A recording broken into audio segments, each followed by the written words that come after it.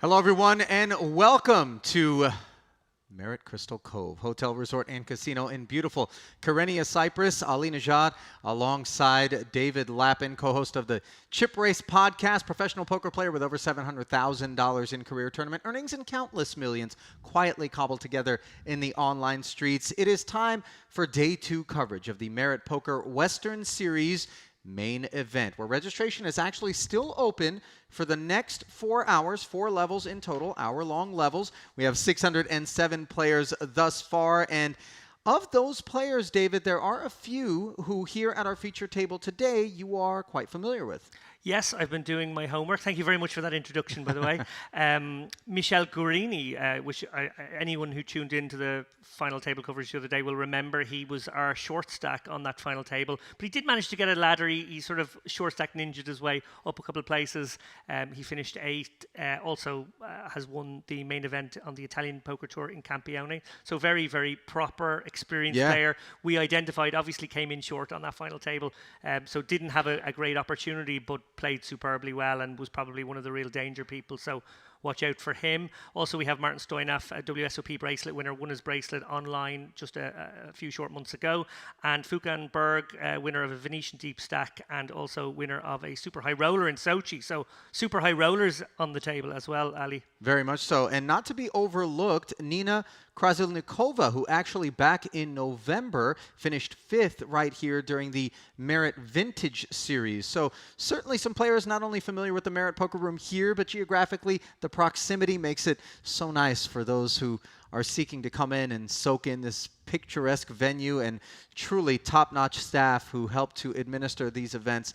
Give them a shot at some beautiful guarantees. $1.5 million, again, here in this particular main event, already guaranteed. The $3,300 buy-in, 607 players. We've got it well covered at this point. And there is your first look at the venue playing host to today's event. David, have you had a chance to get out and kind of explore the campus or get off campus a bit?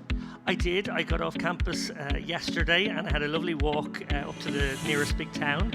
It was very pleasant to, just spread the legs and get a bit of exercise after a few days in the booth. But very much looking forward to being back in the booth now for the next couple of days with you, Ali, and of course with Dara O'Carney, who will be joining us again. I know Dara, a big favourite with the audience. Absolutely. Dara was out there getting a nice jog earlier today as you get a look at the chip counts here at our feature table on day 2.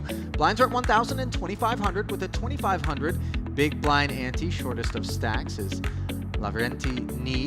A lot of Russian support for these series here at Merit Poker. Obviously, the proximity to Sochi, where I think a lot of the Russian delegation does most of their bidding. Have you had a chance to go up to Sochi at all, David? I've never been to Sochi, no. I've heard great things about that property. Yeah, I think it's one of those hotbeds of poker. We see them dotted around now. Very much feel as though this is becoming one, to pick up on a point you made a moment ago, Ali. I think maybe the cat's out of the bag now, finally. I think people are cottoning on to how brilliant it is here in North Cyprus, and I can imagine these events getting bigger and bigger. Obviously, the EPT coming in October is going to be a big marker for these guys. In my conversations with many of the staff here regarding sort of the progression of the room and a lot of the developments of late, that EPT collaboration coming up later this year, I think, was a bit of an arrival moment, a bit of an announcement to the world that this room is not to be overlooked. And certainly those who bother to make the trip out here, and I know it's a bit of a haul coming from the United States, never disappointed. Obviously, the Triton Poker Series has very high standards. They came here for a reason. So people have taken note, and our friend Vladislav Ivanov has taken note of an ace-queen suited here. Action folded around to him in the small blind, and he will shoot it up to 8,500. Rather sizable when you consider that most people like to go with that 2.5x pre-flop sizing, as Kodanov looks down at 2 6s. But blind versus blind, you do tend to do that, don't you? Yeah, I like the sizing, to be honest. I think you want to go 3.5 to almost 4x here, out of position, blind v blind. You want to charge someone really to play their hand against your ace-queen. You will be out of position for the rest of the hand. Interesting enough flop here. Obviously, Ivanov has flopped some backdoors. He's got backdoor Broadway, he's got overcards, he's got backdoor spades working for him as well. He can even make a wheel. Kodanov unlikely to go away to one bet here with just one overcard to his 6s. Yeah, perhaps most importantly, he's got the kind of board texture that he doesn't mind following through on for 6,500. But with a lone overcard to the sixes on the board, Kodinov, as you mentioned, unlikely to be parting ways with this pot just yet. Certainly not now. We can see there, I'm not sure our graphic on screen of 52, 55 pet is right. I think there might be slightly less in this pot. There might be considerably less in this pot Yeah. as I stop to audit it, but we know that the pre-flop raise of 8,500 was called. That'll put us at 17,000 plus the 2,500 ante. And then the bet and the call of another 13,000 should see the pot at about 32.5, I think. But that sounds right. That sounds right. So there we see one of the many, many backdoors. It was going to be hard not to hit a backdoor for Ivanov. He chooses not to bet, and obviously Kodinov definitely happy to get his showdown with sixes when the 10 comes. Definitely looking to get value now, having rivered a set. And Ivanov again pumps the brakes on the river. Of course, he's going to hear from Kodinov. Yeah, interesting to see what sizing Kodinov decides to go for here. Ivanov obviously beats some missed club draws, but 3-4 did get there. The jack is obviously looming. Could have been a weak jack all along. All the jack suited would have defended their big blind.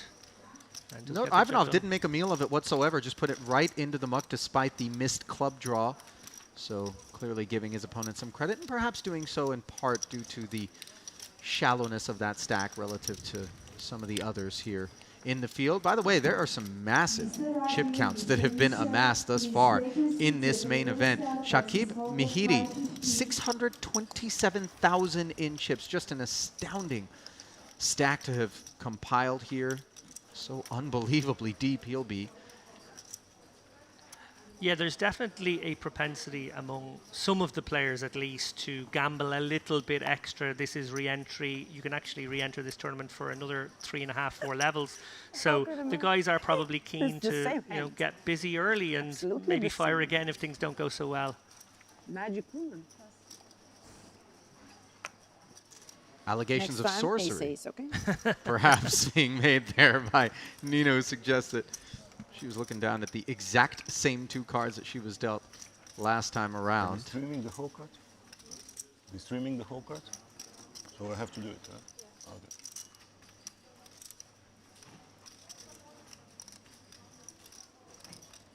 Okay.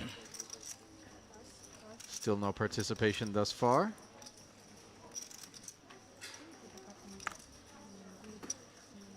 Now you talked about people having a bit more incentive to get gambly in the quest to spin up a big stack. And if they're on the shorter stack, are they also maybe incentivized to take risks that they wouldn't otherwise so that they can bust during the re-entry period and get right back in there, obviously, as opposed to have to nurse a short stack past registration closing and then have some issues beyond that moment? That's absolutely right. Not that you would necessarily recommend people playing too splashy, but at the same time, if you do feel like you're plus EV in the tournament, it probably benefits you to be a little bit more ramping up of the variance in moments like this. We certainly saw it on day 2 of the warm-up as well. I remember that feature table, and I remember a number of stacks, around about the stacks we're seeing here, 150 stacks, all the way down to maybe 60, 70k, all feeling as though they wanted to either make something happen or, as you say, go back to the cage. Monotone jack high flop in a 4-way affair that was kicked off by a raise from Yosef Mizrahi, and he has the best of it here with top pair. Note the equity for Guarini with queen 10, though, with 2 to come. Yeah, Guarini wrapped around that jack and obviously has the backdoor spades, the only person with significant backdoors, so does actually get to have a little bit extra in percentage terms. Doesn't feel like that's, or sorry, not backdoor spades. We actually have a monotone board, so yeah, very much in the mix. Mizrahi is clearly going to stick around here. Ivanov, no reason to continue. But it's tricky to know. Guarini may feel as though he's drawing to the worst hand, and this is one of those situations where actually I think he's going to let it go. And I think that's right on balance. Obviously, we see there that he had ample reason to continue with the cards up, but he's not to know that his flush was good there. Yeah, the waters are kind of murky from that point forward in the event that a spade does roll off and you face added pressure on 1, if not 2 streets for a 10 high flush, which would be the fourth nuts. Yeah, I as think it in a were. heads-up pot there, he may have decided to peel once. I think that would make sense. You know, you would find other ways to win, but multi-way, I think very prudent to let that one go.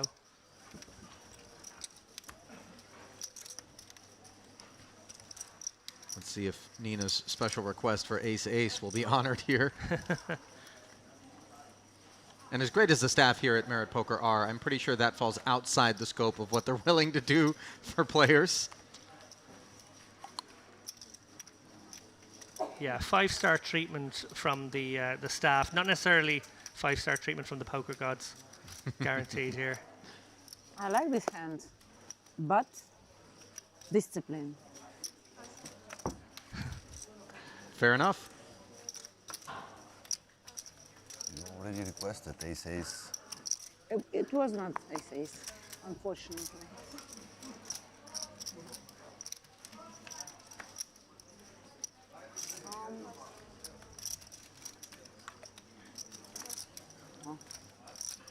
Fold it around to an ace on the button, and we know how these hands tend to behave in these situations. And as perhaps we might have expected, Antanas Kodinov will Of course. raise it up to 5,500. And it looks like we have defense forthcoming from Yosef Mizrahi. Yeah, this is pretty borderline as a defendable hand. Obviously, it does have a bit of connectivity, and the raise wasn't minimum, but you know, I think you can justify a 4-3 call here just about. These are two very wide ranges interacting now on a low board. Would normally see a larger bet sizing on a flop of this texture. Middle pair against bottom pair. And you see kind of the argument against getting involved with these sorts of hands.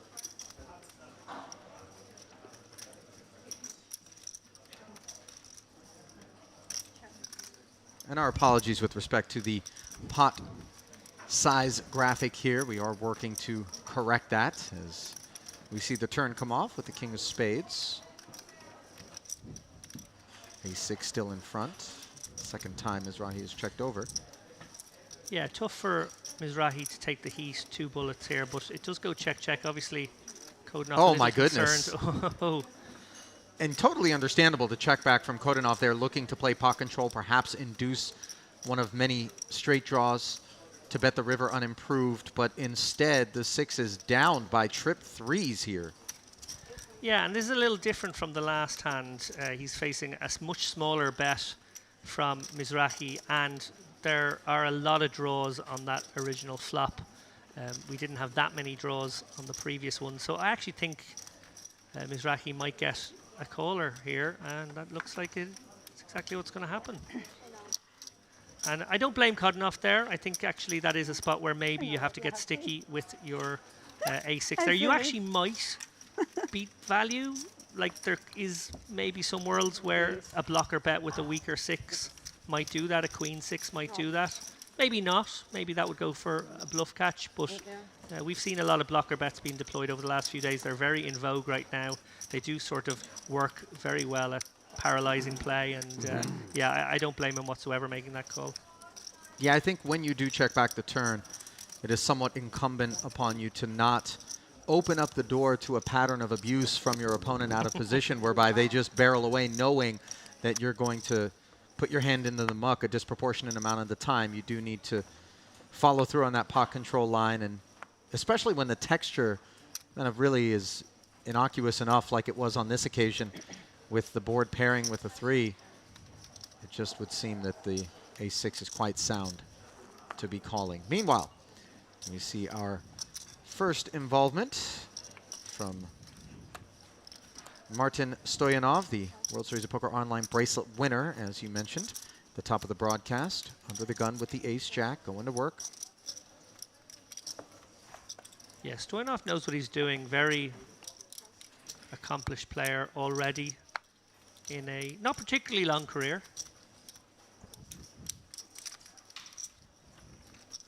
Do you find, David, as I know I do, that those who cut their teeth in the online streets tend to have a very sound technical command of the game, because it really is something that you have to have if you're going to be successful in that arena. Yeah, I think online just tests your fundamentals in a much more rigorous way. You probably play a far greater number of hands in your career if you're a multi-tabler. I know certainly from my early days as a 50-60 tabling, sit and go multi-tabler. Now I can't do that anymore. My wrists have given in. But yeah, you just No play ace, millions no and king. millions of hands, and that sort of becomes a training ground, if you like, Everybody's for a lot of these sleeping. guys. You see people No, tell this I'm narrative not. over and over again at the moment, where you they know. I'm in a treat good a mood. 3 to 5 year online career, particularly if they've done well and He's moved up the sleeping for stakes, sure. as a training ground for going out into the live arena, Can where we obviously order there is some softer money tea or at bigger something? We amounts. can. Yeah, yes, we can.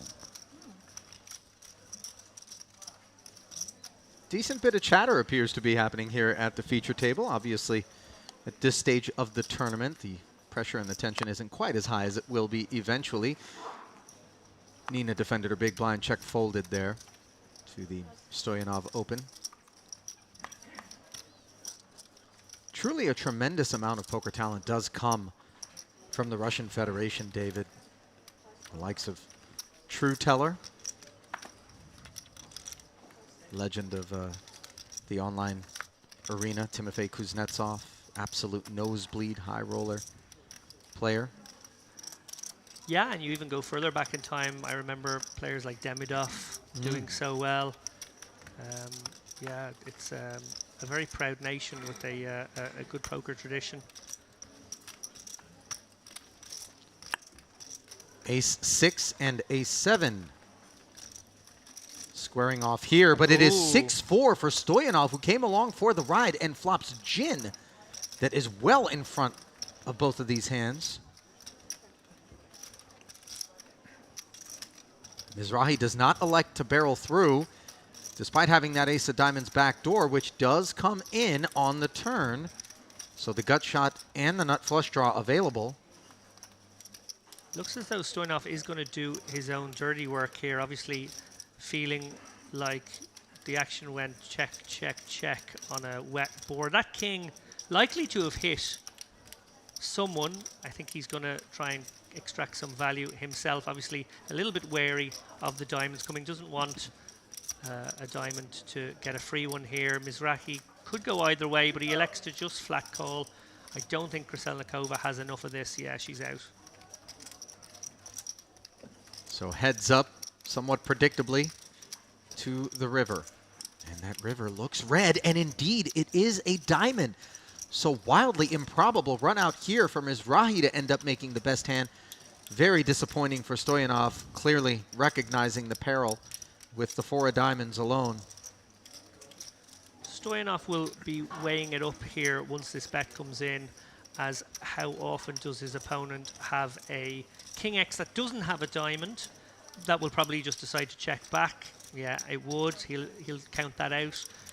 He'll think to himself, okay, this must be a diamond now, so it must be either the ace of diamonds with some random card, or indeed some pairs could have diamonds. Maybe a hand like jacks or tens might have let one peel on that flop. Sometimes it is very wet and does hit the blinds ranges. He lets it go. Great discipline, must be said, from Stoyanov. Did not get married to the hand. It feels so bad when you flop Gin, as you described there, Ali, and then do see the filthiest of runouts, frankly. Yeah, he ended up with a tall glass of tonic. The gin just evaporated.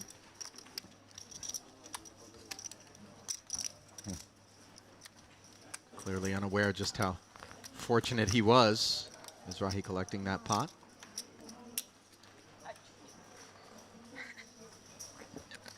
I don't believe in reincarnation, I don't think, but if I did, I certainly wouldn't want to come back as that gentleman's chewing gum.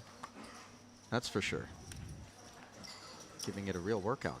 Yeah, we had quite a lengthy discussion, I think it was on the final table, about jaw tells Interesting. and sort of how there's a lot of tension in the jaw, and how maybe some players use the gum in that fashion. And the chat were certainly trying to engage us in a very deep Mike Caro-esque conversation of that nature. The mad genius.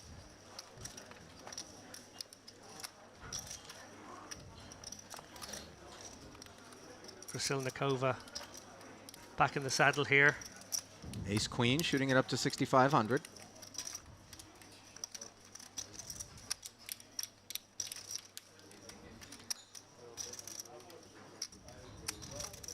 And Furkan Beg with 8-5 suited will defend his big blind. Players go into the sunglasses when they're involved in a pot. Obviously the eyes do give quite a bit away. And this flop gives Krasilnikova second pair and way the best of it. Should be an easy exit in response to the follow through.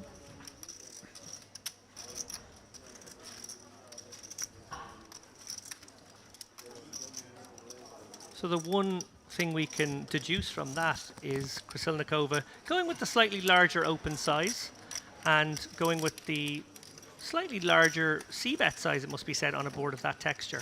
So something to watch for there. She's clearly happy to play a slightly bigger ball version of poker. We had a very interesting dynamic on the final table where the chip leader was really bloating pots alley the other day.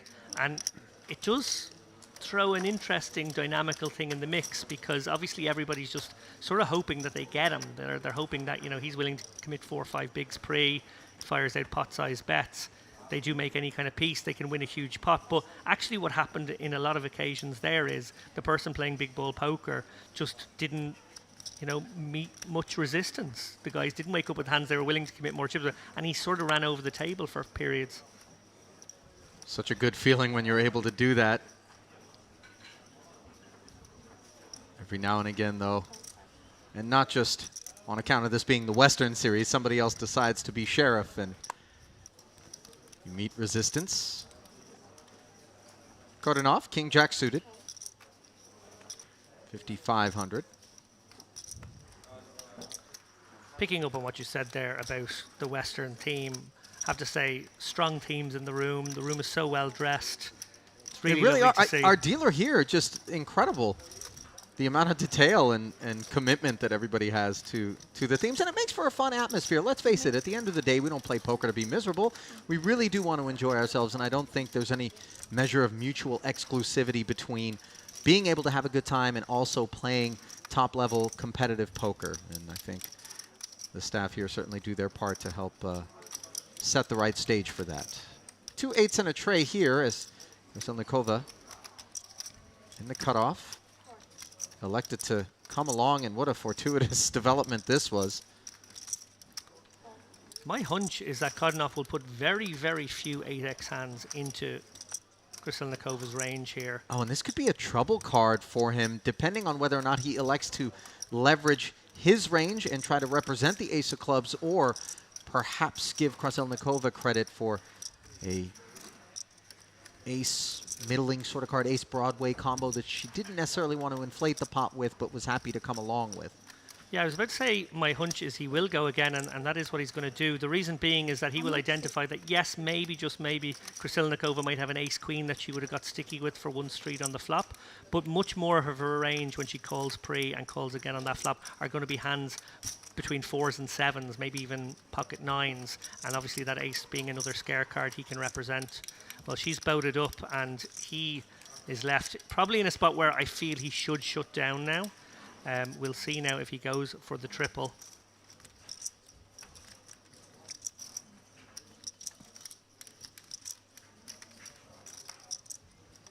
Oh, and it does look as though he's eyeing his chips now. He decides against it. And you can be sure there is a bet. I would 36. guess on the larger side coming from 36.5. Krasilnikova. She will be targeting some ace-x that maybe took this line. Quick fold, obviously, from I have 2 Kodunov. house. We live. Next you can see. Well, even if they believe her, they won't believe it was 8-4. Just a dynamite bit of timing out of Nina, who's showing us that she's not a one-trick pony, willing to play all parts of the deck. Knows. It's like a chef who works with offals, like not always needing to have filet on the menu, but Oh, and the sign of a great chef if they can use the bad cuts of meat to Yeah. make something tasty. That's what Nina did there. This is my card. Yeah.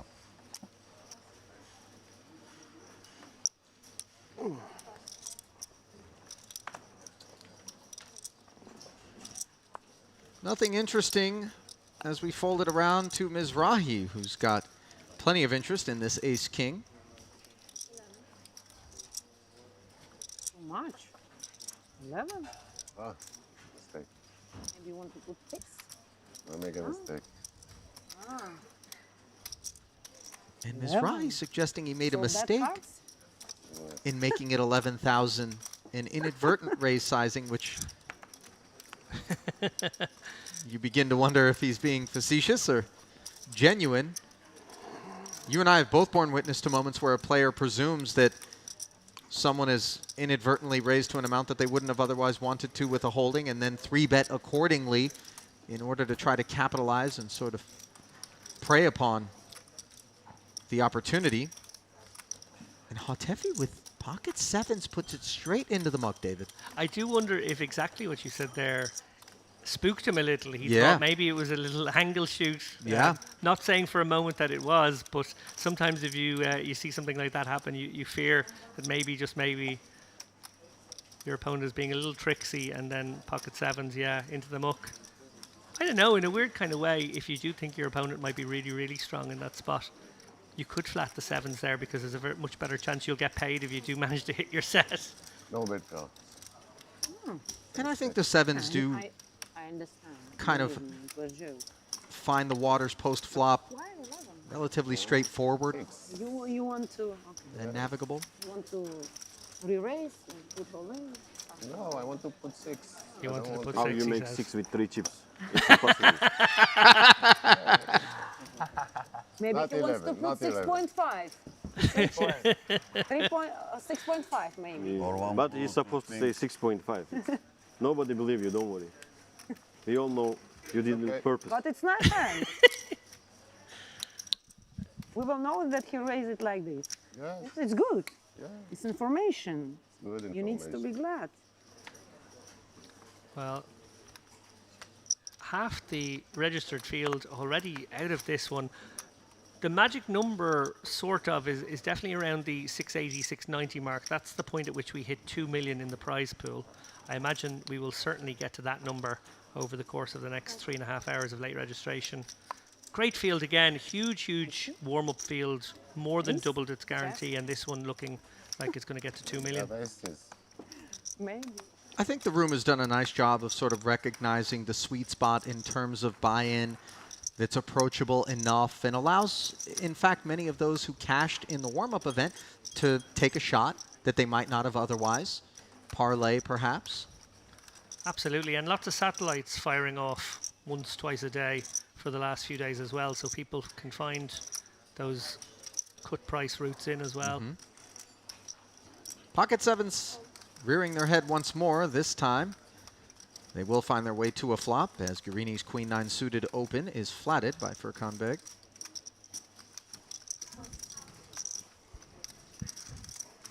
Ace-8 in the big for Ivanov. Yeah, the more people involved, the more these raggedy, middly aces lose value and become harder to realize, but I think three-handed just about fine. Nice board texture here for Beg's sevens. 5-5-4 with a couple of hearts. Really nothing to speak of for Guarini. We'll see whether or not being in a three-way pot will make him a bit more bashful. Yeah, he may go for a cheap stab or he may just knuckle it. He goes for the latter. Beg with an interesting decision now, probably wanting to protect these sevens against likely overcards in the hands of his opponents, but at the same time will be wary that maybe Guarini would play a check strategy with some of his strong hands on this board texture too. And of course, Ivanov, the most likely person to have connected with a board like this. So, does fire in a little 1/3 bet.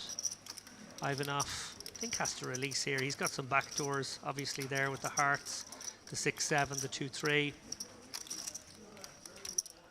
He's got a player behind him who he's not sure is capped. Excuse me. He's going to maybe Do I need to switch it off when I go to toilet? peel one off here. He does. Obviously getting a very good price and not closing the action, which was sort of the crucial point for me. I do wonder if he feels as though his ace high could be good some small proportion of the time as well. I think that's going to center around just how often he thinks this pre-flop flat from Beg is associated with cards that yield a straight draw here or hearts. The latter would seem more plausible. Beg going to check back. Neither player improves on the river. Of course, Ivanov, the one that needed improvement.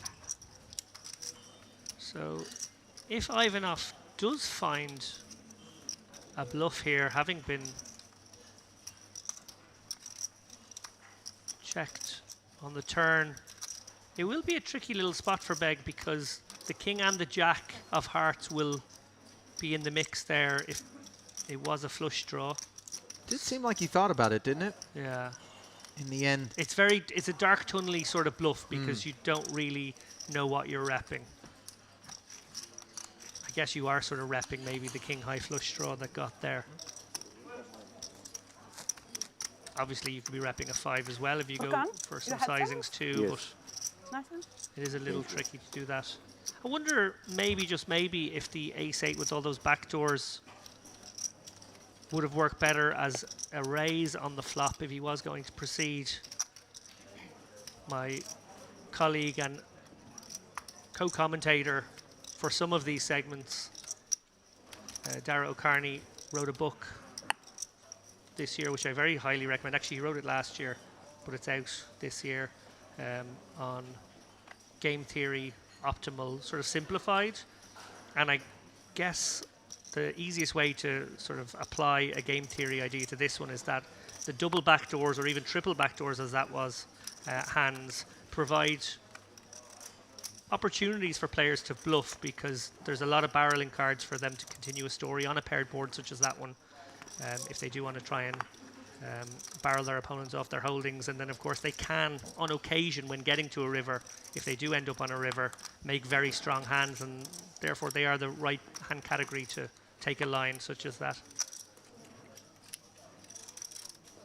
Michel Guerini, heard from under the gun with Jack 10 offsuit.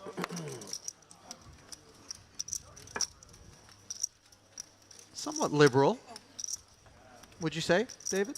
Yeah, I think this is a maybe show of intent, much like the one you described very early on in this broadcast, that maybe some players were going to be a little bit looser in pursuit of doubling up, tripling up over the course of the first couple of hours, but also maybe considering it a booby prize to be able to get a fresh stack if things were to go wrong. Interesting board. Both players with straight draws. Of course, the 7 would be disastrous for Kodunov, and now a very welcome sight in the form of the king of spades for Kodunov, who picks up the nut flush draw after a check back from Guerini with the 2 overs and open ender, which I'm a bit surprised by, but maybe deciding that that board texture was more favorable to Kodunov's defense range. And I think probably very much eyeing up the idea of a delayed c-bet as well. I think this makes a very good turn bet because you actually have less equity. And the relative equities between you and your villain's hand are a bit more defined. And there's some king X there that would be happy to check back the flop and suddenly is made top pair on the turn that you can represent as we see him go to work for 8,500. Surely Kodunov won't be finding the muck, but to be determined whether or not he finds a semi-bluff check raise here.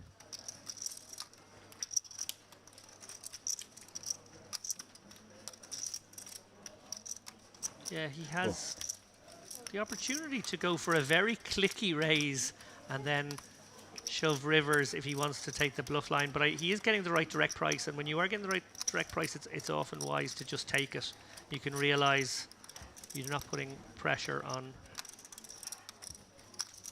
Well, he does having to make just more take chips. it, but the board pairs and does not give it, and it being the spade, which he needed. Mercifully didn't yield a 7, of course, as we touched on earlier. And that turn call, by the way, David, was a pretty healthy chunk of Kodanov's remaining stack, so this will be a very disappointing development for him. Yeah, Guarini will be fearing hands like King Jack, King Queen, which will be mandatory check calls here in Kodanov's range, maybe even King 10. But he will also be eyeing up the possibility of a missed spade draw, a missed straight draw, and maybe think, well, I'm at the bottom of my own range here, I should put pressure on my opponent, and that's what he does. So a really well executed turn river bluff there. You said the more obvious opportunity was with those overcards, backdoor flush draw, to just continuation bet out on the flop, but actually he's gone for a much more deft turn river Yeah. bluff line, which I really like, I Yeah. gotta say.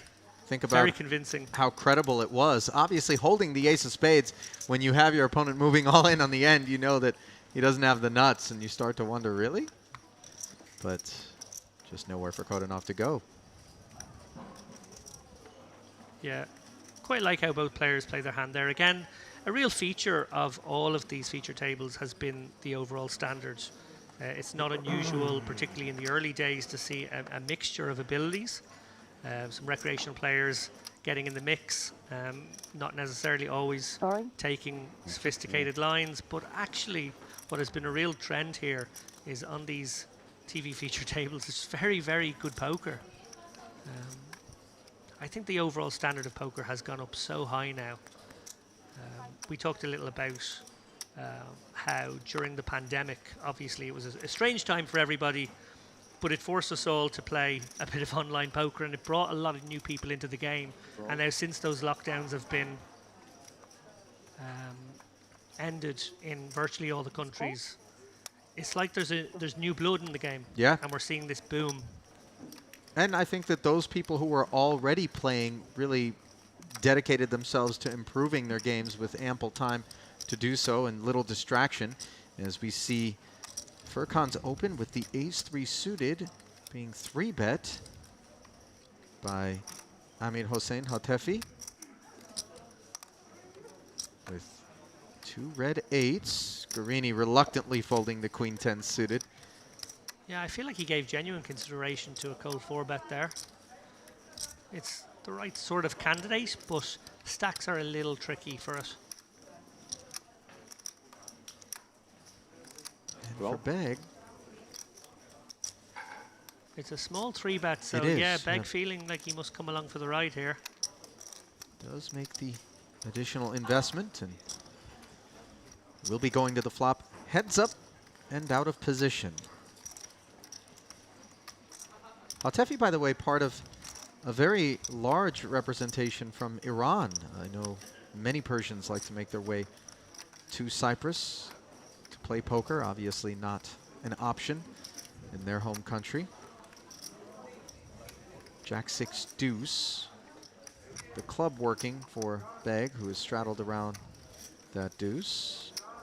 He does check with the flow of play. Over to Hatefi. Just one overcard out there.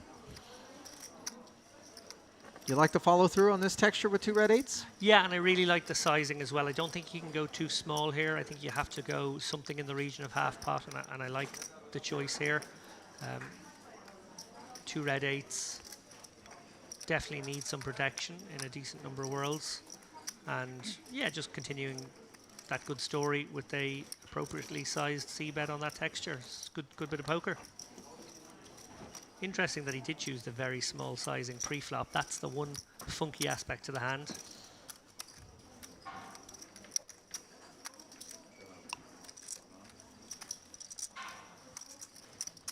Curtain drawn, courtesy of the check fold. Note that Tasmanian Devil card cover over there. There's some personality on this man here.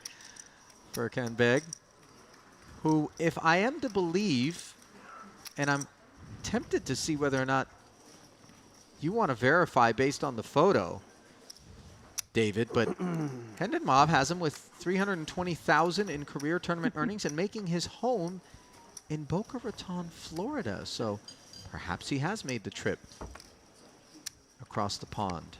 Maybe he's retired. That's the kind of place you go when you retire, right? It is, yeah. Or you just go when you want to avoid state income taxes in the U.S. As we see Stoyanov with ace king. Martin makes it 5,500 to go.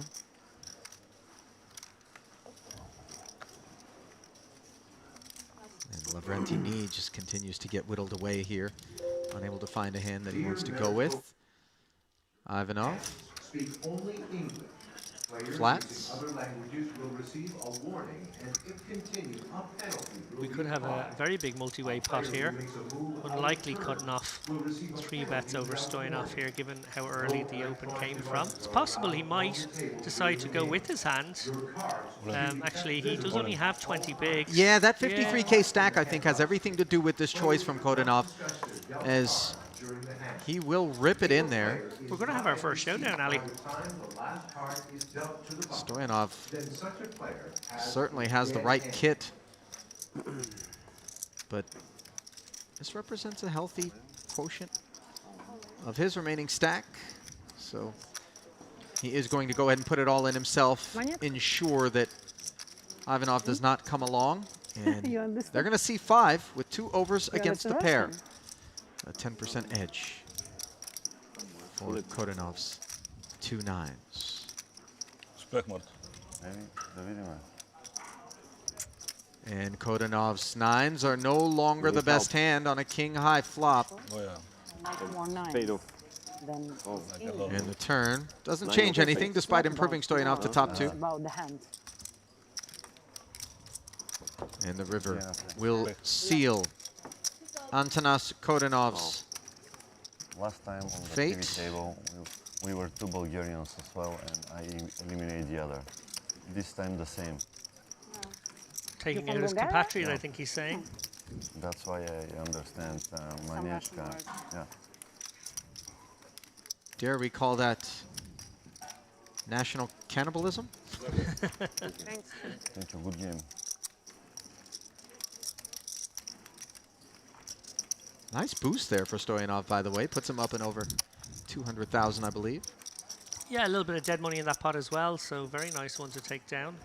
Get the engine started here early on day 2.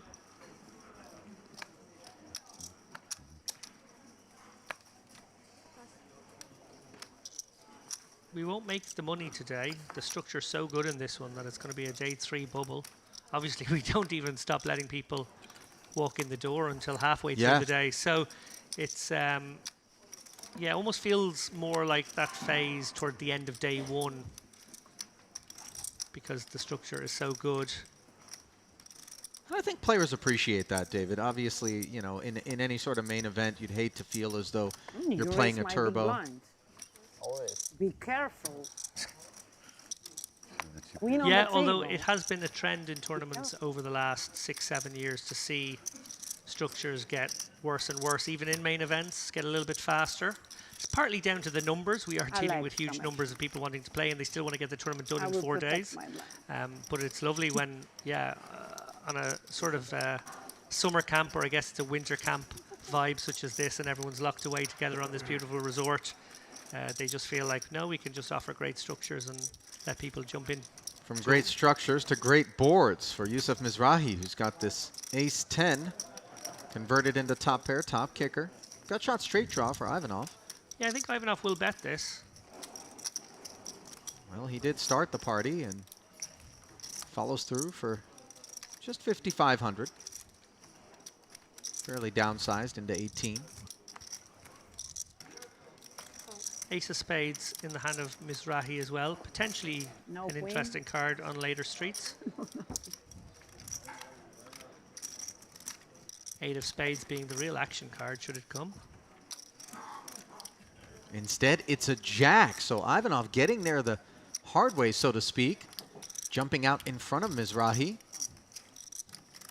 He will be a little wary of 8-9, the only obvious straight draw on board, but I think he might go for another bet here targeting 10x, 7x, particularly 10x and 7x that have a gooder will be forced to continue 10-9, 7-8, that sort of thing.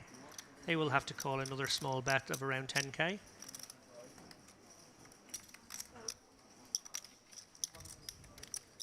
$12K, let's call it officially.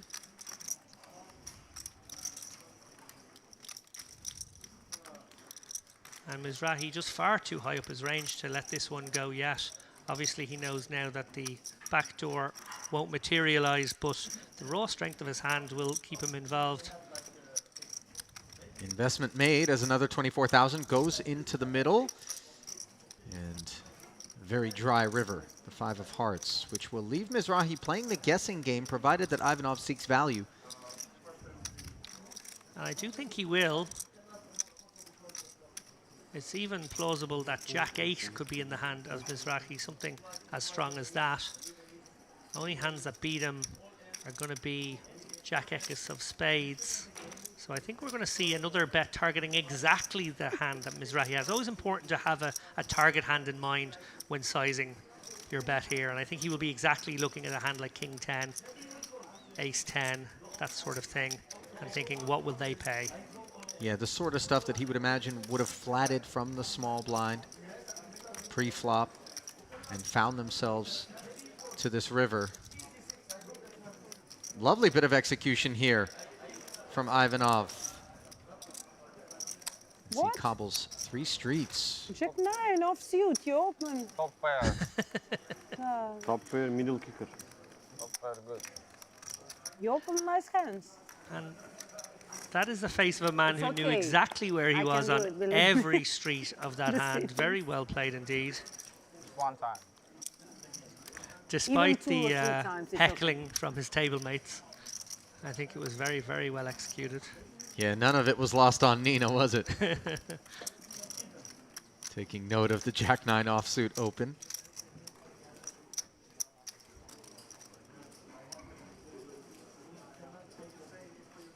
Bag up under the gun with the Ace 8 offsuit.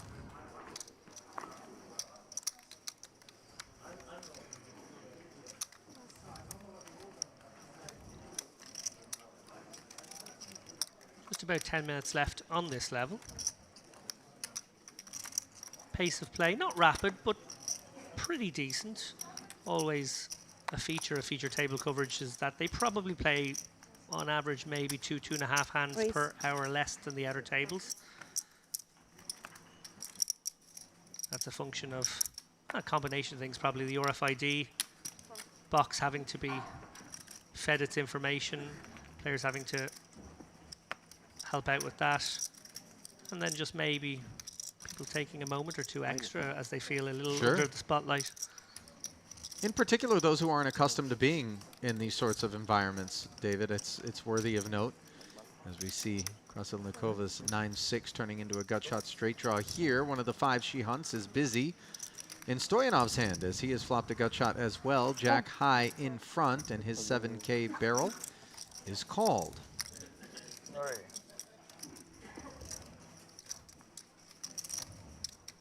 No improvement on the turn for either player as Nina checks again. Now Stoyanov quickly checks back. More paint produced on the end.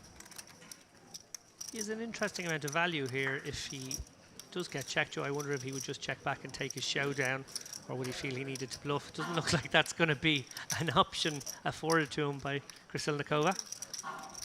No, not at all. And well executed there from Nina, who pounces with I don't the like 9 that high. now. It's not your cards. Oh yeah. Fair play. Absolutely. No, she's showing a lot of game here. We saw the rather optimistic, maybe 8-4 suited flat in mid position earlier on, and you know, obviously the board was very favourable on that instance, but she did get paid to the tune of a healthy pot there, and then recognising as the board ran out a little scarily for someone who may have flatted the 7-5-4 board, that she could maybe get them to fold, or 7-3-4 I should say. Yeah, the lady has game.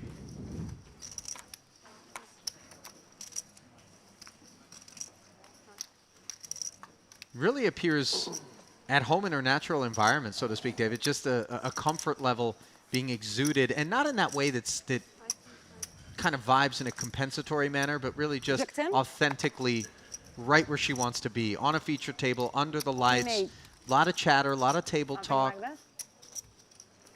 Yeah, Well, definitely. this time it's It's taken up the mantle of table captain, I believe. higher, yeah. No doubt. And note that Ivanov, everybody just witnessed him get to showdown with Jack-9 offsuit after opening. Here he is at the top of his range with Ace-King. Could end up getting some patronage that he might not have otherwise. We're going to see a big multi-way pot here, one would suspect. Stoyanov has a squeeze contender, actually. Again, picking up on what you said there, Ali, maybe recognizing that Ivanov's opens can be a little on the loose side. And there's There it maybe is. some dead money lying around out there now. Yeah. Well, Nice move.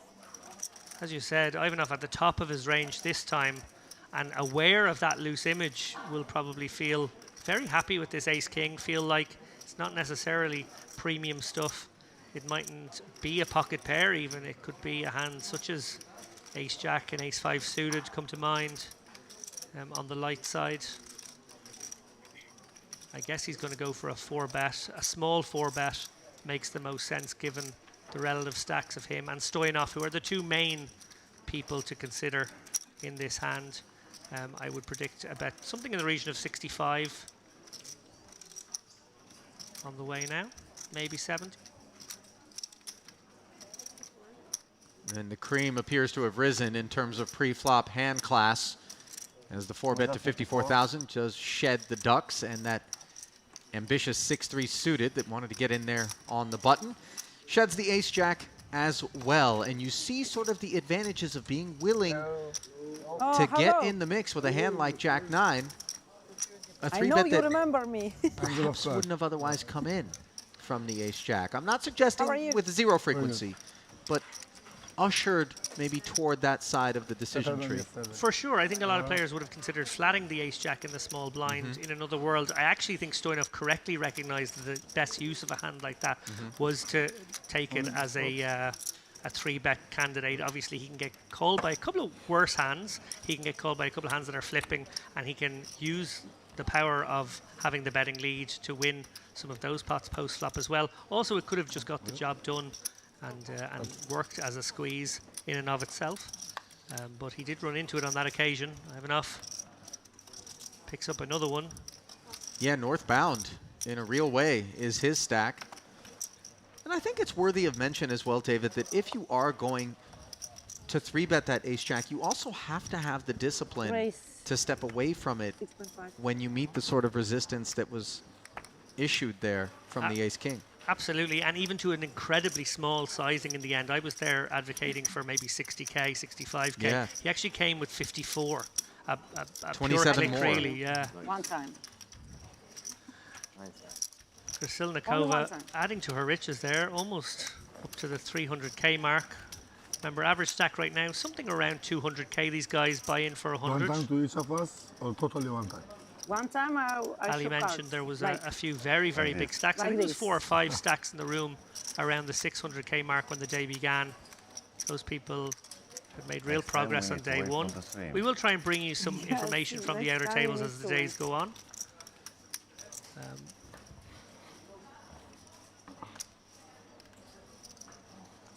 To have a new player, having taken the empty seat here at the feature. Efforting information for you.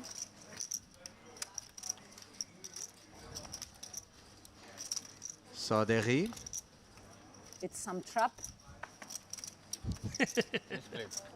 Speaking of outer tables, I just got a message here from the esteemed Jack Sinclair, obviously former WSOP main event winner Yeah. in Europe, main event final tableist Uh-huh. in Vegas. And these days he just comes second, third or fourth in most of the big 1K fields. he Trying to stay plays. under the radar, huh? Yeah. But he just sent me a message saying there's actually a technical error that he's recognized, Ali. We might have to address this. He said, I'm on some table without any cameras on me.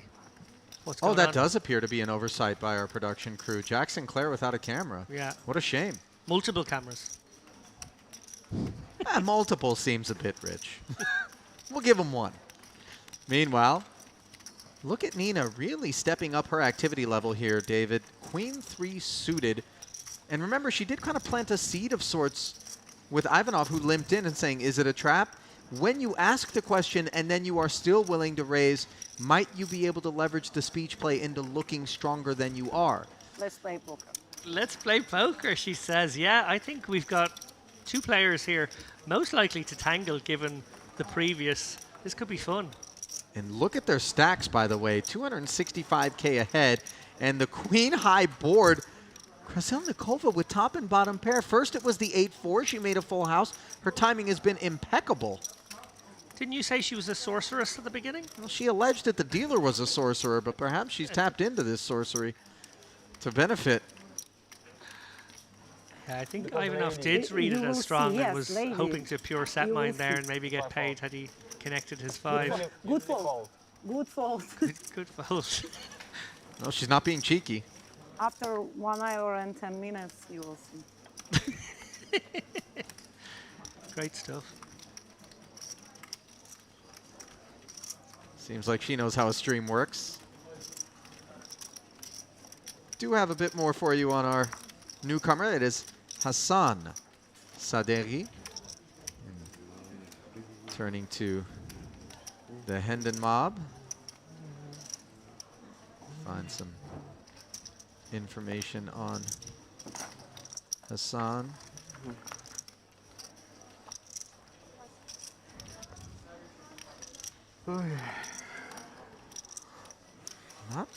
Not showing any results for him, David, so perhaps newer to the scene and perhaps not, perhaps just flying under the radar. 1 minute. Well, if Queen It'll 3 take 3 suited minutes, is 4 good minutes. enough, one feels King 5 suited qualifies.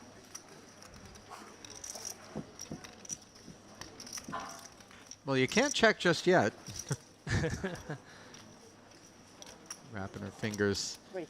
as she deliberates. And then raises it up to 5,500. She's got a real table presence about her, and I'm not certain it's the easiest to get a beat on. But Hatefi on the button. He's got a beat on Ace-Jack. And Amir Hossein, 3 bets to 13,000. We see the small 3-bet being deployed once again by Hatefi, who's laying an incredibly so good price much? here to Krasilnikova with a suited king.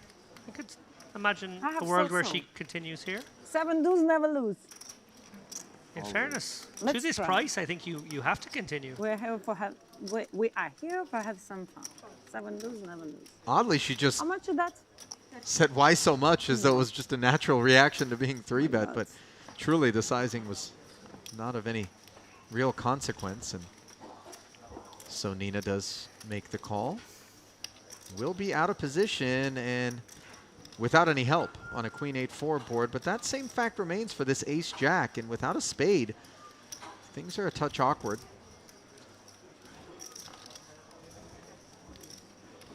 Well, he's opened the door for some bluffing from Why are you Krasilnikova now, checking? potentially on a turn card. Why did you check? Because I have 7 dues? She asked him why he checked it. He asked her the same question. Fair enough. Back at you as that second queen Oh, yields and- another check and gives Krasilnikova queens and 5s and no hesitation. She just comes out barreling, 3rd spade. She obviously removes the flush draw from Hatefi's range and decides he doesn't have any pair. Really targeting a hand exactly such as this one with this bet. Yeah, absolutely. Ace-Jack, Ace-King. He has played it just to get to showdown, and I do wonder if this bet might have come had the 5 not arrived. One feels, given Krasilnikova's keen awareness of table dynamics, it may well have. She sows seeds verbally with her opponents too. There's definitely some fun gamesmanship at play. And yeah, tough spot for Hatifi. He's pretty high up his range. That would check back 2 streets here.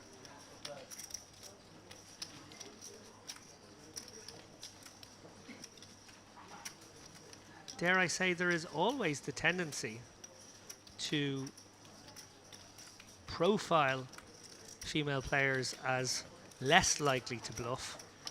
My experience is that actually they bluff just as much as everyone else, but some players do profile women in that way and occasionally open the door for themselves to get taken advantage of. Obviously not so in that case. She did make the 5, but Really just keen awareness of that specific situation there on display from Nina, who has been very impressive, and not really a mystery how it is she came upon her big stack, is it? no, not at all. She is living somewhat dangerously with her opening ranges, but once we get down the street, she does seem to have a very good handle on where she is.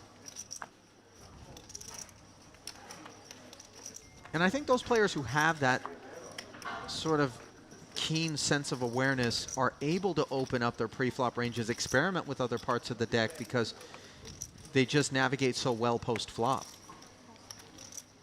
Absolutely. She does take a handoff this time. So we see action get round to the button.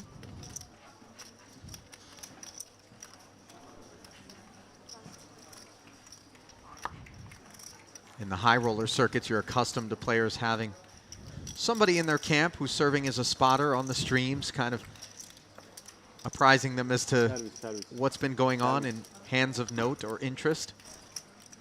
Here, I suspect not so much. You're going to have to do your own bidding. Yeah, we certainly saw it on previous streams. Players stepping away from the table, obviously, to check their phones, maybe talk to their friends on the rail who are in the room, maybe watching the stream from their phones to get that kind of information. These guys not allowed to take out their phones at the table, but of course we can't commandeer, sequester their electronics. So if they do take the phone out of the pocket and want to step away, they can. And that is important information to get. You know, at this point now, the early can part of the actually stream maybe this will have slowly. taken place. If there were a couple of early bluffs, a couple of lighter opens, shall we say, things indicative of giving away player tendencies, player styles. All very important information to pick up. Also remember, even when these guys leave our feature table, they are still going to be playing together for the next 6 or 8 hours perhaps. So it does benefit them to pay attention to what's happening here while the cards are up. Yeah. I always think that's a very interesting phase of play in a tournament where you've been put on the feature table for a 2-hour block, and then you go back to your regular O table with no cards, but you've had a glimpse into what they're doing. A peek under the hood, so to speak. And that peek would definitely shed light on just how frisky Nina has been in terms of her hand selection. 7-5 suited on this occasion, getting after Guarini's big blind. A suited king will defend.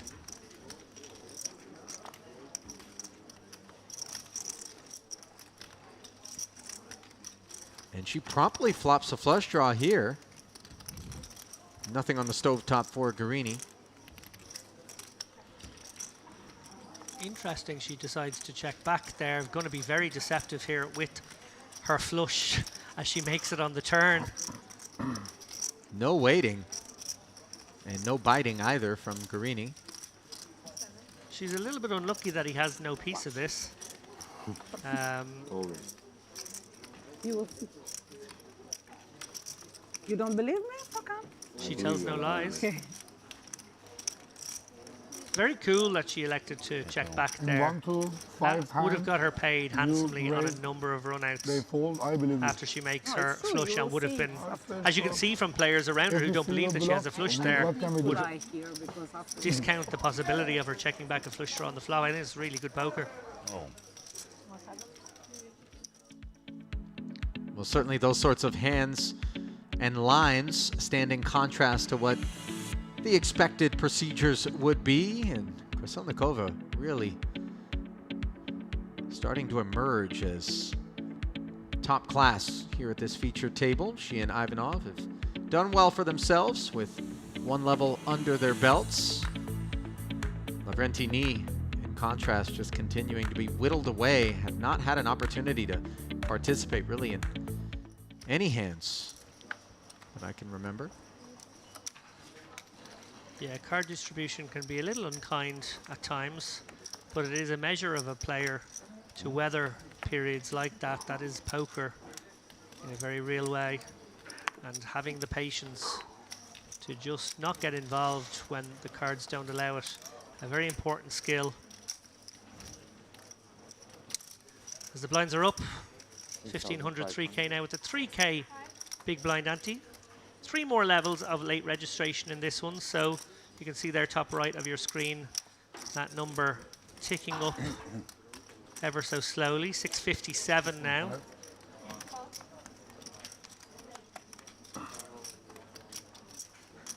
You're getting very close to the 2 million mark in the prize pool, implying a first prize something in the region of 300K. Obviously we won't have those numbers for you until late registration closes, but yeah, 300K plus looking very much on the cards.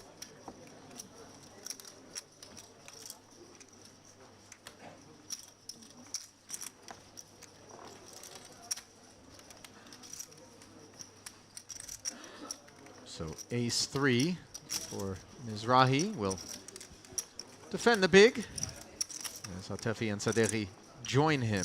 10 in the window is a lovely development for Amir Hossein with the king 10 suited. Backdoor hearts available as well. Bottom pair for Mizrahi. Peeks back at his hand, checking it over. Now the opener, who let go of that ace-jack against Nina, understandably. Much different proposition here as he is connected with the flop and goes to work for 12,000.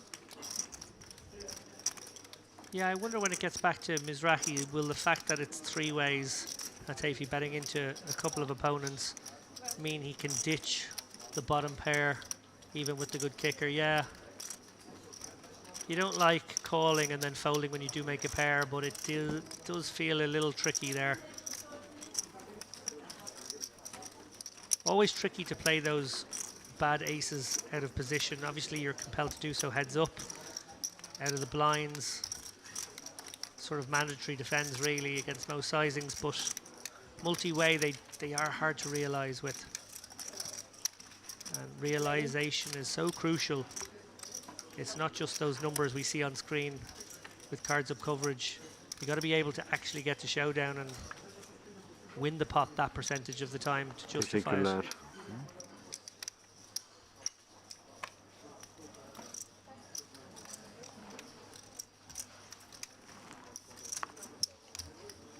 9-7 suited.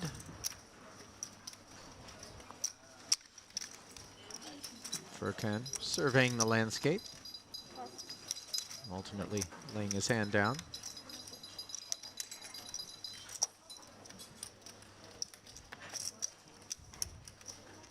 Nee has just been so card dead Tight fold. here at the feature. Yes, nice ball.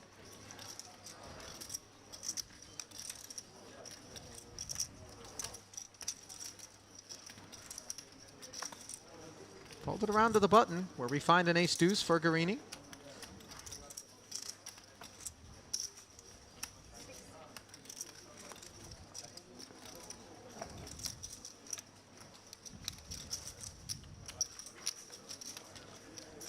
Decent spot to 3-bet here for Mizrahi.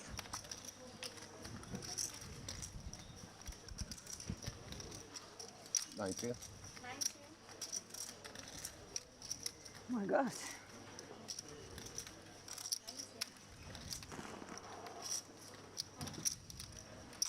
King 3 easily into the muck as it comes back over to Guarini. And it's been a little bit of a trend of late, not suggesting that it's what we'll see on this occasion, to take those ace and wheel combos, deuce through 5, and 4-bet them. Yeah, should this be an ace deuce of diamonds, I think Guarini would almost certainly do that. The ace deuce off, I wonder if he will just decide to pitch it. And the thought process, in part, I assume, has to do with blocking your opponent's ace-x combos. Yeah, and then the see, suitedness just gives you those we will see, maybe of course. We will 3 or see 4 everything. extra percent that help out when you do get called by a hand that's dominating you. Yeah, I guess solvers have taught us a lot. That's probably back away. something we picked up in the pre-solver Teve era. left, Teve left. Give humans credit for that one, recognizing the value of those blockers and the Beautiful. value of those sorts of hands. The ace-5 suited being used in that way became very, very in vogue in the maybe like 2012, 2013 period, even before that, to be honest. I think Indeed. people recognizing the ways in which those particular holdings were special. Can't give the computers credit for everything. Although they have influenced so much of poker today.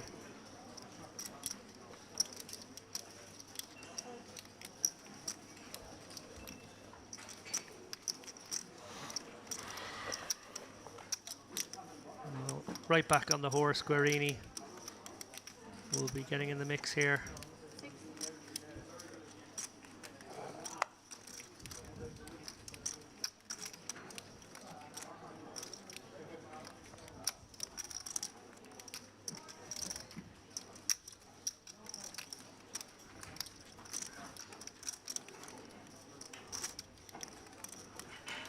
Yusuf behind on the button rather. Goes right back to work on him once more. As 6 becomes 17, and we see it's ace-6 suited as both players really with the same sort of hand class that they had a pot ago. Guarini obviously considerably up the ladder with ace-9 suited as opposed to ace-deuce off. No bluff. And yet, He's lays pushing to down open. You want to once open? more. Yeah, almost like we foreshadowed what might happen if they were of the suited variety, but actually he turned it down in the end. Cut off against button. Obviously not exactly the same as 5 hands, yeah. button versus small blind. Maybe dynamically feeling as though sometimes when the guy does it twice in a row, the second time is stronger. Never believe We no see one it wasn't, in fact. from the But start. sometimes you need to believe. Top stack currently in the field, 635,000. Kubanychbek, Abakirov.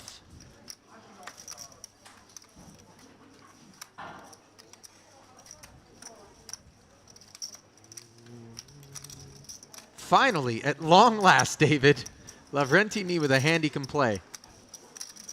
Yeah, and we'll be keen to get some value from this one. Obviously 19 bigs. Won't want to do anything clunky like shove it. We'll actually be looking for action, and well, he might get action from even off here. Ace, queen suited, probably happy to commit to his stack. Can 3-bet here, even though the positions are early.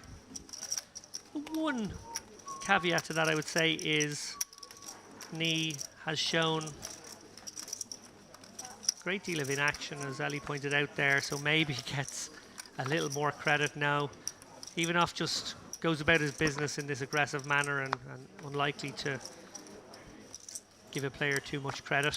That's just business, not personal when you got ace-queen suited. Very much player dependent whether Evenoff has decided to make this a 3-bet call or a 3-bet fold. I feel like it has to be a 3-bet call. But again, Is it a given, though, that Knee is going to come back over the top of it? I don't know. Because of this table, we can leave the table for a smoke or something. I'd Not- be no, surprised we if he can? didn't. No? Okay. But stranger things have happened. Off of 51,000 behind. Certainly would seem the more prudent path to take, create some fold equity. Also, if there's anyone at this table who might create a 3-bet folding range, You think that's the man, Ivanov? I think that might be the man. Doesn't feel great, you know, you're going to get snapped off by better sometimes, but here they go, he's lining them up. Yeah, and you see the And he does call swallow quickly. there from Ivanov, who does make the call, was always prepared to potentially be in this sort of situation.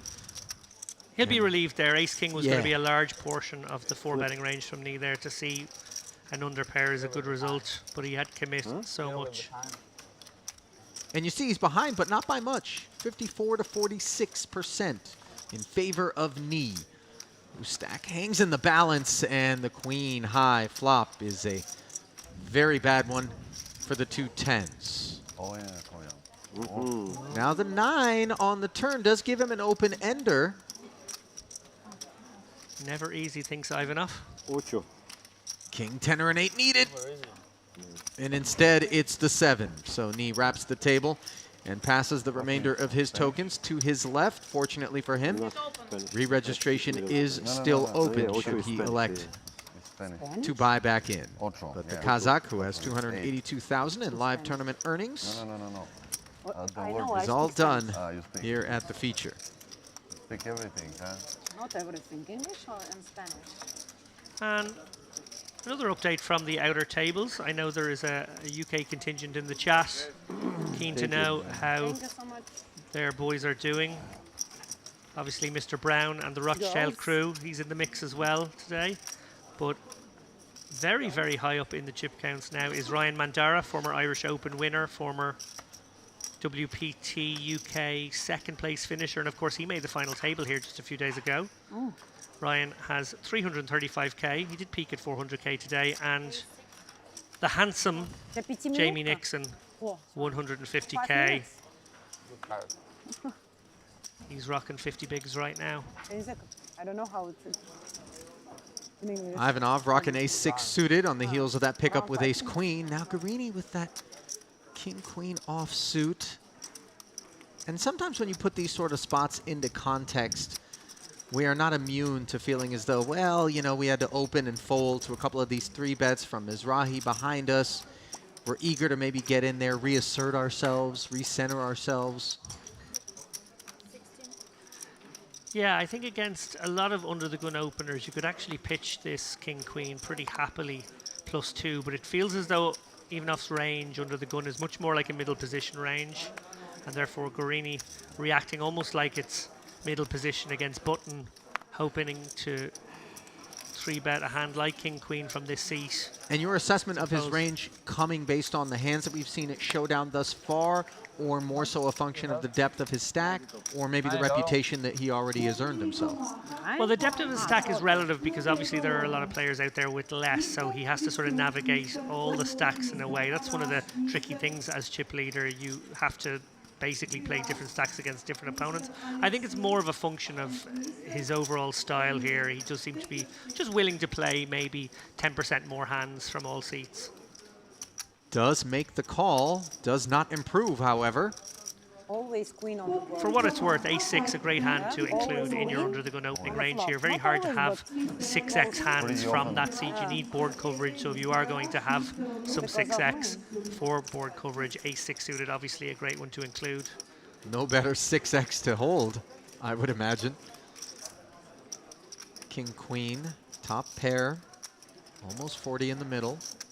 Yeah, really interesting that Ivanov decided to call here pre-flop, given the seats. I feel like these guys very much feel as though they are two of the better players at the table, two of the more experienced guys, a lot of online experience with both of them, and maybe, just maybe, realize that they've got a tussle here.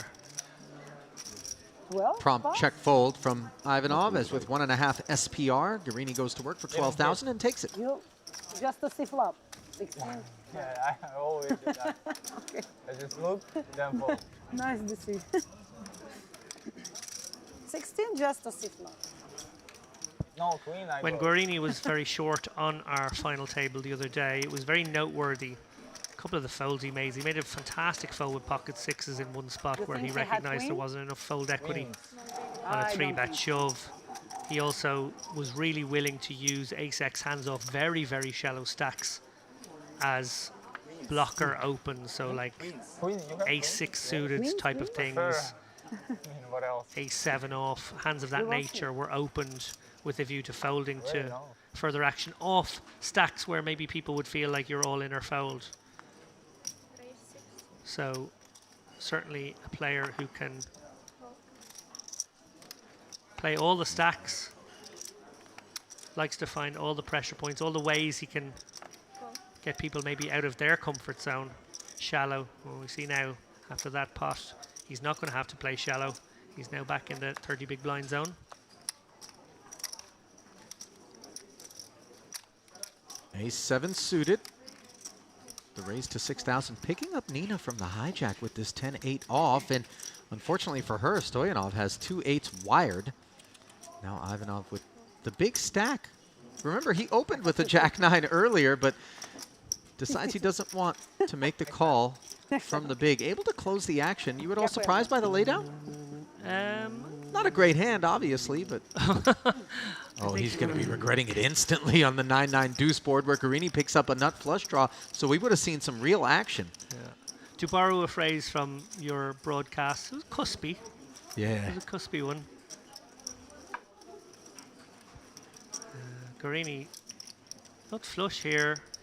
Stoyanov, unlikely to go anywhere on this texture. Krasilnikov, it's fair to say, sort of a little optimistic here, a little splashy here on the hijack. No need to play a hand like this, to be honest. And she's wrapped around the 9, obviously, but I strongly suggest it would be following good money after bad to continue, and she just let it go.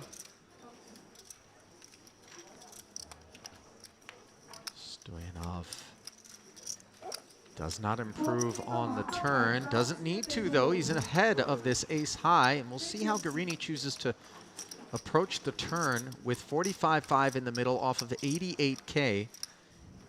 Is he going to look to set up 2 more streets of betting in the event he's unimproved, David? Yes. Everybody knows. This is a theoretically because of the interesting wasn't spot section of because you it. want to have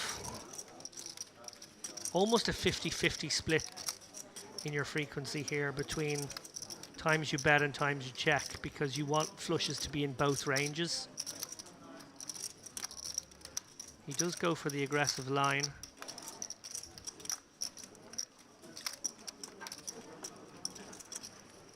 And the thing for Martin, if he makes this call, it is not lost on him that a pot of almost 90,000 and 66 back for Guarini, he could very well be facing the rest of it on the river. Yeah, This Guarini probably has more 9x in his opening range than the flatting range would contain. It won't be very much more likely this is a battle of pocket pairs, and Stoyanov obviously feeling like he has to get sticky on this street, probably deciding he would fold. And that street does bring the nut flush for Guarini. And I think that's going to make the path to the exit far easier for Stoyanov here, because if we assign a hand class of bigger pocket pairs and flush draws to Guarini's range here, now the flush draws also have us beat. And the 9x, of course, already had us beat, as you mentioned. Yeah, I think the shoving range from Guarini here will contain hands like queens and jacks, because he won't want to set up a negative free roll. A situation where he would be willing to call it off with those hands but not get value from some hands he beats. So that does make it, exactly as you said there, Ali, a much easier decision. Flushes got there and the big pairs would still do the same thing. So he's very low down on his range now. You know, selfishly, I always wonder if the brick rolls off, how does it play out? Because it's a bit more of an interesting spot for both players. Definitely, I think it could be still a fold to the third barrel. It feels like 8s is a call twice, fold river sort of value hand. That's not to say that there won't be an occasion where you're bluffed. I think you will be, but that's probably the relative strength. Again, played very well by both players across the streets, just a very high standard.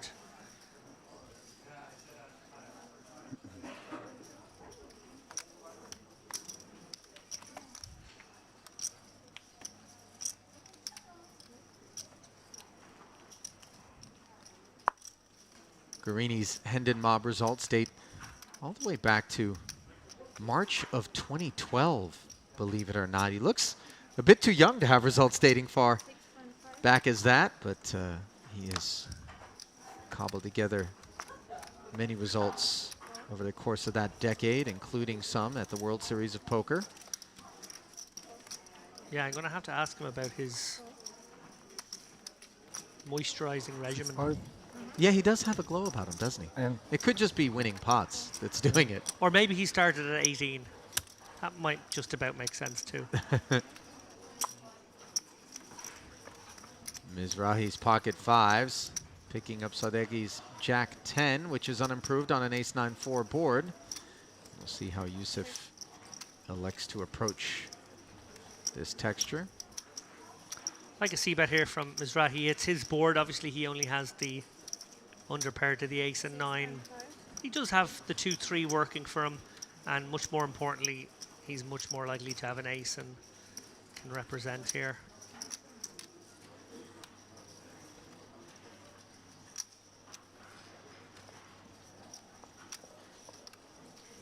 Oh, interesting. So, to what is admittedly a small sizing, just around the 1/3 mark, Sadeghi is going to peel one off. Does connect in the way that he would have wanted to connect, a way to make a strong hand here. 8 will make him straight now. It was a sticky and somewhat optimistic flat from Sadeghi, but will Mizrahi pawn the brakes, or will he target hands like weak 9s, some 4x 10. for a mergy bet?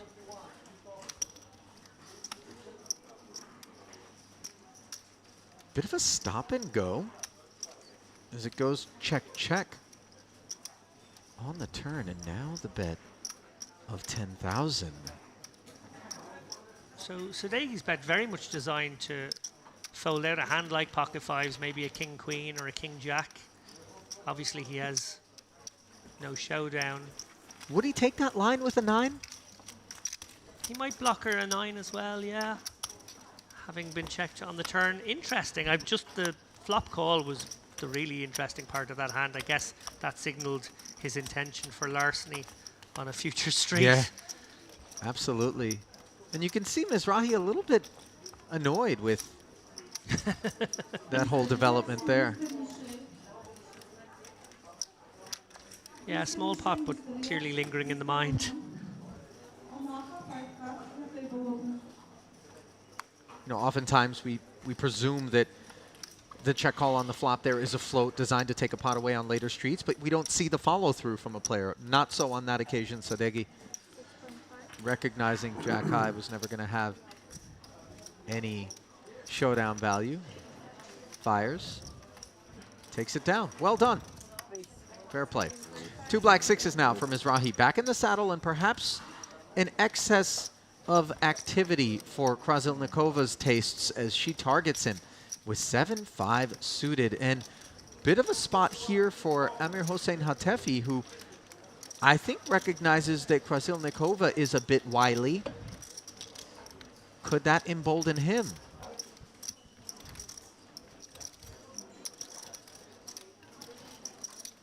Yeah, again, stepping out here, Krasilnikova. Interesting to see in the chat, actually, a little bit of a discussion breaking out about the idea of how the players might be profiling her. A lot of people agreeing with the idea that she is probably getting a lot more credit than she now deserves. People profiling her maybe as someone who would play more passively, and therefore there's more strength to these loose opens and 3-bets. We see that she's been getting away with some daylight robbery. There is the 4-bet as suspected from Hatefi, and these 2 6s are really going to go from grapes to raisins rather quickly. I like that.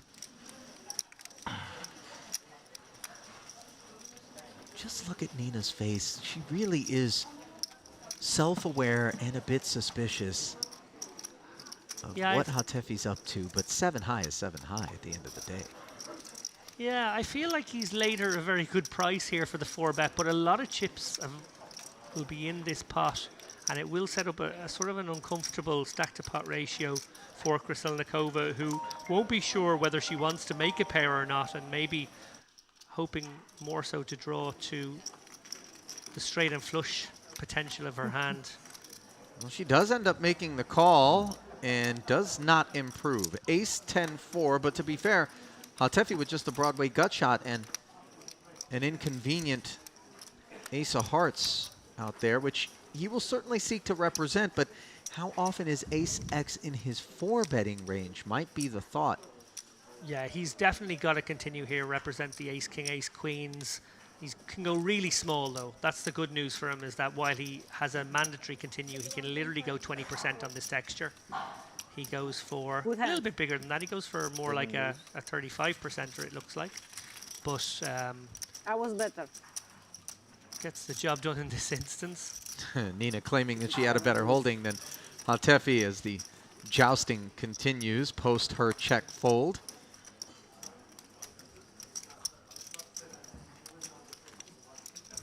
Like what I'm seeing out there, David, in terms of quality of play from this field.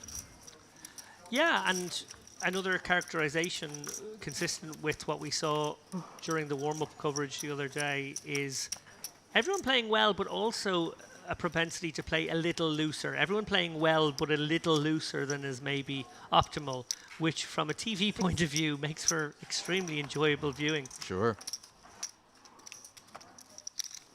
Straight back in the saddle, Krasilnikova under the gun now with 4s. Not one to be put off, having lost the last pot.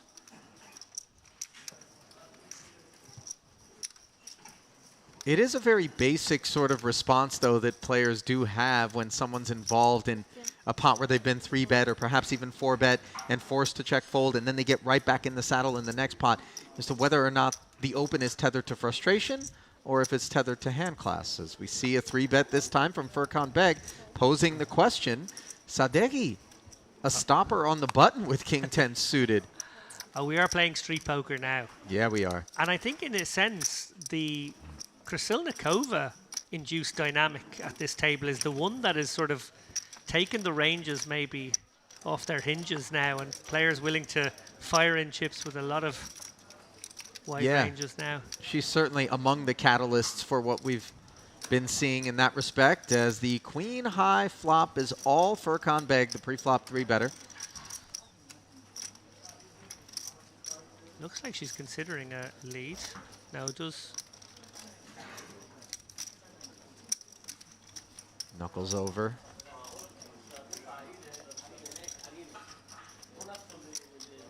Should be a fairly simple continue here for Beg, though he might have some questions about what Sadeghi flatted him from the button with.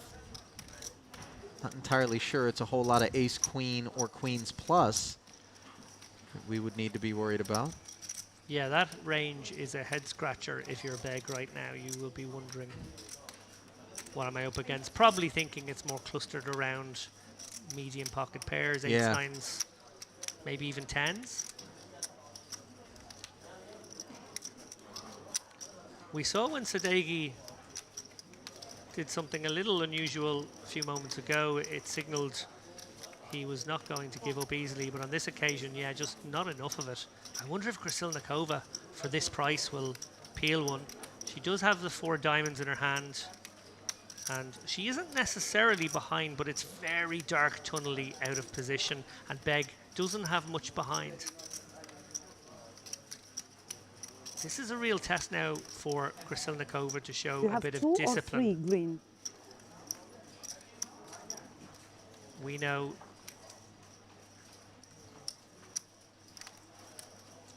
that this is unlikely to end well for her. She does make the call. Well, Beg, stack to pot ratio here of like 0.6 to 1. He's obviously getting his chips in on any turn. That's what we're about to see now. And the question is, will Krasilnikova, now another undercard to her 4s on the turn, make a very loose call? She would be ill-advised to do so, but of course, if she thinks these 2 4s are good on the flop, they very much rate to continue to be upon the arrival of the 3 of clubs. Beg with just 56K back. And he's going to put it all in there. She needs to piece it together now. She's opened under the gun. He's 3 better from early. There was a suspicious flatter on the button, which certainly would have been a player they'd have been worried about. Regardless, she called the continuation bet on Queen 7 deuce. Did get to see the 3 of clubs, which was an undercard to her 4s, like you said, Ali, but didn't get to see a diamond, which maybe provided a backdoor escape hatch. This is a very strong line from Begg, and I think she really needs to piece it together. I would have liked to see a flop fold. I really hope we see a turn fold. This bet is in the neighborhood of a quarter of Nina's remaining 234. And she's almost a victim to the dynamic she's created now at the table. Yeah. She's made it so that people are not giving her credit. So now she actually has some showdown. She's wondering, could she be being bluffed by someone trying to make a move on her?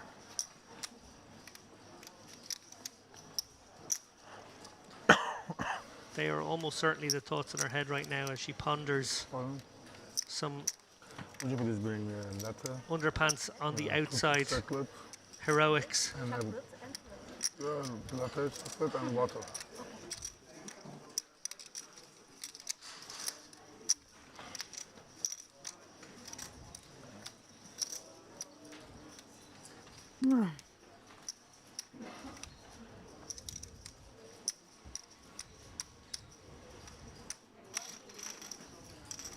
She lets it go.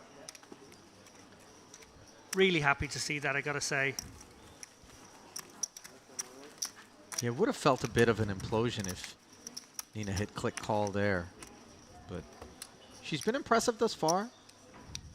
Hate to see the wheels come off. Might be fine. Were you okay with the flop call? I think it's close. I think probably on balance, I let it go. Yeah. Heads up, maybe she would have to be sticky once with the pair. But it was 3-handed, and it was that weird button overcall of the 3-bet, which signaled a decent amount of strength. So for Begg to have continued into that player as well, Right. I think was a bit more legit. Yeah, agreed. Those sorts of curiosities, I think, fare better heads up out of position than they do in that particular scenario. But nevertheless, we roll forward with Sadeghi limping the suited connector from the cutoff. Now a middling ace for Guarini on the button. He'd like to dine alone as he 4Xs to 12,000. Yeah, interesting to see Sadeghi deploy the limp here.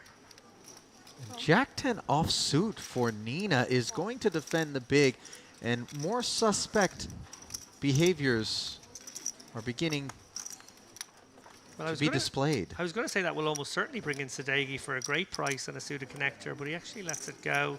Lets these two battle it out. He would have flopped the best hand with middle pair on this Queen 7-5 board, where as it stands, Ace 8 is in the lead.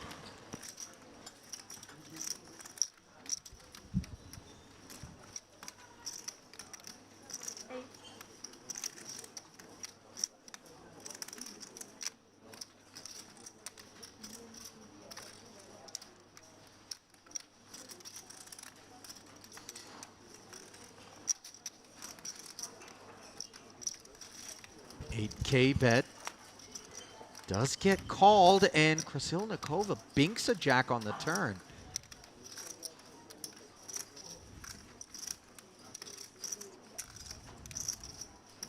Was that a check? Looked a bit like one, but not certain if she was just adjusting her hand. Doesn't appear that it registered as such. She may think that she checked. I don't think anyone else does. I think you're spot on here, Ali. I think it may be asked to clarify now. Guarini. Oh no, he has bet. Okay. Apparently I'm spot off, as the case were. Pardon me, 32,000.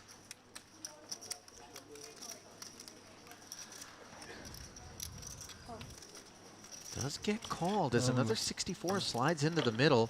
It's going to be very hard for Guarini to Empty the clip here. 96 into 111. Some, You surprised at his willingness to barrel again with the ace-8? Arid river card. I certainly didn't anticipate him firing again.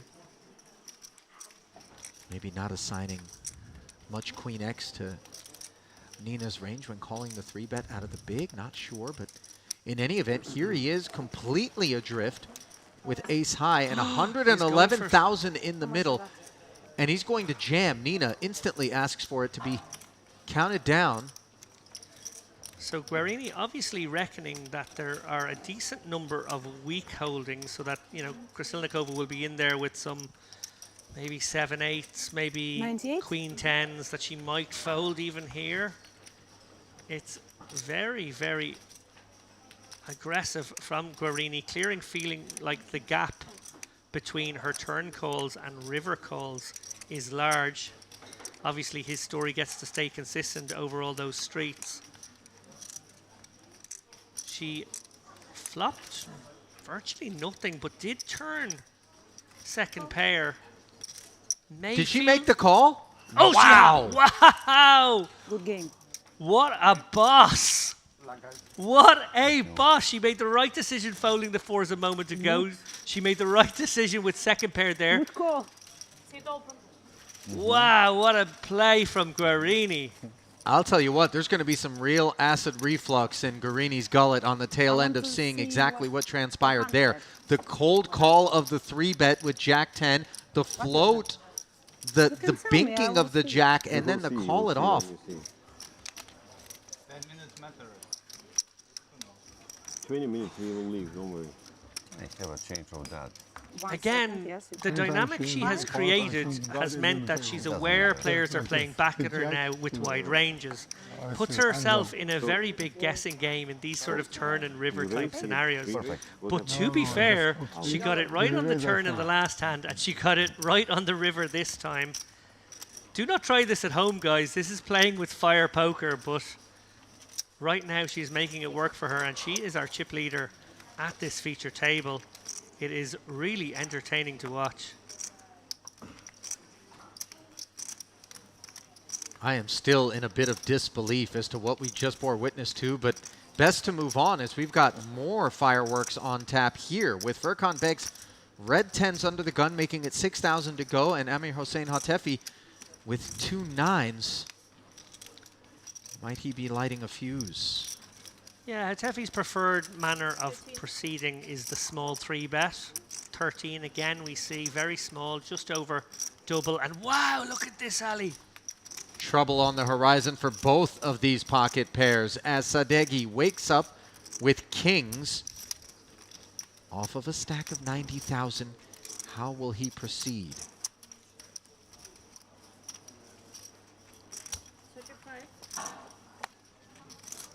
With a 4-bet is the answer to 35,000. I need to put it here, yes?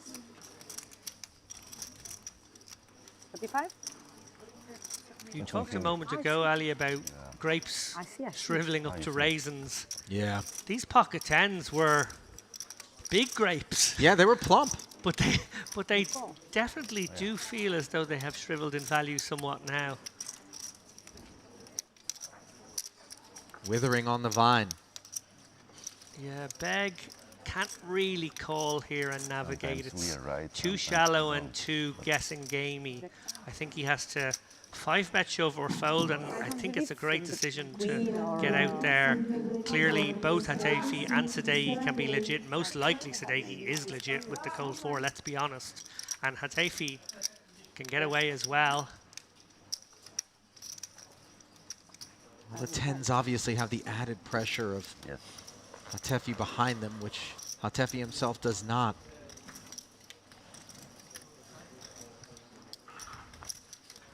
Another small factor in this is Sadeghi has 4-bet off a very shallow stack. The more natural bet for him would have been to shove, but he does go for 35 off his 90. So, if anything, that's even stronger again. Feels trappy. Yeah, and it feels as though maybe off that stack today he could have thrown out just a little bit more rope to his opponents, could have gone for something in the region of 26K, 27K.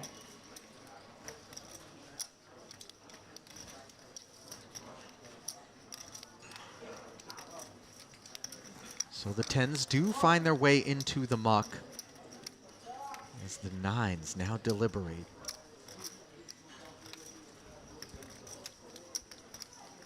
$22,000 more for Hatefi to call.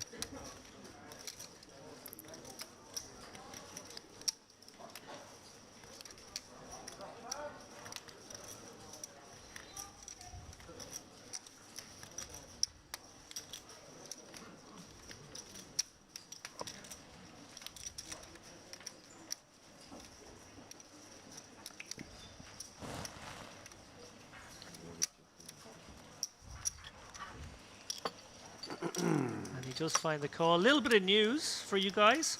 We have just hit 2 million in the prize pool. Finds the fold. Was the line? Did you say finds the call? Did You I say freaked finds me the out call? for a second. I was like, did I miss something? I apologize. I meant to say finds the fold.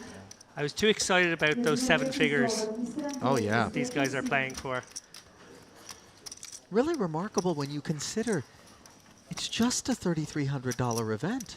And I say just not in a way that is designed to slight it at all, but rather how impressive the feat is to build a prize pool of that size. Just a testament to the level of interest and enthusiasm that not just the surrounding regions geographically, but also, as we've seen, worldwide, the Merit Poker Room has managed to garner, and rightfully so. So Sadeghi off of a newly minted 117,000 with ace-3 offsuit, limps once more. Nina undaunted off of an even healthier newly minted stack of 381. Makes it 6,500 to go. Well, Nina's making herself a star in this chat at least. There's a lot of love for what they're describing as a gangster call. It was a gangster call. She showered Guarini in it. Oof. That was an ice-cold bucket of water. Promptly dumped Wim Hof onto methods. his hopes. Yeah, very, Experience. very Wim Hof-y. Involuntary Wim Hof there for Guarini. Meanwhile, 2 deuces and a jack here as Sadeghi books a date with Krasilnikova to the flop, checks it over to her. A quick check back. He does pick up the wheel draw, as does Krasilnikova on the turn. Players are currently slated to chop this one up at Showdown. Well, there will be a fear factor from what we've seen before. Sadeghi will not be You have confident juice? he can bluff Krasilnikova. He's fired out a blocker 5K hoping to Okay, I buy believe himself a that cheap that's showdown, and he what's gonna gets the happen. fold. Wow. Well, You Nina, don't need, after I will see. Do you want to see all the table? No, just Ask me, I will tell you. Don't spend your time. tell me. Yeah, I told you, ace. Ace enough. I have ace 2. So if you had a good kicker, you will call me. You didn't have, so you did. High card. S high with good high. 3. I'll take the under on good high. No, 3. I have 4. Oh, really? Bad luck. They were chopping it, I have obviously. ace 3. Oh, really? I have ace 4. I had ace 3 suited. And I didn't, I think you have king dom something. Oh, that's okay. Ah, Next time. Did he say? I Yeah. thought you had I will tell kingdom you. something. Next time. King I Dumb tell is you. a fantastic way to describe someone's hand. I thought you had King Dumb.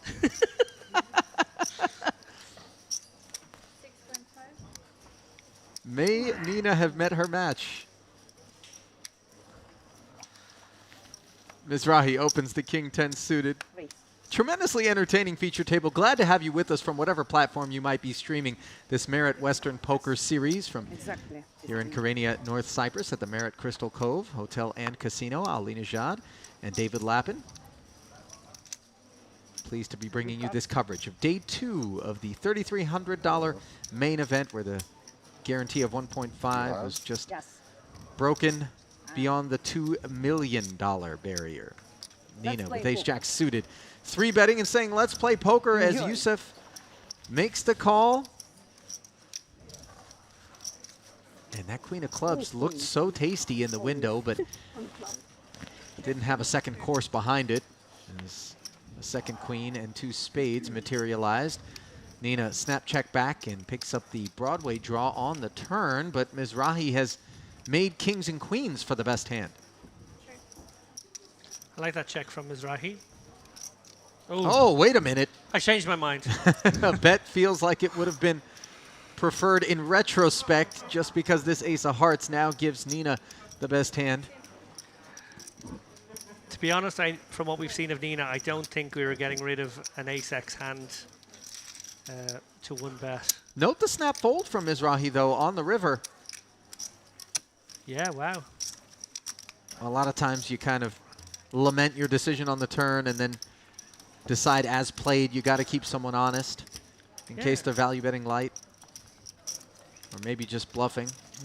Yeah, to not just have a little bit of curiosity there, even to think about it for a little bit longer was impressive in its own way.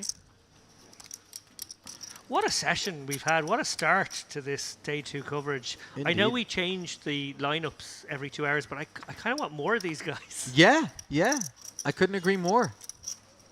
They've certainly given us plenty to be entertained by.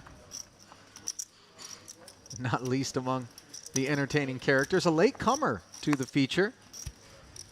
Sadeghi with 10-9 offsuit.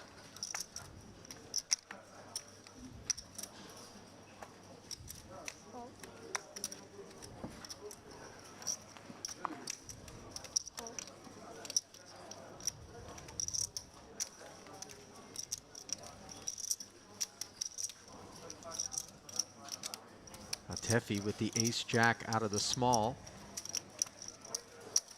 Mulling it over.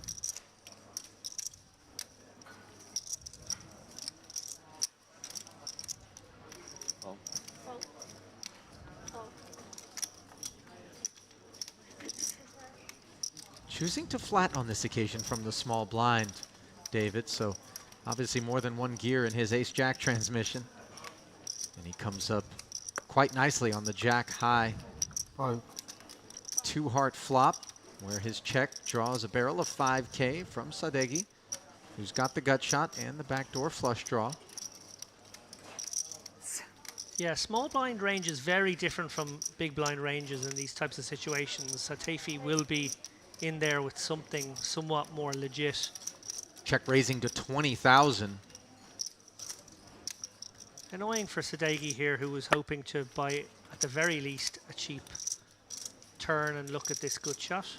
Backdoor flush draw.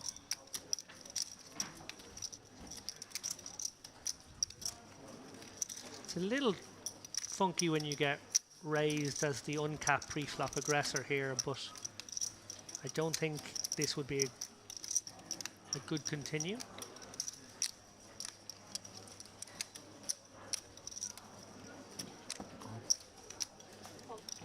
Yeah, 15,000 a bit too rich for the Gutty.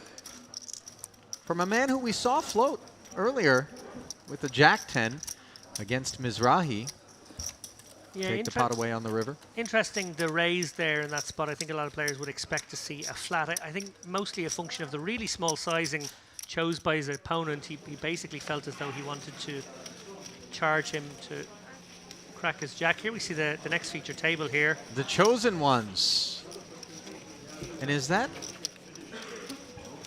Nee once again going to be joining us?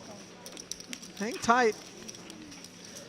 It looks like indeed Lavrenti Nee bought back into the event after going bust with 2 10s against Ivanov at our featured table. He's going to book another date with us.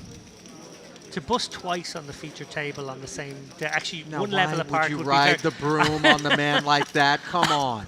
I'm just saying it's a lot more pressure now on that poor Russian man accent, don't bluff. than anyone would wish for. A dash more on the heels of you having mentioned it.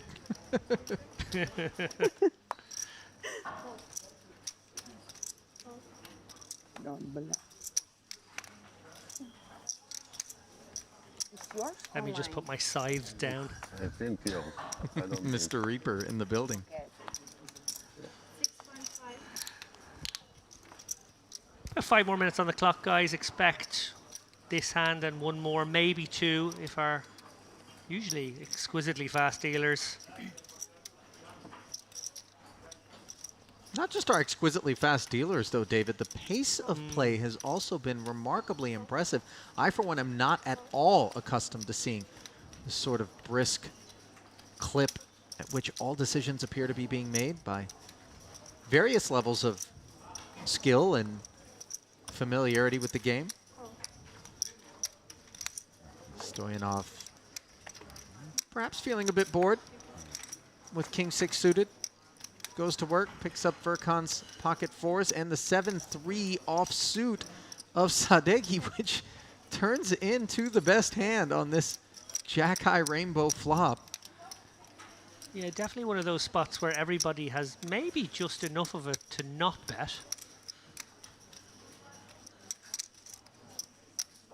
Everyone with a middle strength holding.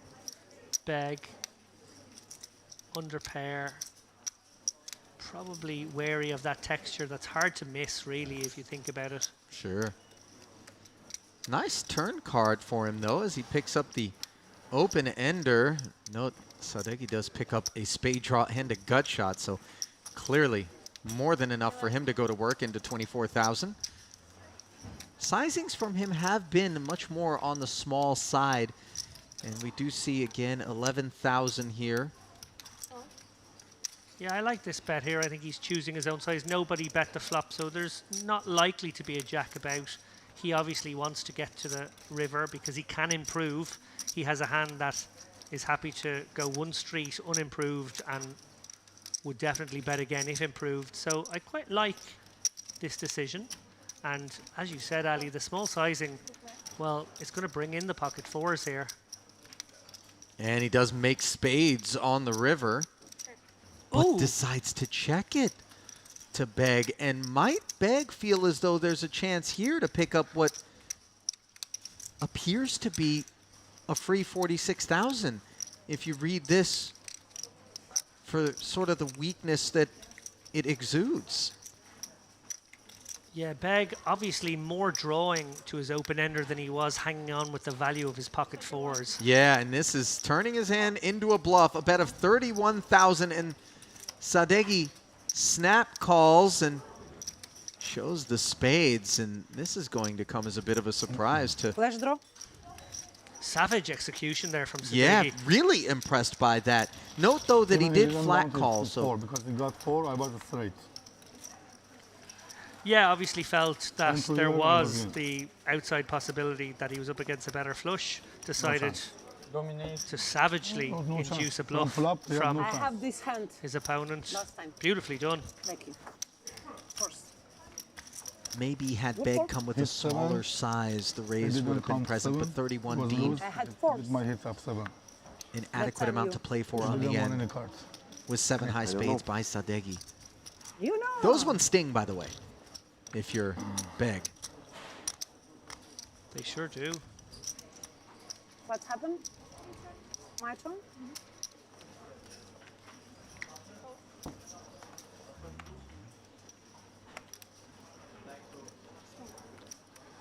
Yeah, I will pay. Yes.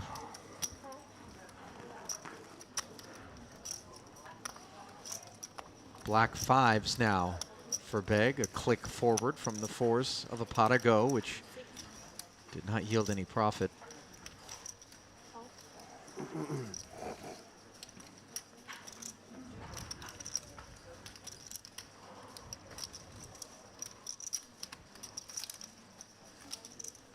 Call.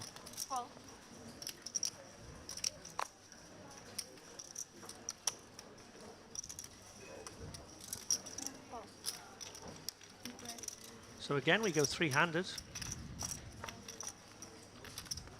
Queen. Queen. Sadeghi Always and queen, you see? Mizrahi, the customers. Every hand, queen. Means something, I think. How do you think? Nina appears to have picked up on a pattern. She strikes me as the kind of gal that would tell you about a baccarat system that she has. You know what I mean? A roulette. No, I have a system.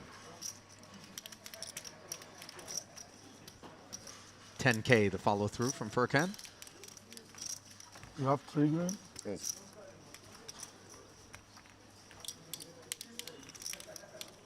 Yeah, I really like this decision to c-bet. Obviously, queen 6, a harder board to hit than a weather texture or an unpaired board. I think he needs to protect his hand. He can represent stronger than it at the same time. Always the dream situation, really. And Good bluff. yeah, very well done. Tell you Denies what, equity. Four clubs. Sadeki's got a bit of a menacing Ace, table ace 9 something. presence about him. Just keeping an eye on the field there, dressing him down a bit.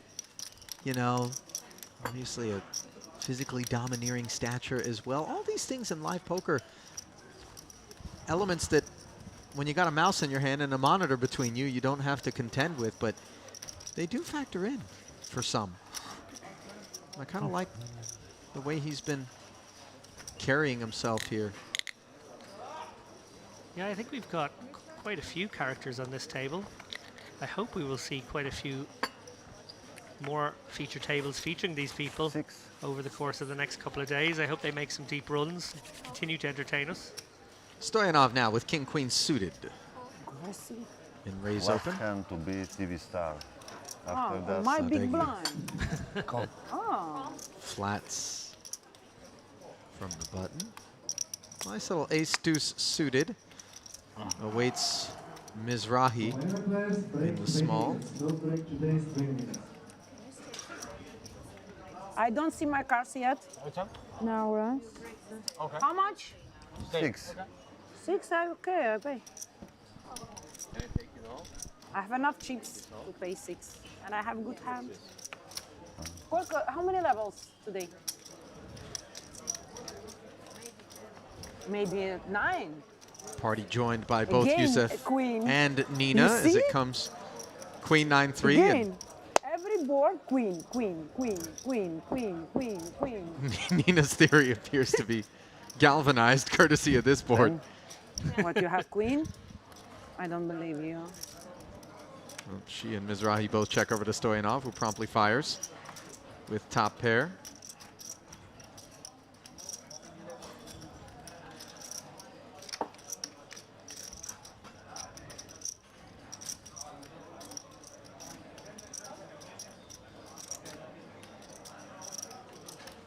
Sadeghi Yeah, mulling it over.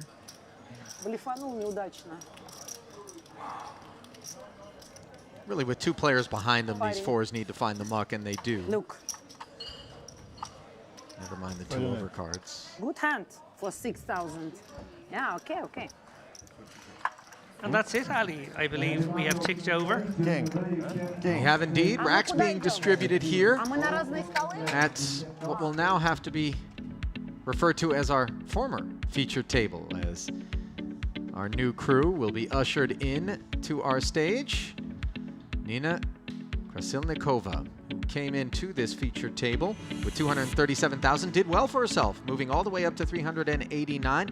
Ivanov was second in chips to start, also managed to cobble together some profit. Hatefi making a nice move as well, as we welcome you back inside our commentary booth here at the Marriott Crystal Cove Hotel, Resort, and Casino. Once again, Ali Nishad and David Lappin. And for you, David, I'm curious, what was the theme that emerged, or the story of the first 2 stanzas? Well, it was the Krasilnikova show, to be honest, but that isn't to say that there weren't some cameo roles filled in along the way. Stoyanov, Ivanov, and Sadeghi there towards the end as well, certainly playing their part. What a dynamic that table has. Like I said to you there a moment ago, I would really love to follow those guys around for a while and watch the rest of their day. But we are going to have a new group of players. We will indeed, and a new blind level, which will be the 3rd. Only 2 more levels of registration left here on day 2 of this $3,300 main event. David and I are going to step aside, and let's hope that it's not too tough an act to follow for our next crew. Keep it close, though. Our stream continues after this.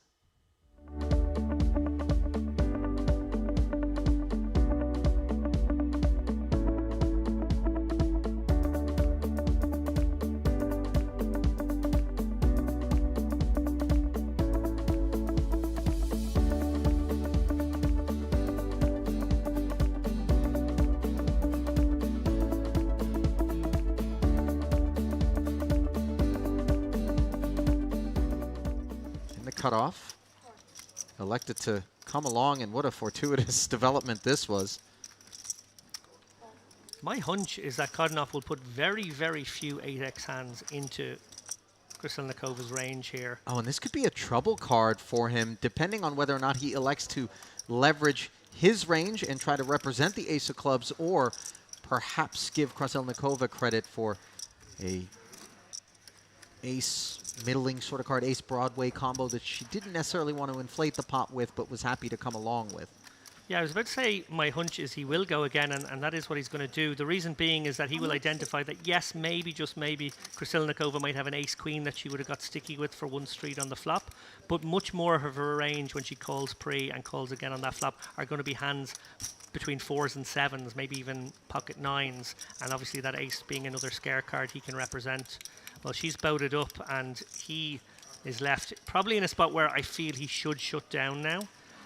We'll see now if he goes for the triple.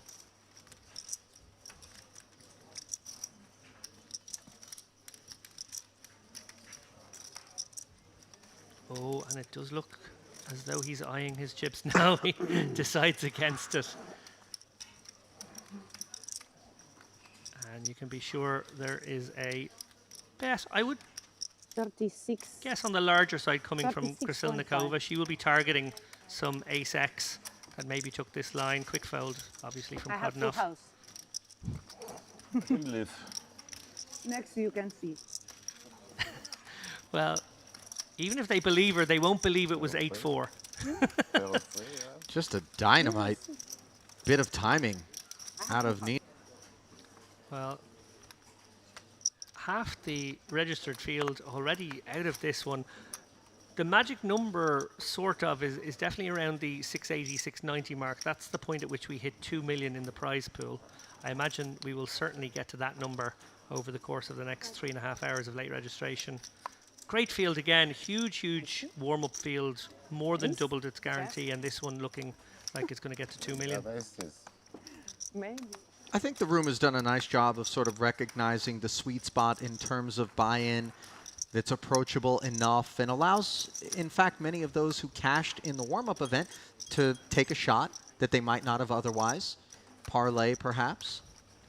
Absolutely, and lots of satellites firing off once, twice a day for the last few days as well, so people can find those cut price routes in as well. Pocket sevens rearing their head once more. This time they will find their way to a flop as Guarini's Queen 9 suited open is flatted by Furkan Beg.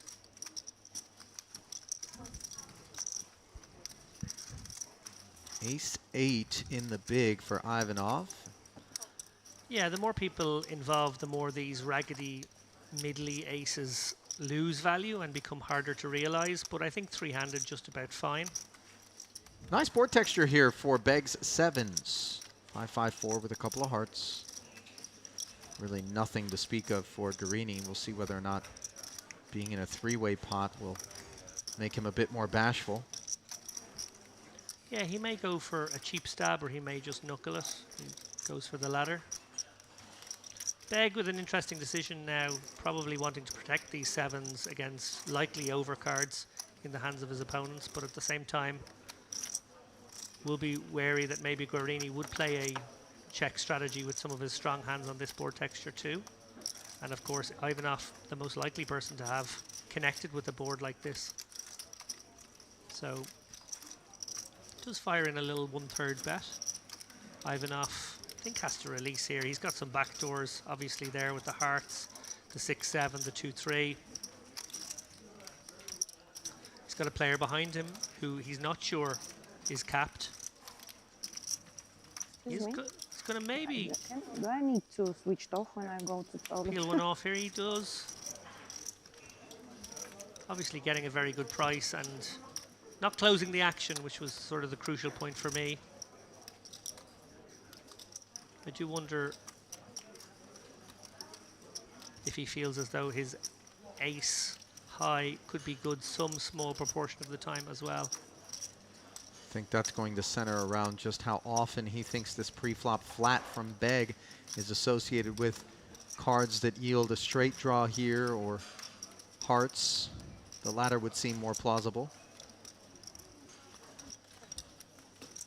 Beg going to check back. Neither player improves on the river. Of course, Ivanov, the one that needed improvement.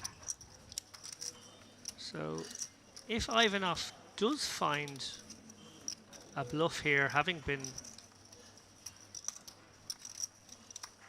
checked on the turn, it will be a tricky little spot for Beg because the king and the jack of hearts will be in the mix there if it was a flush draw.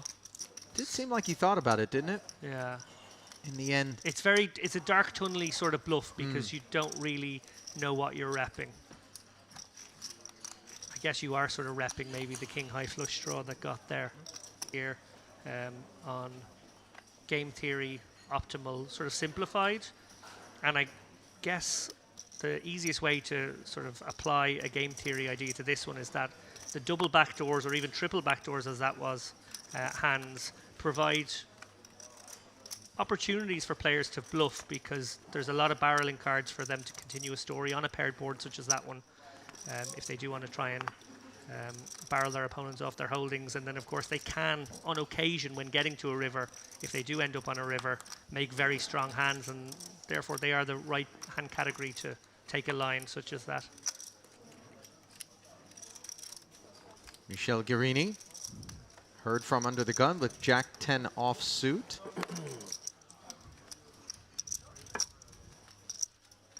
Somewhat liberal, would you say, David?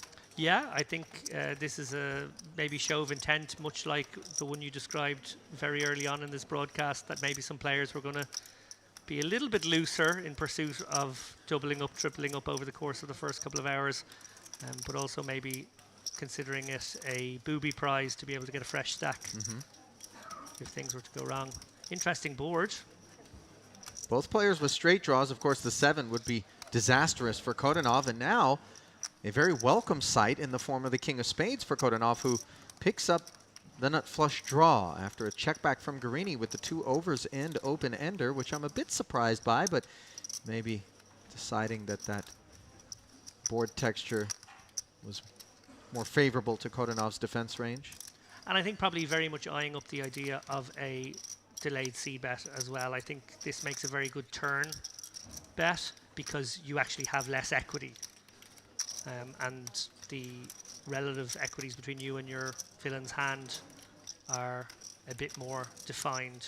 And there's some king X there that would be happy to check back the flop and suddenly has made top pair on the turn that you can represent as we see him go to work for 8,500.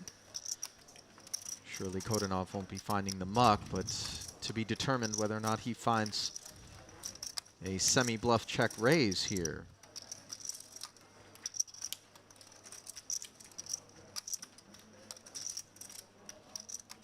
Yeah, he has the opportunity to go for a very clicky raise and then shove rivers if he wants to take the bluff line. But he is getting the right direct price, and when you are getting the right direct price, it's often wise to just take it.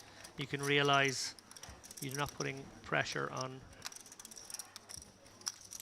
Well, he does just take it, but the board pairs and does not give it, and it being the spade, which he needed.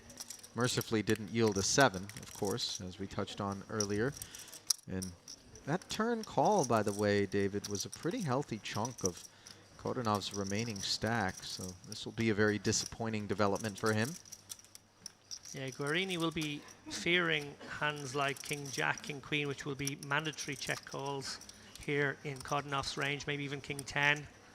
But he will also be eyeing up the possibility of a miss spade draw, a miss straight draw, and maybe think, well, I'm at the bottom of my own range here, I should put pressure on my opponent, and that's what he does. So a really well executed turn river bluff there. You said the more obvious opportunity was with those overcards, backdoor flush draw. David, but Hendon Mob has him with 320,000 in career tournament earnings and making his home in Boca Raton, Florida. So perhaps he has made the trip across the pond. Maybe he's retired. That's the kind of place you go when you retire, right? It is, yeah. Or you just go when you want to avoid state income taxes in the U.S. As we see Stoyanov with ace-king. Martin makes it 5,500 to go.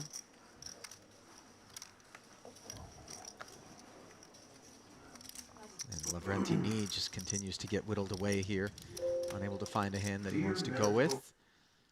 Ivanov. Speak only English. Players Flats. using other languages will receive a warning and if continue, a penalty will We be could have a applied. very big multi-way pot Player here. who makes a move Unlikely out of cutting turn off will receive a 3 bets penalty over without Stoyanov warning. here, given how early the open came from. It's possible he might decide to go with his hand. Actually, he does only have 20 bigs. Yeah, that 53K stack, I think, has everything to do with this choice from Kodanov, as he will rip it in there. We're going to have our first showdown, Ali. By the time the last card is dealt to the bottom, Stoyanov then such a player has certainly has the red right hand. kit, but this represents a healthy quotient of his remaining stack. So he is going to go ahead and put it all in himself, ensure that Ivanov does not come along. And You understand? they're going to see 5 with 2 overs Yeah, against the that's pair. Russian. A 10% edge for Kodanov's 2 9s. Spekmart. Maybe the video. And Kodanov's 9s are no longer the best hand on a king-high flop. Oh yeah. Like more nine. Spade off. Then Like a lot. And the turn doesn't Nine change of anything spades. despite Not improving about- Stoyanov to no, top it's 2. about the hand. And the river Yeah. will seal Antanas Kodanov's Last time on the Fate. TV table, we were 2 Bulgarians as well, and We won't make the money today. The structure's so good in this one that it's going to be a day 3 bubble. Obviously, we don't even stop letting people walk in the door until halfway Yeah. through the day. So it's, yeah, almost feels more like that phase toward the end of day 1 because the structure is so good. And I think players appreciate that, David. Obviously, you know, in any sort of main event, you'd hate to feel as though you're You playing raise a my big turbo. blind. Always. Be careful. Queen on Yeah, the although table. it has been a trend in tournaments over the last 6-7 years to see structures get worse and worse, even in main events, get a little bit faster. It's partly down to the numbers. We are I dealing like with huge Tomek. numbers of people wanting to play, and they still want to get the tournament done I in will 4 protect days. my blind. But it's lovely when, yeah, on a sort of summer camp, or I guess it's a winter camp vibe such as this, and everyone's locked away together on this beautiful resort.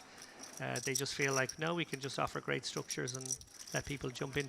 From great structures to great boards for Yusuf Mizrahi, who's got this ace-10 converted into top pair, top kicker. Got shot straight draw for Ivanov. Yeah, I think Ivanov will bet this. Well, he did start the party and follows through for just 5,500. Fairly downsized into 18. Ace of spades in the hand of Mizrahi as well. Potentially No an queen. interesting card on later streets. 8 of spades being the real action card should it come.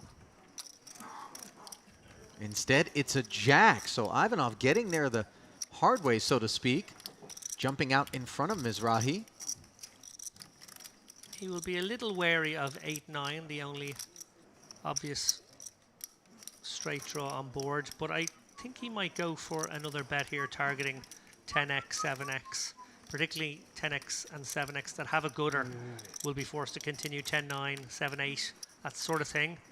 They will have to call another small bet of around 10k.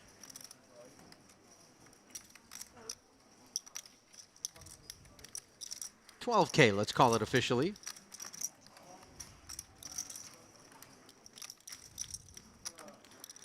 And Mizrahi just far too high up his range to let this one go yet. Obviously he knows now that the backdoor won't materialize, but the raw strength of his hand will keep him involved. Investment made as another 24,000 goes into the middle. And very dry river, the 5 of hearts, which will leave Mizrahi playing the guessing game, provided that Ivanov seeks value. And I do think he will. It's even plausible that Jack 8 could be in the hand as Mizrahi, something as strong as that. The only hands that beat him are going to be Jack X of spades. So I think we're going to see another bet targeting exactly the hand that Mizrahi has. Always important to have a target hand in mind when sizing your bet here. And I think he will be exactly looking at a hand like King 10. ace-10, that sort of thing, and thinking, what will they pay? Yeah, the sort of stuff that he would imagine would have flatted from the small blind pre-flop and found themselves to this river. Lovely bit of execution here from Ivanov.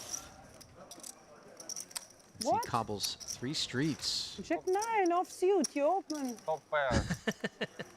Top pair, middle kicker. Top pair, good. Banyachbek, Abakirov.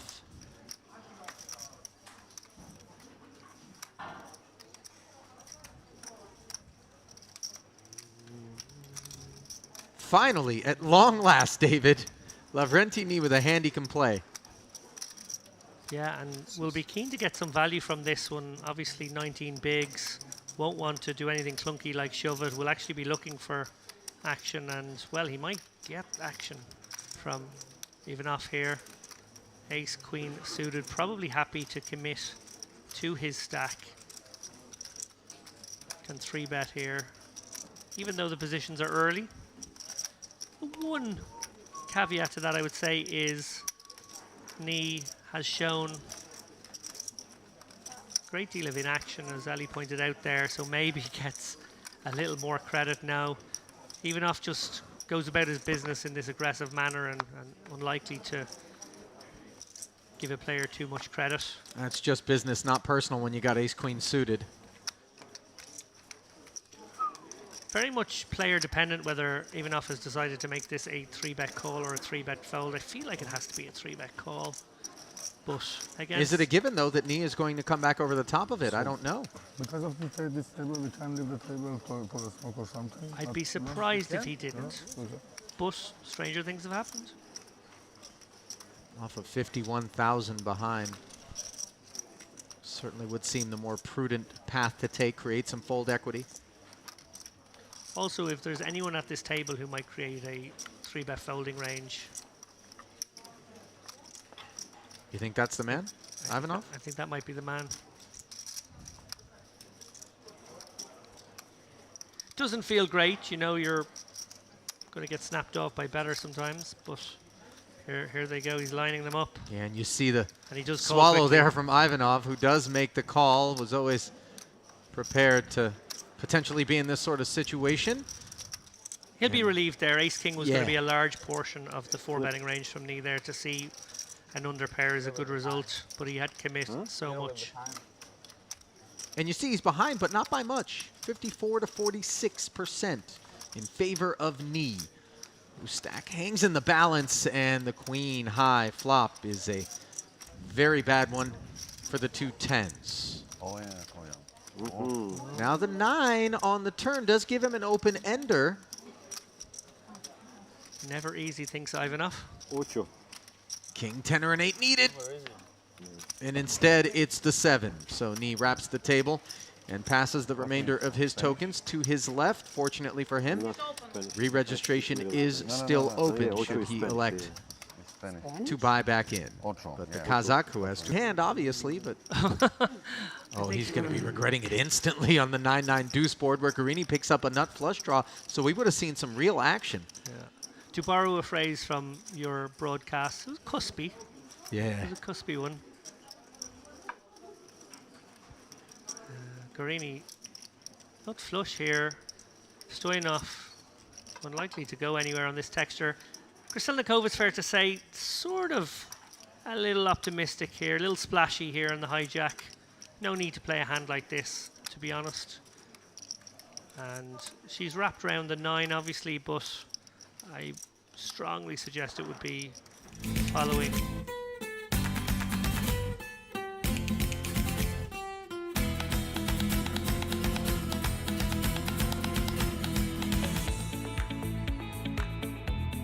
And a warm welcome back to the Merit Crystal Cove Hotel Resort and Casino on the shores of the Mediterranean here in Kyrenia, North Cyprus, where day 2 of our Merit Western Poker Series main event, a $3,300 buy-in that has broken a $2 million guarantee, rolls forward with a new collection of players at the featured table. Ali Nejad alongside Irish professional poker player and author Dara O'Kearney.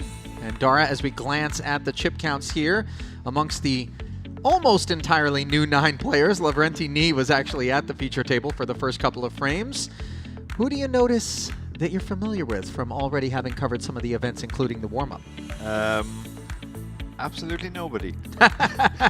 Honesty is the best policy, is it not? Well, listen, there is someone to take notice of, and that is Ali Al-Kubasi with 564,000 in chips, representing a quarter of all the chips in play. And I wish you guys could see Dara shaking his head and pushing his eyebrows up toward the sky as he recognizes just how big a chip lead that is there. Other large stacks are there for him to contend with as well, though, so certainly isn't going to be his and his alone to dictate in terms of the pace here at this feature table and forcing the action. There is Lavrenti Ni. He took 2 10s in the battle against an ace-queen for Ivanov and came up short.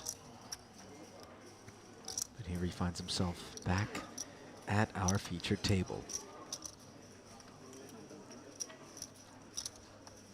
I'm not sure I've seen anybody ever bust twice on a feature table. You know, it's funny, David mentioned the same thing, Dara, and Yeah. I immediately pounced on him and said, well, don't go riding the broom on our poor friend from Kazakhstan, as we see Fida Hussein, who lists himself as being from Ireland. I thought perhaps might be a familiar commodity to you. Under the gun with these 2 7s, makes it 12,000 to go. New blind level is 1,500 and 3,500 with a 3,500 chip big blind ante. Yeah, Look I at this. suspect what's happened there, when we go over to the WSOP a lot, Irish players often get mislabeled as Iranian, because obviously it's alphabetical, and when they see the password and they start typing IR, Iran, I guess is the first thing that comes up. So I suspect that the reverse has happened here. Possibly. Although I tend to tread lightly when it comes to the profiling part of the Yeah. of the job. Yeah. He could be from Ireland. You Oh never yeah, know. for sure, for sure. It's a But- multinational country. But yeah, but we would be familiar with most of the Irish players, particularly the ones that travel. Figured as much, as we see some deference from the pre-flop raiser on this queen high rainbow flop. Chip leader behind him flops the gut shot, checks back, does not improve on the turn. 32-5 in the middle, and a second check now from Hussein. And these are the sorts of spots, Dara, where that chip lead begins to show some of its benefits. Yeah, for sure, for sure. Be interesting to see what he does here against a bet. Mr. Charbel versus Holden 515 sit open, Mr. Charbel.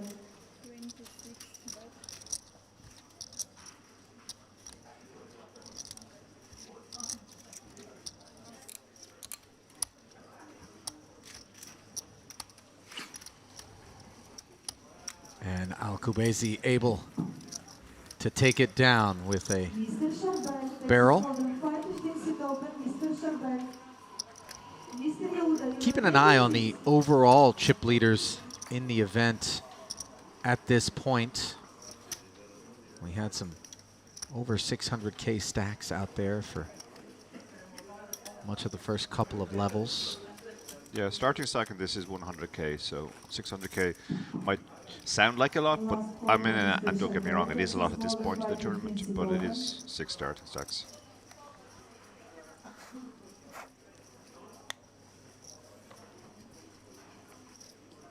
Efforting an update with respect to the current largest stacks, and it appears that Kubanyachbek Abakirov has reached the 700,000 chip threshold, as he is your overall tournament chip leader for the time being. Now, a raise to 7,000, the minimum, from King 9 suited for Israel's Abraham Passet.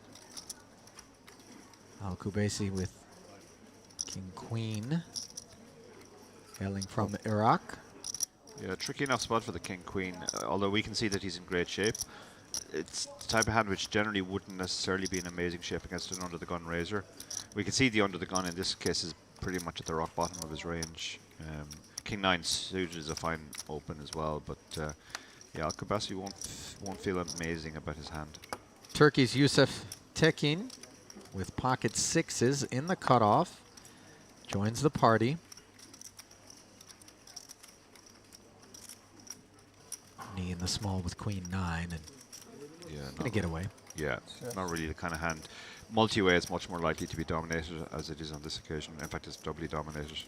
And in spite of the price, Hussein will decline to participate with that Jack-7 offsuit out of the big. So it'll be a three-way affair with just shy of 30,000 in the middle. 7-5 deuce with a couple of spades, 2 overs, and the flush draw obtained by Passett, who checks it, Dara. Yeah, it's not really supposed to be his board as the under-the-gun raiser. He obviously has all the overpairs, but this is the kind of board which really should hit the ranges behind more. They have more sets, etc. As a result, he's keeping with what the expected flow of play might be. And Tekin with the 2 sixes. Probes for 11,000. Passé could have gone for a check raise there, but he decided to take the more low variance check call line. Unimproved on the turn. The 5 pairing is not at all unwelcome for the sixes here. Yeah, sixes feels much better about his hand. The 5 really can't have improved Passé. 16,000 now, the sizing. 1/3 potish. Yeah, he's getting the price pretty much to call, but when the board pairs, you could be slightly worried that you could be dead already against a hand like sevens. If sixes are in the range, sevens are as well. Yeah, looks like he's gone for the raise here. Sure has, as he's going to try to represent better than these 2 sixes from the jump. Yeah, he does have all the overpairs, and he has pocket sevens as well, so. And the awkwardness for Tekin here off of a stack of 276,000 is the call at this point may very well encounter an even larger barrel on the river. So yeah, he is going to make this call. Clearly would love to have it checked to him on the river if Passett remained unimproved and waved the white flag. But as we can see here, courtesy of the 4 of spades, that is not at all the case. King high flush for Passett. Incredibly fortunate. We'll see how Tekin sixes respond to the weight of what we have to anticipate is going to be a follow-through. Yeah, I think he has to bet here because if he checks, it's going to go check too often. I'd personally like a small bet here representing an overpair that's maybe a little bit scared now of the flush or the possible straights. But as we've seen before, when you come with these bigger sizes, there's some real polarity behind it, and Tekin appears to have snap-called him on the river. Yeah, I wonder what he put his opponent on there that he thought sixes was beating by that stage. Obviously a bluff, because really the 6 is performing only as a bluff catcher, but when you think about the logical bluffs for your opponent to have had, the spade draw really rates to be amongst the worst of them. Yeah. The 2 sixes didn't rate to do too well at the end, but Curiosity killed at least 115,000 on the river. Never mind the chips before them. Pretty disappointing start to feature table participation there for Tekin, who has lovely taste in timepieces, might I say. If there's any silver lining, we got a chance to feast our eyes on that Audemars Piguet.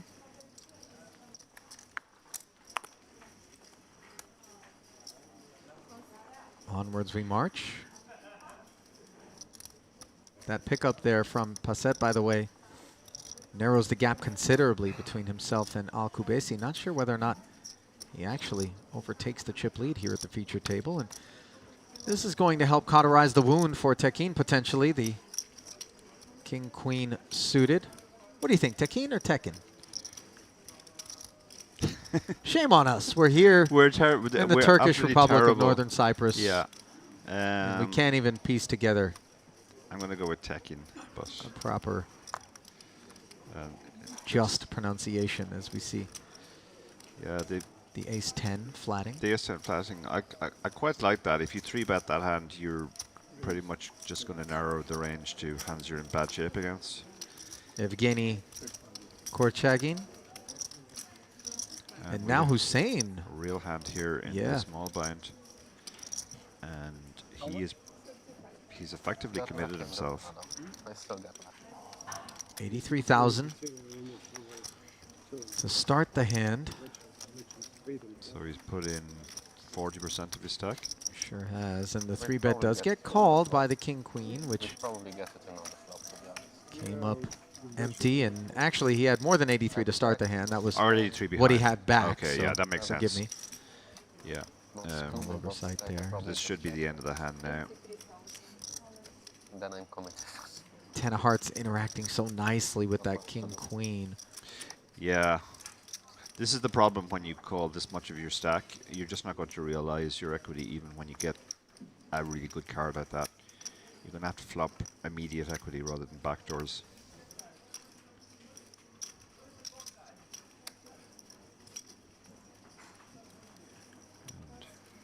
And another setback. Really brutal 1-2 punch being dealt to Yeah. Tekin's stack. Yeah, this can happen to you in tournaments. You can feel really beaten up, but I mean, it's just 2 hands. The fact that they came back to back is just variance. It does, however, begin to formulate some perceptions in terms of the remainder of the field as Yeah. you navigate the waters moving forward. Players can often think that you're a bit tilted, frustrated, Yeah. and maybe that blood in the water effect Yeah, absolutely. And doesn't serve your some players interests. will even think that because you're losing all the pots, you're either playing badly or running badly, and that's likely to continue for some reason.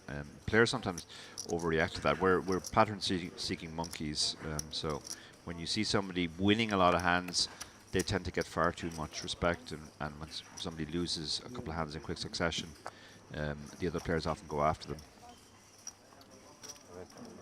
Now pardon me, Hussein with 9-7 suited on the button, going to limp in, Dara, and this is fairly ill-advised, although we have seen some top-level pros from time to time employ this particular strategy off Yeah. of various stack depths. The Jack 10-7 board yields bottom pair and a gut shot. Unfortunately, however, the big blind with 8-9 has flopped the joint. However, after 2 checks on the flop, suddenly Hussein with tremendous equity, Yeah. courtesy of a second heart on the turn. Yeah, 2 really big hands now. We have the second not straight against bottom pair, gut shot, and flush draw. The limp here was interesting because normally that's a play you see at shallower stack depths. Yeah. This deep, it's not really seen very often. So a bet of 4,000 and a call behind it as we go to the river, which is a king, and now suddenly both players are playing a king high straight. Really disappointing outcome for Bravko. But to be fair, Bravko could potentially remove the ace X's from Hussein's range, having limped the button. Nevertheless, he proceeds with caution. Yeah, both players should have some ace-x in their edge, assuming he's not just limping hands like 9-7. But again, then maybe he is. But the small blind in particular, sorry, the big blind would tend to 3-bet pre-flop with an ace, or isolation raise in this case.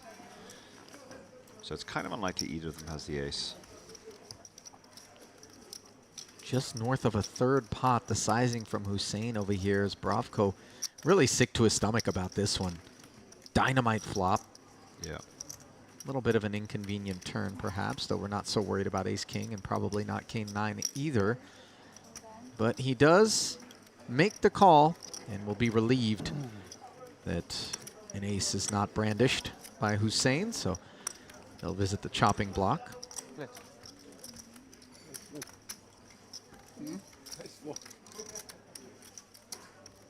Awfully feathery affair here for our dealer. Yeah. This is downright avian.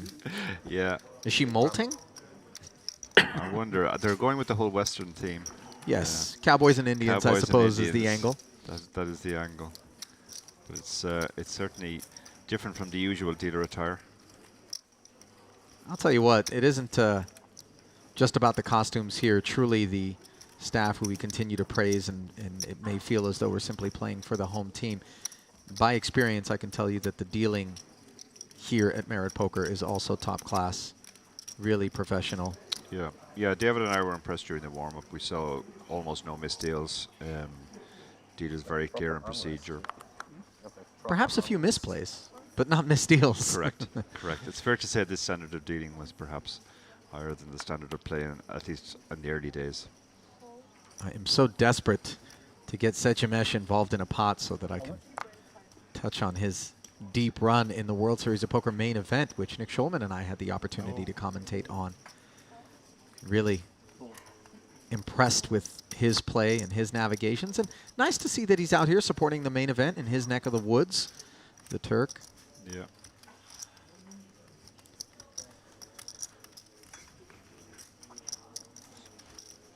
So it looks like we were having a limping epidemic now. Takina's brought it in for a limp with Queen 7 suited. It's a felt-born virus. Yeah, as soon as somebody does it, the other players often think, oh, yeah, I can do that. Particularly happens in seniors events. Often the first pot of the day sets the tone. If somebody 6x's, everybody starts 6xing, and if somebody limps, the whole table starts limping. But the fives bring down the hammer and take the pot. Yes, they do. And this again, benefit of having the big boss stack. Yeah. You hold the scythe. All fates are controlled by you and you alone. Worthy of note, though, Dara, the registration period is still open for 2 more levels. This one and the one that follows it. Correct. Not too often we have registration open on day 2. Halfway through day 2, no. Of It's an very event. unusual. Often it's start of day 2, but well into day 2 is unusual. I met my friend Jack Sinclair at breakfast this morning, and he had already done 7 bullets, and he was going for the record. And I can confirm that he has now broken his own personal record. He's on bullet number 8. Well, has he obviously approached it with the intention of taking advantage of the broad rebuy period and Of course. looking to spin up a big stack by creating a lot of action? Yeah, it's fair to say that he would take the approach of he's not going to nurse a small stack through in the first bullet. Let's put it like that. So many Sinclair bucks have been lost in the Many Sinclair bucks. fray thus far. Yeah. Perhaps a part of the bigger stacks that we see around the room. And the size of those stacks obviously a function of just how many rebuys we're seeing. Yeah, for sure. Across the For first sure. day and change. That tends to push the average up. 3-way limp pot, ace 9, 5, 2 hearts. And it is the Jack 9 of Mr. Batbold that is out in front. 3rd heart on the turn, however, and a very nice one for Al Kubasi, who has the gut shot, as well as the lone heart draw in the field. Yeah, that doesn't dissuade him from betting here. This is quite interesting because the queen is obviously the second overcard to the 9, and as you said, it's the 3rd heart. But he has decided to bet, figuring his hand will be best enough at the time, and he wants to fold out all the random equity multi-way. Another scary card on the river. This probably just goes check check now.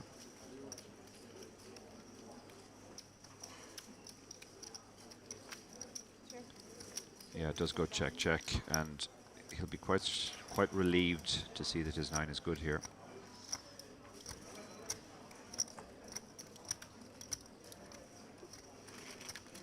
And that is Zolbayar Batbold collecting the pot, hailing from Mongolia. Dara. Yeah, we don't see too many Mongolian players. I have a Mongolian friend who used to deal on the EPT circuit, but I haven't run into too many Mongolian players down the years. I confessed I've gone down the Google rabbit hole, fascinated by the country of Mongolia, looking for fun facts. Yeah, it's quite the country. About them. Perhaps we play a little true-false, O'Kearney, shall we? Okay. True or false? More than 1/4 of the population of Mongolia live as nomads. My friend actually came from a nomadic family, so I'm going to say true. It is indeed true. All right.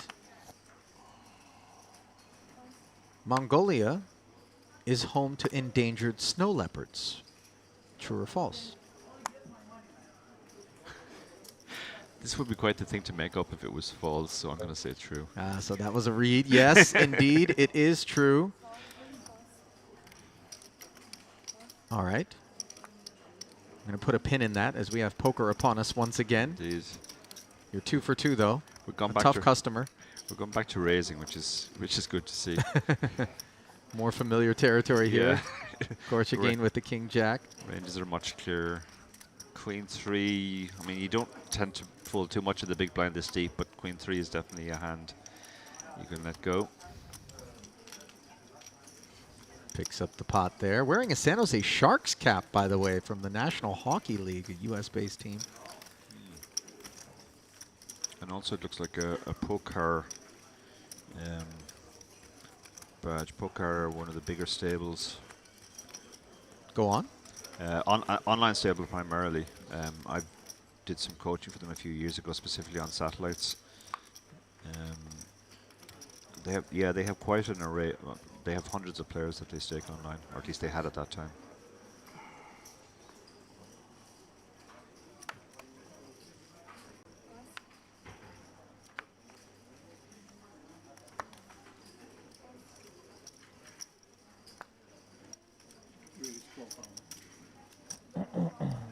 Fida Hussein with the ace-jack, making it 12,000 to go. That's a chunky raise. Yeah, a little north of the adopted min raise. Yeah.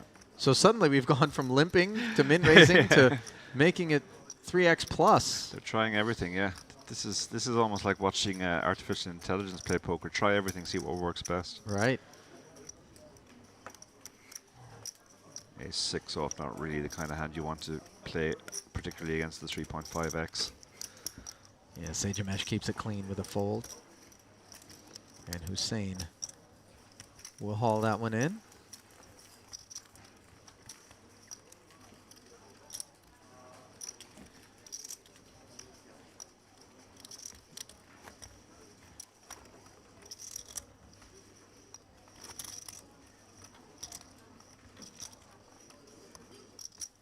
Understand you had an opportunity to get out and run along the coast this morning. Did Dara. indeed, yeah. I've gone for a run most of the days since I got here. Incredibly beautiful landscape around it, has to be said. The sea is really beautiful as well. I'd only ever been to Cyprus once before, and that was about 10 years ago, and that was South Cyprus. And I did remember that it was very green and very beautiful.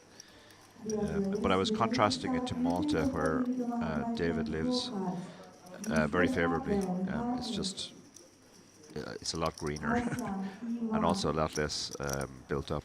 Also, I mean, just a real cloud of darkness cast over the entire island of Malta by virtue of David's residence. Yeah, absolutely. On the yeah. island. Yeah, there's been It an must be exodus said. from there. Maybe it won't be overcrowded in a few years to come. 2 black kings here. We've got the 2. We're back to the 2x now. Maxim Bravko from Russia. Alcobensi flatting. With Queen 9 suited. Speculative.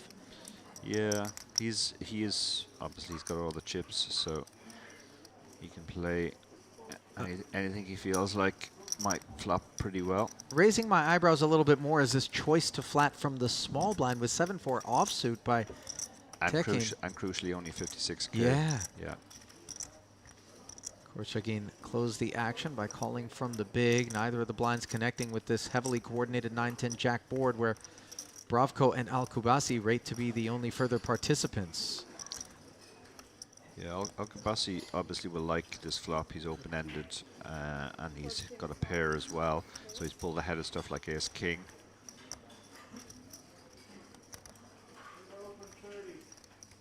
Let's see how he proceeds now. Bravko is going to bet because even though this is a better flop for kings than for aces, because if he has run into a set or 2 pair, at least he has the gut shot.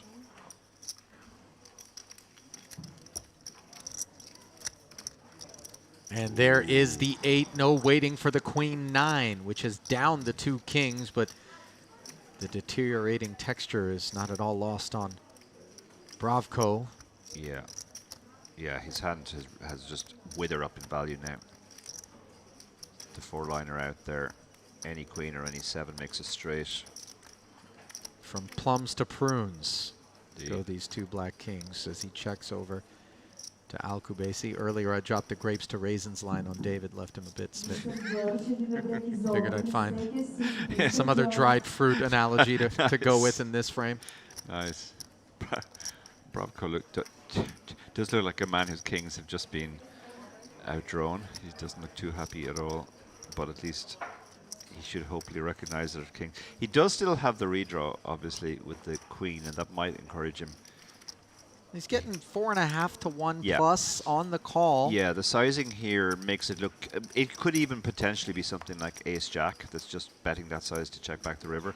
So he's drawing to improvement, or he's drawing to a check on the river. Well, he's drawing to the 3 of clubs, as it were, which is an unwelcome sight, as the kings are really adrift without a paddle in a 90K pot. The Queen 9 has to decide what size to go for. The small size made sense on the turn for a lot of reasons, make it look like an advanced blocker. Now he has to decide what exactly he thinks he's targeting here.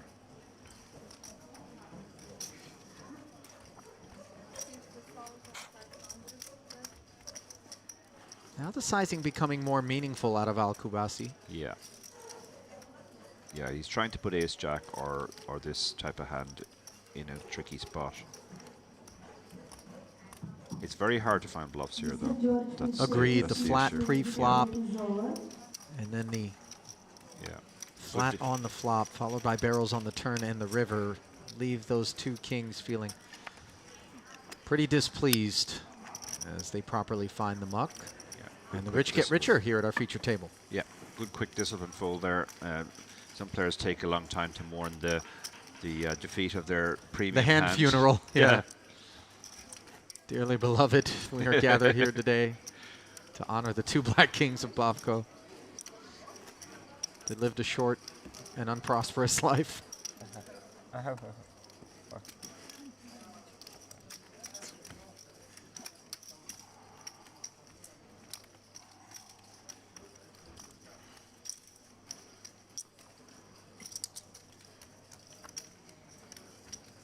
And want to take a moment to acknowledge and thank those of you who are streaming us live on YouTube across various platforms.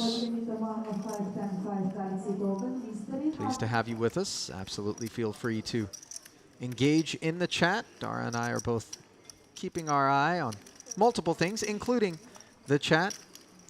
Indeed, yeah, some familiar. I was going to say faces, but it's not really faces on YouTube. Handles. Handles, yeah. There it is. 2 8s, what Bravko's got a handle on right here. Min raising to 7,000, and the Mongolian finds ace queen suited. Zolbayar Batbold. He brings it in for 3-bet, which I liked. If he was in later position, he could think more about flatting, but yeah, you want to ensure that you maintain position with the likes of ace queen and not invite opposition to join the party behind you. Yeah. And Bit of a snowball effect too, isn't it, Dara? Forgive me for interrupting, but once one person flats behind you, it further and further incentivizes thinner and thinner hands to further complicate the procedures for ace-queen moving forward. But as you were saying. Absolutely, yeah. And we have seen a tendency at this table to flat some really speculative type holdings, like 7-4 off last hand, for example. So at a table like this in particular, when you have a premium like ace-queen suited, you do want to 3-bet and flush those hands out. Queen high 2 club board. Bravko pumps the brakes. The dummy end of a gut shot facing the 3 overs, and Batbold with the top pair, top kicker combo. Fires 11,000 into 42.5. I like this fold. Yeah. His hand looked better than it actually was. Drawing to a really bad straight, really bad gut shot, in fact, and under pair to the board. Yeah, so much King X in Batbold's range after having flatted pre. Where do you really go, even if you hit your best card, which you would imagine is the Jack? Yeah. The 8 is even troublesome. Given Even the 8, yeah. Jack X is looming.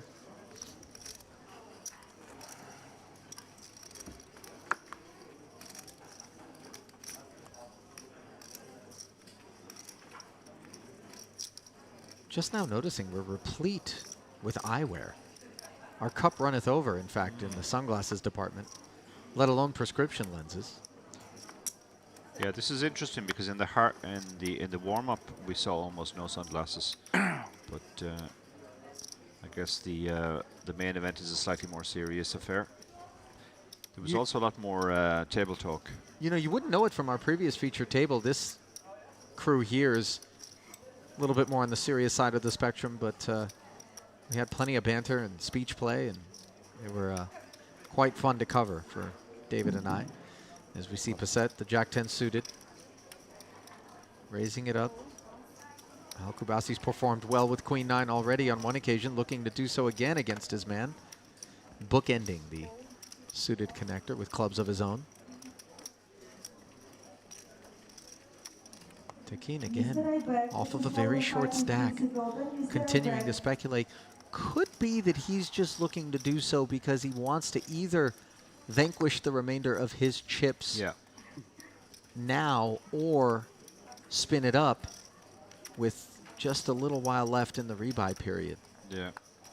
Yeah, there was an interesting inconsistency there between the two plays, flatting the 7-4 off. Admittedly, in the small blinds are getting a discount, but the 6-5 suited in position seemed like a better prospect. And this is a very hard board to hit, but Passett has hit it. 2 7s and a 10. The pre-flop raiser choosing to check it to the remainder of the field. Nobody bites. Now a king on the turn, and he will barrel. Al-Kubasi not interested in a gut shot with a pair on board and 2 hearts working, and Tekin once again coming up empty. So Passett hauls one in.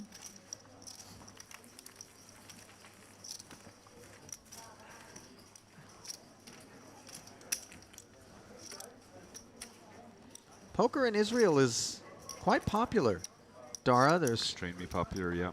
Tremendous amount of enthusiasm back in my neck of the woods in Las Vegas from the Israeli expat community, and a lot of them do go home with some regularity, and when they do, they tell me all about home games that kind of pop up here and there, but casinos and card rooms of a sanctioned nature, still not a feature of Israel. Yeah. Which seems like it could only be a matter of time, although clearly it's a deeply religious part of the world, and maybe it doesn't fit with the tenets of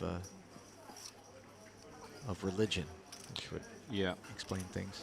I would love to open up a card room right there at the in the heart of it, if you will. Just Yeah, we do see a lot of Israelis traveling as well, EPTs and other European events. They're a very, very big contingent. In fact, a lot of the multinational enthusiasm and participation here at any given Merit Poker Series is by individuals who don't have the luxury of being able to play, you know, a poker tournament from whatever country they hail from due to, you know, legal obstacles, and so they're never far from the island nation. Pop on a plane and get your fix, as we see the Jack 8-3 giving both Passett and Korchagin the second pair.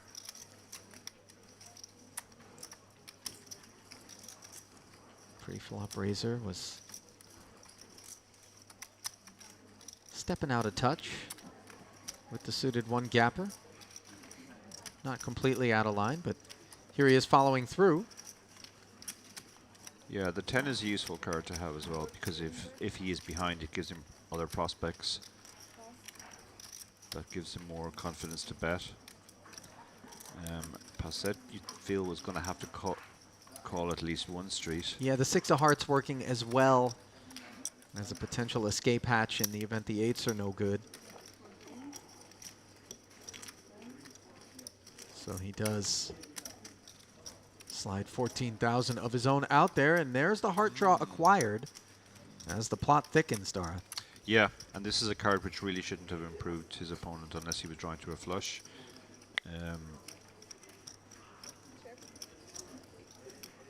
Korchagin is in a tricky enough spot now.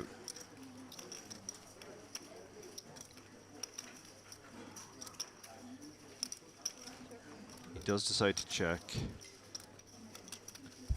Little pot control, understandable. Yeah. Fired his 1 barrel, and now with the king having arrived, We'll see whether or not Passett gets the sense that he wants to turn his hand into a bluff. We see that he does not. They both felt they had enough showdown there on a board with that many draws. 10 kicker will play, though, after the check back. And nice pickup there for Korchagin. Part of a tremendous amount of both talent and participation coming from the Russian Federation, where poker is so popular.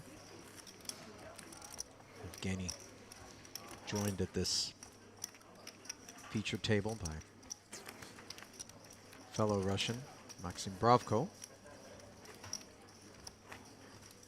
Earlier, David and I were kind of going down the rabbit hole trying to come up with the most well-known Russian players throughout the years. I came up with True Teller. True Teller for sure, yeah. Timofey Kuznetsov. Yeah. He went a little bit further back into the ranks. For you, who are some of the most talented Russian players in the game today? Today? That's an interesting Anybody come to question. mind? We've got time to chew on it. Yeah. And the internet as well, it bears mentioning. Yeah, yeah. Ace Queen for Tekin. He is very short now. 14 big blinds. Like to see him actually be the opener when choosing to play some of the hands that he has, as opposed to sort of calling and taking very passive lines that, you know, represent very expensive investments relative to his stack depth. I'll say flicking at the nonchalant call there with all the chips. Oh, an interesting spot for the big blind now. Yeah, Bravko could have maybe thought about a little mild squeeze, but off of his 117,000, he plunks in the necessary cost of admission and takes the Queen 9-4 flop with the field, which yields an open ender for the Jack 10. Top pair, top kicker is about all you could ask for here. Best case scenario. Yeah, he's stacked to pot ratio is much more than 1.5 for him now, so he just has to think about the best way to get the money in. Probably start off with a fairly small bet and then maybe shove the turn if called. Yeah, showing some aptitude here in terms of sizing and trying to chart a course for a double.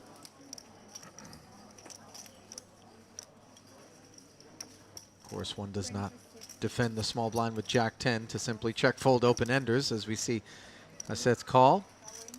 Sending the ace jack into the muck, and he will hunt a king or an 8. Now, was it perhaps I'm overlooking something? Was it a check raise? Yeah, I from thought it was Passet? check call Okay. initially, but it must It have been a did look check that raise. way to me too, but Yeah. yes, the check raise draws the all-in from Tekin, so apologies, we stand corrected. The chips have made their way into the middle. 2 pulls at the open ender for the Jack 10. So far, safe for Ace Queen. And the river. Safe as well, as Trips will take it down. Yeah, it made sense to check raise there because Tekin had so little behind. He was probably going to stick it in on the turn. Yep. And then we just put ourselves in a tricky spot if we miss the turn. By raising, we're going to see all 5 cards, and we get to realize equity with our very strong draw. And no matter what, even if you show it turns over a set, we're not going to be in terrible shape.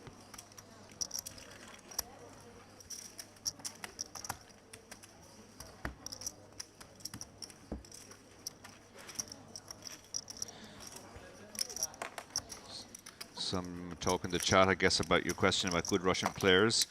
Vautour, a friend of mine, Connell, says that guy that Tony G sent on his bike was decent. Believe it, was it not Ralph Perry that they're talking about? That's right, that's what Yeah. it was. I was trying to think who that was.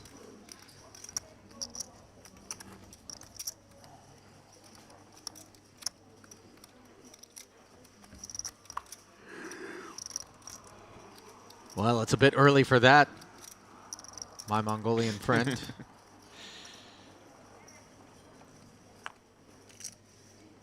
Perhaps struggling with jet lag. Last call. How's your jet lag? You just arrived yesterday, so. Yeah, I did. You know, seldom do I come this far across the globe and not give myself a day to adjust, but I actually started the process back home in the States by changing my sleep pattern as much as I could, because I was in a post-production session for the entire week for the Triton Poker Series, which happened recently right here at the Merit Diamond Hotel, and was tremendously well received and successful event.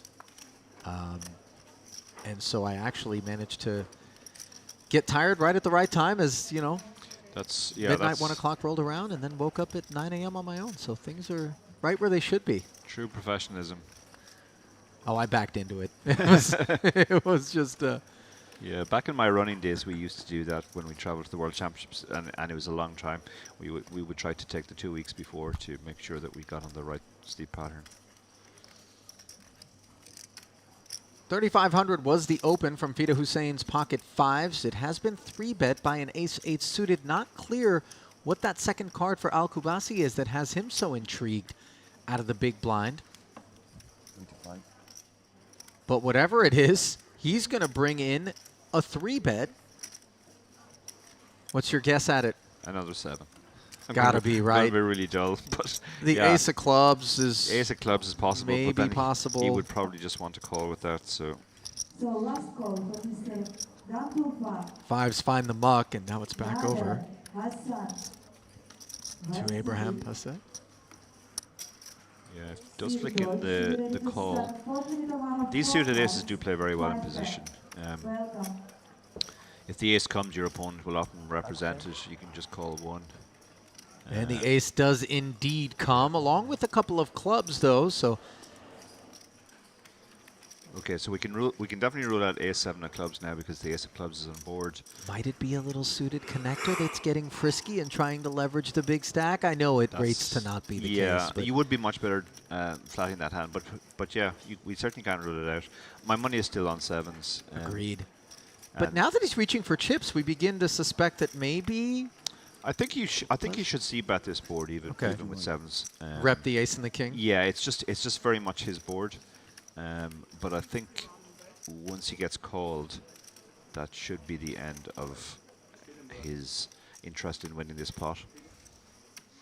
So as I said, the classic way to play this is to just call now. Your opponent, the fact that the ace is on board and you have one mixed, a lot less likely than pre-flop that you are up against a bigger ace. Look at the sizing, though, 51,000. That is a huge sizing, you're right, yeah. Wow, that's, yeah, he bet almost pot. This is big boy poker, and note what he's able to accomplish. That, yeah. Oh, exhalation there. I mean, that pretty much confirms to me that he had 7s there. Yeah, I don't hate it because it's very, very much his board. And I think there is a lot of weak suited ace-x in the flatting range there. And if you put out a small bet, you put that part of the range under absolutely no pressure, it'll just call. Well, a lot of people might be scratching their temples wondering exactly why you call that raise if you flop an ace with backdoor hearts and are unwilling to continue. But we do reserve the right to change our mind, as Abraham Passet, second in chips here, did. Still has 560,000. But a good chunk of runway between himself and the chip leader, Ali Al-Kubasi, who got away with one there. Lavrentini continues to be the short stack as he was at the first feature table that he participated in, looking for some upward movement. Sejimesh down there toward the bottom as well.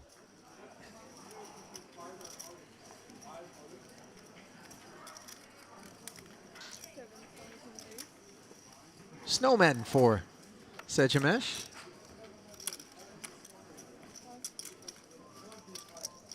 Seven to skate. The king 10 suited finds the muck, and well served to do so, as Lavrentini's 23 bigs are looking down at 2 red queens. Yeah. Yeah, there's a couple of ways he can go with this. He's really just thinking about how do I get the money in. Against an under the gun opener, maybe a small 3-bet. Try and induce the 4-bet shove.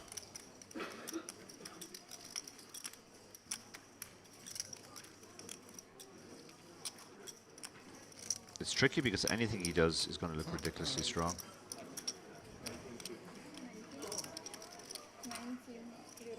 He has gone for the small 3-bet.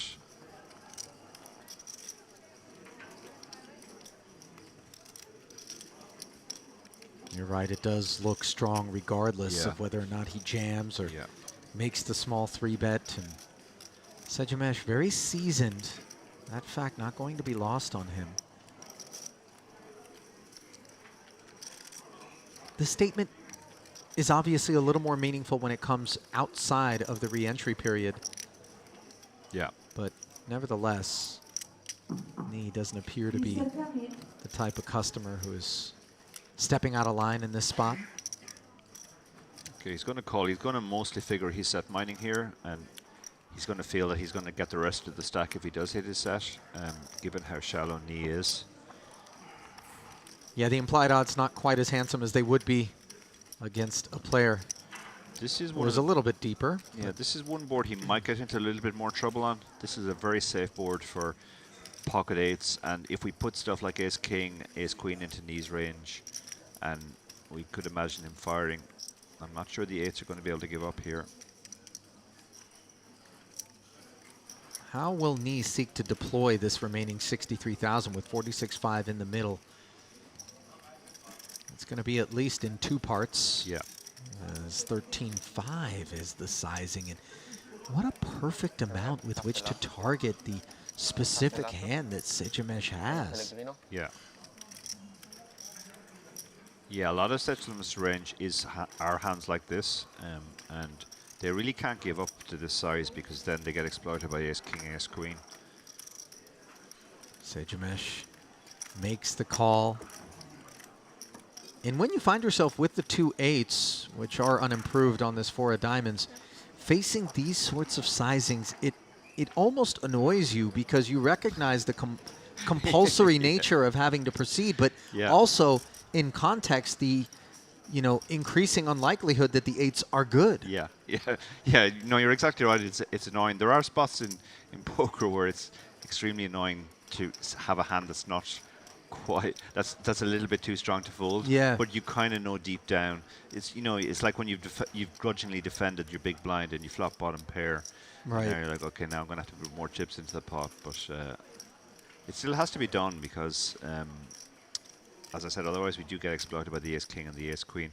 Now, Nee has a couple of choices here. He could even check here and make his hand look like ace king. That's just trying to get to showdown now. But don't you want to charge an ace that might be in Sejamesh's Yeah, range? the four is problematic now because any ace has picked up a gut shot. Yeah, he has just moved all in, and Yeah. that does get the quick fold. But he did pick up the 3-bet and then the follow-through Yeah. in terms of value out of Sejamesh, who really appears kind of disgusted with what he was forced to reckon with there. And credit, by the way, to the Kazakh, who showed some true aptitude in terms of his approach. Yeah. A lot of times people bemoan the idea that, like, you get pocket queens, oh, that was really skillful, but there's more to it than just getting the hand. It's also maximizing the profit or minimizing the loss. Absolutely, yeah. Yeah. And you have to play the same hand differently at different stack depths as well. We saw there the shallowness of his stack dictated how he should play the hand. The small 3-bet, the small c-bet. Cool. An early limp here from Youssef Tekin. Pocket 4s. Yeah, Would you like to see him raise it up if he's going to bother to participate? Yeah, he's quite shallow. I mean, if you are going to have a limping range, these are the kinds of hands, but then it just becomes... Like, I think I would actually prefer to fold this than to limp it. But it's always very table dependent. If there are not too many people raising, then it becomes fine. You're going to see a flop a lot. Bravko joined with King 10. Sejamesh looks down at 10-6 and says run it, so we'll have a three-way affair with 15-5 in the middle, and it comes Queen 10-5. So both Sejamesh and Bravko have outflopped the pocket 4s, but it is Tekin who is reaching for chips, Dara, and incomprehensibly he is barreling at this board with just 2 4s for 5,500. This does surprise me, yeah. It's not particularly his board, particularly when he's limped. Does Sejimesh a bit of a favor, by the way, because Bravko flats and he is able to release the outkicked 10. Now a coordinated turn card in the form of the Jack of Clubs, which does yield an open ender to Bravko, but really puts the fours in no man's land. Yeah. Yeah, I think players often overplay pairs in these spots. They feel they have a good hand, nobody's raised, they feel the obligation to keep betting. You know, we sometimes refer to players who call too much as calling stations, but there are betting stations as well. Guys who will just keep betting as long as they have the perceived betting need. Now, Bravko's hand has improved obviously to open ender as well, which will give him some other reason to continue, but the problem for him is he can't be 100% sure he's necessarily going to win improved. By the way, he is not but 1K deeper than Tekin in this spot. And the 4 of diamonds comes from outer space. Oh my goodness. A lunar landing on the river. And I don't know if we're going to get to a showdown, but if we do, Bravko's going to be sick. Well, now this third barrel of 40,000 certainly does begin to cause the King 10 to question its merits. Yeah, this feels serious now for the first time.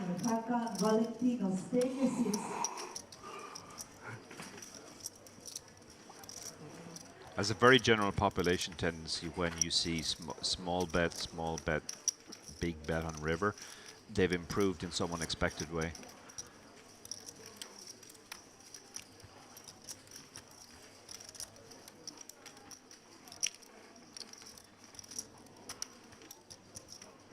Well, whether we assess from the macro or the micro perspective, this King 10 doesn't yield much attraction, and another good disciplined fold. Just a pure bluff catcher there on the end. Oh yeah. And again, 40 off of his remaining stack at that stage was fairly meaningful in terms of statement made.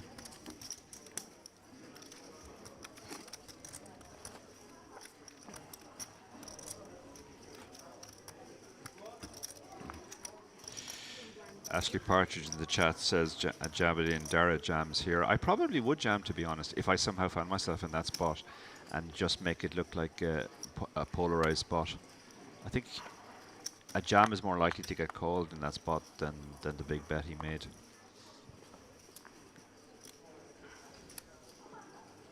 Ace 7 suited here for Lavrentini.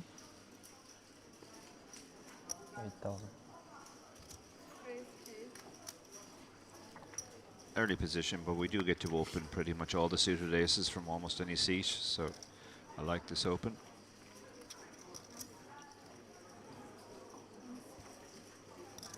Bravko has certainly impressed me so far. Playing very good, solid, disciplined poker. Seems to know where he's at most of the time. Last call for Mr. Ivan Kerem, Chalar, Zeki, Misri. It can be a little bit challenging, Dara, in these sorts of big field, you know, not altogether nosebleed buy-in events where you have a broad spectrum of experience to kind of understand as you move through table to table. Maybe you don't get the benefit of sitting and playing an entire day with a crew. Getting a baseline and a read on exactly how competent your opponent are, because in order for you to be able to properly approach their approach, you need to know what their perception of their hand strength is, you know, and for me in particular, I found myself just baffled in spots, you know, because I assigned, you know, a more pro understanding of the game to somebody and then made laydowns where I was dead wrong, or conversely, you think that they're a wreck and really they're sharky, and you end up paying off in spots where you're just completely outclassed but shocked by that. Yeah, absolutely. No, it's really challenging in these fields, and you have to form reads pretty quickly on very little information. Often you'll rely on, for want of a better word, cliche reads. You know, you'll go by age, appearance, how they stack their chips. You'll have a certain amount of population tendencies. You know, the general pool here plays slightly differently from the general pool in say in the States or even in other parts of Europe. Yeah, there's certainly a culture to poker as well, Yeah. you know, in terms of trends that emerge. Yeah. Pocket jacks, picking up king deuce for the ride, and what a dynamite flop this is Whoa, for a look at defender. this. King deuce of diamonds is a pair and a flush draw. The jacks check back, and somehow a jack of clubs parks itself on the turn to give Hussein a set. Yeah. And look at this, just dreamy development for Fida Hussein. Yeah, this bet makes perfect sense because the flop went check check. He has every reason to think his 2 might be good here, and he does have the backup of the flush draw even if it isn't. But Hussein can hardly believe his eyes. He's turned a set and his opponent has started betting into him. Last call for Mr. Ivan Keren. Miss Lily, please take your seats. Check back on the flop from the jacks felt a little bit mergy, like protecting against the, you know, the check raise on that pesky queen high board, and also maybe inducing on the turn. And here he is, having improved to a set very comfortably, raising it up to 32,000, and so much equity for Korchagin. Yeah. In his mind, certainly, he doesn't think he's up against a set as played. No, I think it's a deeply confusing spot for him now because he's trying to think, why would he check the flop and yet feel good enough to raise the turn? It's Does it literally maybe feel like 2 queens? 2 queen. Yeah, it's either something which was trapping the flop or has improved on the turn. So it could potentially be queen jack as well, queen jack suited maybe, or specifically pocket jacks or specifically pocket queens. And then you have to ask yourself, like, would he ever take this line as a bluff? Yeah, that's a really good fold. Yeah. Because he's basically worked out this is just never ever a bluff. If he wanted a bluff, he would have bet. He would have just done the normal thing. See, bet the flop. And this, anytime an opponent takes a really elaborate line, like check back on the flop as the pre-flop aggressor, and then raise the turn, that's almost never a bluff unless it's a very very sophisticated opponent. Ace jack of diamonds might have been coming to mind as one of the more creative, awkward sorts of hands that might choose to do something funky like that we aren't totally thrashed by. Although even then, your diamonds are smothered and you're up against a bigger pair. I mean, Yeah. it's just, what world does that king deuce of diamonds perform well in? Just not many as played. Yeah, that was an impressive fold because I think a lot of players would get too tied to the idea that they have lots of equity with their flush draw and their pair. But the reality is, if you rule out all of the bluffs and feel that it has to be pretty much a monster, then you're not getting the price.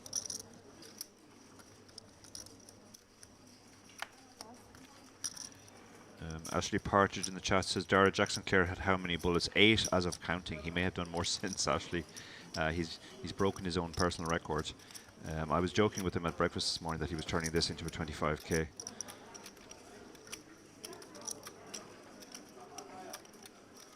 There are no live streams of the other table, no, just this feature table.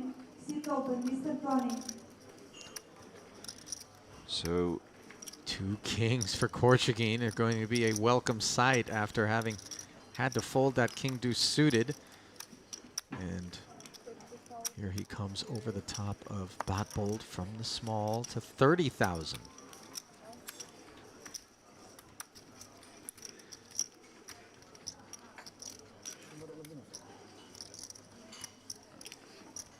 and fairly quick release. A bad unsuited ace is not really the type of hand you want to defend in this spot. Danny Thompson in the chat says, can we get Paul up to Dale Brown on, please? Yeah, didn't know if Paul was in the field today. Paul enlivened our feature table and indeed final table of the warm-up, ultimately bowing out in third, but he had a huge rail from Rochdale on YouTube. It's always nice to have some support when you're far from home, doing your thing.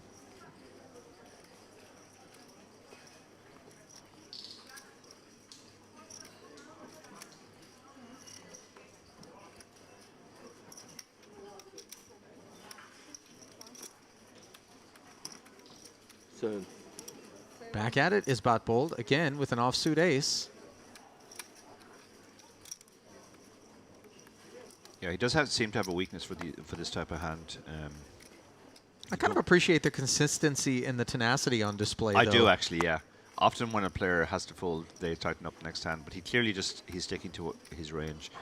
Whether that range is right or wrong, we could argue, but he hasn't allowed the fact that he got 3-bet last hand dissuade him from opening this one. And it can look stronger as well.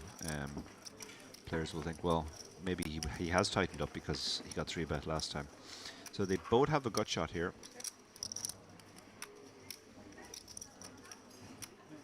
This is very much the big blinds board. You should have all the 8-9s. Nevertheless, it is Botbold who is following through for 7,000. Tiny size as well. That's a strange size on this board. Can I get some change? Wow, and it gets through, Dara. I mean, I think truly a teachable moment there, whereby if one is willing to take a flop with King 8, yeah, I think with the price being laid there, yeah, it is absolutely incumbent upon us to proceed 100%. for at least one street. Otherwise, Yeah. why bother I to agree make the call completely, pre-flop? Yeah. Yeah, and that's such a good board for us. I think we could even think about turning our hand into a check raise. I think folding is probably the worst of the three options. Both calling and raising would be better there. And a look at the chip counts as we find Alcobaisi up at the top of the leaderboard, where he began things with over 650,000 for him. Sejamish now the short stack.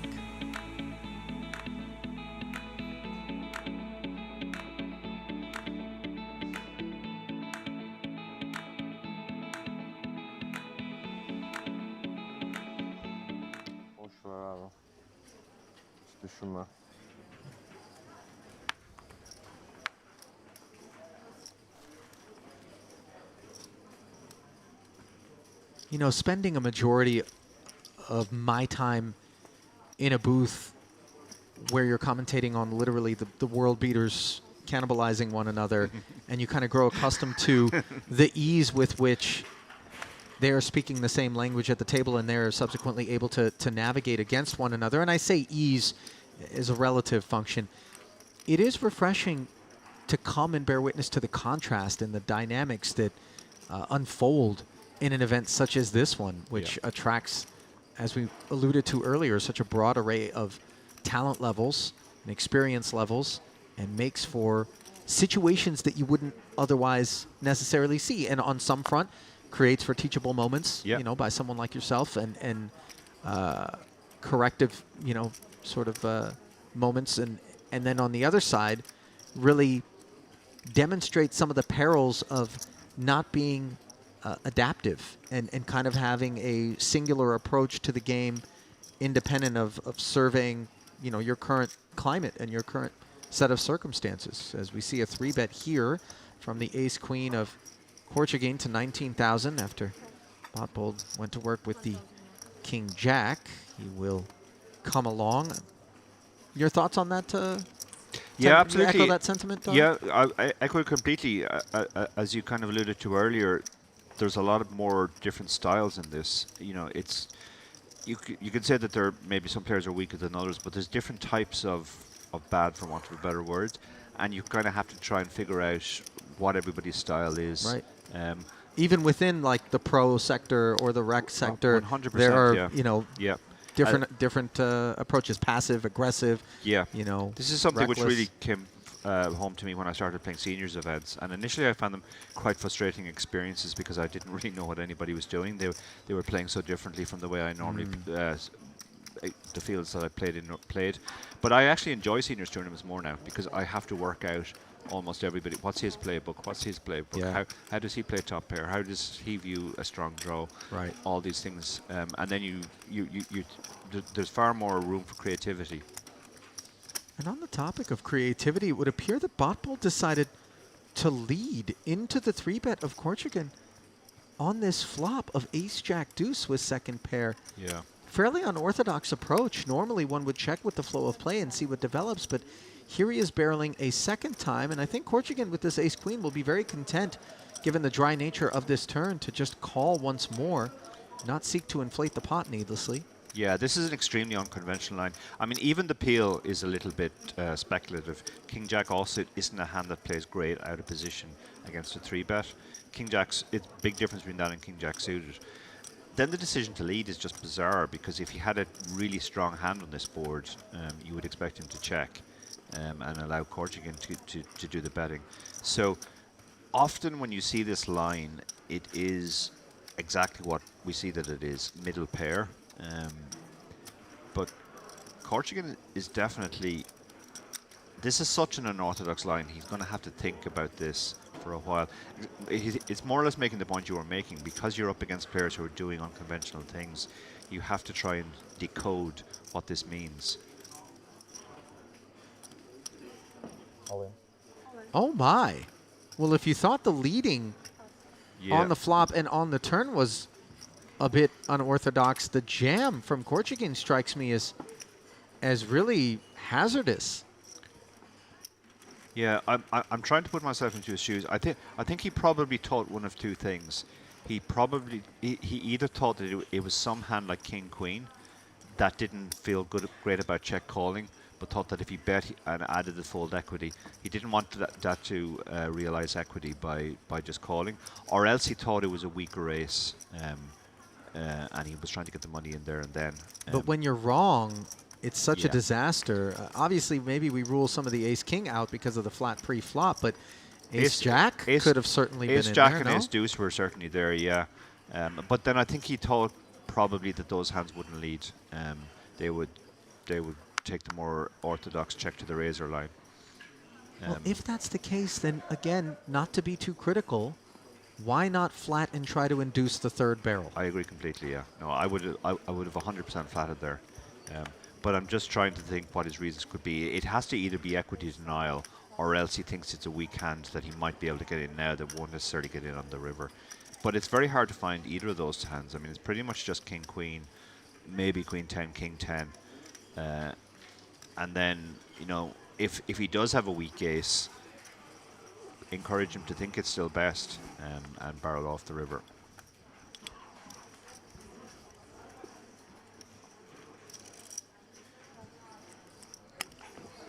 Jack 7 suited appeared to enjoy a brief love affair before being swiped left on. Interesting question in the chat from Peter Birmingham asking us our opinion on being able to reg somewhat late into day 2. We talked about this earlier. It is unusual for sure. Now, at the end of the day, it still is only 12 levels because it's a short day 1. And you do see other tournaments that play 12 levels on day 1 and Yep. still allow you to reg into day 2. So in that sense, it's sort of equivalent. Yeah, it's more equivalent than it looks. But it does also create this dynamic where players can come into day 2 with a sort of a gamble it up or buy a fresh stack. Yeah, I don't see anything wrong with it, to be honest. I mean, late reg is becoming more and more controversial in poker anyway. But certainly 12 levels of late reg isn't egregious. Just to spread them across day 1 and day 2 feels a little bit Yeah, that's the unusual part. novel. Ace 10 suited for Sejamesh.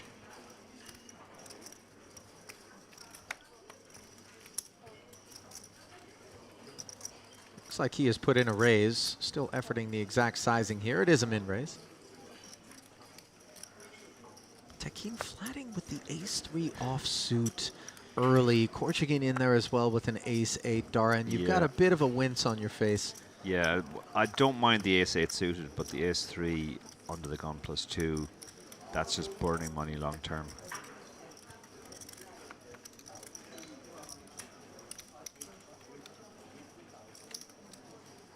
Al-Kabasi with the 9-4 suited. This is actually a hand which plays fine in this spot, given that he's closing the action. The suitedness, the vague connectedness. And the big stack, And the mind big you. stack, They can yeah. well afford to make these sort of investments. Comes up with bottom pair on the 10-8-4 board, which is all Sejamesh.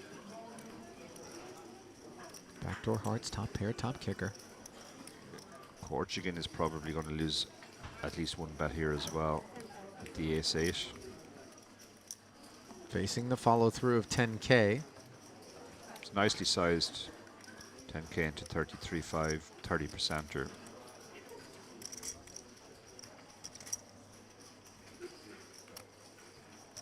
By the way, once Korchagin calls here, it is better than 5-1, the price that's being laid Yeah. to this 9-4, which nestles the side card in between the 10 and the 8 for Yeah. backdoor straight prospects, Yeah. and has bottom pair working.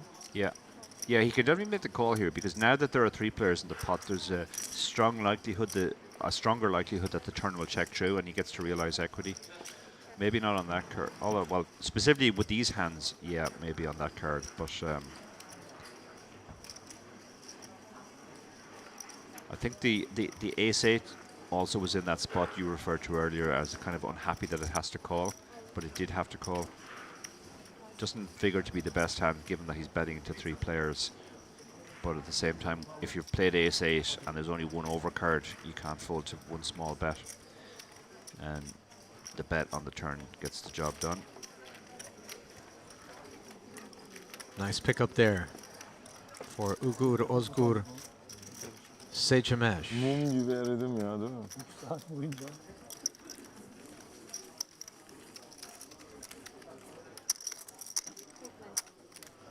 Abi senin gibi işte top seti düşeceğine el gelmesin daha iyi.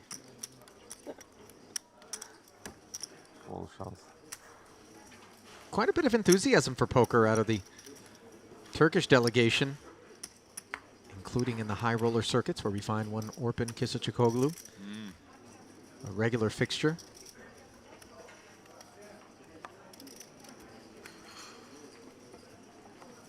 There was quite a number of Turks who participated in the $200,000 buy-in coin rivet invitational, which was held here during the Triton series. So pretty astounding, the sort of amount of appetite, I suppose, for high-stakes gaming that there is here in the tiny island nation. Yeah. Yeah, I think as you said earlier, it does benefit from the fact that there are a lot of countries around where there is no live poker, and it acts as a sort of a destination point for all of those. They can all come together here and play.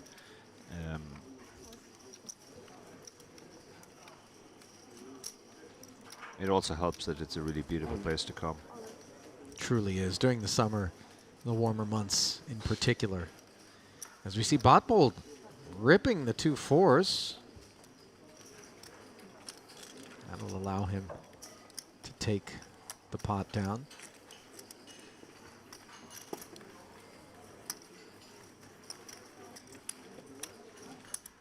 You ready for a little bit more true false Trust my Mongolia? my Mongolian. Facts, you're doing too well. I'm, Okay. I'm feeling some type of way about it.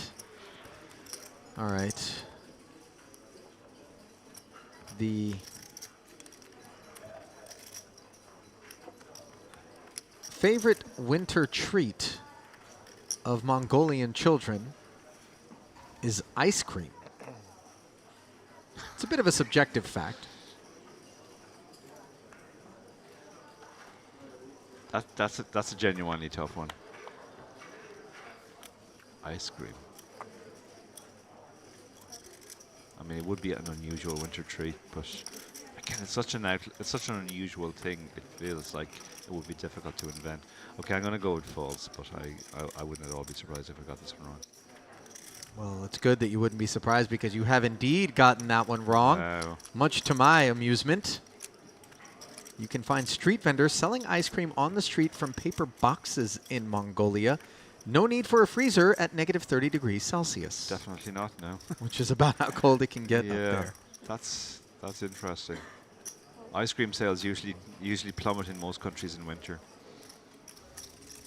Guess the refrigeration costs are quite low. You don't need to worry about storing your product. Yeah, Mongolians are different gravy as well. They're tough, rugged people. Yeah, no doubt about it.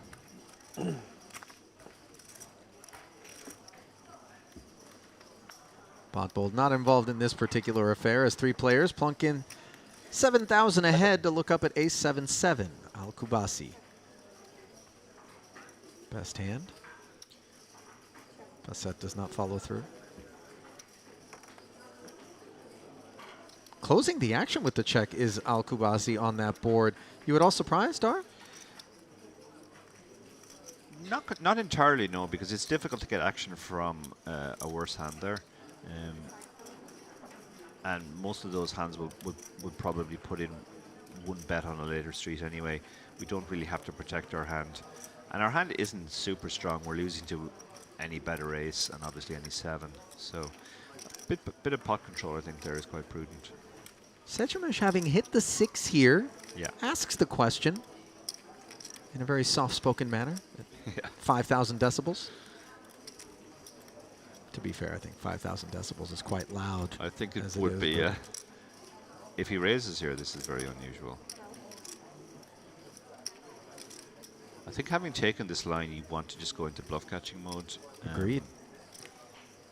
He might actually feel uncomfortable about his hand, and this might be an old-fashioned raise to find out where he is. But he does get the more money into the pot, so... Yeah, Sejumesh not convinced that this line is consistent with a 7 or an ace or anything that has him beaten. The deuce doesn't rate to be of any concern whatsoever for Sejumesh, who checks, and we'll see whether or not Alkubazi feels comfortable enough after having had his raise called on the turn to seek value. Yeah, one of the few justifications I can think for the turn raise is it might be designed to buy a river check rather than have to face a big bet on the river. Yeah. But the fact he's thinking about this now leads me to suspect that wasn't his reasoning. There's really no point in betting now, I don't think. The call on the turn was because just the price was amazing. Getting 6 to 1.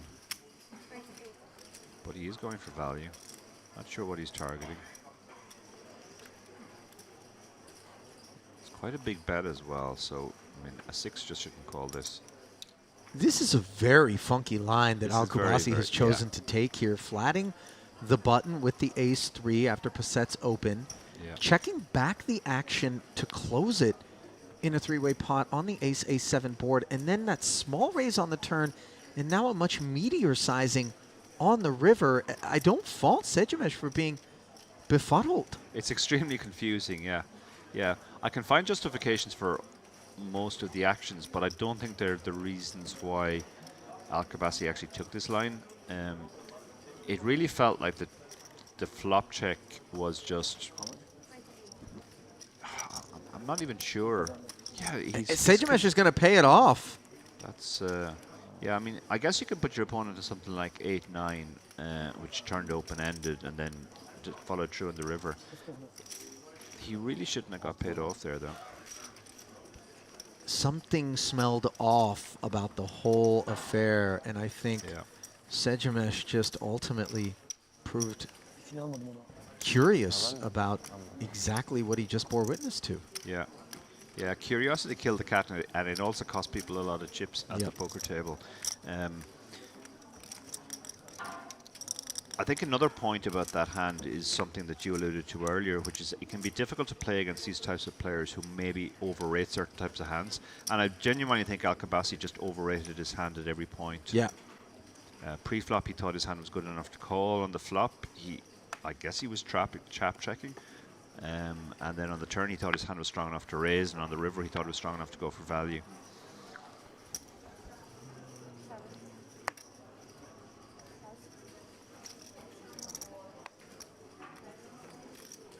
Mr. Valentin, what will the amount of 5 times 5 cards it open? Mr. Valentin, what will the amount of 5 cards? 5 times it open. See in the chat, Dark Angel talking about tell that to our ice cream man. So do they eat ice cream in winter in Sheffield as well, Donna?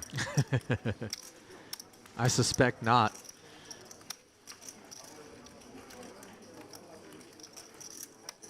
That ace-3 certainly had a frosty finish to it for Sejumesh there, didn't it? I like it. The wintry dessert. Yeah. Didn't go down quite so smooth. Yeah. He must be he must be thinking back and going, what happened there? How did I put so much money in with a 6? He's really in the blender right now. Yeah. Dynamite flop here for Tekin in the big blind after coming along with Korchagin. Top pair and the club draw. Not much for the sixes here, really.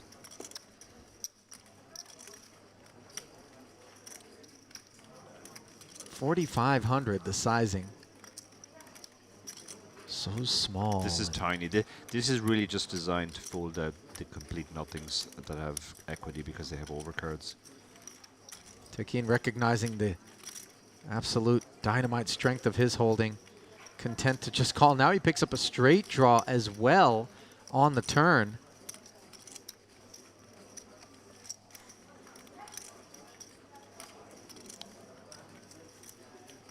And a really bad gut shot for the sixes now, but that doesn't improve his hand materially at all, so unsurprising. He's happy to check back. Board pairs on the river. And a very nonchalant fling from Tekin. What's the sizing here? Just 25? He Yeah. threw out one chip, yeah. 25. As it stands, that's actually close to That's full pot. Almost pot, yeah. It's an interesting size. He's representing. There are quite a few bluffs here, I guess. Clubs miss, and of course he does have actually missed clubs, but he also has the queen. Jack X.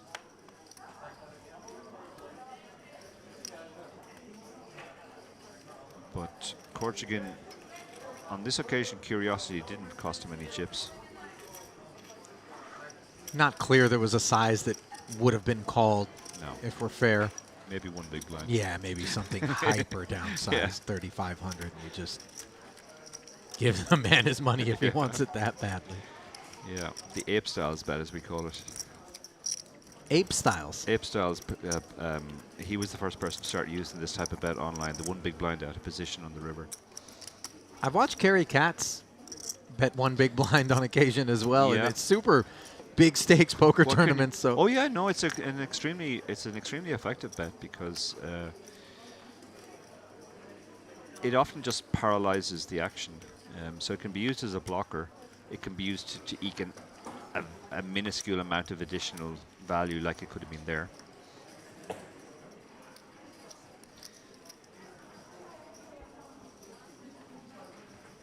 Al-Kubasi, ace-7. How much sleep do you think Sejumesh is going to lose over that ace-3 situation? I mean, I'm still just... But look at him. He just appears to continue to be thinking about that hand. he's pondering his life choices right now. Right. He has that look. Ace-Jack, a participant for 11,000.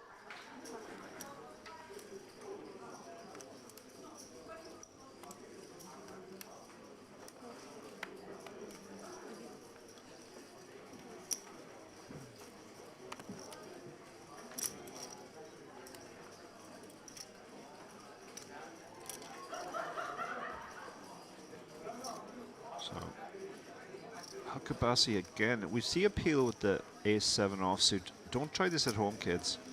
If you raise a rag ace and get 3-bet by somebody in position, just let it go.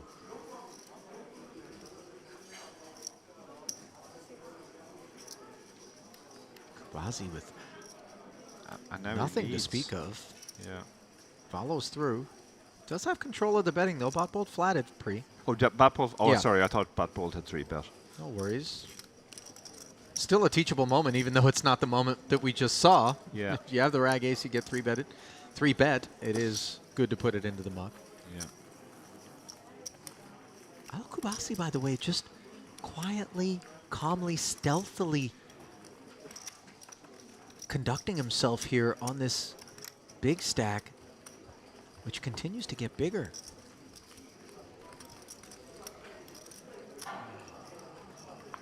Yeah, he's accumulating chips without any major risk. Very softly, steadily approach.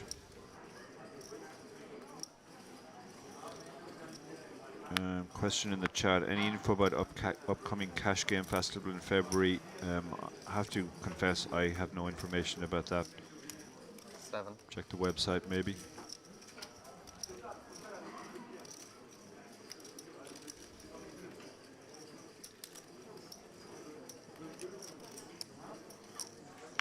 This is a very loose open here from Passet. Queen 10 offsuit under the gun +1.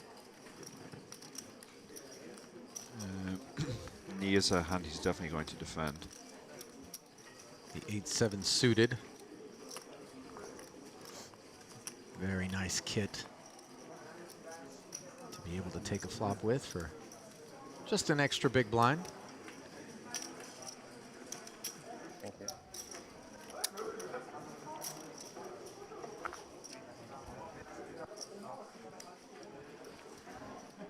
A6 deuce. Not exactly what me was hoping for, but No. one could say the same for Passet. Of course, he has the benefit of being the aggressor Yeah. and having position, which he exercises. Doing far more ace-x in his range.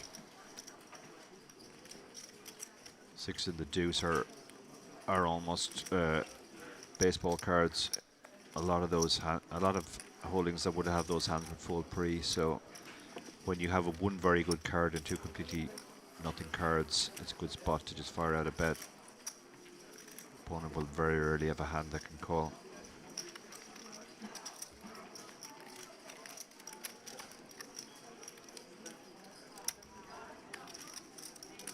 Well, if you were tasked with sort of breaking down what we've seen so far out of this grouping at our featured table, what are the themes that emerge for you? There was limping for a time.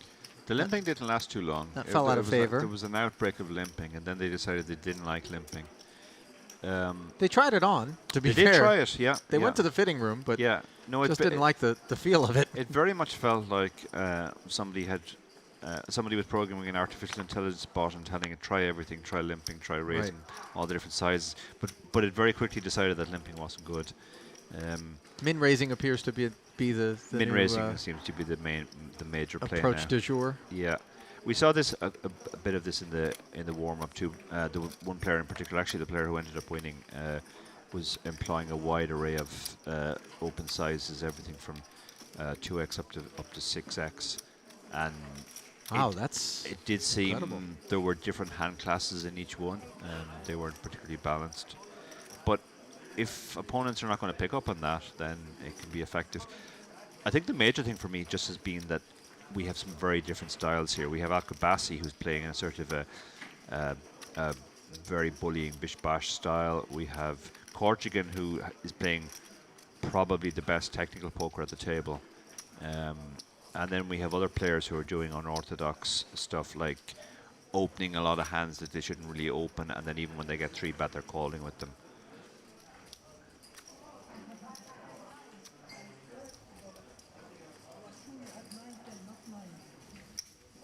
Well, if you have sound technical background, it's obviously easier to get involved with a wider array of hands. King 7 offsuit on the button, opens to 8,500, and Knee is going to 3-bet off of just north of 100,000 to 25.5, fairly meaningful quotient of his remaining chips being deployed as it promptly gets folded back to Corchigan. Yeah, this is an interesting 3-bet given his size, the size of his stack rather.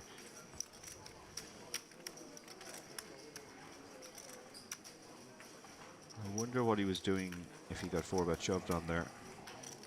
I wonder if he had He's decided. not going to go with the King Jack, is he? Would it be Yeah. a mistake to say goodbye to a quarter of your stack? It would be a mistake.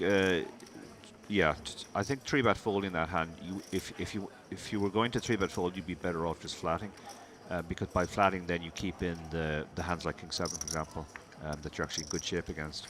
So when you 3-bet it, you're only his continues. You're going to be in bad shape against.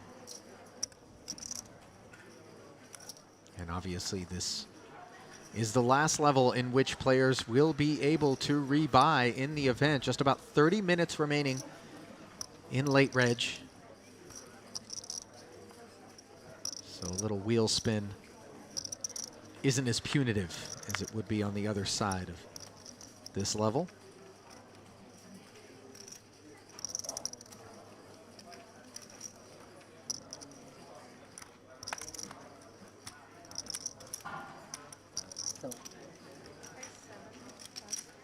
Tekin with the ace-5 offsuit goes to work from the hijack.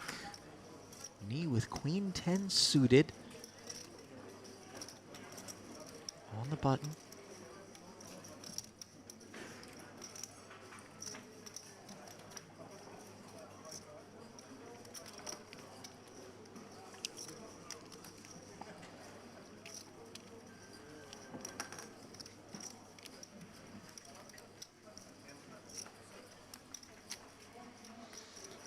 So Knee was the player we were suggesting earlier might have been taking the more gambling approach, given that it was still possible to re-enter, and he was actually he does have one big result, 5th in EPT Sochi back in 2017. 20. And some news from the outer table: Ryan Mandara, who final tabled the warm-up, very accomplished UK player, has busted on an outer table. Note that this 3-bet performs so well insofar as it sheds an ace-queen behind it. And that's good news for both Tekin and Knee. Take the 7-7-5 flop, advantage Tekin here. Kind of a good board for him. Yeah. Almost favorable, I would submit, Dara, to one that contains an ace.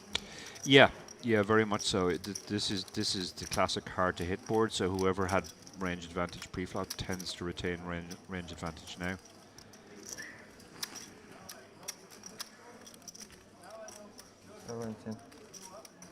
Seventeen. Ooh. I think that was a really quick action, whenever that was. A snap all in. Wow.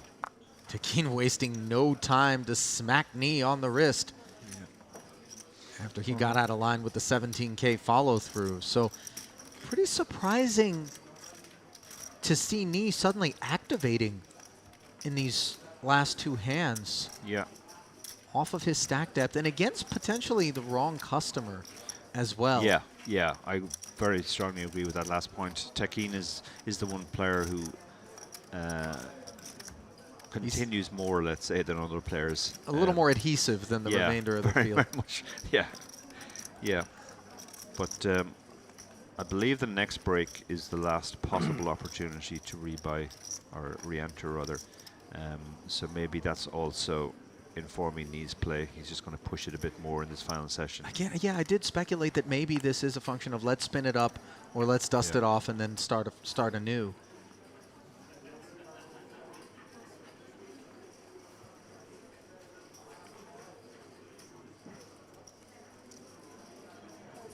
(7-5) not deemed adequate for Tekin. So there is a threshold, apparently. Though we did see him call with, what was it, the 7-4 offsuit? 7-4 offsuit. There's been a little bit of inconsistency there. I think it's fair to say his ranges aren't nailed in. It's how he feels in the moment.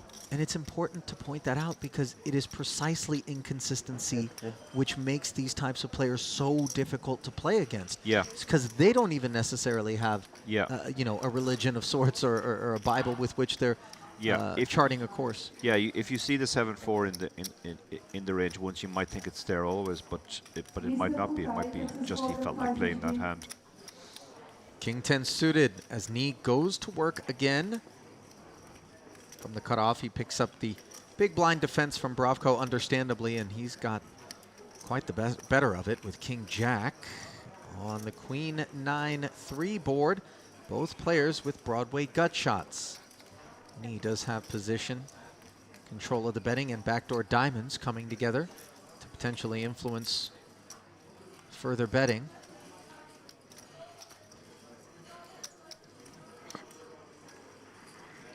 Tricky board. I think I would personally check here. You really don't want to get check raised here, and with the queen and the 9 being there, there's a lot of hands that have hit this board, including the one Bravko has. So he's going to continue. Yeah, he's getting better than 4-1 on the call. Drawing to the nuts, spadeless, which is a bit inconvenient, but Nevertheless, he does make the investment, and what a Yeah. disastrous turn this is Yeah. for Lavrentini. This is Thinks terrible. he's hit gin of sorts. Yeah, he absolutely thinks he has the best hand now. Stack to pot ratio is roughly 2. So he should just be thinking about how to get the money in. Geometric sizing here would make sense, so something like 2/3 pot and then leave a 2/3 pot river shove behind if called.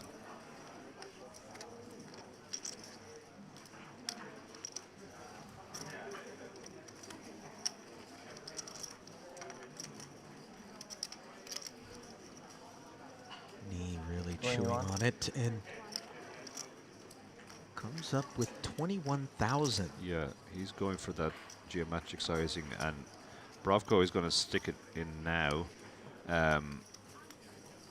He also figures his hand is close to the nuts. Wants to get the money in 64 now now. in case Knee has spades or the type of hand that he has a gut shot.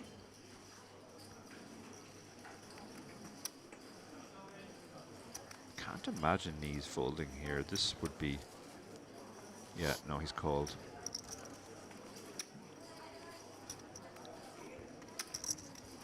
Bravko with the jam. Knee gets the bad news after calling off, so we play a 162,500 chip pot.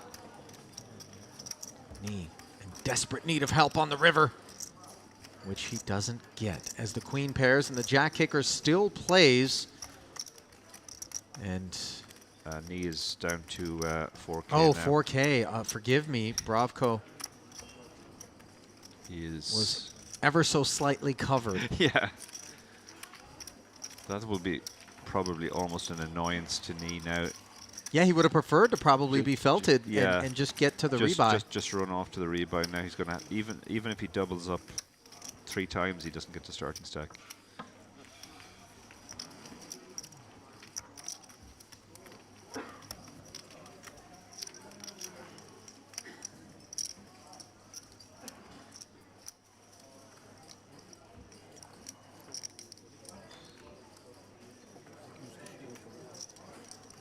Güzel topladı abi.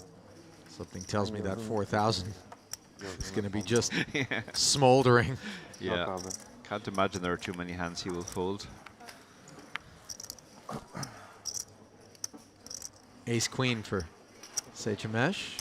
Yeah, he hasn't been involved since that misstep with the 6. He's decided to just open jam here. He might also be in that sort of, I'm either going to double up or I'm going to buy the same amount of chips. I mean, he should just stick. Wow, he's folded. I mean, he was getting 4-1 almost.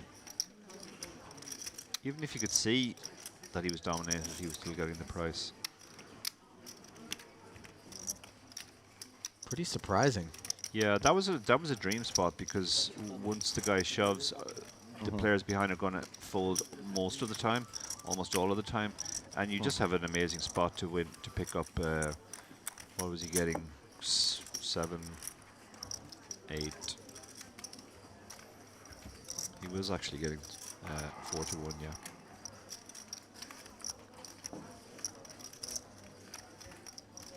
Somewhat incongruent almost to be exercising so much discretion with the 4K. Yeah, And yeah. maybe a little bit more cavalier off of what was a much larger stack. Yeah, sometimes you get that from recreational players. I almost call it back to front poker. When they have lots of chips, they feel that they can splash around and gamble, but then when they're down to their last few, they start taking it seriously. But 4,000 is such a small number, given that it's still the rebuy period as well. Maybe he doesn't intend to rebuy. Who knows? Again, this should be going in, getting such a good price. And yeah, he puts it in this time. He's obviously going to get action. There's no way this is getting through. It's Alcabasi's picked up a legit hand. He probably wants to raise this now. He doesn't want to let the big blind in. I think he's asking for a count from the big blind. Getting his bearings. Yeah, he makes it 15,000, which should be enough to isolate unless Bat Bull wakes up with a hand. Bat Bull has a tempter, and he's going to come in. So the side pot is far more significant here than the main pot. And that side pot is going to require additional investment from Botbold, who plays back at Al Botbold is Kubasi. We both 4-bet. presumed it was a flat. Wow. And did Al Kubasi stick him in? He sure did. And Botbold ready to go with it.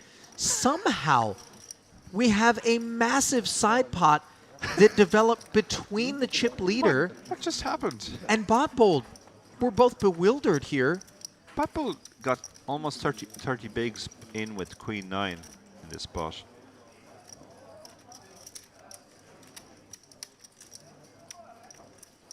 He's in terrible shape. He's dominated, obviously, but and he remains behind. Yeah, the 8-high board is still king queens to lose. As Al Kubasi is out in front. You see Botbold a bit demoralized. That 8 of diamonds isn't going to help morale, as he is down to just one of 3 9s to avoid being showered. Unavailable on the river, and the 7-5 also unable. Bit of a reluctant but sporting handshake there. Al Kubasi kind of compelling the man here on the feature table to give him. Yeah. Yeah, that was Al Kubasi scoops there with the king queen and pushes up past 800k now. Pretty astounding. Mr. Claudio.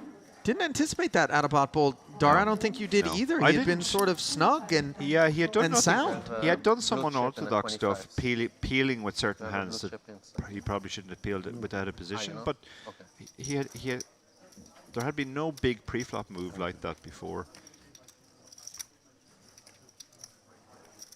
Maybe he was the guy who was like, I'm going to have 100k at the end of this hand either way, because even if this doesn't work out, I'm going to the cage to rebuy.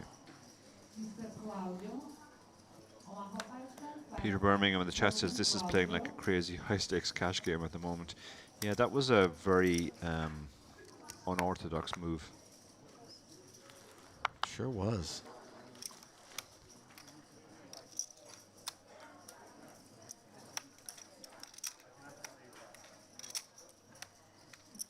So Tekken open.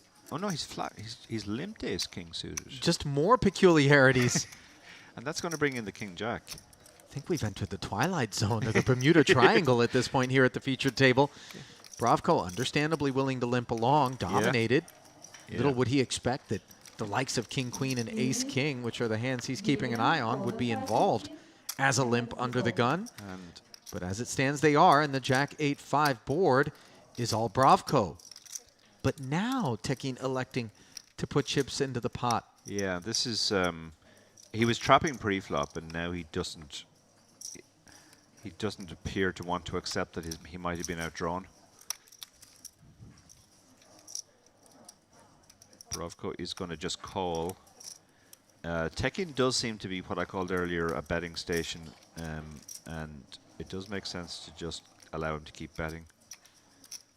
Now he picks up a flush draw on the turn.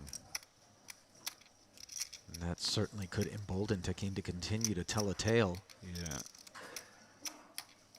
But truly, Bravko is not going to be a believer. It would take some real astounding heat, and even then. Yeah.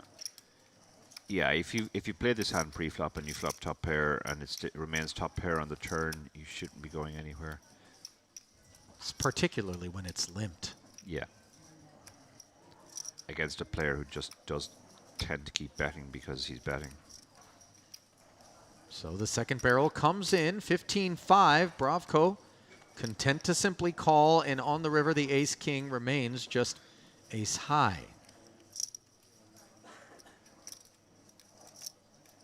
Yeah, does Tekken have the third barrel in him? And if he does, And if he does, with the arrival of the queen, we're 9-10, 9-10 getting and some there. of those queen X gutties Yeah. in a limp pot appear to be potentially present, will Bravko find the fold. He's gone 55,000 big. now. He's gone big. This is really putting the pressure on now. If you are going to play this style, at least I do like the river play now. He's put maximum pressure on.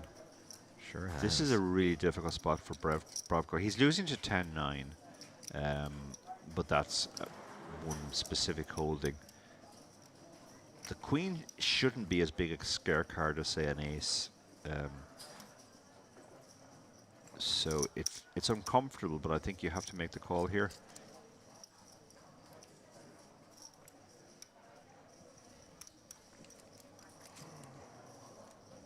But it's definitely a tough spot. I mean, you do have a pure bluff catcher, and yeah, I mean, What a remarkable development this pot. I mean, I pure- cannot overstate how unorthodox this one was, Dara, but take it down. I mean, pure pressure poker there. I love the river bet.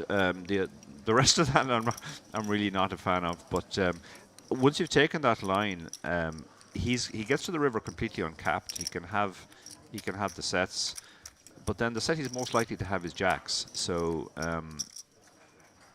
really, you think a set of jacks limped? I mean, if we assume that the limping range is strong, right, that it's always a trapping range. I tend to rather think than it's more 7-5. 5-5 than it is. Could Jack, be 5-5 right? too. I mean, we've seen him mine from early position with fours. Yeah, we can't rule out the other sets either, I guess. I don't think the line made a lot of coherent sense, but it's very difficult to find the call there with just the jack on the end.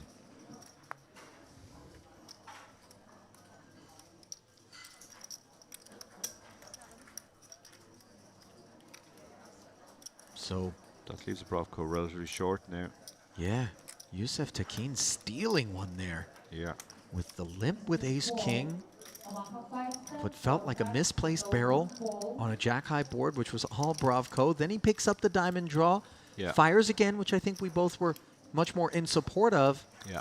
And on the river, manages to leverage that queen of clubs. Curious, though, if a very dry river comes off, whether or not that 55K puts the king-jack into the muck, and I don't think either of us anticipate it would. So, you know, not immediately clear whether or not Tekin understands that it was the queen on the end that really allowed him to get away with that one. But nevertheless, here he is, and he is a click in front of Passet's pocket sevens in this one.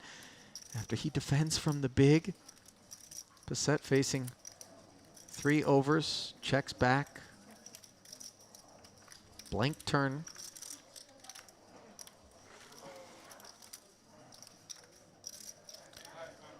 If I was at this table now, my major takeaway from that last hand would be that Tekin is the type of player who will pull the trigger on the big triple barrel, and therefore I would start bluff catching much more. I'd certainly be happy to call off its second pair in that spot, but this was the first time we'd actually seen it, so Bravko didn't have that information. It has been a very fruitful stretch here for Youssef Tekin, who has ridden the roller coaster and certainly given us some thrills here in the booth. It's a very exciting style of play, for sure. He's playing a lot of hands, and he's playing them aggressively. That always gives you a chance.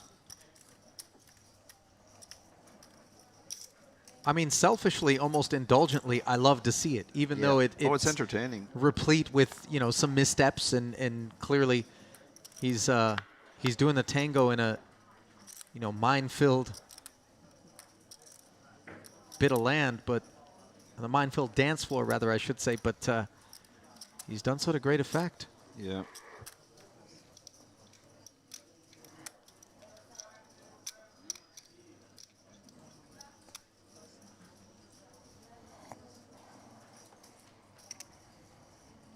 Better put, maybe we call it hopscotch in the DMZ. Does that does that maybe drive home the point a little better? Yeah. And Tekin, emboldened by recent success, is going to want to play the queen 4. But he does just limp it. And ooh, interesting check here. Korchagin perhaps taking note of just the unpredictable nature of Tekin, but he hasn't gone to showdown with all of it. So he hasn't gone to showdown. Yeah, he's just seen a very eye-catching pot where Tekin limped, but he doesn't know what he had yet. Both players checked this flop, by the way, sharing a 4 pre-flop inconveniently for Tekin. And on the strength of the open-ender, he comes out swinging. Korchagin will be all too happy to continue. Yeah, he's got good showdown with the ace, and he's got a strong draw with the 4.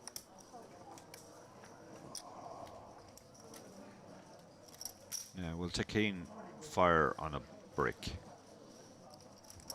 I think the 10 of hearts certainly qualifies as a brick, and Relative Queen High brick, doesn't yeah. have Yeah. much showdown value.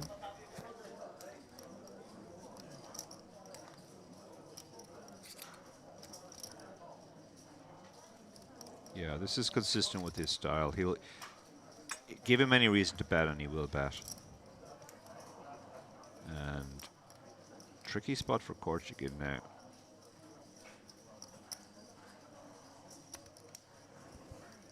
Only beating a bluff, actually blocking the bluffs with the 4.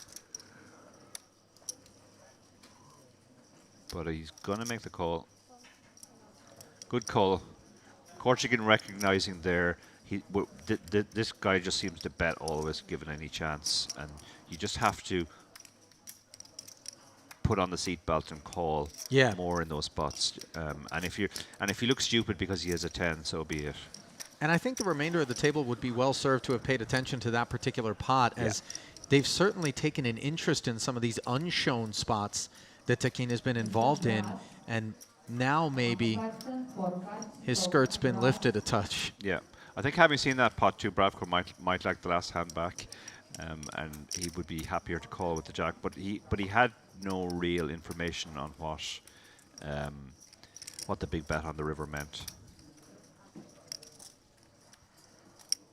And in retrospect, perhaps Bavko asking himself whether or not holding that king jack was wise after having seen that showdown. If I'm Bravko, I'm sitting there thinking I definitely should have called.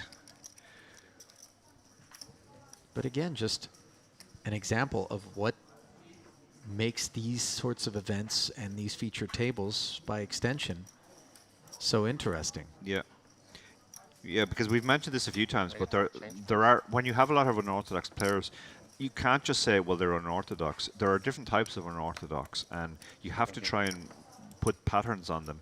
And one pattern that I mentioned early in the session was that when a player suddenly bets big on the river, it's usually it can often be the case that it's because they've improved in some unexpected way.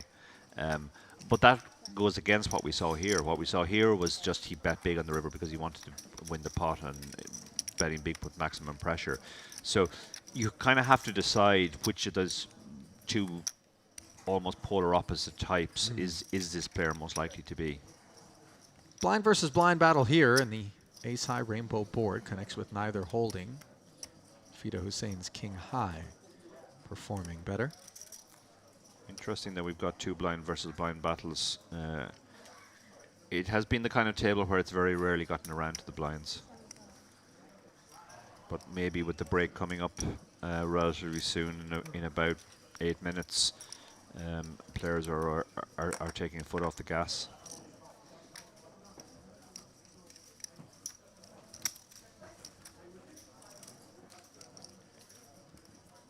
Uneventful exchange there, which has really been the exception, I would say, here at this feature table in the recent going. They're all just chilling for the break now. Not long now before the players will enjoy a break, and here is a look at your next featured table. And that includes that lady there who was also on the feature table in the warm-up on day 3, I'm going to say. Healthy stack in front of her. Yeah.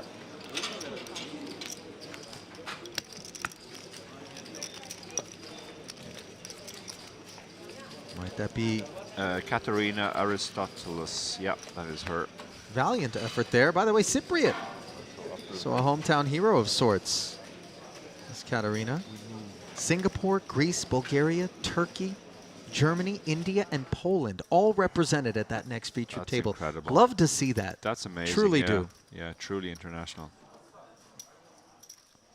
Just kind of a testament to how far-reaching the interest in poker is worldwide, and hopefully more nations will figure out how to legislate and regulate and open their borders to online poker that connects so many of these people. And allows us to enjoy this great game with one another, whether or not we're able to make the journey to some of these stops, which, with or without online poker, is always worth the effort. Truly a pleasant experience. Incredibly enjoyable to get out there and play the cash games on the side when you're not in the tournaments. Yeah. Just kind of get to know folks who share this passion. So we see Tekin taking another one down. Yeah, I made a very speculative call pre-flop against the under the gun open with 8-5 suited, but it worked out for him. It worked out for him has really been the theme for the most part, save for the one time he got caught with his hand in the cookie jar with that queen 4. It's often by a feature of this. Korshagin. Sorry, go on. No, go on. It's often a feature of this style that people can think that he's doing something brilliant because he's. But if you pair back and look at the unorthodox stuff he's doing, he's largely winning pots because good variance. You know, he's flopping a pair. He's getting maybe the only river in the deck that the king jack is going to fold to. Right, right.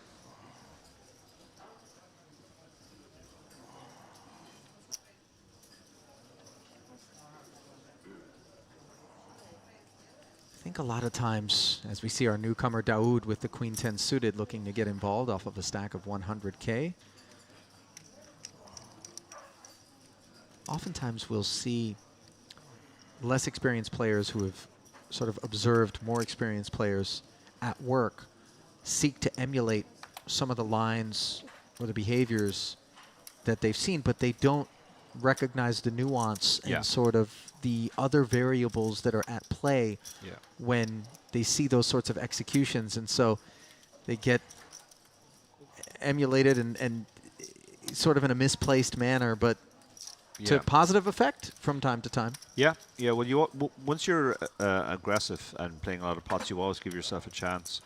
And as you said, like sometimes TV poker has a part to play in this too. Sometimes you'll see a low frequency play that a pro might have taken, which works out, and that's edited down into a highlight thing. So people think, oh well, he's always playing 8-5 suited, or he's always 4-betting ace-4 suited here, whereas it might be a very occasional play that just happened to work out on this occasion, and that's why it made the highlights real. Well, a nice start to this feature table for Daoud, who follows through on the ace-ace flop.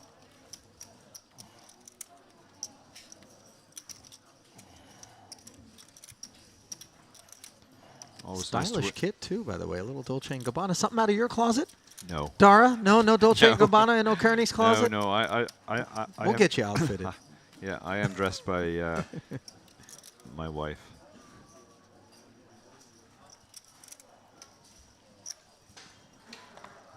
Dara, it was slightly sad the way that you conveyed that bit of information. There's nothing wrong with that. Maybe she's got great fashion sense. She does have great fashion sense, but it is an admission of complete lack of fashion sense on my part. Dude might be going for 2 in a row here. I was about to say always nice to win your first hand at your new table, but is he going to actually win the first 2? 2 red jacks are a good start to the effort.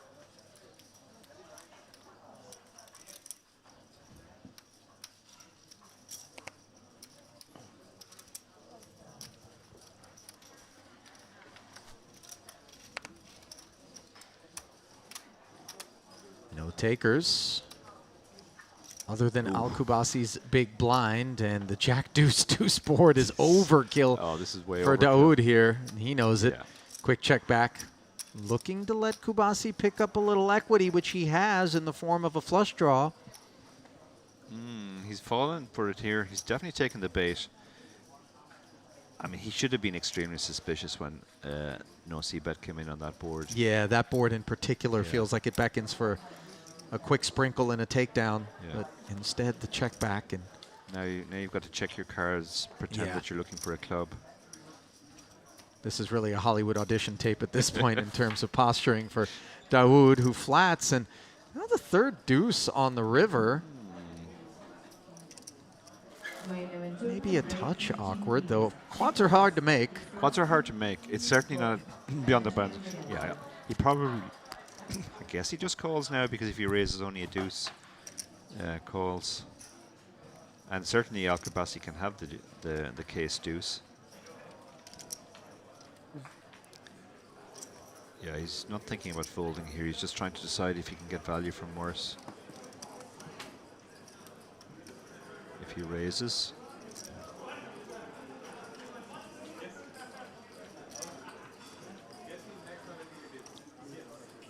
Boy, can you imagine if he did raise and Al-Kabasi decides to blast off? He's moved all in. Wow. I guess he's targeting a queen here. With only 90,500 back in total, Yeah. I suppose he just decided if you've got quads, go on and take it. Yeah, and if you have a queen, you're not going to be able to fold. Yeah, right. So it's not as though a smaller size does me any good in terms of incentivizing somebody to make that call. As the players are going to head to a break, Al-Kabasi, save for that little misstep at the end there. It's just been steady northbound. The chip leader here at the feature table, which will be replaced on the back end of the break. Obviously, Sejamesh is going to have some work to do. His registration draws to a close, and the blinds will go back up relentlessly. It happens once an hour, and we welcome you back inside our commentary booth, Ali Najak, alongside Dara O'Kearney. Tremendously entertaining group there that really played with the curveballs more than they did with the fastballs. Nothing down the middle. Yeah, large variety of styles there, made for very entertaining poker. We saw styles clashing essentially, and we were helped as well by some of the runouts, which the more interesting runouts. The Queen on the River, for example, springs to mind. That was probably the most interesting card that could come at that point. And Tekin did pull the trigger on the third barrel and got it through. That was probably the most memorable hand for me. Yeah, agreed as well. Tekin definitely showed us some looks that we didn't anticipate from time to time, and I would venture to guess that we'll see even more of those on the back end of this break as we welcome in a new, very multinational table to the feature. Don't go anywhere. Continuing coverage of the Merit Poker Western Series from right here in Northern Cyprus, coming up in just about 15 minutes. Don't go away.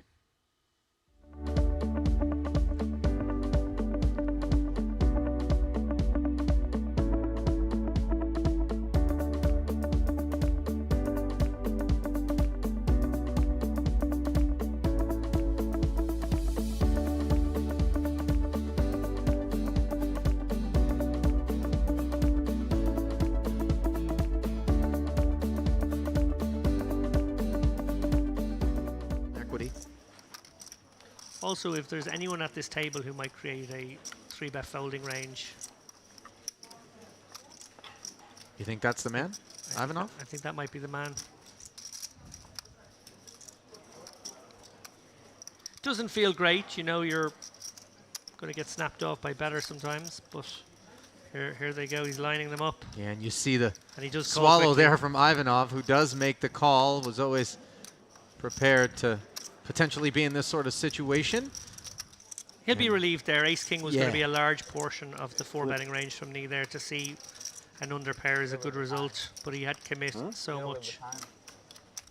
And you see he's behind, but not by much. 54 to 46% in favor of Knee, whose stack hangs in the balance, and the queen high flop is a very bad one for the 2 10s. Oh yeah, Now the 9 on the turn does give him an open ender. Never easy, thinks Ivanov. Ocho. King, 10, or an 8 needed. And instead, it's the 7. So Knee wraps the table and passes the remainder of his tokens to his left. Fortunately for him, re-registration is still open Yeah, should Ocho he is Spanish, elect It's Spanish. to buy back in. Otro. But Signaled a decent amount of strength. So for Beg to have continued into that player as well, Right. I think was a bit more legit. yeah, agreed. Those sorts of curiosities, I think, fare better heads up out of position than they do in that particular scenario. But nevertheless, we roll forward with Sadeghi limping the suited connector from the cutoff. Now a middling ace for Guarini on the button. He'd like to dine alone as he 4Xs to 12,000. Yeah, interesting to see Sadeghi deploy the limp here. Jack 10 offsuit for Nina is going to defend the big, and more suspect behaviors are beginning Well, to be displayed. I was going to say that will almost certainly bring in Sadeghi for a great price and a suited connector, but he actually lets it go. Lets these two battle it out. He would have flopped the best hand with middle pair on this Queen 7-5 board, where as it stands, Ace 8 is in the lead.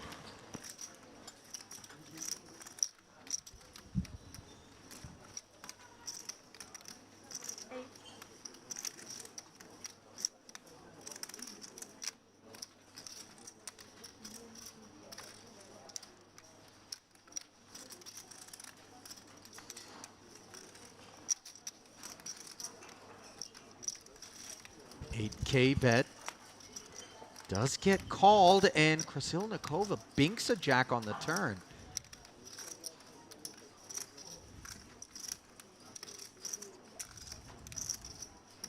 Was that a check? Looked a bit like one, but not certain if she was just adjusting her hand. Doesn't appear that it registered as such. She may think that she checked. I don't think anyone else does. I think you're spot on here, Ali. I think it may be asked to clarify now. Guarini. Oh no, he has bet. Okay. Apparently I'm spot off, as the case were. Pardon me, 32,000.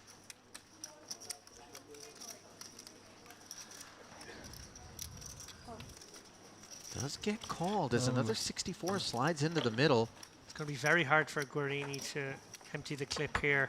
96 into 111. You surprised at his willingness to barrel again with the ace 8? Arid river card.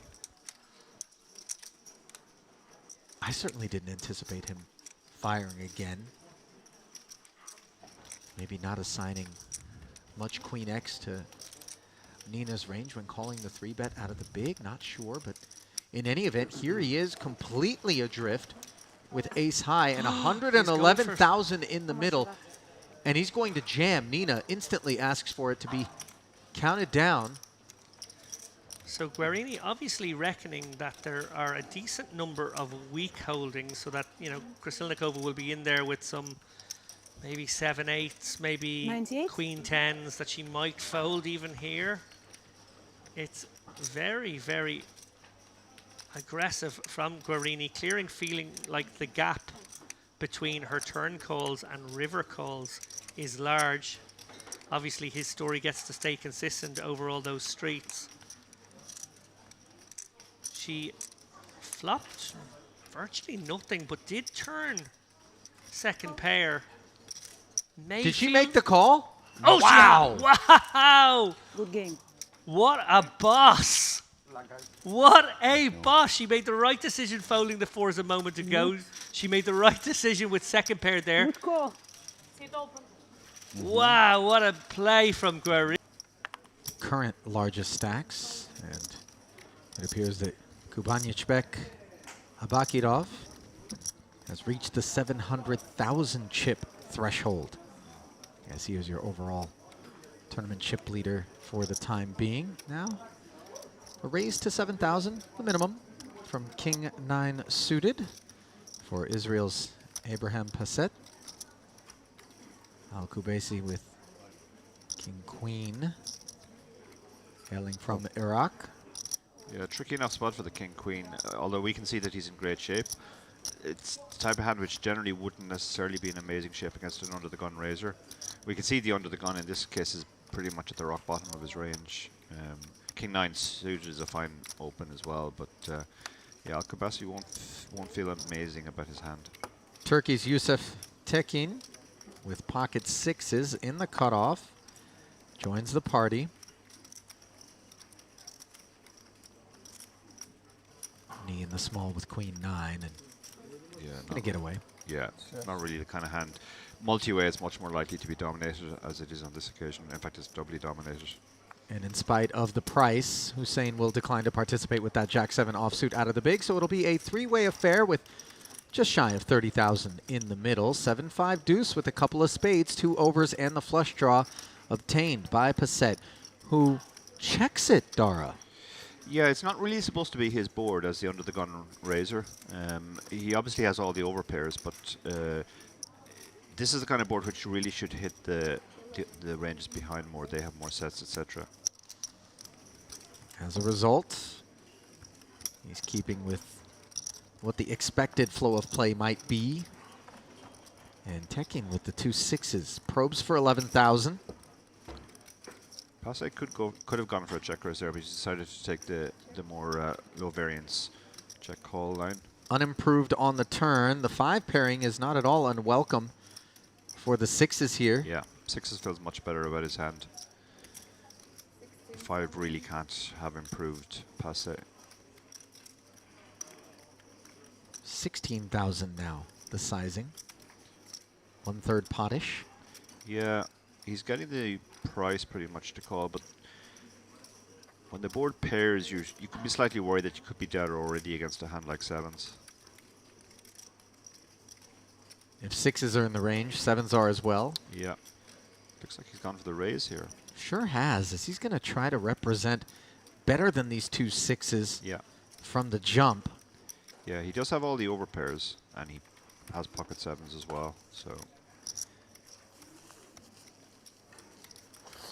And the awkwardness for Tekin here off of a stack of 276,000 is the call at this point may very well encounter an even larger barrel on the river. So yeah, he is going to make this call. Clearly would love to have it checked to him on the river if Passett remained unimproved and waved the white flag. But as we can see here, courtesy of the 4 of spades, that is not at all the case. King high flush for Passett. Incredibly fortunate. We'll see how Tekin 6s respond to the weight of what we have to anticipate is going to be a follow-through. Yeah, I think he has to bet here because if he checks, it's going to go check, check too often. I'd personally like a small bet here representing an overpair that's maybe a little bit scared now of the flush or the possible straights. But as we've seen before, when you come with these bigger sizes, there's some real polarity behind it, and Tekin appears to have snap-called him on the river. Yeah, I wonder what he put his opponent on there that he thought 6s was beating by that stage. Obviously a bluff, because really the 6 is performing only as a bluff catcher. We'll even think that because you're losing all the pots, you're either playing badly or running badly, and that's likely to continue for some reason. Players sometimes overreact to that. We're pattern-seeking monkeys, so when you see somebody winning a lot of hands, they tend to get far too much respect, and when somebody loses a couple of hands in quick succession, the other players often go after them. Now pardon me, Hussein with 9-7 suited on the button, going to limp in, Dara, and this is fairly ill-advised, although we have seen some top-level pros from time to time employ this particular strategy off of various stack depths. The Jack 10-7 board yields bottom pair and a gut shot. Unfortunately, however, the big blind with 8-9 has flopped the joint. However, after 2 checks on the flop, suddenly Hussein with tremendous equity, courtesy of a second heart on the turn. Yeah, 2 really big hands now. We have the second nut straight against bottom pair, gut shot, and flush draw.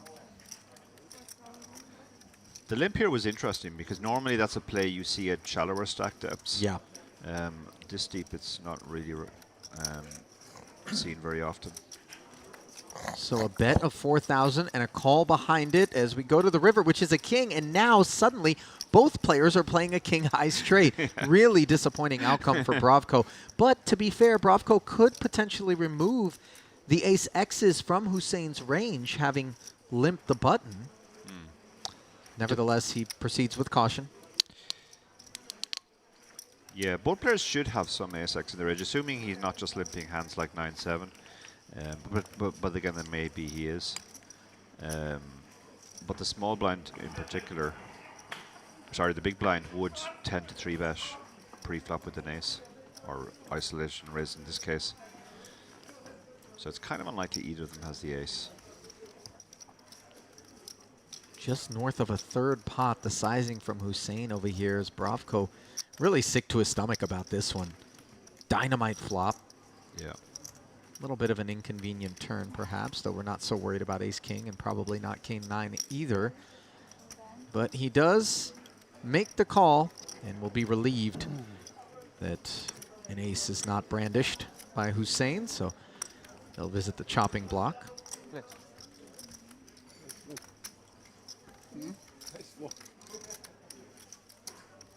Awfully feathery affair here for our dealer. Yeah. This is downright avian. Yeah. Is she molting?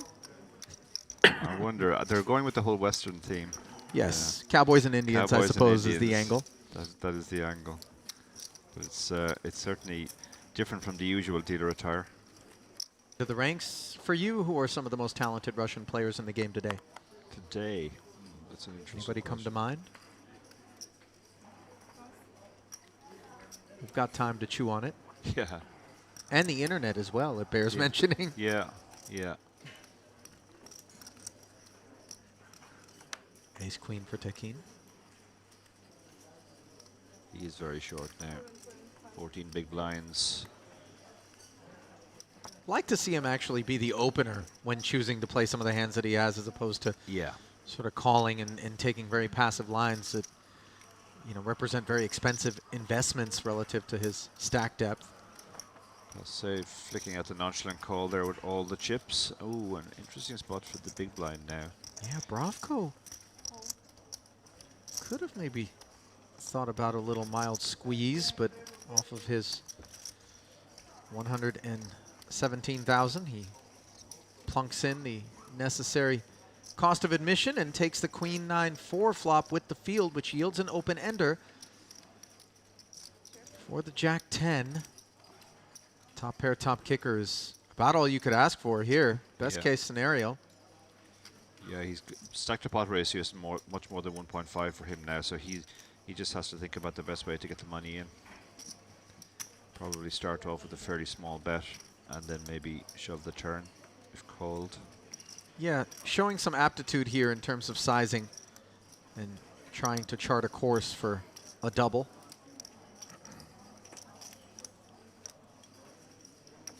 Of course, one does not.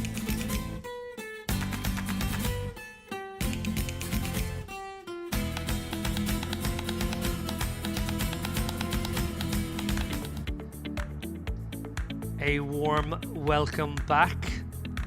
I'm David Lappin. Subbing in for Ali Najad, who did a 4-hour stint there. Fair play to Ali. I'm joined, of course, by Darrow Carney, who has continued his stint from the last one. We're going to be popping in and out in pairs for the next little while from Crystal Cove here at the Merit Poker Western Series. This is the main event. It is indeed the main event. We have seen some of the people that we saw in the warm-up, and we are going to see one of them on this table, Katerina Aristotelis. Love a bit of Katerina Aristotelis. She has built another big stack. Local Cypriot hero. Clearly a very good performer in these tournaments, and she's there in second in chips on this table. And Jack Sinclair update. He has broken his personal record. He has fired the 8th bullet. I spoke to him, Darragh. I spoke to him just before I came in here. Yeah, and I'm just checking. He was bragging. Yeah, he's up to 120k. Yeah, he was bragging. I think he was at 104k when I spoke to him. He was very happy about that. So he bought 8 stacks and he's managed to bring 1.2 of them through the rebuy period. Well done, Jack. That's why Congrats, you're the best. Jack. At the top of the leaderboard there, you see the name Fabian Wolf. Fabulous name, by the way. What a great name, Fabian Wolf. He is a bit of a side event king. He's won 3 side events at EPTs there. I do know a wolf, but I presume it's not him. An older gentleman who... Is he a wolf in sheep's clothing? Wait. No, he's a wolf in wolf's clothing, I think. And Stankov, obviously, we've seen before as well. Love a bit of Stankov. But delighted to see Aristotelos especially back on the table. She brought a lot of colour, a lot of really good poker actually. I'm flashing back now. Anyone here tuning in who was watching warm-up day 2, she was on the feature table warm-up day 2 and day 3, but on warm-up day 2 she made a couple of very above the ring folds, which were very impressive. They were right. Yeah, yeah, she played really, really well, and it's a you can kind of get this. There's a kind of confidence thing sometimes when you have one deep run, you bring it into the main event, and you feel confident, more willing to go for spots, more willing to make maybe marginal plays, and more comfortable in the difficult decisions. Dara, look at this one. So Stankov opened things up from +1, folded all the way around to Bogdanov in the big blind, who defended as he should with the 10-4 of diamonds. Well, he's flopped a pair and a flush draw. Stankov with the 2 over cards has now improved to 2 overs and the wheel draw. This could get a little spicy. Yeah, great check back by Stankov, recognizing that this was the big blind's board. The big blind having all the 5-6s, and didn't go ahead far to see, but his ace high obviously had good showdown. But now he has picked up. Now it's a pretty bad gut shot. It's a gut shot to the ignorant end, but he pulls ahead on the river. Yeah, terrible card for Bogdanov. Obviously, ace king, definitely one of the hands that may have checked back and been sticky once. He's not going to love that one. He may fire a very small blocker. He may decide to turn his hand into a bluff catcher. It's kind of hard to know which, Dara. I'm not sure which I'd go for here. I definitely have a little ponder as he is. Is your hand good enough to bluff catch? You do block diamonds, but then that's probably not a huge amount. Yeah, it's probably pretty close. You can definitely get called by worse if you throw out the small blocker, which is what he's done. You can get called by ace highs, given how little aggression there's been throughout the hand. So yeah, I quite like this actually. Yeah, ultra small here. He's betting 2 bigs into a pot of about 8 bigs, so quarter pot-ish. And yeah, it will have a paralyzing effect on a lot of the range, but not this particular holding. Stankov basically recognizing what it is. Yeah. And Bogdanov giving him the eye. He's like, are you just picking up on the fact that I made a weak lead and now you're raising it? You do find yourself in difficult spots with these weak leads, because if you can't always fold when you have this type of hand. So you've got to call sometimes and fold sometimes. I think this is a particularly bad call because you're blocking the missed flushes. I completely agree that it would actually make a bad call, but could it make an interesting rebluff? No, I don't think so. I can't. I think we'd want a 5 or a 6 in our hand. Oh, he has gone for the call. And gets the bad news. Yeah, I think if we had something like 5-4 or 6-4, then it would be more interesting. But the 10 really doesn't help us. Yeah, I guess just blocking one set. I was more thinking about texture, I suppose, there, and going, oh, it's interesting that the guy has played so passively, now he's raising river. Feels like it might be a 1-pair hand, and maybe. Oh no, I mean, don't get me wrong. We should have bluff 3 bets, but I think we've a lot to choose from. We've 5-4, we've 6-4. Yeah, definitely nice to block the straight possibilities as well. And it would be nice not to have the diamonds as well.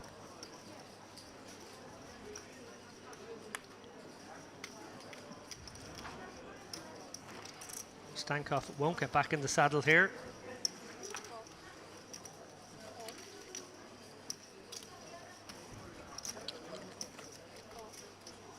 Law pitches the ace-9 offsuit. They're in fairly early position, pretty reasonable. It's kind of a cuspy one.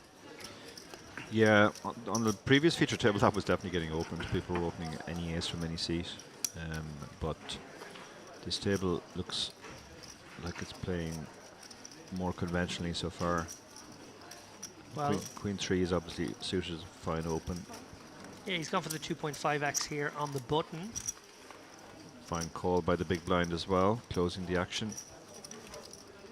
A flush draw against a presumably sticky enough ace-3 here, who might feel his hand is good on a king 5-5, Dara. Yeah, I don't think you can fold to 1 bet here. You just don't have enough calls if you do. Your ace high is going to be good, actually probably well over half the time, and he has turned gut shot. Really bad for him though, because Kokeliaris has turned the flush. Sizing will be interesting here. So he does choose to donk lead it. Interesting. 14k into 35, so 40%. And Kokeliaris going to go for the call here, I guess. Feeling good about his hand, but aware that Gulselvin will have some 5x. That might be a 5-4 sometimes. Yeah. And maybe just let him do his own dirty work here. Depending on the sizing here, he will raise. I think if it's a small sizing, he'll probably come over the top. I think if it's a big sizing, he'll just call. And it looks to be right in the middle.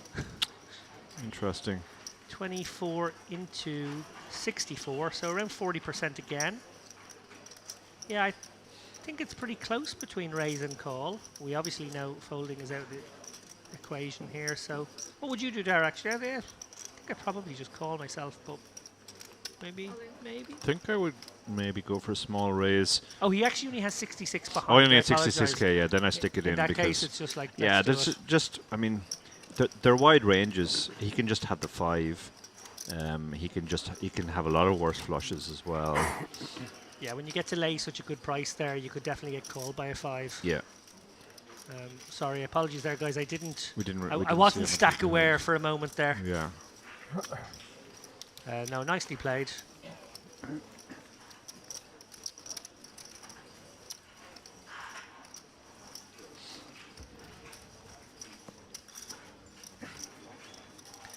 So for those of you joining us late, as I'm sure quite a few people are, it is sort of coming into the late afternoon, early evening, maybe some people coming home from work, some of the poker grinders waking up finally after their Sunday grind. That's definitely part of the equation. For sure. We welcome you to this stream, Merit Poker Western Series main event, $3,300 US. They guaranteed 1.5 million on this one. We're well over 2 million already. Yeah, amazing turnout. I mean, a million of that is Jack Sinclair.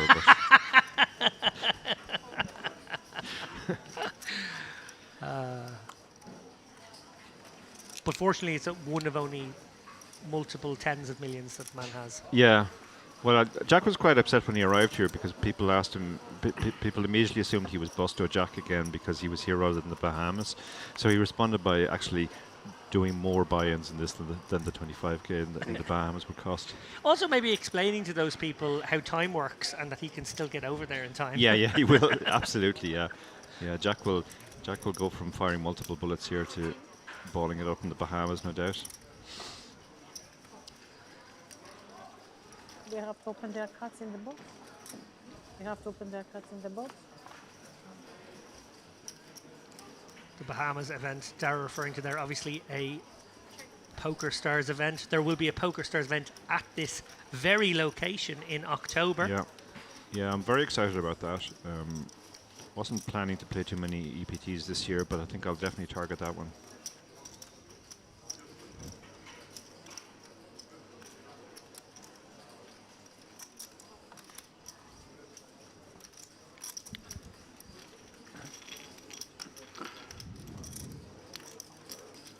Stankov picks up another small one. A little bit of the Colin Farrells to Stankov, I think. He's from the side. It's very generous commentary. Colin Farrell has let himself go, maybe. Come on.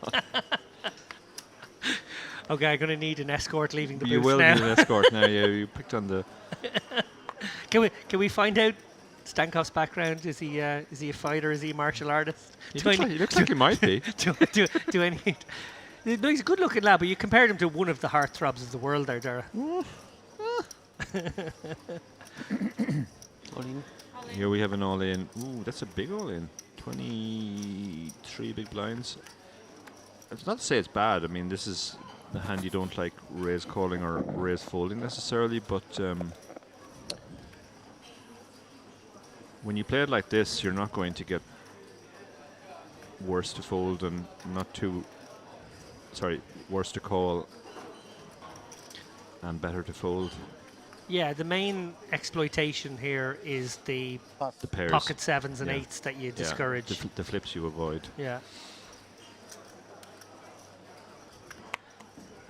We didn't actually see what the tank there was, but Colin Farrell folding his more times. Now I feel compelled to think up as many Colin Farrell movie references Oh over God, the course no. of the next 2 When hours. have I started? This is what you've done, but you When can't have I blame me. started? The audience Yeah. can't blame me either. This is what Yeah. happens.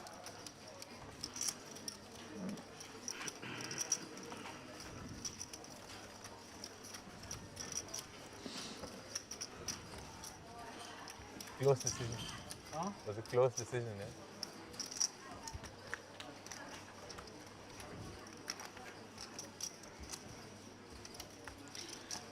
With all these movie references, I feel like you're phoning it in the booth. Phone booth. Do you know what? Phone booth was a Joel Schumacher movie. I used to have lunch with Joel Schumacher. One of the worst directors of all time, in my opinion. Perhaps he did direct Tigerland, his first ever film. Okay. So he gave Colin his break. Yeah.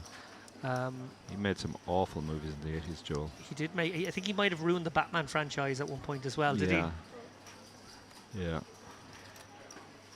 Yeah. Phone booth. Phone booth was okay. Tigerland was good. Those two movies, yeah, certainly. Tigerland made him a star.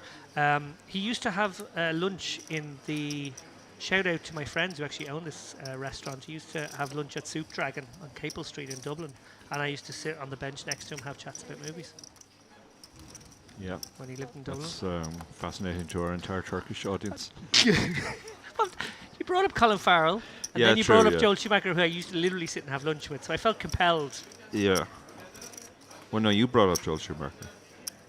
You brought up a Joel Schumacher movie. Correct. Okay, guilty.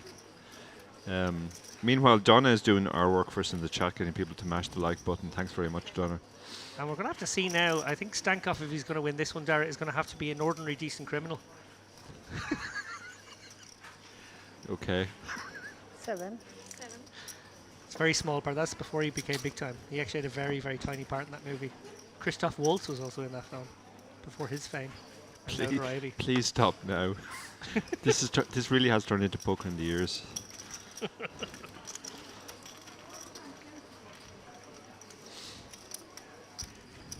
So Aristoteles takes it down there with the bet on the flop. Piles some more chips into her already impressive stack. Do you reckon Stankoff has ever played in Bruges? Probably not, because I don't think they have poker in Bruges, but so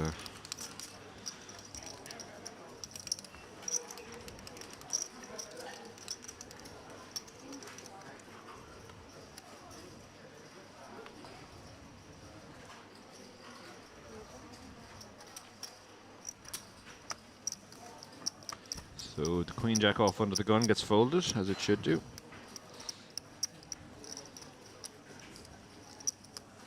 This is a very, very multinational table, as Ali pointed out before the break.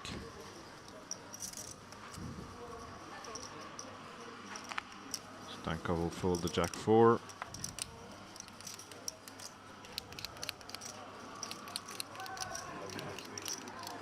Wolf has a decision here with the Ace 9.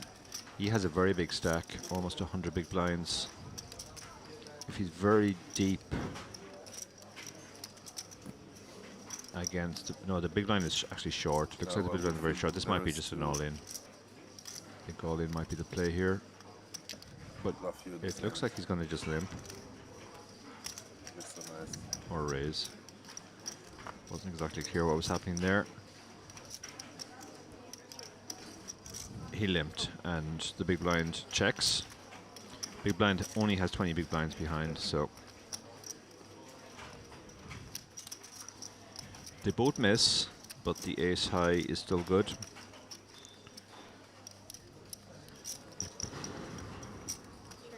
It goes check, check. Yeah, the ace had not much reason to bet. The king on this on the turn, and it's a third spade. that's not a good card for either of them either. So I think Wolf would have fired on a brick, recognizing that his ace high was probably good, but King of Spades is a scary card. Now he's going to have to try and value bet. Law has had 2 opportunities to bluff at this and has taken neither, so you're going to have to do your own betting. He's not going to get looked up by Jack 4.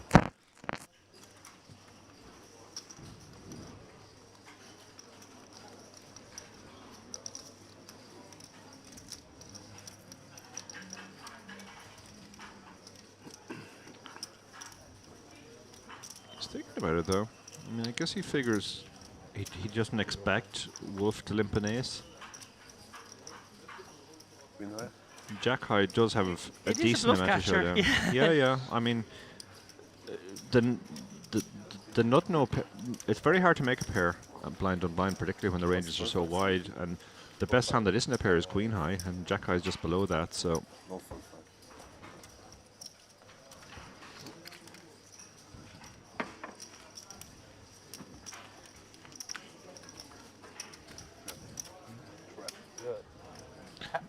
seems to be a very friendly atmosphere between those two gentlemen. First intention was going on, eh? So I don't know if this was announced maybe in the last segment, but we did get confirmation that we were playing 10 levels today. Yes, Sally did confirm that. So this is level 5 of the day, and we'll have 5 more after this. Next break will be dinner break, and then we'll come back and play 4 more levels after dinner. Going for a slightly longer day too than the warm-up, presumably because bigger field. So Stankov again with the decision there, but he is no Dumbo, so he lets go the ace-9. Okay. I'm going to cross these off my list I every time I really, do one. I really regret bringing up Colin Farrell now.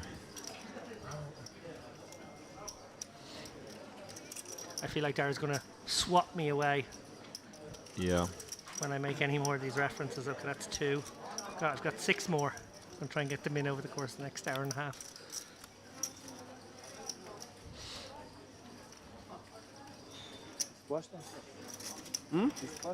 За что? Wants to do something silly here, I guess. That's how it feels.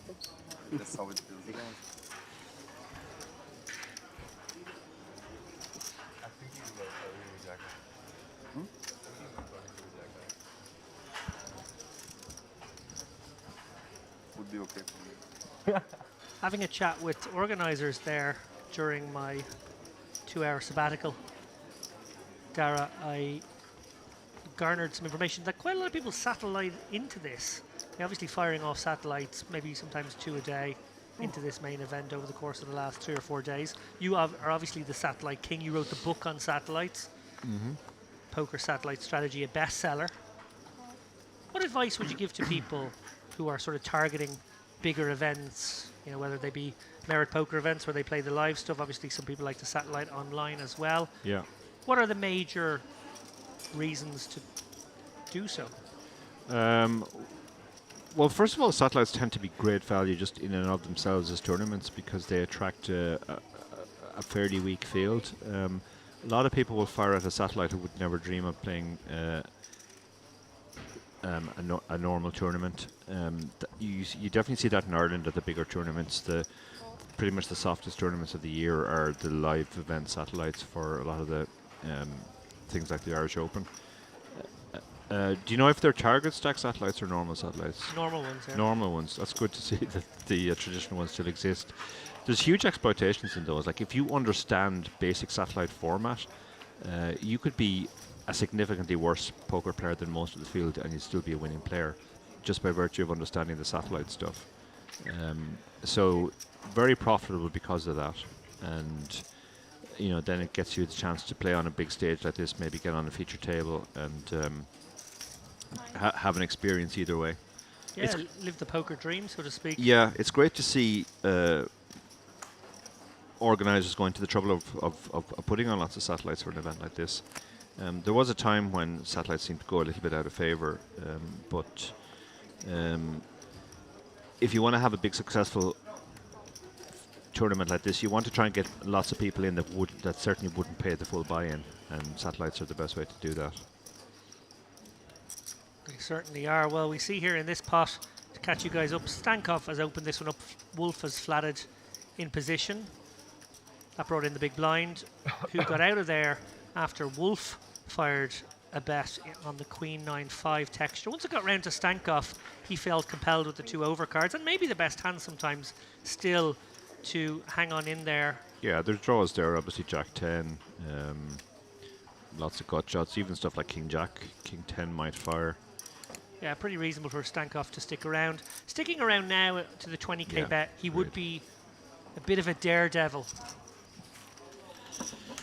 Yeah, David marks another one off his bingo card.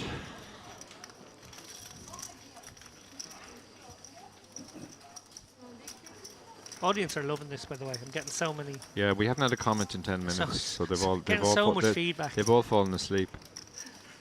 If you are alive in the YouTube chat, can you at least tell us that David hasn't driven everybody away?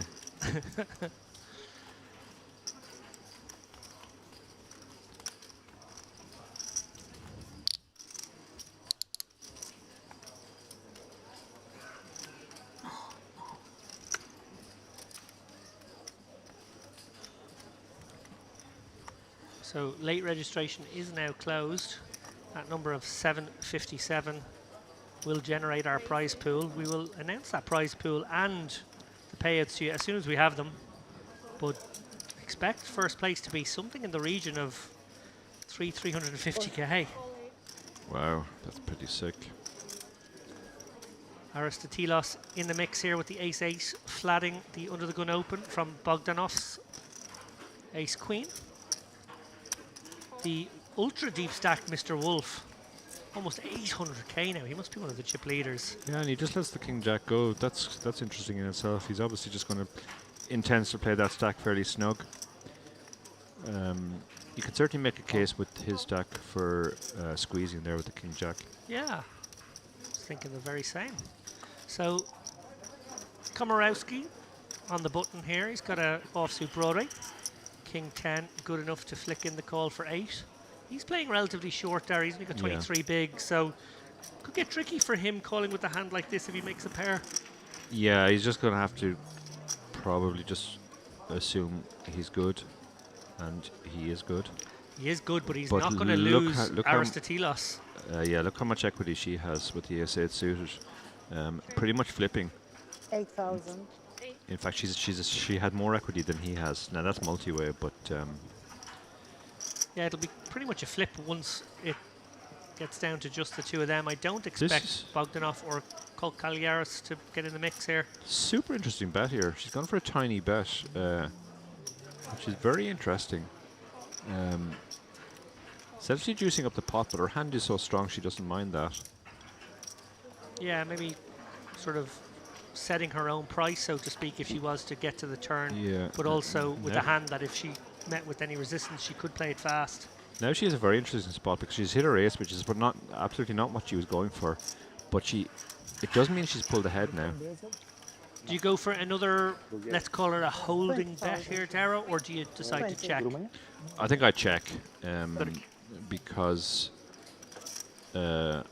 yeah, we have showdown now. We can definitely bluff catch against part of the range, and yeah, it would be very awkward for her if she faced a raise in this spot. It's hard to get called by worse now when we bet ourselves, but it is going to happen. Komorowski's going to hang on at least for one more streak because the size she went for was so small there. That's what now she hits her flush on the river. And very happy and very quickly goes all in here. Obviously, Komorowski is the effective stack, 57k. Yeah, he's folding out. Literally everything got there. So hard to believe he can stick around now. Obviously, she has some ace-x in her range. She has some flushes. She might even have some sixes. He doesn't beat anything other than a bluff. I don't think she would play the same hand or Queen 10 this way. So yeah, he has to basically figure out what are the bluffs, and I guess the bluffs are 4-5. It's just hard to figure it out. She's very honest. She shows just how good her hand was. Ray Wheatley is in the chat. Says, afternoon lads, enjoying the coverage. Great when you're sick off work. Sorry to hear you're sick, Ray. And we have Patricia Komorowska in the chat saying, wishing best of luck to Komorowski, proud of my dad. So Oh, great stuff. that's nice to see her railing her dad. It has ace or something. But I was ahead all the time. I was ahead. Not on the floor. He made a good fold there on the end. Eight, and straight as well. You have an 8. Yes, eight. Ace You eight. have flush shot, yeah. Ace eight.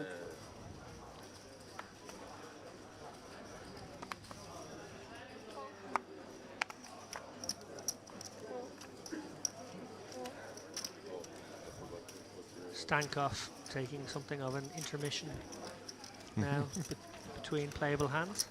Yeah.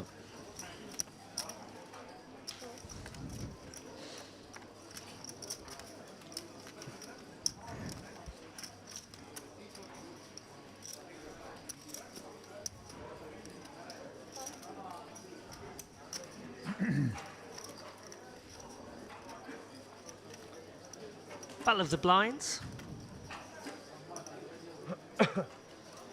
Jack 2 suited, definitely a hand you want to limp. You can call you can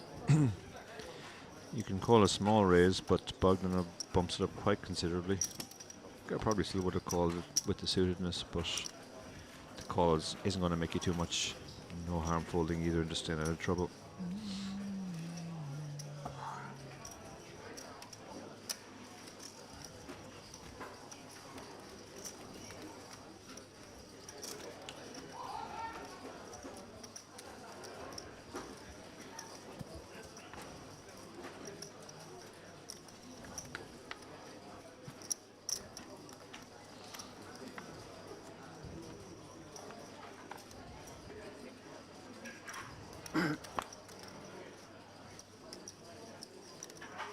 Stankov going to get in the mix here with the 7-8 suit, little suited connector. Dangerous ones these, Dara. We talked about this on a previous stream as well. If you include too much of this low to mid league suited connectors, while they're good for giving you some board coverage, you'd have just too many of them, really. Just way too many of them, yeah. Because your undergun range will be tight, and it can just get overwhelmed by all this stuff if you open it all the time. But opening it some of the time is fine, and you can use things like table conditions as the deciding factor. If you're not getting 3-bet very much, then it becomes more feasible to open them all. Well, when the action does get round to him, if indeed it does, and I don't think it will now, because Subramanian is going to go with his ace-10 offsuit. Interesting to pick up on maybe Aristotelos's propensity to do these small raises, not necessarily premium, and that the ace-10 could be good for a cold 4-bet. Yeah. She's going to get a reasonable price here, but actually he probably has a perceived range that dominates her. Yeah. If she saw his hand, she could call, but she's going to be worried about aces, kings, queens, ace, king, ace, queen. They're a big chunk of his cold 4-bet range.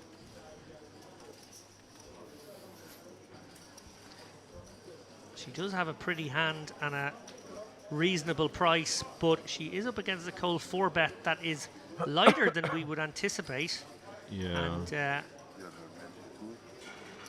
I guess she's just trying to figure out how often is it pocket 9s or 10s. They're the sort of hands you're hoping to see if you call for this price. You're certainly not expecting to be in as good shape as ace-10 with almost 50%. Looks like she might just flick in this call there between her fingers. Yeah. Not afraid to gamble. Just a question of whether she's getting the price or not. She does call. She does, and she will get the relative good news. She's not in front, but she's not far behind. Yeah, it'd be very hard to be in front there. I think that's as good as it gets for her. Maybe the pairs that she's genuinely flipping against too, but this is pretty much a flip, and no longer. Well, that all but shuts the door here. She has She some can still make a runner royal. runner. She can still make a royal flush. Heart. I have ace-2 heart. Oh, it's never easy from 3% to 16%. 16%, yeah. He's giving it the old uncomfortable shoulder rub. Oh, Never is. He lives to fight I another have day. ace to Subramanian. Yeah, it's too hard. Nice little pot there, 174k. How his fortunes have just changed. He Not was everybody on it. playing sub 20 bigs. He's now over 40 bigs. Two ace, eh? It's very interesting. A lot of dead money in that pot to go with the money at risk at showdown. So yeah, wow. Right back in the mix now. Aristotelos takes a little body blow. She's still having a pretty good day though. She is, yeah, for sure. If she Just call. no 3-bet, yes, yeah, she just call, I think so. But You move in What is- anyway, so. no, he Yeah, you move all in again. you move is call. You Yes. show. You mean if she just called? She just called, Would would you move you all in? I move think you to might all be in? even more, given more reason to. think Yeah, I'm I mean, there was not only sure. 8,000 extra in the pot because of her small raise, so Just call, maybe um, flop. I don't think it really changes things. It's always quite funny, these post-mortems after the hand. What would you do if I did this and then he did yeah, that and you would have and done this? Then you can find some way that you might have won the hand. Close. There's a famous book, I can't remember which one it was, You're which lucky started to with 8 apparently random hands. And it gave 8 different ways the hand could play out. And they were all somewhat credible. And ended up with 8 different winners. Wow. And the point of the book was that there's a lot of variance that people don't recognize, that sometimes the way somebody else plays their hand ends up in you winning or losing more. Revenge, huh?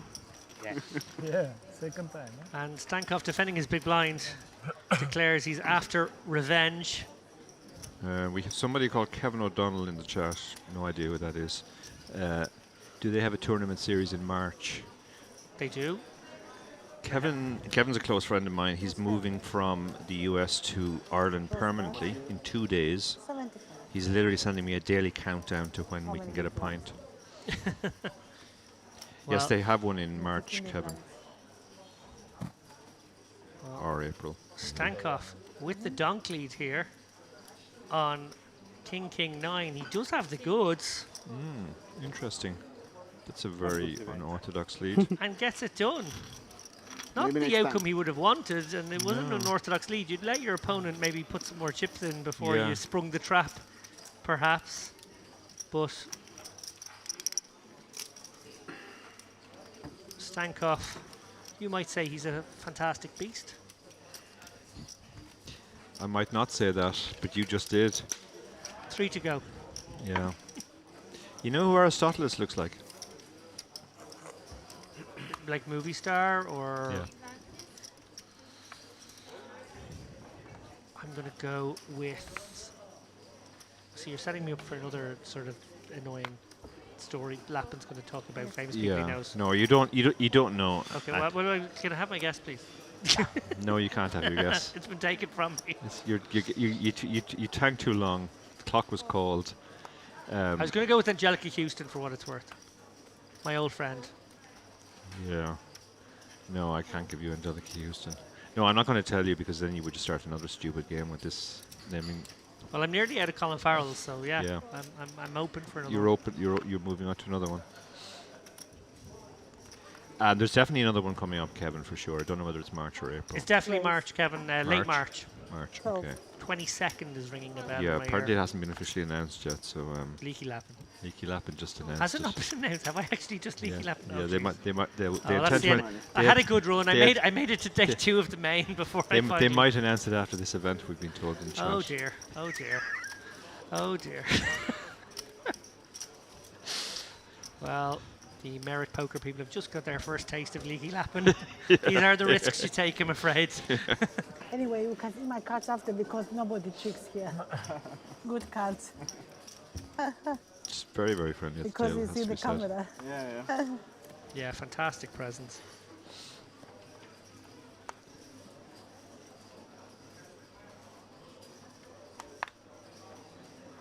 I'm going to say Law looks a bit like Faraz. Yeah. Maybe this see is that. a look-alike table.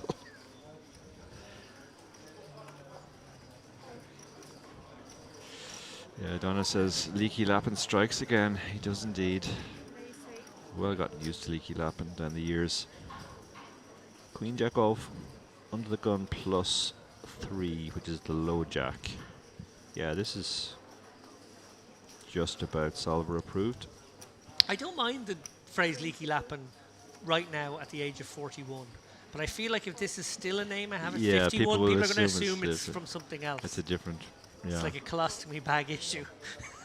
I mean, to be honest, I think people already think that, but they think it's kind of dual purpose.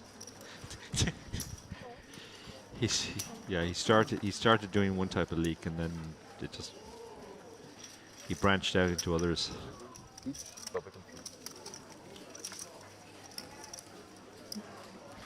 Mr. Frankello says, I'm sure they have EPT in October. Yeah, that one has been announced. Oh, thank goodness for that. Because I leaked that one about 5 days ago. I saw a poster on the wall for that one. I thought I was safe. Yeah. The pink are gone, no? No more pink. Yeah, no more pinks.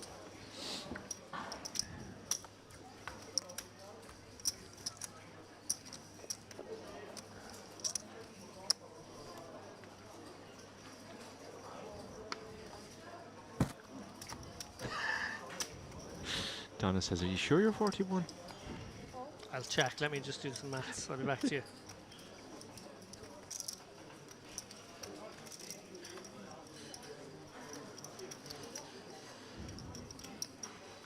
So I can't believe you haven't taken the opportunity, Dara, to tell the story about how somebody once thought that we were the same age. Actually, sorry, thought you were younger. Something that upset me greatly for many years. people wouldn't make that mistake anymore, unfortunately. I don't know, Dara. I feel like I've let myself go and you're still in shape. Race. 9. They'd have to think I was very weathered looking, whereas you were out of shape but relatively young looking for your age. David's just taking calls here. No, I was trying to pull up the chat as well so I could fight my corner and you could stop tag teaming me here, but I forgot my volume was on because I was actually listening to you and Ali while I was on my break. Yeah. Yeah, I also listened to you guys at the start as well. All you can eat here from Law. He has the right sort of hand for a squeeze. Yeah, yeah, you gotta like this. Over the top. So Bramian just limped, I assume, did he? It looks like he just limped, and Aristoteles did one of our trademark tiny raises, which the players may have picked up as kind of weakish hands.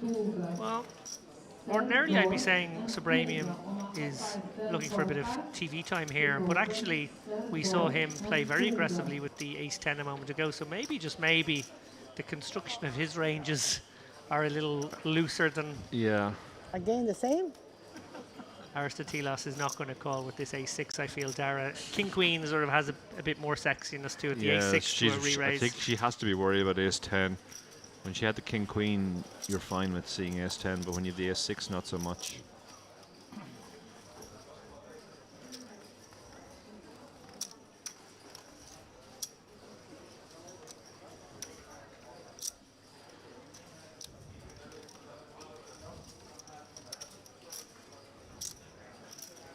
Limpin' is pimpin', says Vautour.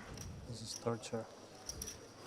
This is torture. Action is so slow. It Every can decision be, I is so suppose, slow. in certain situations with the right stack sizes. And no phone, no smoking. Yeah, for sure. And I think she's gonna fold. Yeah. Someone on the feature table a little disappointed with the pace of play right now. As Aristoteles contemplates a call for quite a large portion of her stack. Yeah. It's a little unfair there. I'm not sure she spent more than 45 seconds on that one. More every time. I know you. Country bet 10-6 with it. For now. Dark Angel talking about Jen Newell in the chat, who, of course, while we were in Vegas, was asked to guess your age, and let's say she came up with a much higher number than your actual age. Jen Newell is dead to me, Dara. Yeah, I know. Right, or Jen. He didn't play one hand yet. Correct. Thank you. Thank you. You see one hand he plays. Thank you. Kevin, I think a bit of misunderstanding. Kevin's daughter is called Jen, so.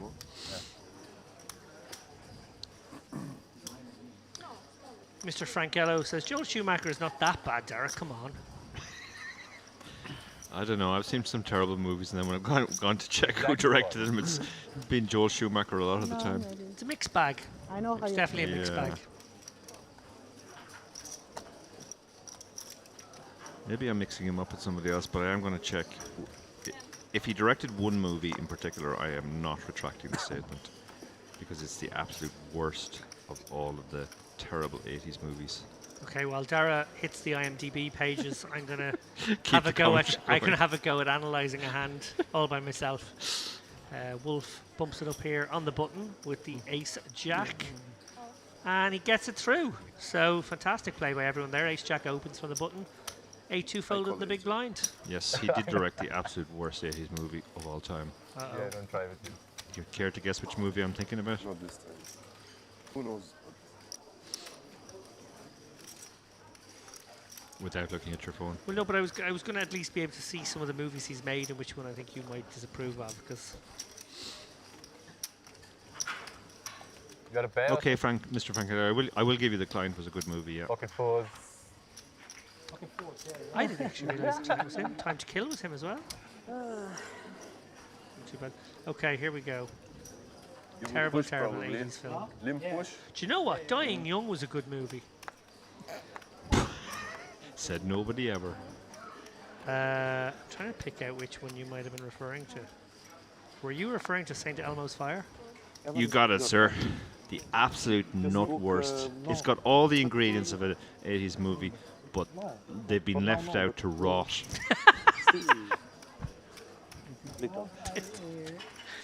then a passing animal has taken a dump on them, and then they've smushed it into a movie. So it's like Ebert and Roper in the box right now. And also a horrendous title track, it has to be said.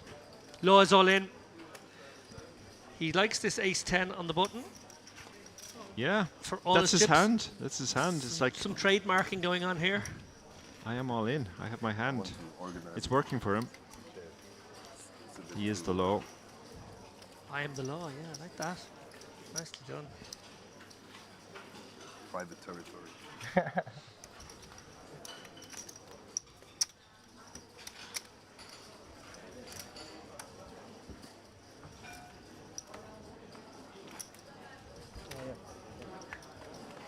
This is not the last event that will be covered by the live stream. Just to give you guys a heads up, there is a high roller starting on Wednesday, and we will be bringing you Cards Up final table coverage of that one on Friday. So you've got day 3 and day 4 of this one to look forward to, but you've also got final day high roller 5K tournament to look forward to as well on Friday. Please do tune in for that one. Yeah. See how many bullets Jack can fire in that one. 16. And another small 3-bet here, okay. This time Gull 7s It seems to be how they play if they have a hand. that they want to continue with, Well, yeah. continue. They just throw in the tiny little. Well, look at this. Okay, so Bogdanovich is 2x'd with the King Queen offsuit. Gull 7 is 4x'd, so just Aristoteles doubled. is flatted. And Aristotelos has decided her 8s are interesting in this spot. Well, I guess if Bogdanov is going to just call here, well, here's pocket 6s who might be actually tempted because it's only 3 more bigs. Actually might have been tempted by that one given Yeah. the strange action that had come Maybe before. he's worried that the betting isn't closed. Yeah, that is true. Obviously, Bogdanov could be thinking about coming over the top here. Juiced up pot here. Bogdanov can't really fold for this price, can he, Darren? No, I don't think so, but it's a horrible hand to have to play out of position to 2 players. He's getting such an amazing price, though. Could he be considering a sort of a 4-bet fold? Use his hand that way? It's a bit funky. That would be a little bit funky, yeah. He does just call in the end. This is one of those spots where you call and you're not even sure if you want to hit. I know, right? Well, hit he has, and he has taken a commanding lead in this one.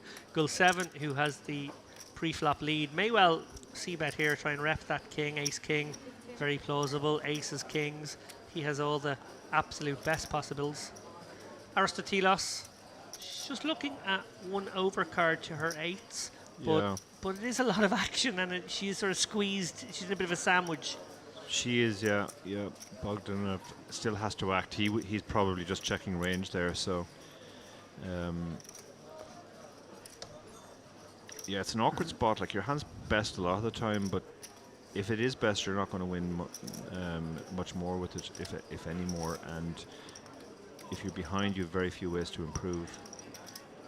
So Bogdanov now facing a continuation bet and a call from the he's over caller to the he's 3-bet now pre. oh my God, one of them can absolutely have aces or ace king here, but I do have the king. So yeah, he's literally getting dragged along in his hand. He would have liked to have folded pre-flop. Now he might actually fold if somebody else can find the bet. Yeah, I wonder if Gull7 will size this one up as Aristotelos, with her overcall to the 3-bet, probably has a hand like 8s, 9s, 10s a lot, and was being stationary for 1. And Bogdanov's call very much represented a King X hand. I got to be honest, it really did feel strongly like he might have a King Jack or a King Queen. Or a similar type hand as well, 10 Jacks, Queens maybe, the stronger pairs. So we sort of found the 3-bet pre to such a small sizing with these 5s from that seat a little on the unusual side. But I have to say, credit to Gull7, now that he's found himself in quite a weird spot, he is using that ace as a opportunity to win this. It's a with small second bet barrel. again though. It's only about third, it's less than third pot. Horrible spot for Bogdanov. Bogdanov just really feels like he's getting dragged along now. You only have to be good 22-23% of the time here. He's asking himself, could he be? Yeah. He's probably not expecting 5s, but he might be thinking maybe queens or jacks.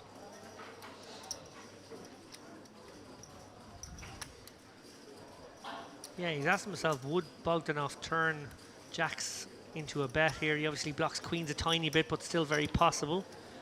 It's it's a real head scratcher. I think this might work, Dara. Yeah. Yeah, no, I wouldn't blame fold here at all. Because we can see the hands. No, he is getting sticky. Okay, well, this is very interesting because right now, Gull7. He's got less than pot behind. Will he take the bull by the horns here? Has to know. No, straight away gives up. Yeah. And credit to Bogdanov, obviously had decided, I'm calling this street, I won't call another bet. Yeah. But you know what, I just got to be sticky. It was the sizing, I think, yeah. As you said, Dara, he got absolutely dragged by the He hair got through dragged, that hand. but He it- got but it- handed all the chips at the end. But he won a big pot, and you know sometimes that happens.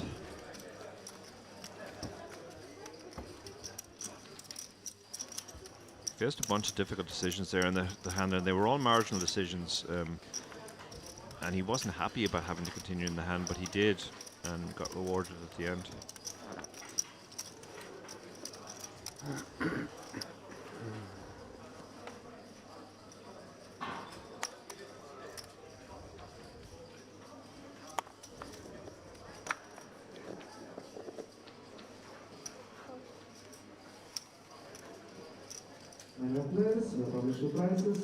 Stankov with the pocket 5s.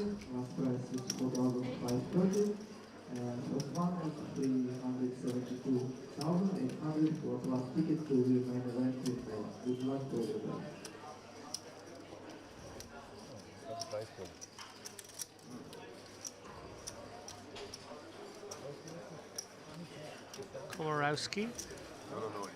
Only got 12 bigs here. He might just stick it in. He does, and Stankov may feel compelled to call here if it gets back round to him. Yeah, good spot to get all in here. Couldn't hang around really too much longer with the 12 bigs. 52? 47. 47. Stankov asking for the count, so he can work out the price. He needs to be roughly 40% here. Kind of feel that's what 5s roughly has, but he decides to let it go. That might be just a bit more respect for the player who appears to be playing tighter. Yeah, one consideration I make in that spot there, Dara, is when it's very, very close and you feel like you might have maybe one of the worst calls, maybe 5s, 4s. They feel like the ones that you might be just about compelled to go with. I often think, well, what weapons do I sacrifice? Do I continue with this stack and actually have quite a lot of weapons in terms of what kind of plays I can make? how deep I can play pots against other people. If I have a little bit more chips, will that really change much? But if I lose these chips, will it suddenly, remove some of those? Yeah, no, that's certainly a consideration. But I mean, there are bad stack sizes as well. So, like, for example, if you have exactly 30 big blinds, then it's much better to have 40 than 30, and it's not much worse to have 20 than 30. So, it can go either way. Law raises up here. Absolutely no consideration of folding small pairs in early position. Anyone at this table, really. No. It's not to be advised of They like these their stacks. pairs. I want to point out just a small strategy nugget there. These small pairs really don't play that great as opens from early, or from any seat really off these sort of stacks. They're not great. You'd almost rather have a king 4 suited and ace 4 suited than a pocket 4s, to be perfectly honest. Yeah, I mean, there are spots where even pocket 2s, where 2s isn't even an open on the button. So these players are taking a much more liberal attitude towards all these small pairs, many seat. And he has run into it here. And that's one of the problems. You're going to run into quite a lot when you're coming through the entire table. And as David said, like, king 4 is better, not because it's a better hand, but with the king, you're less likely to run into the hand that he's run into.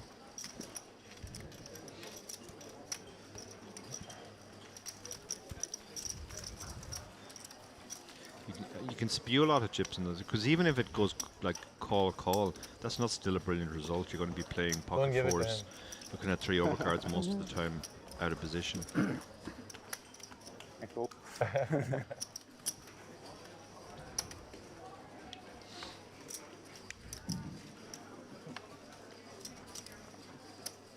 Yeah, I have to say from personal experience there, definitely when I did a sort of overhaul of my game about 6 or 7 years ago, trying to just sharpen up, feeling like I needed a bit of extra analysis. I suppose as soon as the computers could help with this stuff, one of the first big realizations I made was I was playing my small pairs from too shallow a stack from all over the place. Yeah, it's very common. I mean, back in the day we opened any pair from any seat.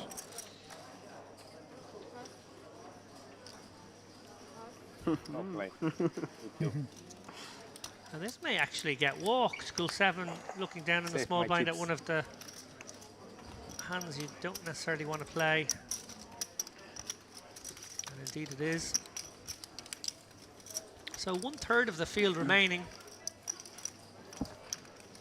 That puts the average stack around about 300k.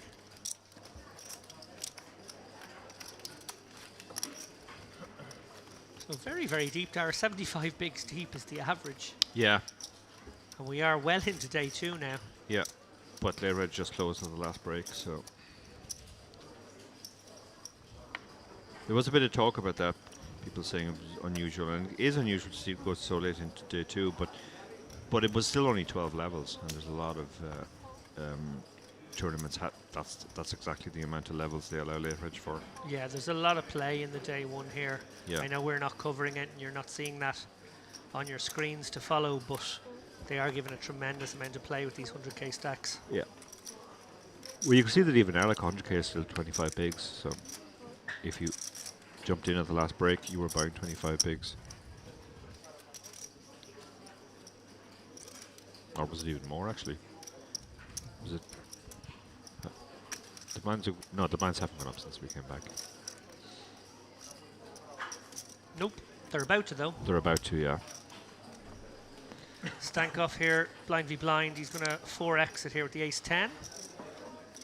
I like the sizing. These guys are playing effective stacks of around about 70 bigs.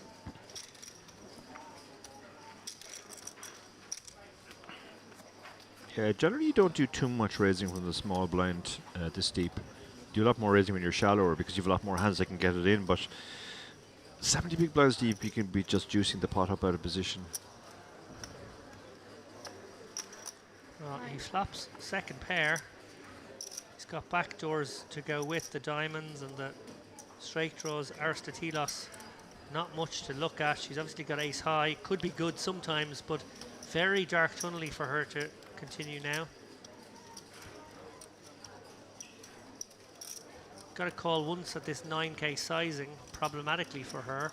Yeah. Just from a minimum defense point of view, we see though that she is in terrible, terrible shape.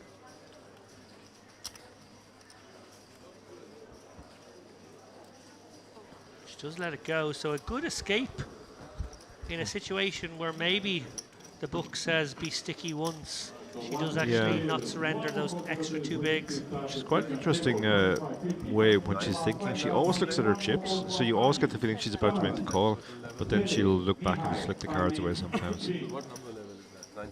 19. Gentlemen who are ready to start on table number 8, please take your seats.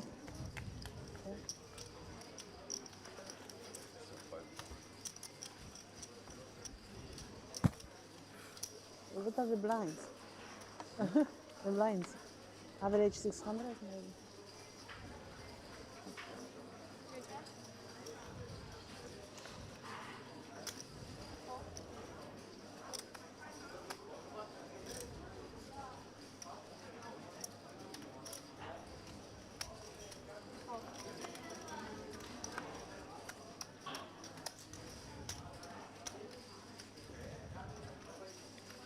Probably 10K. Subramanian considering a loose open here. He's got 40 bigs exactly now. He just let it go.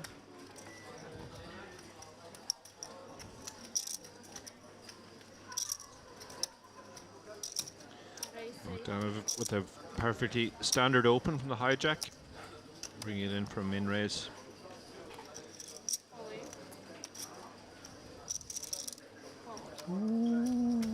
Aristoteles she does like to play a lot of hands. She calls with the king 9 in the small blind. So these 3 players all very deep, Dara. Bogdanov, the original opener, with the best hand pre, is effective. He's got 75 bigs. Wolf and Aristotelos playing 110 bigs deep. And Wolf has flop best here with middle pair, ace kicker, wheel draw. Bogdanov's got a jack of diamonds, working a little bit with his ace. Aristotelos unlikely to continue with king 9 here, very much not her board. Yeah. You're in Bogdanov's shoes here, Dara, you just check back?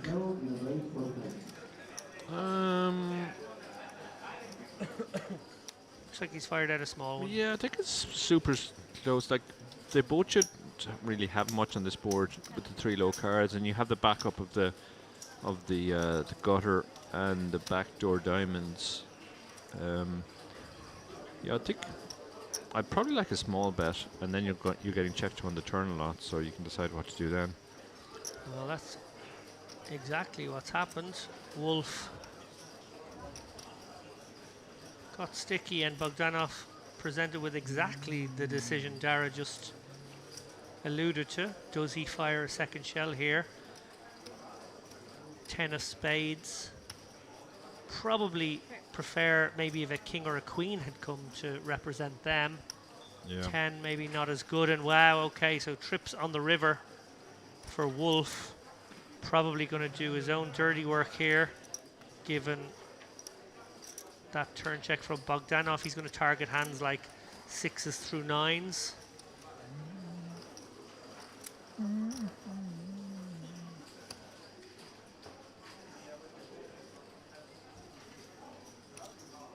There will be some 4x in the bluffing range here. Yeah. Yeah, the big blind has a lot of 4x. Like, normally outside the blinds you'd be worried that that's only stuff that has other stuff in this board, like 4-3 suited, 5-4, ace-4, but he could have, you know, 9-4. I think what's interesting about this one is the 2/3 sizing from Wolf does polarize somewhat. He's not looking for a cheap showdown with a 5 or a 2. He's actually gone bigger, and that He's implies gone bigger, but it could still be like a 10 or... I guess that a 10x of diamonds would make a lot of sense. Yeah, you can bet a 10 on this size. You could bet... You could even bet a 3, I guess, at this size. You don't necessarily have to go too big. And that's exactly what he's done. He's bet the 3. And I guess Bogdanov now trying to figure out, is his opponent doing this with the 10x or a 3x, discounting the likelihood of any of the other stuff, and maybe piecing them together in a perceived range with some of the missed diamonds and 4x hands. Yeah, I can't blame the call here if he does make it. As you said, it's not polarizing, but he can certainly have a decent amount of bluffs. No, again, he He tricked us. It looked like he was going to make the call, but in the end he decided no, keep these chips. Shout out to Aidan Quinlan in the chat who says, welcome back, the best Irish duo since Sig and Zag. What about Podge and Rog? Podge and Rog were since Sig and Zag, yeah, that's true. As we take a look at our leaderboard, well, there you see it. We love the name Fabian Wolf.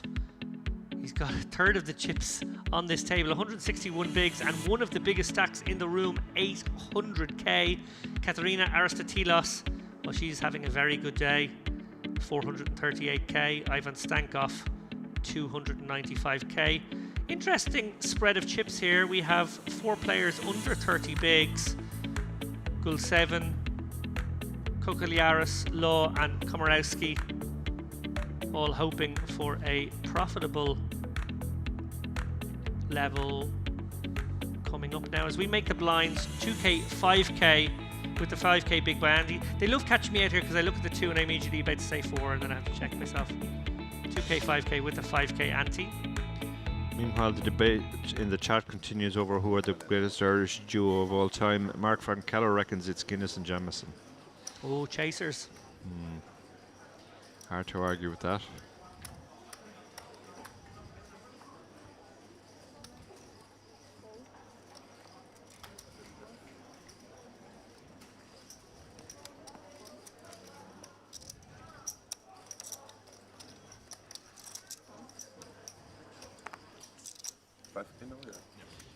So we have a limp here. I want to allude to something here in the context of famous duos. This is not an Irish duo, but Dara, in the very early days of our partnership on the chip race, thought we should model ourselves on Anton Deck. I'm not going to say the expletives that he used instead of the word Anton, instead of the word Deck, but you can probably use your own imaginations on that one. So much so that he thought we should always be seen standing in a certain order. Yeah, one on the left, one on the right. Yeah. Which Anton Deck do, so you know which to switch. Well, so Romanian, what a turn card for him here. Is Gooder drills home. Yeah, the limp here is quite unorthodox, and that's brought in both blinds. Wolf happy to bet his middle 2 pair. And he's going to face a raise, Dara, and it's going to be very awkward. It's going to be very awkward. Yeah. Not what he is hoping for. Give me a sizing here for Subramanian. He's got 155k behind. I like 48. That's my favourite. Oh, he's just clicked it, Dara. Yeah. Oh, that's filthy. This is filthy. Yeah, I would have gone smaller than 48, but bigger than this. So I'm just greedy. I was setting up a nice river bet. That would be very hard to fold. Wolf. Yeah. Well, he can fold 13k No, he can't. here. He can't fold. This actually looks like a kind of an advanced blocker almost as well. So it's actually going to make it tricky on the river as well. I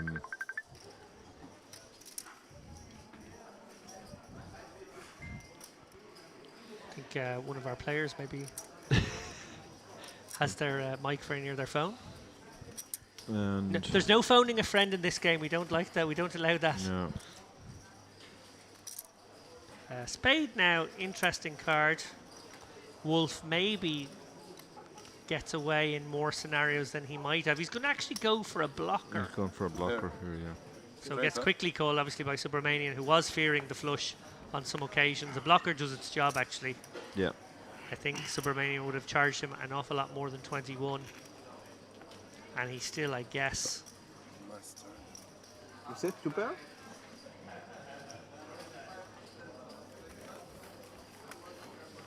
I want to bet even a bit smaller on the river, but I was afraid he still raised. Yeah. Nice when the players do the commentary for us. Yeah. Dangerous. We're only guessing the But if I insights, check, but you if bet. they're going to reveal them, it's good. Honestly, if you checked, I wanted to check back. Oh wow. That's the way to annoy him. That's the way to annoy the Go, guy. I hated that river. I was just, checking. He's just made a great blocker bet and goes, actually, I was going to check back. Great smile there from Subramanian. He's got another hand. He limped a king jack last time, which was Don't like unorthodox, king but paid off for him. Yeah, we saw a limp earlier on as well. Was there a Yeah. small pair limp maybe, or maybe it was a connector limp? But anyway, it's clearly part of the Subramanian arsenal. Do we have any Subramaniacs in the chat? You'd have to call them that, wouldn't you? If you have your fan rail. Yeah, they haven't revealed themselves yet, but Subramaniac, maniac. okay, we're back to dodgy 80s soundtracks.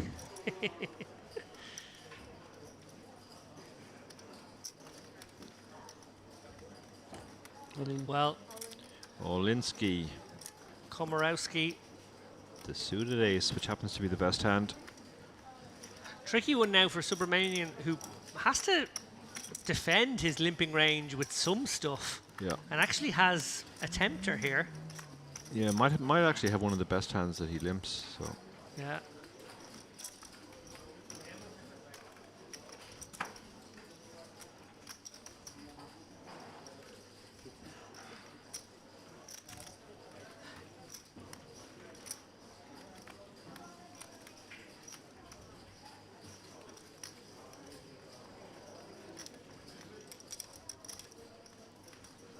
I feel like this might be a call there.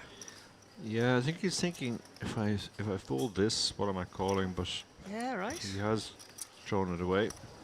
Obviously, the king 8 suited. Great result for Komorowski Amazing, there. amazing, huge pickup.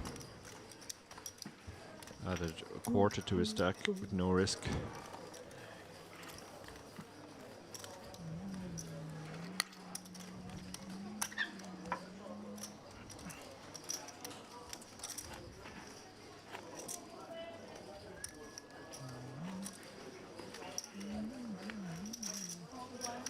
One of our players humming a little tune for your pleasure, Yeah. ladies and gents.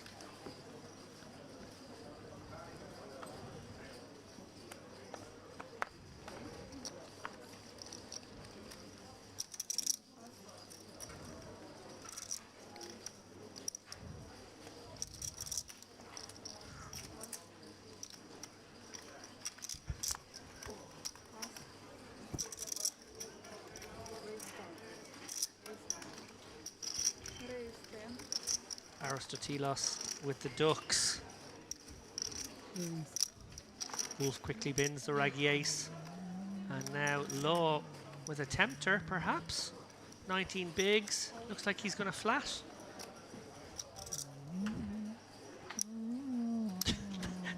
that hum from whatever player is. That's no spot. I'm not saying they don't have a note in their head. They may have one note in their head, but it wobbles.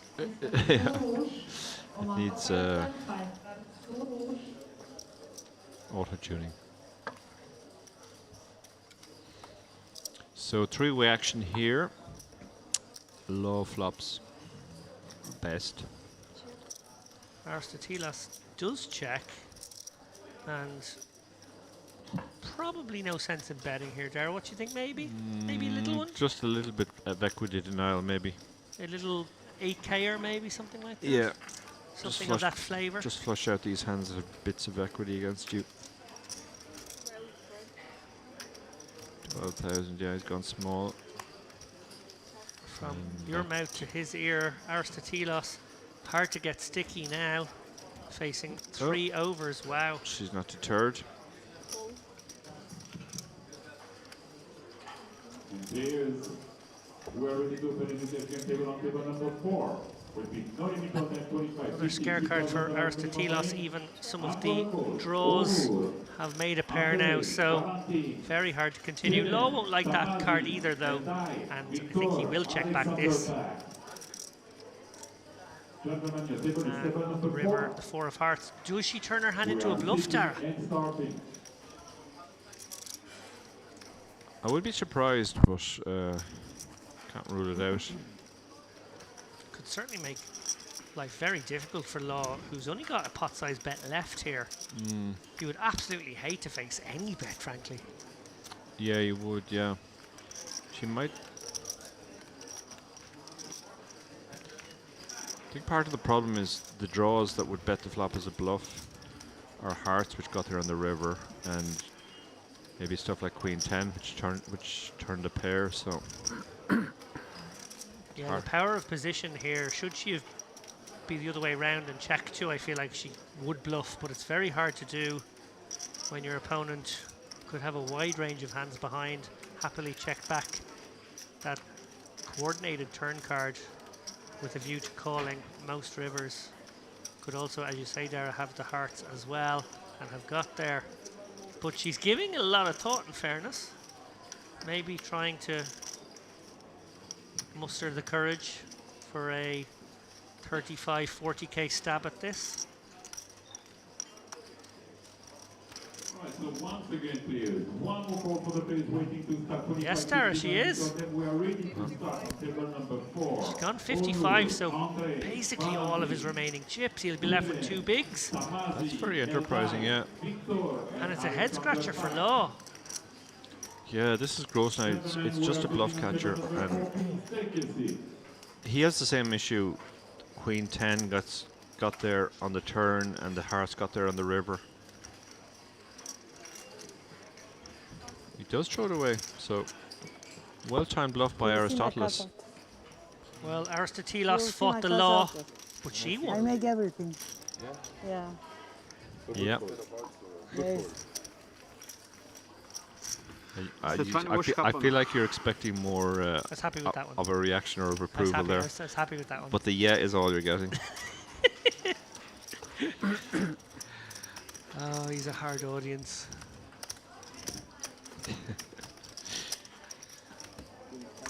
I even wrote that one down about 15 minutes ago on the off chance that he got into Oh, a really? Yeah.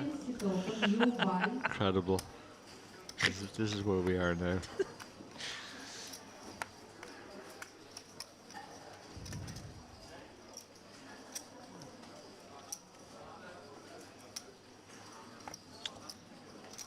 So we're down to less than the last third of the field. And Magnificent Gull 7 opens up with the Queen Jack. okay, that might be your best one yet. Really? Yeah. Oh man, I'd like the Law. No, I prefer the Magnificent Gold 7. That's just so ridiculous that it's kind of. Rolling. Komorowski with big Komorowski slick. He picks does have a up- tight image, Dara. Oh my god, yeah, well, this is just about the third hand we've seen him play. So Remain's asking for a count here with the ace-8 suited. Can't imagine he's going to call off. Well, I guess it's only 14.6 big blinds now, but still, against the tighter, older gentleman. And there's another player behind who absolutely can have a hand.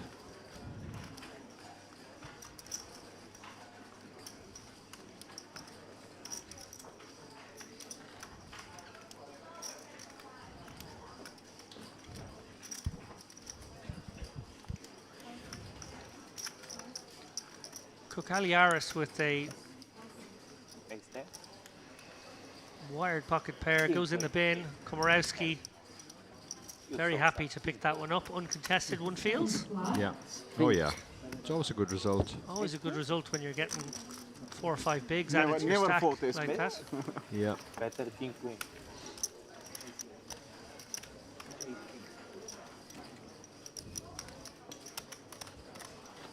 He's sexy. So sexy. Yes.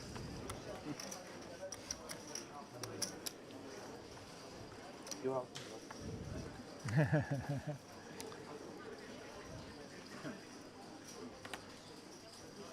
A very warm welcome to anyone joining us late in the day. Obviously, it is around dinner hour here in Cyprus. Yeah. 5:30 in the centre of Europe and 4:30 if you're knocking off work early in the UK or Ireland. Dara O'Kearney and I bringing you the Merit Poker Western Series, not the warm-up, the main event. This is the main event, ladies and gentlemen. I think we can get sued by saying that. Depends on the tone of voice you use. You can't write something like that. You found that out, didn't you, while you were doing your satellite book? Yeah, we did. Yeah, we originally wanted to call the book something satellite qualify for the WSOP. How to qualify for the WSOP something, and Barry was told in no uncertain terms we couldn't use the term WSOP. Well, no, main event was Our the main one. event, actually, yeah. Couldn't say Yeah, main event. I kind of figured they shouldn't. They should have some copyright over WSOP, but the main event But was you an think it interesting would one. be just advertising for them. It's not like we're competing with them in any way. But apparently Barry pissed them off at some point in the past and was told by whoever was in charge of the WSOP that they were going to make it he was going to make it his business to to destroy Barry's career at some point. Because Barry's such a rambunctious punk Yeah. that you can just imagine him annoying people with his jokes about tea or something. Well, Subramaniam with the pocket sixes on this Queen 10-5 is going to dances with Wolf. I think I'm just getting tired now, so these are actually starting to seem funny, but I'm going to play it back afterwards and see if these are actually funny. Okay, the sixes really shouldn't be too excited about his hand at all here. Ace Queen has picked up a gut shot now to go with his Queen. And the sixes get flung away. Absolutely. No, the sixes win and Wolf flings away the Ace you Queen. bet. I'm sorry, I completely misread the action there. Wow. Wolf makes a soul read that was very incorrect. That is amazing. Yeah. You would be forgiven, Dara, for presuming such an audacious play wasn't coming. Yeah. Do not adjust your screens. That is what happened. Very strange line there from Subramaniam. Maybe he is a Subramaniac after all. Yeah, he's certainly showing a lot of aggression there. Stankov throws his cards away. Made very, very tight laid on. Very, very tight laid down. Indeed it was. It was, sir. You had... You had 95% equity.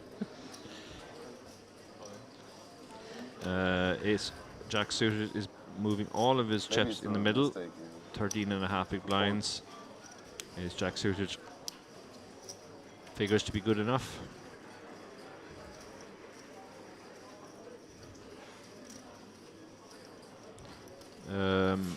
We have a bunch of different nationalities, Aidan. In fact, everybody is a different nationality from everybody else, as far as I remember.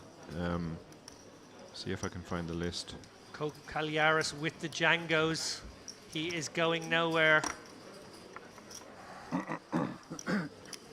Will this be a hold for the Djangos, or will Law double up back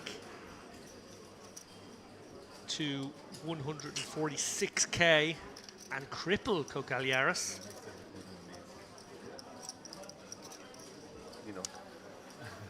Often the bogey hand for many's the player. Django's. Someone folded an ace. Wolf lets us know that he pitched an ace just to throw a bit of juju into the mix. Can you bring water? Water, yeah, thank you. And just one card to fade. We know it's actually 2 outs. Oh, he's hit it! Oh, that is absolute filth. Wow. And just when I was going to send Law on the 310 to Yuma, Dara, he has somehow survived. Ace on the river. Kokaliaris, a brutal beat. I said it was the bogey hand. For some players, that's a particularly cruel way for it to go down. With this move. Yeah. He's been left with just 10 big blinds and all smiles. Oh, that's horrible. King on the just on the river. The back is it's a flip. Kokaliaris fought the Law, but the Law won. Yeah.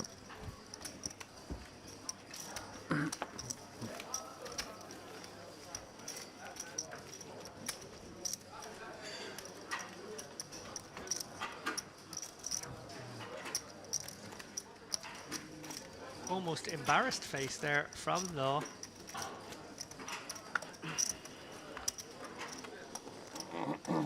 He'll get over it. Yeah.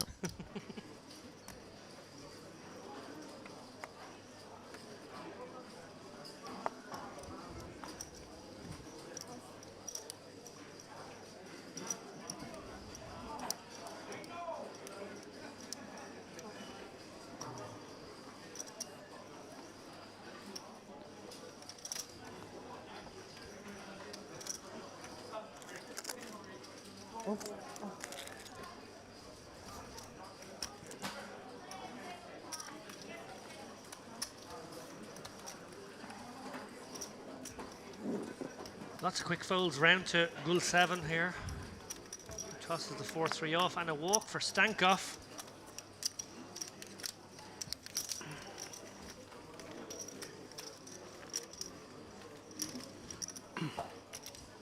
Team Dubai still alive. Yeah. Dubai is still alive, still on the table. Oops.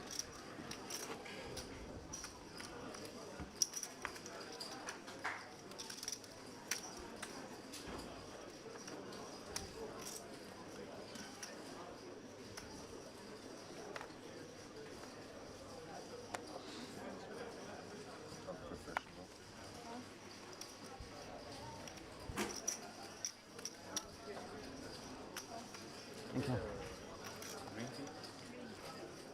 Celebratory green tea for the man who Like the green herbs. chipped himself back up to 20 bigs here. He was very short just a little while ago. Yeah. Yeah, no, it is a great feeling when you're more or less out the door and then you hit the river like that. Never been a tea drinker, Darren, I've noticed. Me? Very rare to see you with a cup of tea in your hand. Yeah, I was a big. Obviously, like every other Irish person my age, I drank nothing but tea in my youth. But then I got kind of all tea'd out. If I do drink tea now, it's going to be more likely to be green tea than the traditional tea that we all drink. Feels like everyone is eating every break here already. Well, neither player with the made hand here. Stankov with a draw.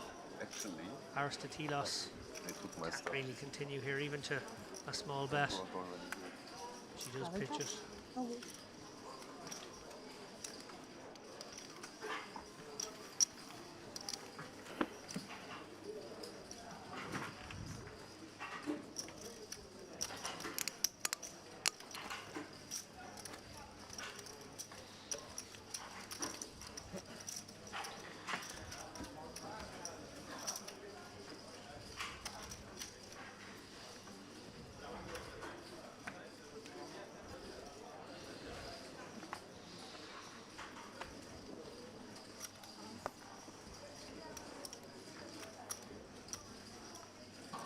Now, interesting to see if Komorowski will put his newfound wealth to work with this very openable, blockery hand. He is great to see. Yeah, this is good. This is a good adjustment from him.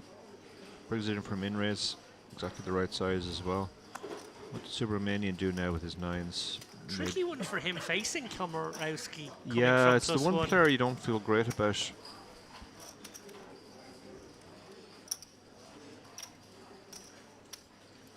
Looks like he's gone for a small raise, has he? Yeah, he has. It really is the raise du jour. Yeah. I guess he's committing against his stack, maybe, and driving everybody out behind. Yeah, now if you're Komorowski, Dara, you were obviously opening this one, sort of the blocker value, the suitedness was nice if you did end up on a flop, but facing this size of a raise, you sort of know your hand has more than 20%. Now it's hard to realise. I'd be very tempted to shove here. If I knew it was that the hands like nines, king, queen, all those hands are in there, I'd be very tempted to shove and just represent the aces. So with that huge price, Komorowski compelled to make the call pre. He hasn't flopped any of it, and Subramanian only looking at one overcard to his nines. Clearly emboldened to fire. Again, he fires half pot, and that's the end of this hand.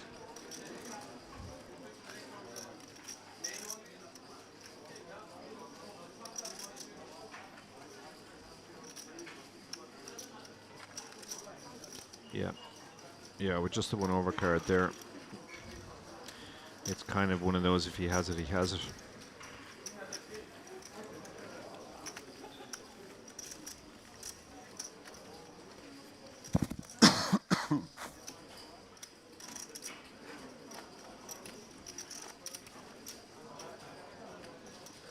Mr. Nithaile.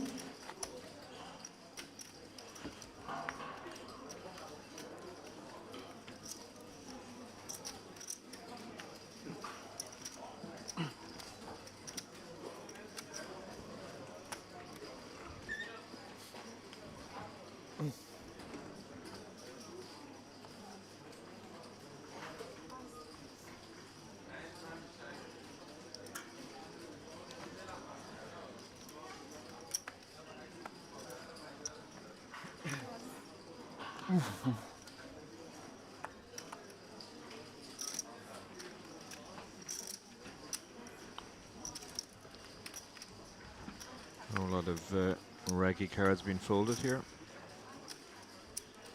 Now.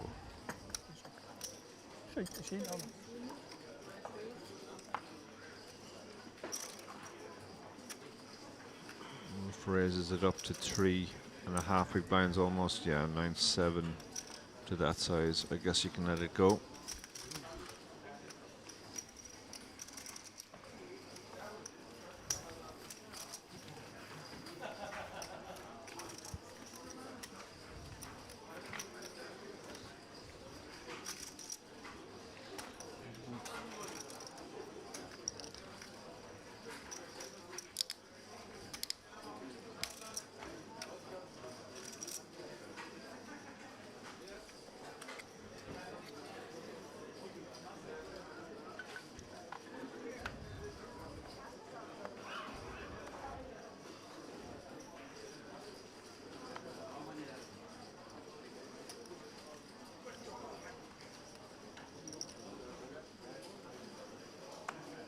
You have around 140, 145. So Caliaris looking for a spot now. So Bogdanov opening the king queen. Again, a lot of very bad hands being dealt. Oh, Law has sevens here.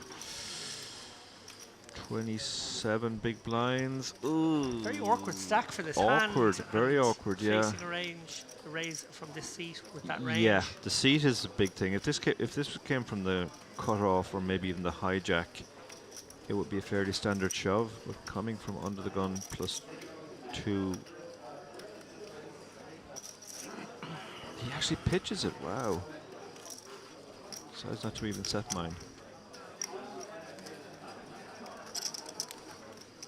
Yeah, I'm surprised we didn't see at least a call there. Obviously, from the small, he's getting a discount. And there Yeah. are some boards where you can be sticky at least once. Sure, the boards where you'll have straight draws or running straight draws, low card boards, which won't favour the opener's range. Yeah, I'm a little surprised there. Obviously, Law getting that fortunate double up just a moment ago. Not interested in reinvesting there.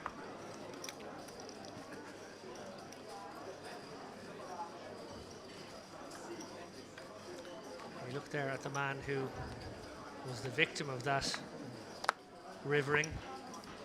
Desperate to wake up with something playable now as the blinds approach. 8 bigs will very quickly become 6 bigs in a couple of hands' time. And with that, his chances of a spin-up diminishing. Stankov does muck the twos there, a little bit like we talked about earlier, how those hands don't really operate as good opens. Good to see that from Stankov, good awareness, just to release the twos off 40 bigs. Yeah. Well, Wolf, he's been active. And he looks down at Big Slick. And it's probably just going to work. Sobranium.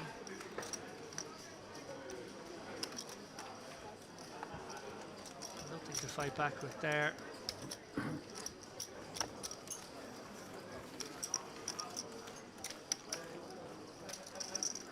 Arstentilos there left a picture. Somewhat the star of the first hour. She's been quiet for the last half hour or so. Card distribution being a little more unkind.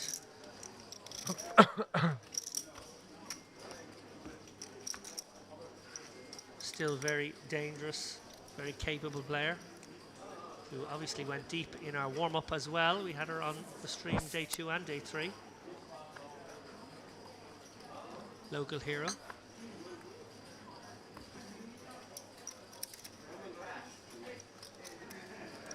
Oh, and Stankov now, very playable. Yeah. Yeah, he's been card dead lately, but he's finally picked up a hand he can play. He has been patient. He hasn't been forcing the.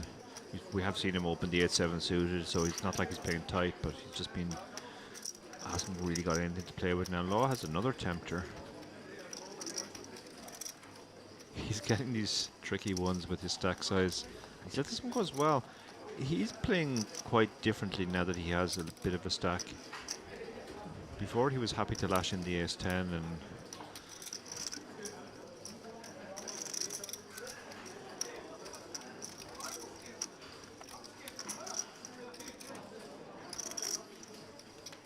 Subramanian going to call with the 3-deuce offsuit here in in the small blind. Wow. Wow, this is loose. Borderline in the big blind. It's This is not a call in the big blind. yeah.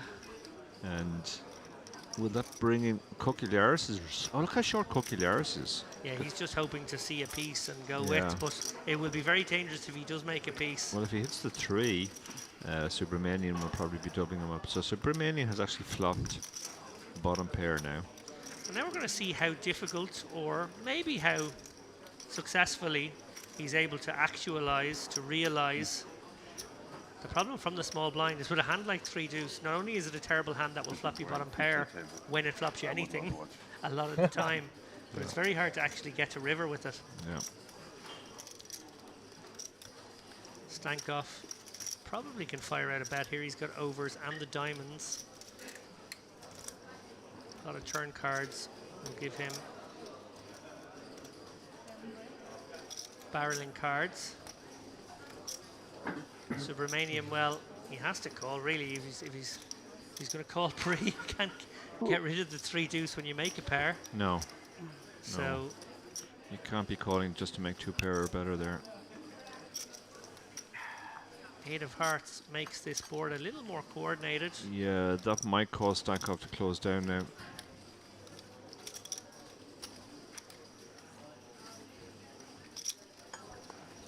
Yeah, he does shut down, see what happens on the river. Hits his queen on the river, that's what happens. And Subramanian still left with bottom pair, bottom kicker now. Considering turning his hand into a bluff here, going with a large size by the looks of things. Half pot. And can Stankoff find some raises, Dara? We know he's not folding. Yeah, it's a head scratcher. Obviously we're never folding, but what do we get called by if we raise? Feels like Subramanian is repping a 9. Yeah. He obviously could have 2 pair. He might have the 8-9 suited, something like that from the small blind makes more sense than the hand he actually has. Votur in the chat points out that Subramanian's hand is called the dirty diaper. Oh, that is true. Yep. So he has just made the call. In the end, he's decided there's not enough there he can get value from. He's going to be quite surprised, I think, to see the hand. Very odd line from Subramanian, I gotta say there. Yeah.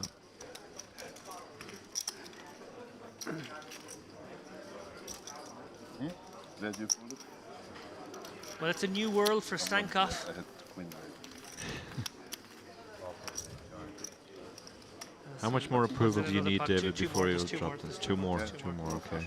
But check, turn. Saving them for the last 20 minutes. Actually, one of them requires a very specific flop, so I might be able to get that one in. But it has to, it's like one of the 1400 flops, or or it just has to be paired in some way or something. Something more like that, that Okay. nature. Yeah.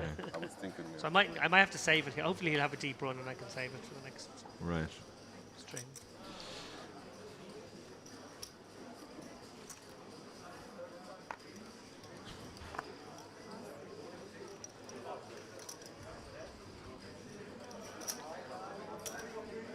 And Wolf with the suited gapper here. And he's, yeah. Okay, no, he has opened this time. I thought he folded it. Comes for the 2.4x sizing. Subramanian's not a man who'll be folding the ace-10 on the button. Considerably better than the deuce 3 out of position, the ace-10 in position. Yeah. Maybe a 3-betting hand actually in the eyes of Subramanian. Yeah. But no, it looks like another flat. Bogdanov folds the queen 6, which I actually like because it's just going to get you into trouble a lot. I think he might have called it, David. I wouldn't have picked him as a maniac just based on profiling when he arrived at the table, but he has been the most maniacal player. So Wolf has an interesting spot now because it's a hard board to hit, and it's one of the better boards for his hand that doesn't have a pair on it. Wow, Superman just throws it away. Yeah, I'm baffled by those two hands in sequence almost. Yeah. Was he almost bitten by the last one? That he's Yeah, been he thought, okay, well, I need better than a pair next time. Better than bottom pair.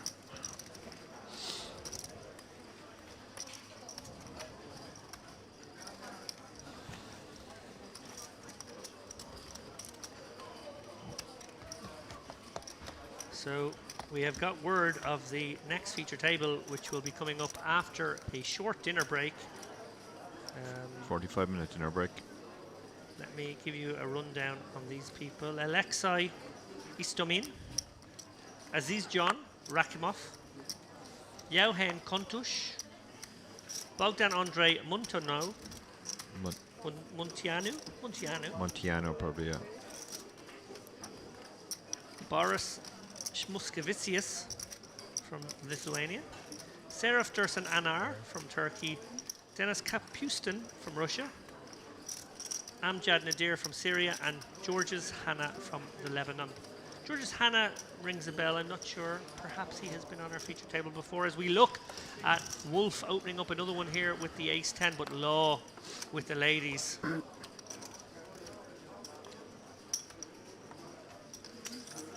And just too many chips for Wolf to consider a call here. It's a 27 big blind shove. I would have constructed a 3-bet inducing range myself off that stack, I gotta say, Dara. Yeah, I would have too, for looked sure. to maximize these queens. Bit of a gift from the poker gods. Yeah, Wolf's not calling off here. He wags his finger to say you're getting away with it this time because I don't have it. But I'm ahead. What was this? What the show, please? Ace-10. Show. and yeah, David there mentioned the feature table that's coming up. Remarkably, it's another very multinational table. We have 2 Russians, 1 Uzbek, 1 Belarusian, 1 Romanian, 1 Turk, 1 Lithuanian, 1 Syrian, and 1 Lebanese. So astonishing stuff. it really shows how that Merit just draw from all the countries around in the area. Thinking so often about all-in. There is this phenomena in poker. Not everyone's aware of it, Dara, called chip race run good. Next time, bluff would Yes, be tell me more about this chip race run good. Chip race run good is when you're invited to the award-winning Chip Race podcast, and you instantaneously start winning all your hands and all the tournaments you play for the next little while. We saw it with Andy Wilson recently, very good example of that. Yeah. And we've, in an extraordinary way, just seen it with Angela Jordison. She immediately won the high roller. Yeah. 3K high roller in the American casino that she is in. I can't remember the name, but she is the overwhelming chip lead in their main event now. I saw with that, 8 left. yeah. Yeah, I know, it's remarkable. One of the up-and-coming stars of poker, Angela Jordison, really is an astonishing year she had last year. Getting weaker, or we're used to well, it. what a January she's having now as Yeah. well. And speaking of the ladies, they're out again this hand. Bogdanov holding a pair of queens. Stankov has the kind of hand you would defend and has defended it, and he's outflopped his opponent. That's the look of a man who has queens, and not only has an ace flopped, but a king has also flopped. Yeah. But he's going to fire the continuation bet, which I like. I mean, he should pretty much range bet this board, I think. It's an interesting hand candidate with these stacks to go for a triple, actually, Dara, because you block the ace-queen, which is the one that might call all the way King-queen. down. He's also turned the nut flush draw now.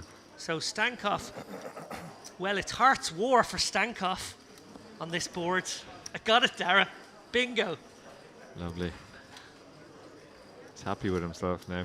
Yeah, this is a super interesting spot because he probably recognizes that a lot of the time now his opponent has an ace or a king. So his queens doesn't have as much showdown as you would think. He's basically only beating a 9.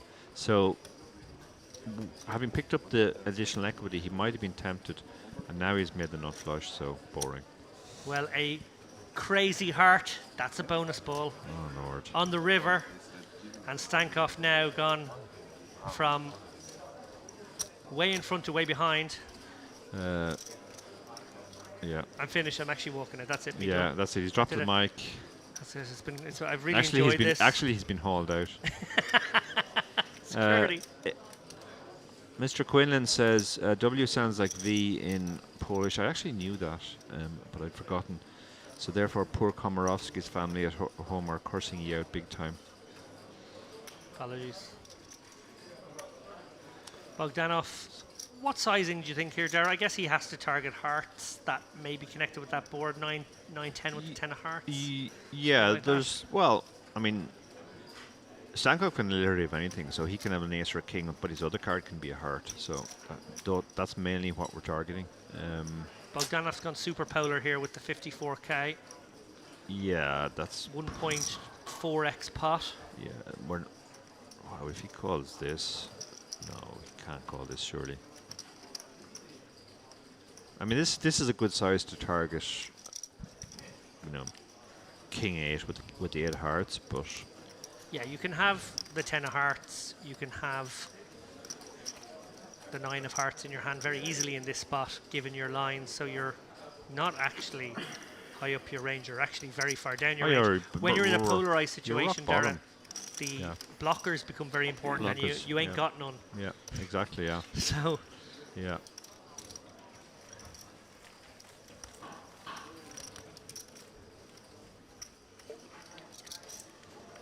One pair is good? One pair is good. Yes. I don't think so. Sometimes. Sometimes it's good, yeah. I'm sure about that. You win sometimes. Sometimes I lose.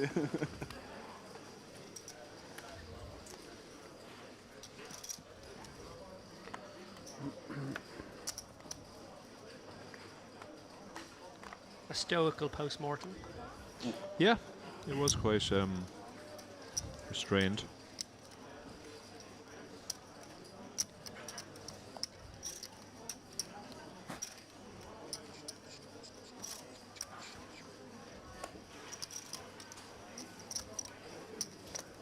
What's going on? We are flying. Ah, you're playing, yeah. Oh, hello.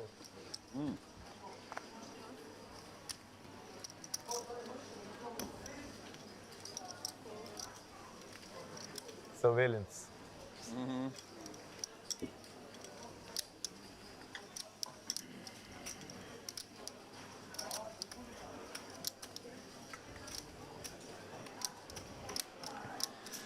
Well, flush draw versus Arostatelos' 9s.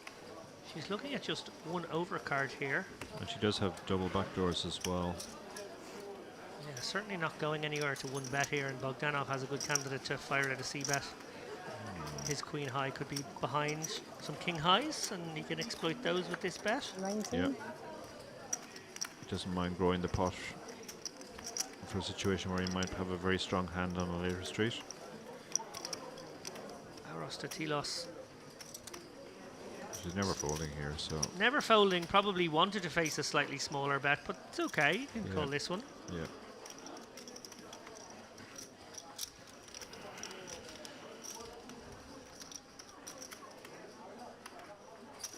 The glance down at the chips you mentioned before, Dara, and she just lets it go. She did Wow. it again. Wow, that's incredible. She fools me every time with that that serious look at the chips. I'm really surprised by that one. Yeah.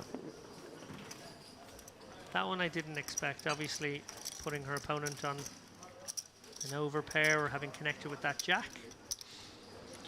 I mean, you really have to give him a lot of respect there. I think that that's what he's betting. And as I said, she did have the backup of various backdoors as well. And I just received an email at this very moment announcing the 4th annual Global Poker Awards, which of course were hosted one time by our fellow co-commentator here at Merit, Ali Najad. It was. In fact, he was the man who read out the chip race as the first ever GPI winner for Best Podcast. Correct. Ew. Ew. Ew. It's a little in-joke for anyone at home. Queens again. Look at this. David, what's going on here? Why does These ladies are getting about. Yeah. Are we allowed to say that on a stream? Well, I mean that. In the well, most you just did. I mean that in the most respectful You sense. just did. So, if we're not, I'm afraid that particular boat has sailed.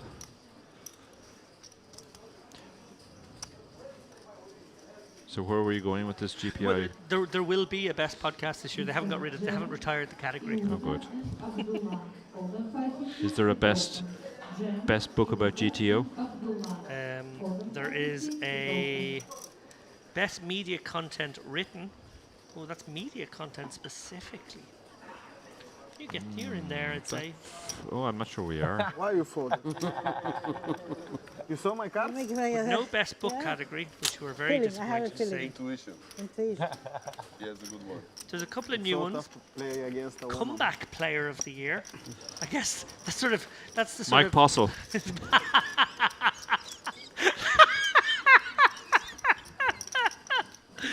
Oh, fantastic. Oh, I think I might need to turn the mics off. I have to laugh for another 3 minutes. That one, I'm sure no one wants to hear me. Oh my goodness, brilliant, Daria. And you trusted her intuition? It's kind of a That's why you rub down. folded? It's sort of like saying to someone, you were good, No, I then you were had, shite, and Yeah. then you're all right again. Yeah, it's a I bit have a like when picture. they used to have I folded the breakout picture for you. player of the year at the Irish Awards every year, and Tom Kidd got it every single year. People kept forgetting that he's already broken out. Yeah. Rising star in content creation. I think that's a nice one actually, because that's a way to recognize someone coming up in the maybe Twitch world or streaming world or some other kind of. But like when I suppose those huge big names in those mediums sort of have a stranglehold because a lot of their fans will vote. It's Yeah. hard to get a look in, so just to recognize someone new who's Agreed, made yeah. inroad is nice. Kokaliaris, he finally has a hand he can shove for what's just 5 big lines now. Not even 4.8. Yeah, Bogdanov. Well, Well, he's got a lot of people behind him, but he can call here Yeah, and see what happens. exactly. It's going to be a flip for Kokiliaris. That's a name you got to say Before carefully. erase.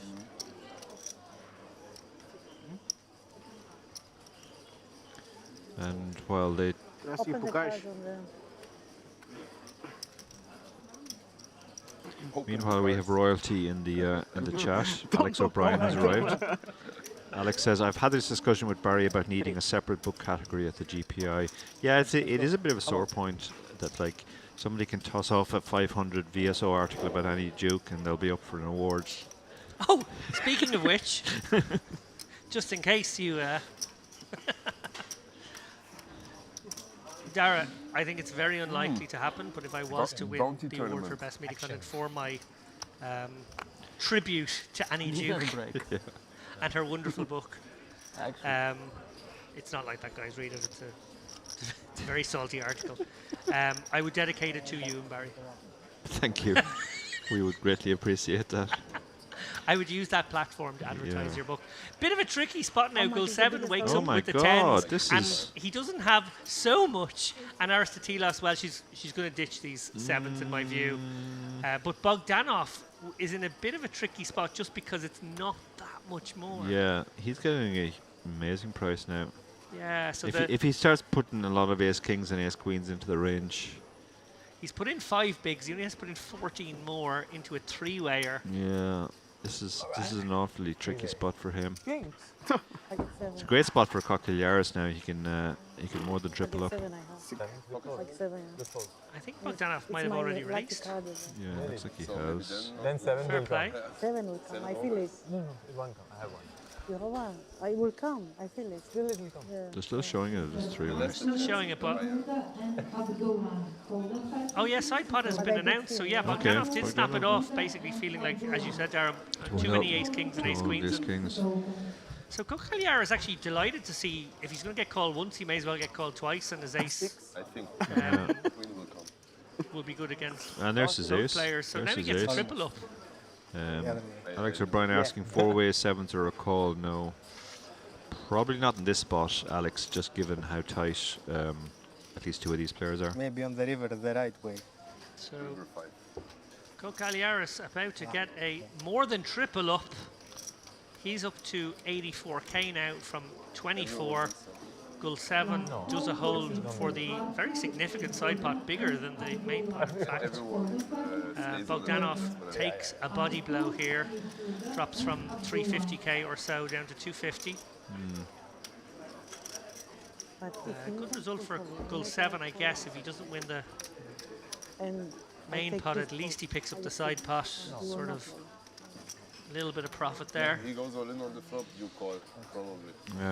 GPI chat is still in the chat. Voter says, hopefully there's a category for scathing interview at a long-standing European festival. Yeah. That might be one you might be up for, David. Oh, that was my comments about How Mr. much do they Kassouf. have? Yeah. And follow-up article, which is also eligible.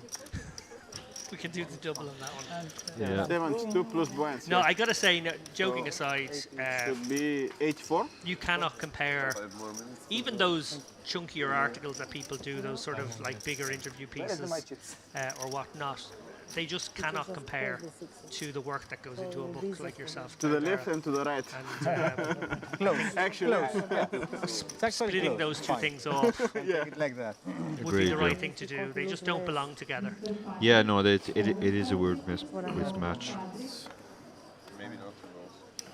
They're not two things that can be compared properly. Although there was a time where it was just best media content and people had to judge between a 3-minute funny video and a book and an article and I don't know, and someone's expressive dance. And a TikTok. Yeah.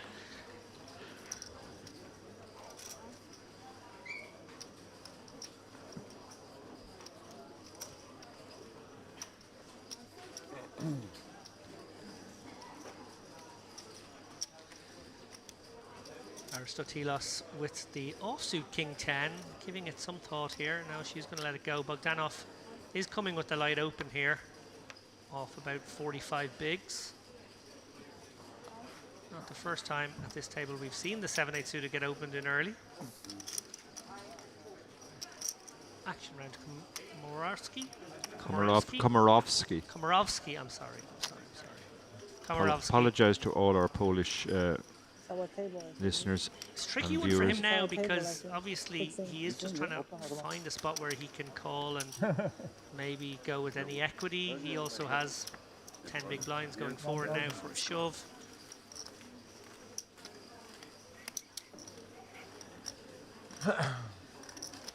Oh, we've got Alex fired up now. Oh. Exactly my point, David. I agree. Also, it would be helpful to have proper criteria listed against each category so one knows how the winning pieces got there. They got there because People voted for them. people in the industry mashed a button Yeah. when they People were looked at a called list of eligible. names and thought about it for a couple of microseconds and went, oh, I know who Doug Polk is. I'll vote for him. Yeah. He's a really good vlogger. Yeah. And then afterwards they realise he's not a vlogger. And they go, oh, now what have we done? So We're obviously picking hairs here, and there are very, very well-minded arguments that can be had about different awards and the lack of some awards and whatever, but what I will say is Eric Denis puts a huge amount of work into getting that all together. Usually all he gets is abuse. yeah, poor old Eric. Yeah, Very little he appreciation and thanks. Yeah, he has that beaten down look this time of year. And the bottom line about awards of this nature, industry awards of this nature, is that it's just about promotion, really. They give you an opportunity Even to from the small freely ones. promote Yeah, something. 2-3, it's not And if you do get nominated, you get a few weeks of Maybe being able to straight. talk about it. Two flushes. Yeah, yeah. Again, King Queen, do 3 daggers. That's sort of the value of it. I don't think people should take them too seriously. That being said, you don't know everybody the lifestyle. here in the chat could vote for the chip race, which very much appreciate. Yeah. was good until you Your King 2. If there is maybe an also award going to be category good for against him. best Maybe, place so. to stay for a night when you've missed your How come flight, I don't like you? Alex is a shoe-in. Well, that would be Why? my I that- mean, that should not be even an award. close. I'm a cool guy. Yeah, the Alex O'Brien Award. To buy an award for hospitality.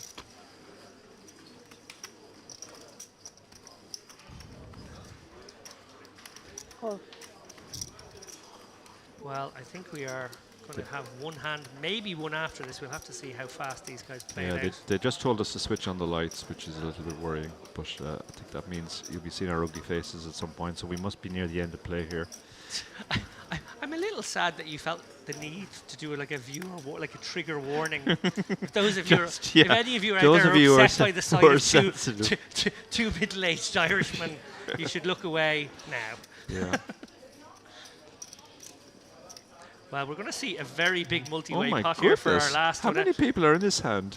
They were told this is the last I hand on the stream, and think- this is their last chance to get involved. I think there are people at other tables who've called. 5 ways. 5-way action. Action. Queen 10, King Queen 5s, deuces, and the Ace 9. They've all got a little bit of equity. Jack 7 6 rainbow. They've all missed. Nobody has any All of 5 this. hands have missed. This is amazing. 5s are in the lead somehow.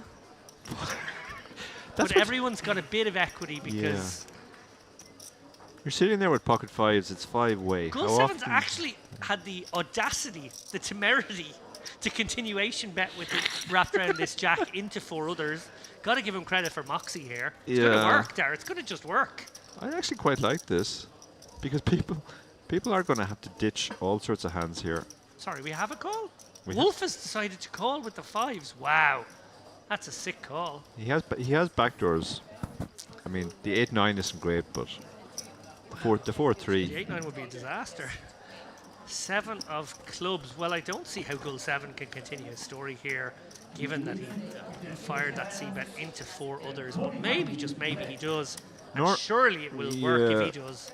Yeah, normally the thinking behind a bet there is it's great if it works, and if it doesn't, if you can pick up a card between a king and a 9, you improve. So you can fire again on those. And Wolf's That's firing out 15k so into 70. or That's a into 80. tiny little advanced blocker, basically. And it's got to work here because Gull 7 Yeah, is well. in an awful spot. Well, he's got queen high. We He's- go the he's same, got a another table. Raise? I think he's click raised us. Oh my god, we are playing some gangster poker This here. is amazing. He's basically recognized what this is, that this is a try and paralyze the river. So he's sort of repping aces, kings, queens, I guess, with this one. He could have pocket jacks, I suppose, as well. Wolf's very small bet, I think, looks like a jack that wants to get to showdown, a jack queen. That's the kind of thing it looks like. Or pocket 5s. 8s, 9s. Yeah. You show? Last hand? Will you show? Yeah. Bluff? Bluff. Yeah, bluff. Last hand. My read was Yeah, good, bluff. but There we you, are. There we go. Have that in your eyebrow. Okay, Gull 7. Wow. That was one of the most I saw the audacious under there on plays the of flop the because I was entire just feature yeah. table. Yeah. Right there as they are walking away. Those guys will rejoin an outer table in the same formulation a bit later on. But we see there Fabian Wolf, despite losing that last pot, 718k. Well, he did bring a lot of chips to the table. I don't think he made much progress. No, he did come with something very similar. Katerina Aristotelos. She was the star of the first half, but she went kind of quiet then for a while. Very card dead she was, to be fair. Yeah, quite the nines fold was interesting. It was. That was an interesting one, we'll say. Guys, we are going on a dinner break. It's not going to be very long, 45 minutes. Recommend you guys have a bit of dinner as well. It's that Yeah. kind of time of the day. Have a meal. Come back and join us when we will be playing a new feature table here at the Merit Poker Western Series main event. Take care.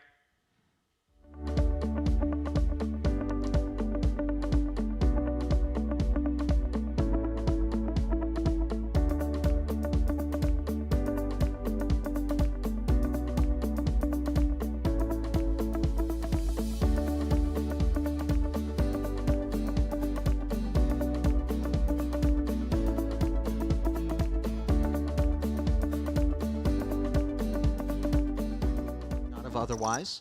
Parlay, perhaps. Absolutely, and lots of satellites firing off. once, twice a day for the last few days as well, so people can find those cut price routes in as well.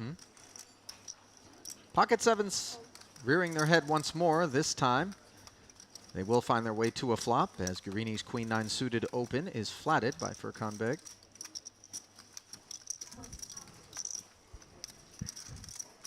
Ace 8 in the big for Ivanov.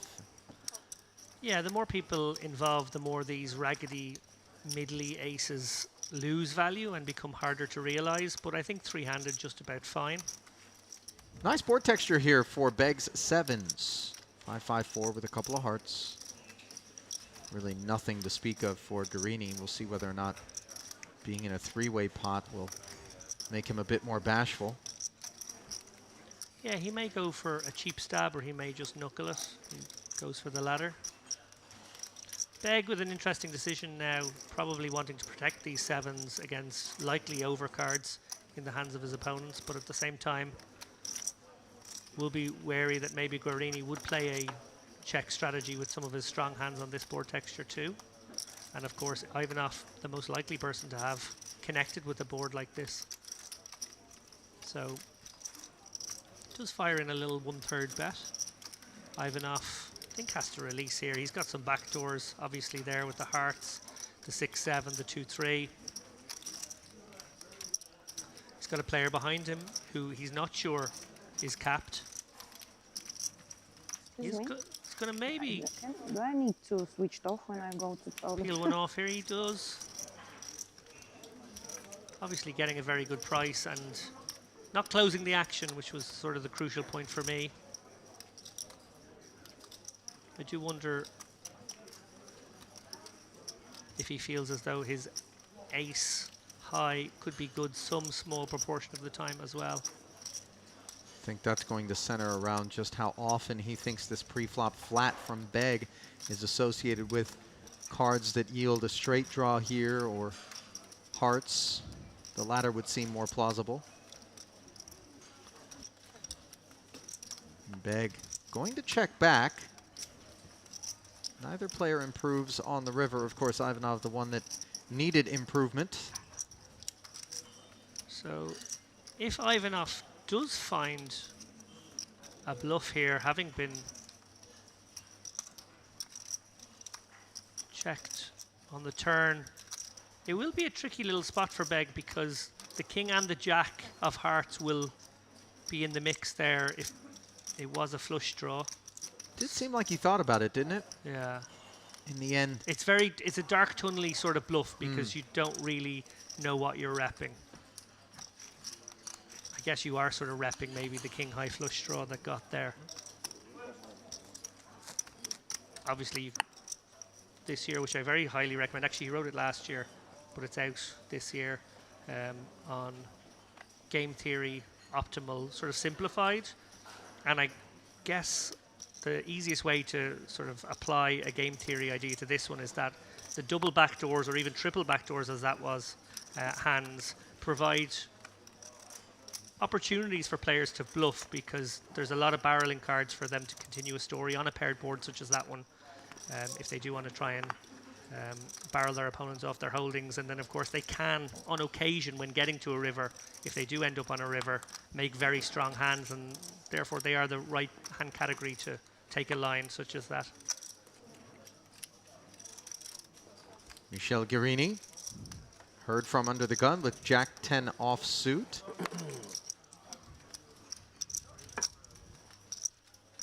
Somewhat liberal, would you say, David?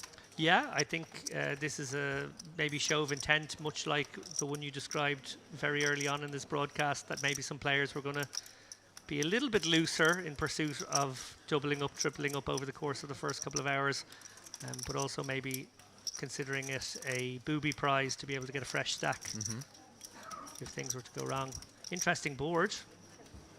Both players with straight draws. Of course, the 7 would be disastrous for Khotунov, and now a very welcome sight in the form of the king of spades for Khotунov, who picks up the nut flush draw after a check back from Guarini with the 2 overs and open ender, which I'm a bit surprised by, but maybe deciding that that board texture was more favorable to Kodanov's defense range. And I think probably very much eyeing up the idea of a delayed c-bet as well. I think this makes a very good turn bet because you actually have less equity. And the relative equities between you and your villain's hand are a bit more defined. And there's some King X there that would be happy to check back the flop and suddenly has made top pair on the turn that you can represent as we see him go to work for 8,500. Surely Kodanov won't be finding the muck, but to be determined whether or not he finds a semi-bluff check raise here.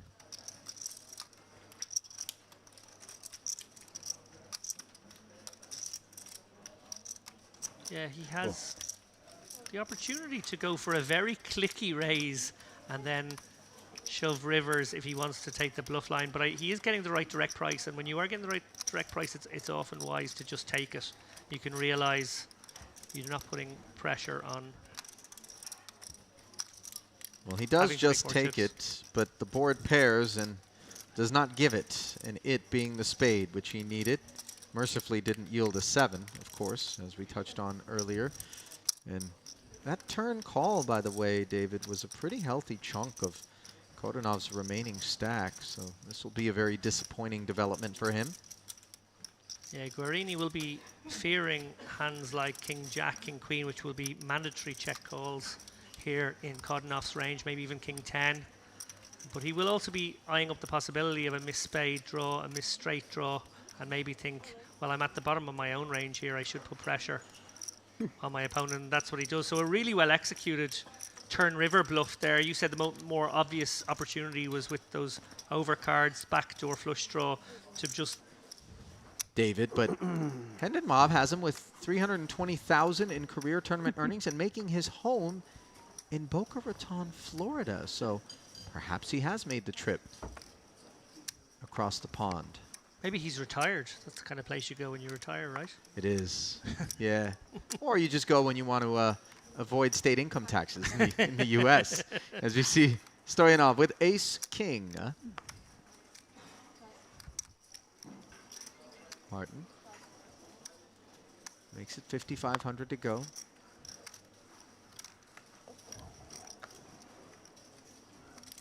And Lavrentini just continues to get whittled away here, unable to find a hand that he wants to go with. Ivanov. Speak only English. Players Flats. using other languages will receive a warning, and if continued, a penalty will We be could have a applied. very big multi-way pot here. Unlikely cutting off 3 bets over Stoyanov here, given how early the open came from. It's possible he might decide to go with his hand. Actually, he does only have 20 bigs. Yeah, that 53K stack, I think, has everything to do with this choice from Kodanov, as he will rip it in there. We're going to have our first showdown, Ali. Stoyanov certainly has the right kit, but this represents a healthy quotient of his remaining stack. So he is going to go ahead and put it all in himself, ensure that Ivanov does not come along. And they're going to see 5 with 2 overs against the pair. A 10% edge for Kodanov's 2 nines. Spekmort. And Kodanov's 9s are no longer the best hand on a king-high flop. Oh, yeah. More nine. Spade off. Then And the turn doesn't change anything despite improving Stoyanov to top 2. about the hand. And the river will seal Antanas Kodanov's Last time on the fate. TV table, we were 2 Bulgarians as well. We won't make the money today. The structure's so good in this one that it's going to be a day 3 bubble. Obviously, we don't even stop letting people walk in the door until halfway through the day. So it's, yeah, almost feels more like that phase toward the end of day 1 because the structure is so good. I think players appreciate that, David. Obviously, you know, in any sort of main event, you'd hate to feel as though you're playing a turbo. Be careful. Yeah, although it has been a trend in tournaments over the last 6-7 years to see structures get worse and worse, even in main events, get a little bit faster. It's partly down to the numbers. We are I dealing like with huge stomach. numbers of people wanting to play, and they still want to get the tournament done I in will 4 protect days. my blind. But it's lovely when, on a sort of summer camp, or I guess it's a winter camp vibe such as this, and everyone's locked away together on this beautiful resort. They just feel like, no, we can just offer great structures and let people jump in. From great structures to great boards for Yusuf Mizrahi, who's got this ace-10 converted into top pair, top kicker. Gut shot straight draw for Ivanov. Yeah, I think Ivanov will bet this. Well, he did start the party and follows through for just 5,500. Fairly downsized into 18. Ace of spades in the hand of Mizrahi as well. Potentially No an queen. interesting card on later streets. Eight of spades being the real action card should it come. Instead, it's a jack. So Ivanov getting there the hard way, so to speak. Jumping out in front of Mizrahi.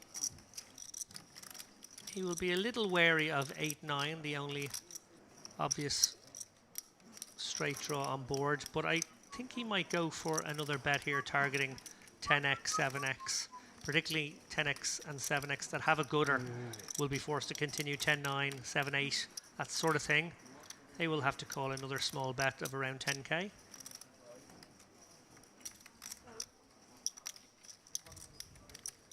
$12K, let's call it officially.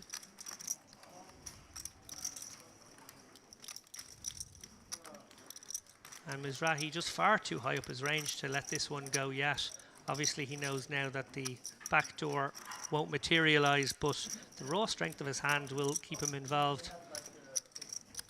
Investment made as another 24,000 goes into the middle. And very dry river, the 5 of hearts, which will leave Mizrahi playing the guessing game, provided that Ivanov seeks value. And I do think he will. It's even plausible that Jack 8 could be in the hand of Mizrahi, something as strong as that. Only hands that beat him are going to be Jack X of spades. So I think we're going to see another bet targeting exactly the hand that Mizrahi has. Always important to have a target hand in mind when sizing your bet here. And I think he will be exactly looking at a hand like King 10, Ace 10, that sort of thing, and thinking, what will they pay? Yeah, the sort of stuff that he would imagine would have flatted from the small blind pre-flop and found themselves to this river. Lovely bit of execution here from Ivanov. As he cobbles 3 streets. Jack 9 offsuit, you open. Top pair. Uh, Top pair, middle kicker. Top pair, good. The Hendon mob. Find some information on Hassan.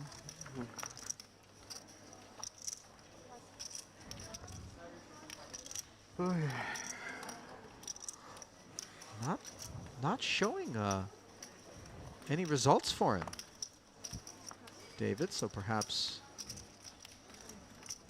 newer to the scene and perhaps not, perhaps just flying under the radar. 1 minute.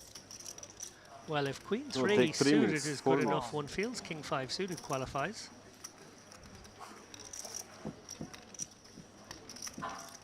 Well, you can't check just yet.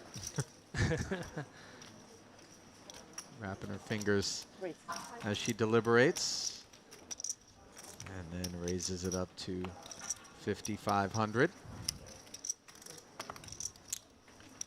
She's got a real table presence about her, and I'm not certain it's the easiest to get a beat on. But Hatefi on the button. He's got a beat on Ace Jack.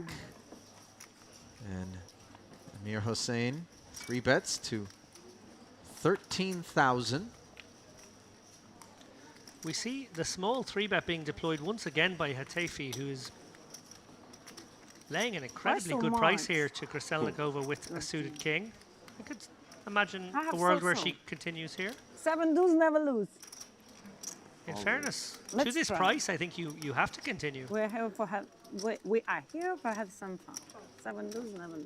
Oddly, she just How much is that?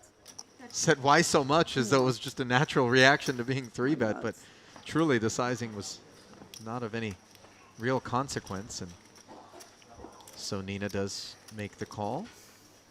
Will be out of position and without any help on a queen 8-4 board, but that same fact remains for this ace-jack, and without a spade, things are a touch awkward.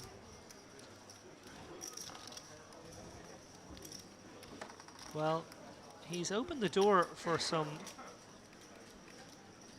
bluffing from Why are you Krasilnikova now, checking? potentially on a turn card. Why did you check? Because I have 7 deuce. She asked him why he checked it. He asked her the same question. Fair enough. Back at you as that second queen Oh, yields and- another check and gives Krasilnikova queens and 5s and no hesitation. She just comes out barreling, third spade. She obviously removes the flush draw from Hatefi's range and decides he doesn't have any pair. Really targeting a hand exactly such as this one with this bet. Yeah, absolutely. Ace-jack, ace-king. He has played it just to get to showdown, and I do wonder if this bet might have come had the 5 not arrived. One feels, given Krasilnikova's keen awareness of table dynamics, it may well have. She sows seeds verbally with her opponents too. There's definitely some fun gamesmanship at play. And yeah, tough spot for Hatefi. He's pretty high up his range that would check back 2 streets here.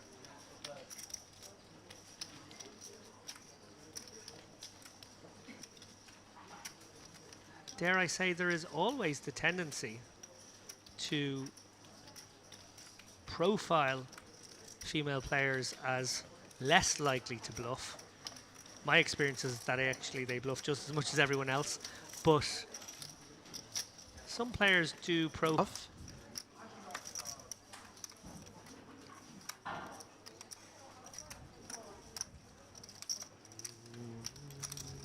Finally, at long last, David, Lavrentini with a hand he can play. Yeah, and we'll be keen to get some value from this one. Obviously 19 bigs, won't want to do anything clunky like shove it. We'll actually be looking for action, and well, he might get action from Ivanov here. Ace, queen suited, probably happy to commit to his stack. Can 3-bet here, even though the positions are early. One caveat to that, I would say, is Ni has shown a great deal of inaction, as Ali pointed out there, so maybe he gets a little more credit now. Ivanov just goes about his business in this aggressive manner and unlikely to give a player too much credit. That's just business, not personal when you got ace-queen suited. Very much player dependent whether Ivanov has decided to make this a 3-bet call or a 3-bet fold. I feel like it has to be a 3-bet call. But again, Is it a given, though, that Ni is going to come back over the top of it? I don't know. Because of this table, we can leave the table for a smoke or something. I'd be surprised if he didn't. Yeah, okay. But stranger things have happened. Off of 51,000 behind. Certainly would seem the more prudent path to take, create some fold equity. Also, if there's anyone at this table who might create a 3-bet folding range. You think that's the man, Ivanov? I think that might be the man. Doesn't feel great, you know, you're going to get snapped off by better sometimes, but here they go, he's lining them up. Yeah, and you see the And he does call swallow quickly. there from Ivanov, who does make the call, was always prepared to potentially be in this sort of situation. He'll be relieved there. Ace-king was going Yeah. to be a large portion of the 4-betting range from Ni there. To see an underpair is a good result, but he had committed so much. And you see he's behind, but not by much. 54 to 46% in favor of Ni. Whose stack hangs in the balance, and the queen high flop is a very bad one for the 2 10s. Oh yeah, Now the 9 on the turn does give him an open ender. Never easy, thinks Ivanov. Ocho. King, 10 or an 8 needed. And instead, it's the 7. So Ni wraps the table and passes the remainder of his tokens to his left. Fortunately for him, re-registration is still open should he elect to buy back in. But play all the stacks. Likes to find all the pressure points, all the ways he can get people maybe out of their comfort zone. Shallow, well, we see now after that pot, he's not going to have to play shallow. He's now back in the 30 big blind zone.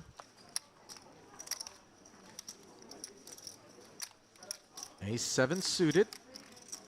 The raise to 6,000, picking up Nina from the hijack with this 10-8 off, and unfortunately for her, Stoyanov has 2 8s wired. Now Ivanov with the big stack. Remember, he opened with a Jack-9 earlier, but decides he doesn't want to make the call from the big. Able to close the action. You at all surprised by the laydown? Not a great hand, obviously, but... oh, he's going to be regretting it instantly on the 9-9 deuce board where Guarini picks up a nut flush draw, so we would have seen some real action. Yeah.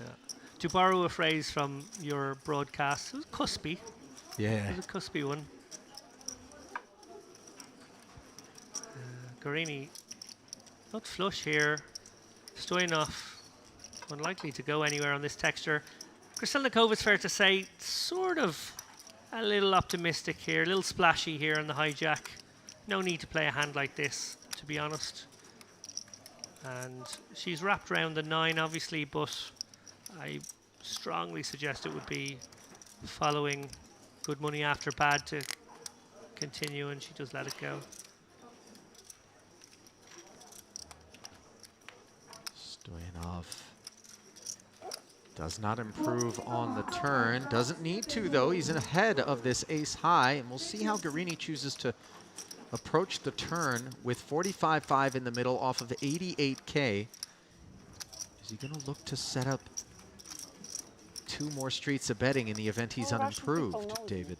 Yes. Everybody knows. This is a theoretically interesting spot because you want to have almost a 50-50 split in your frequency here between times you bet and times you check, because you want flushes to be in both ranges.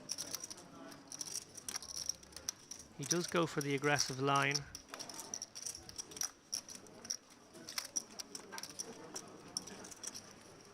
And the thing for Martin, if he makes this call, it is not lost on him that a pot of almost 90,000 and 66 back for Guarini, he could very well be facing the rest of it on the river. Yeah, This Guarini probably has more 9x in his opening range than the flatting range would contain. It won't be very much more likely this is a battle of pocket pairs, and Stoyanov obviously feeling like he has to get sticky on this street, probably deciding he would fold. And that street does bring the nut flush for Guarini. And I think that's going to make the path to the exit far easier for Stoyanov here, because if we assign a hand class of bigger pocket pairs and flush draws to Guarini's range here, now the flush draws also have a speed. And the 9x, of course, already had a speed, as you mentioned. Yeah, I think the shoving range from Guarini here will contain hands like queens and jacks, because he won't want to set up a negative free roll. A situation where he would be willing to call it off with those hands but not get value from some hands he beats. So that does make it, exactly as you said there, Ali, a much easier decision. Flushes got there and the big pairs would still do the same thing. So he's very low down on his range now. You know, selfishly, signaled a decent amount of strength. So for Beg to have continued into that player as well, right, I think was a bit more legit. Yeah, agreed. Those sorts of curiosities, I think, fare better heads up out of position than they do in that particular scenario. But nevertheless, we roll forward with Sadeghi limping the suited connector from the cutoff. Now a middling ace for Guarini on the button. Well. He'd like to dine alone as he 4x's to 12,000. Yeah, interesting to see Sadeghi deploy the limp here. Jack 10 offsuit for Nina is going to defend the big, And more suspect behaviors are beginning to be displayed. I was going to say that will almost certainly bring in Sadeghi for a great price on a suited connector, but he actually lets it go. Lets these two battle it out. He would have flopped the best hand with middle pair on this Queen 7-5 board, where as it stands, Ace 8 is in the lead.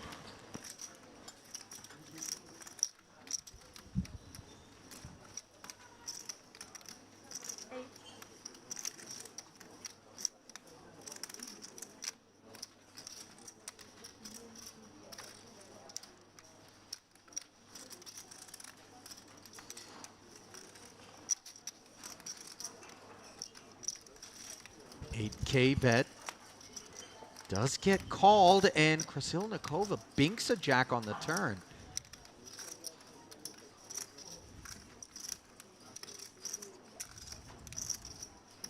Was that a check? Looked a bit like one, but not certain if she was just adjusting her hand. Doesn't appear that it registered as such. She may think that she checked. I don't think anyone else does. I think you're spot on here, Ali. I think it may be asked to clarify now. Guarini. Oh no, he has bet. Okay. Apparently I'm spot off, as the case were. Pardon me, 32,000.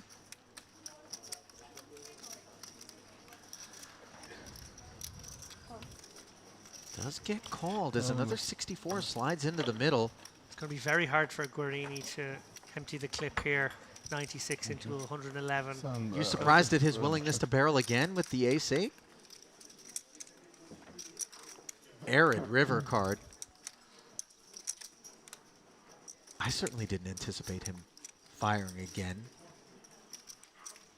Maybe not assigning much Queen X to Nina's range when calling the 3-bet out of the big. Not sure, but in any event, here he is completely adrift with ace high and 111,000 in the middle. And he's going to jam. Nina instantly asks for it to be counted down. So Guarini obviously reckoning that there are a decent number of weak holdings, so that, you know, Krasilnikova will be in there with some maybe 7/8s, maybe 98? Queen 10s that she might fold even here. It's very, very aggressive from Guarini, clearing feeling like the gap between her turn calls and river calls is large. Obviously his story gets to stay consistent over all those streets. She flopped virtually nothing, but did turn second pair. Did she make the call? Oh, wow! Wow! Good game. What a boss! What a boss! She made the right decision folding the 4s a moment ago. She made the right decision with second pair there. Good call. Sit open. Wow, what a play from Guarini. Current largest stacks, and it appears that Kubanichbek Abakirov has reached the 700,000 chip threshold. Yes, he is your overall tournament chip leader for the time being. Now, a raise to 7,000, the minimum, from King 9 suited for Israel's Abraham Passet. Al-Kubaisi with King Queen, hailing from Iraq. Yeah, tricky enough spot for the King Queen, although we can see that he's in great shape. It's the type of hand which generally wouldn't necessarily be in amazing shape against an under-the-gun raiser. We can see the under-the-gun in this case is pretty much at the rock bottom of his range. King 9 suited is a fine open as well, but yeah, Al-Kubaisi won't feel amazing about his hand. Turkey's Yusuf Tekin with pocket 6s in the cutoff joins the party. Knee in the small with Queen 9 and gonna get away. Yeah, not really the kind of hand. Multi-way is much more likely to be dominated as it is on this occasion. In fact, it's doubly dominated.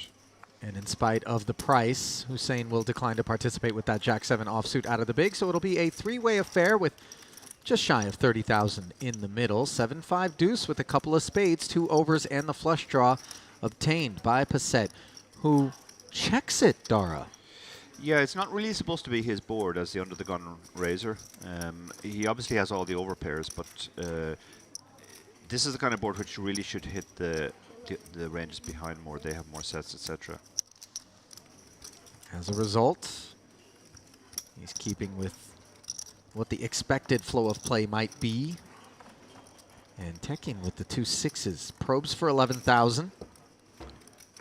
Passe could have gone for a check raise there, but he decided to take the more low variance check call line.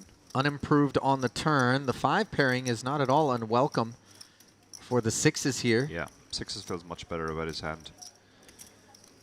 The 5 really can't have improved Passe. 16,000 now, the sizing. 1/3 potish.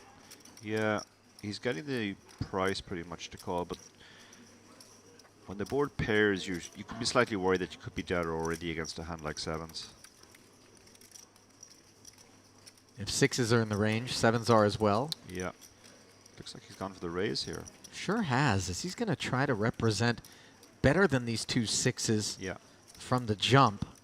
Yeah, he does have all the overpairs, and he has pocket 7s as well, so...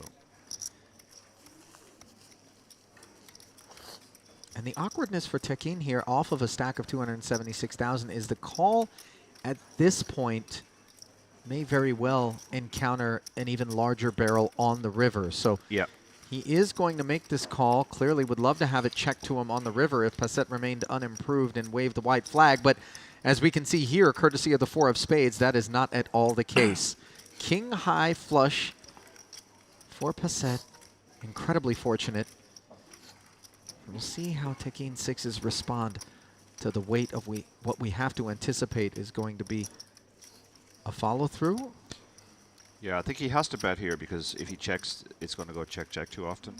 I'd personally like a small bet here representing an overpair that's maybe a little bit scared now of the flush or the possible straights.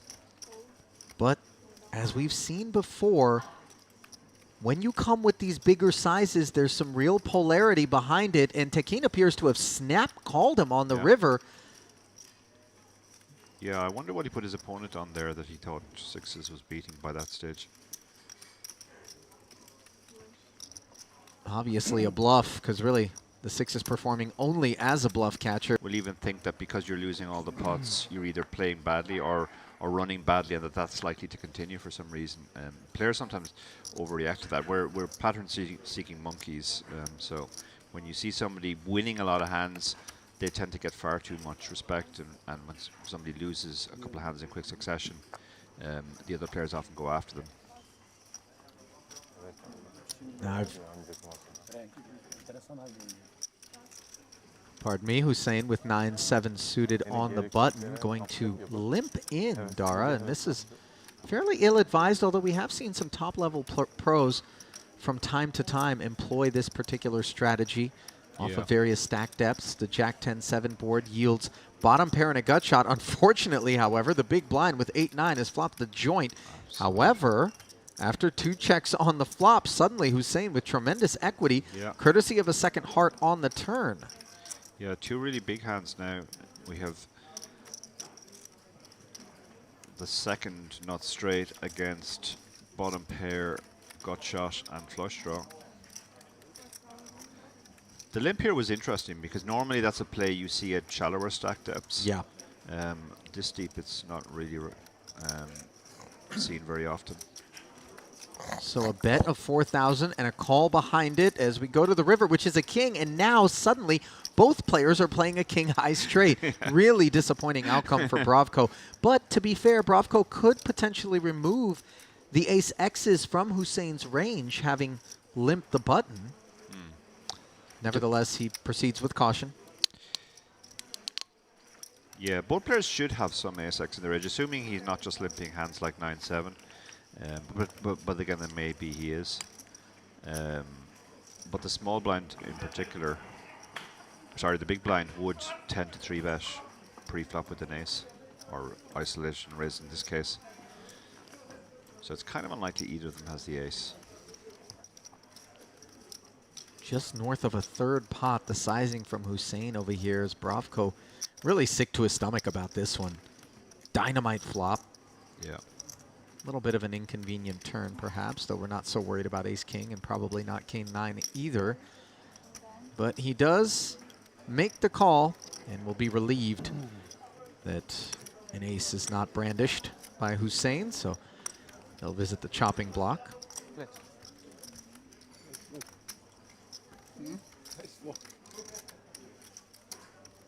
Awfully feathery affair here for our dealer.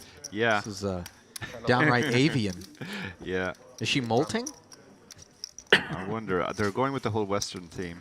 Yes. Cowboys and Indians, Cowboys I and suppose, is the Indians. angle. That is the angle. But it's certainly different from the usual dealer attire. To the ranks, for you, who are some of the most talented Russian players in the game today? Today, that's an interesting Anybody come to question. mind? We've got time to chew on it. Yeah. And the internet as well, it bears mentioning. Yeah, yeah. Ace-queen for Tekin. He is very short now. 14 big blinds. Like to see him actually be the opener when choosing to play some of the hands that he has, as opposed to sort of calling and taking very passive lines that represent very expensive investments relative to his stack depth. I'll say flicking at the nonchalant call there with all the chips. Oh, an interesting spot for the big blind now. Yeah, Bravko could have maybe thought about a little mild squeeze, but off of his 117,000, he plunks in the necessary cost of admission and takes the queen 9-4 flop with the field, which yields an open ender for the jack 10. Top pair, top kicker is about all you could ask for here. Best case scenario. Yeah, he's stacked to pot ratio is much more than 1.5 for him now, so he just has to think about the best way to get the money in. Probably start off with a fairly small bet and then maybe shove the turn if called. Yeah, showing some aptitude here in terms of sizing and trying to chart a course for a double.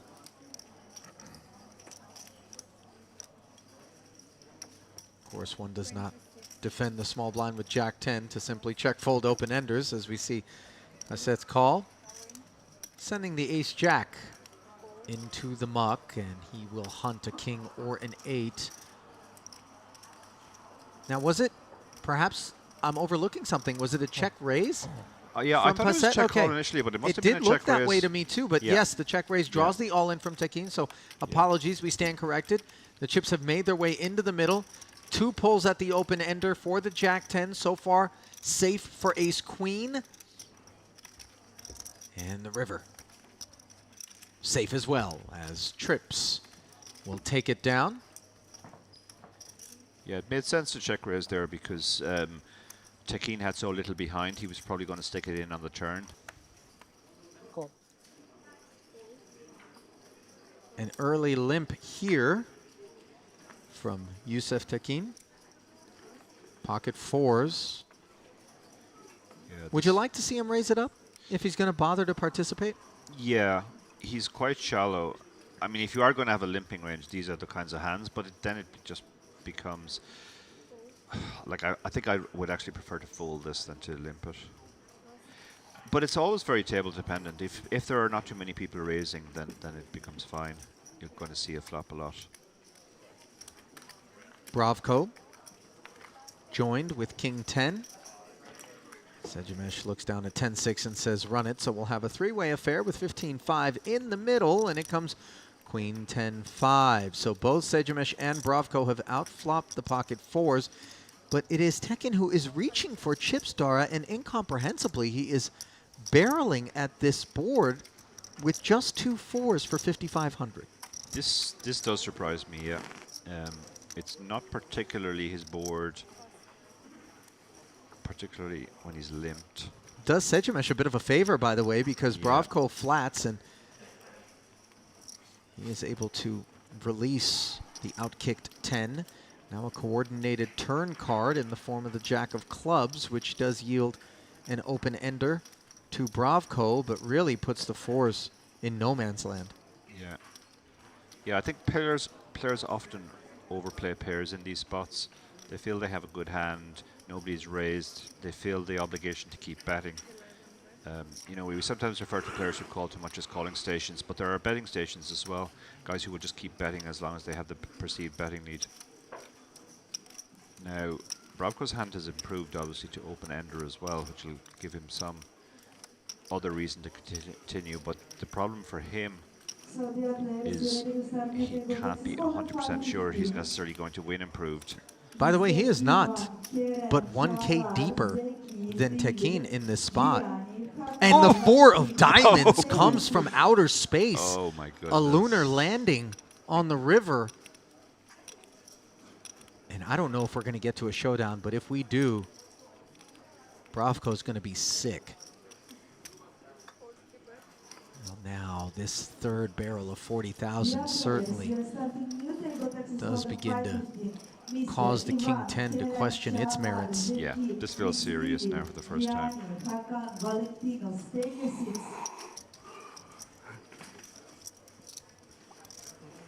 As a very general population tendency, when you see small bet, big bet on river, they've improved in some unexpected way.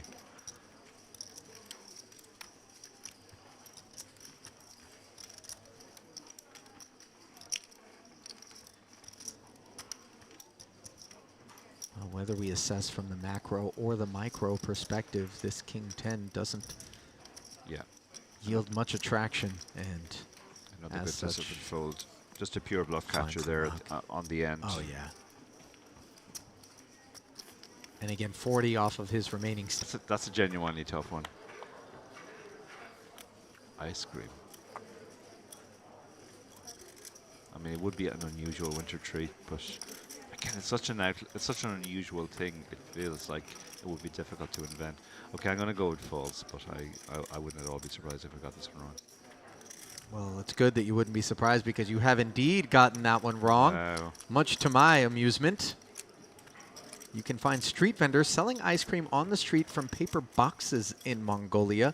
No need for a freezer at -30 degrees Celsius. Definitely not, no. Which is about how cold it can get up there. That's interesting. Ice cream sales usually plummet in most countries in winter.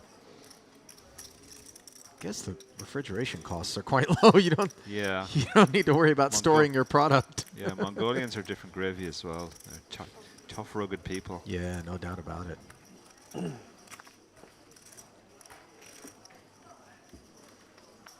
Potbold not involved in this particular affair, as 3 players plunk in 7,000 ahead to look up at ace 7-7. Al-Kubasi. Best hand. Basset does not follow through. Closing the action with the check is Al-Kubasi on that board. You at all surprised, Dar?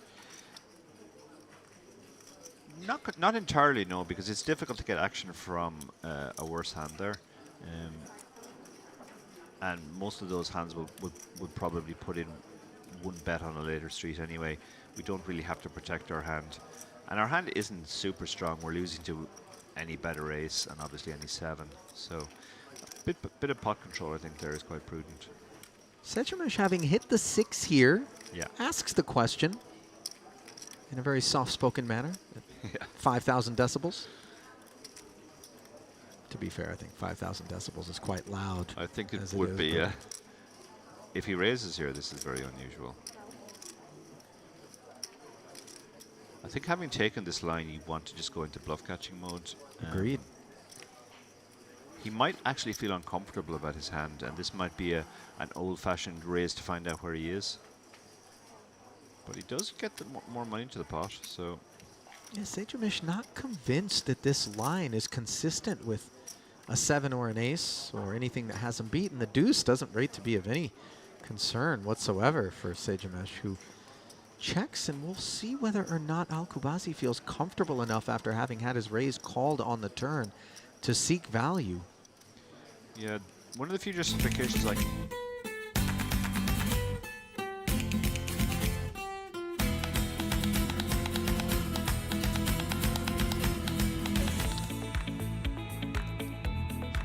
And welcome back to continuing coverage of day 2 of the Merit Western Poker Series main event, live from the Merit Crystal Cove Hotel, Resort, and Casino.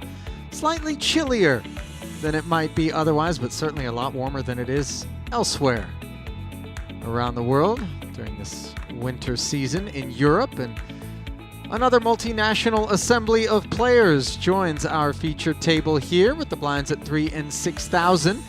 We find Amjad Nader with the 685K, not all alone in terms of having the big boss stack here. Ali Nejad alongside David Lappin. And David, as you look at that chip distribution, what do you anticipate, if anything, in terms of the flow of play? Well, the first thing you'll notice there, guys, is there are no short stacks. We have played a feature table just moments ago with some short stacks, so very different dynamic here. All these guys looking to accumulate, but they can all play different sorts of ranges now. You know, everybody in the top 7 there playing 55 bigs. In fact, the guy in 8th has 40 bigs. So people can open ranges with which to play one another deeper, and there is always that sort of landmine dynamic when you're a big stack, but there are 2 or 3 shorties around where they can actually take advantage of you by having reshove ranges over the ranges you want to open against the other big stacks at the table. They get a little edge there, but not so in this one. I actually expect that we'll see some really fun deep stack poker. Just a reminder that the guarantee of $1.5 million was shattered, and shattered thoroughly in this event. A total prize pool of $2,089,320 across 757 entries, David. 89 places will be paid. The winner is going to take home $372,800. A min cash will be good for $4,530. So depending on how many bullets you're into this thing, you certainly may have to work your way up the line to break even at a minimum. We find Ace Queen, the opener here, for 13,000.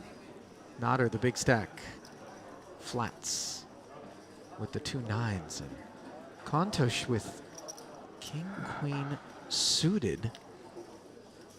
Yeah, interesting here. The only short-ish stack on the table is Anar, who's raised this one up. So his stack effective in this one, but obviously Nader and Kontosh playing a much deeper variety of poker against one another potentially.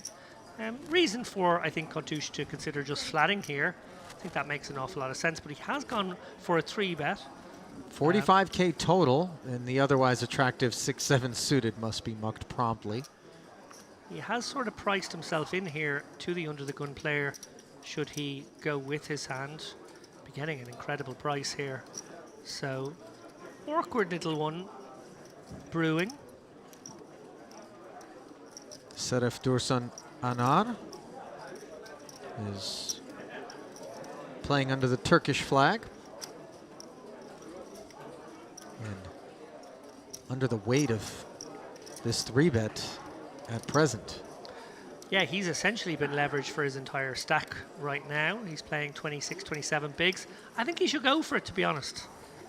I'm going to guess that there's been a bit of a dynamic at that table. We do know Kontosh is a very loose, aggressive opponent. While you don't love your ace queen now, it does shrivel up slightly against the squeeze. It's compelling. Looks like he's going to pass it though, so a well executed squeeze to get out the dominating hand and now get heads up really deep against the hand that you're flipping against. Good outcome for Kontosh so far. Yeah, it could get bloody here if these 2 big stacks manage to square off. King high flop. Kontosh very fortunate to have outflopped Nader, considering 1 queen is already in the muck. And for Nader, he's going to be wondering, what kind of range am I up against here out of Kontosh? The fact that he's on the button, 3-betting in what could have been perceived as a squeeze play kind of spot. All these things weighing on Nader's mind. Absolutely. I think one interesting fact in this one is Kontosh clearly willing to open a hand, or sorry, willing to 3-bet a hand that he was willing to commit against the opener, because he did sort of make his bed there. I'm not sure Nader's perception of the opener, but one would guess, reasonably tight. 2 quick checks after the ace shows up on the turn. And you wonder whether or not Nader imagines he can represent that card and turn his hand into a bluff effectively, which he does. But King-Queen is a lot of kit here in the event that Nader does not have an ace. Yeah, it's a really interesting bet here, almost designed to get queens, jacks and tens to fold. King, obviously not much better than that. But it comes down to Kontouche having to sort of look at his entire range here and wonder how high up it he is, and wow, he does let it go. Incredible. Wow. From Amjad Nader from Syria. What a scallywag Nader there. Getting to win that one. Note, by the way, that Kontouche's 3-bet and subsequently the decision from Anar pre-flop to lay down the ace-queen works out quite nicely for him, because that showdown, or actually I take that back, the ace-queen hit the turn, so in retrospect, he was going to have the winner if they ran it out. But had he chose to just flat, which certainly we would not recommend given the level of commitment in terms of chips it would have represented, might not have found his way to the turn. So all hypotheticals, but a nice start to this frame of play for Nader, the chip leader at this feature table, coming in and going to work with the pocket threes. Yeah, I think right away we're saying what we sort of foretold in the intro here, which is a deeper stack breed of poker here. These guys with much more room than we saw on the last table to express themselves, to make their moves, to make their plays, to be creative.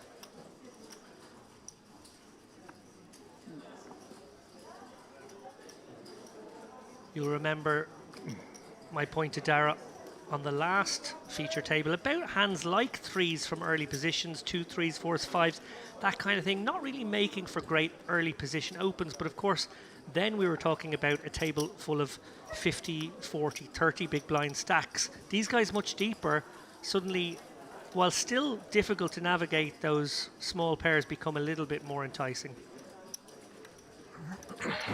Everyone deferring to the chip leader as he takes down yet another pot.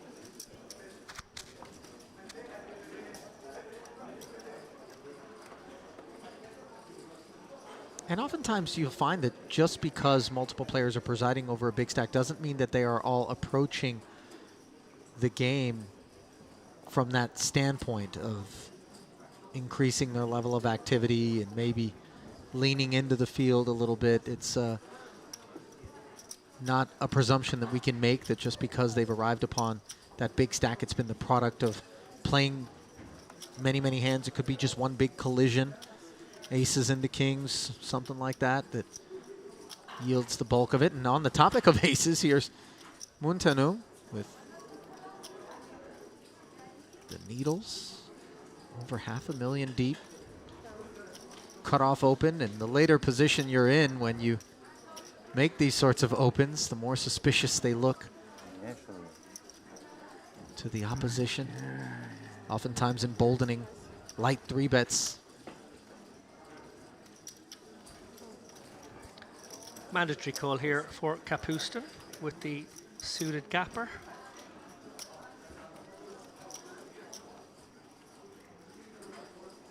King 4-3. Fortunately for Kapustin, does not connect meaningfully with his holding.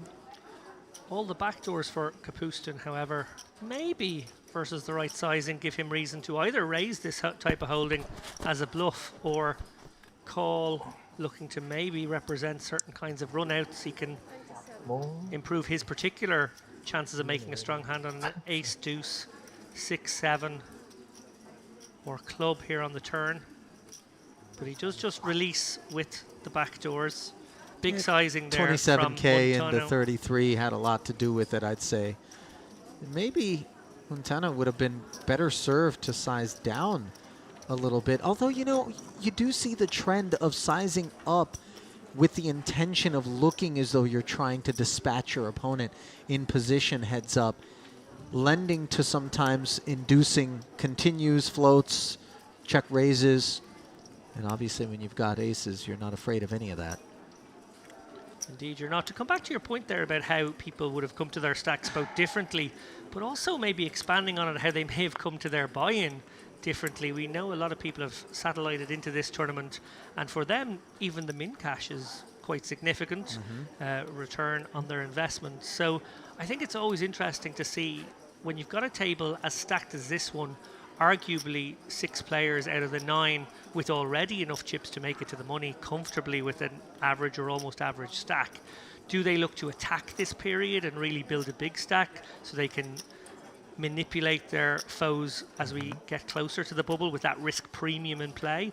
Or do they sort of maybe psychologically get tighter, feeling like, well, I've got an okay stack now and I don't really want to spend the next 2 hours risking it, because in 2 hours time this 204 player field might be down to 130 and that bubble will be looming.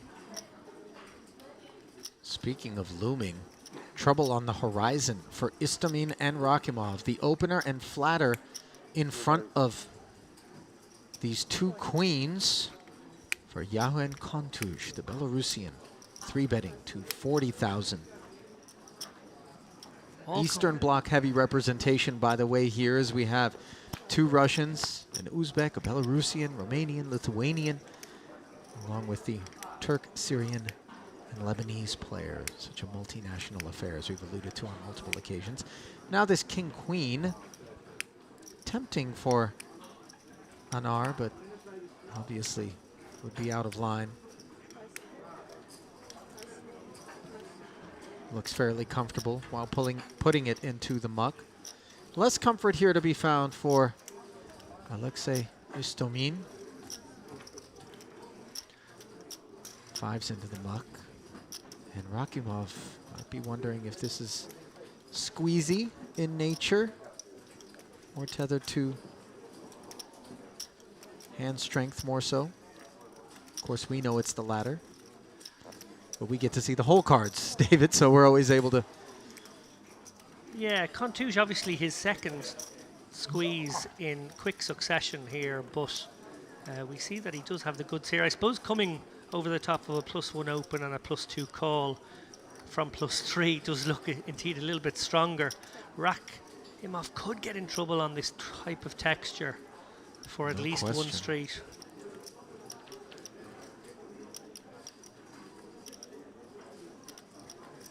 The ace or king high board would have seen Rakimov pretty content to head for the hills, but on the jack 8-3, facing a small bet, he would be very tempted. It's not a small bet though. Kontush really dropping the hammer to some degree here with half pot, sort of forcing Rakimov to make a big decision here and not be allowed to call for a smaller amount, deferring the big decision to the next street. Sevens ultimately deciding that they don't want to take one off here, understandably. Yeah, I think Kontush could have played that a little more subtly, gone for a smaller sizing, forced his opponent into more mistakes with more of his range there, perhaps. Never bad to take down on the flop a 3-bet pot, but did get pretty much the perfect board. It was Mamacita's second time. If his opponent had connected with the jack, he was likely to get paid, but also some pocket pairs that might be in the flat first bet, flat 3-bet range. I think I would have been looking at those types of hands and thinking, how much will they pay? The first time, not. To be fair, I do think that sometimes we see the size ups being emblematic of a player who perhaps isn't as comfortable navigating the hand from that point forward, because the more of our opponent's range we retain, the murkier the water becomes on further streets. So you get a little bit more clarity moving forward when you do size up. I can speak from personal experience to that. When I was new in the game back in the mid 2000s, that's exactly what I thought. I was like, I would rather put a big bet out here, maybe the Jack X will go with it here on this street, and I won't have a difficult decision on a later street, and that was too important to me, really. I had to reframe my thinking as time went on, but yeah, deferring the possibility of having to make a more difficult decision was always in my mind. Yeah. And I think, yeah, as you progress in the game, you become less fearful of getting into difficult positions because you've been in them before, and you back yourself to make the right decision more often than not in those situations. Raise and take it for the ace-10 suited of Bogdan Andrei Montanu, the Romanian. There's a famous Romanian poker player out there that comes to mind, David. Has a similar sounding last name. Any hazard a guess, perhaps? But, might it be D-Negs? Daniel Negreanu, of course, one of the winningest players of all time. Montano has over 400,000 in career tournament earnings, his best live cash, a 200K takedown, and that came courtesy of having won the $2,000 warm-up event back in November right here during the Merit Poker Vintage Series. So clearly he has announced himself on this stage. Yeah, you mentioned there Negreanu's winning record. I believe he crossed the 50 million mark not too long ago. He did. Incredible. Just landmark. astounding. Do you have any green chips? If you had to hazard a guess as to how much of that 50 million is profit, could you do it? I think a healthy amount. I know he's always posted his yearly graphs when it came to tournaments. If I had to guess what his ROI would be, he's in tough games most of the time. Maybe I'm going to go with something around the 16 million mark. Still a healthy figure, isn't it? But it does elucidate just how tough it is over a long arc of time. Yeah. In particular, when you're graduating into the most challenging echelons of the game, to stay profitable. And have we another squeeze here? We certainly do, as Kapustin started the party. These guys really deep now. Interesting if Nader feels a little gambly here, looking to set mine. I love the sizing from Istamine out of the big blind. Do you ever get annoyed when the guy that opened that you flatted just snap folds to the 3-bet and then leaves you out there having to decide? I've always been aggravated by that. Istamine Wow. going really big out of the big blind, and I like it, I have to say. I think he, if he's going to raise from that seat, I think it has to be big, and he chose a big amount there. He's charging his opponent who would have position. Well served, I think. You would hate to see that big stack of Nader have position on you and create some awkward situations post-flop in the event your ace-queen is unimproved. So. Can I get this soda water with ice and lemon big glass?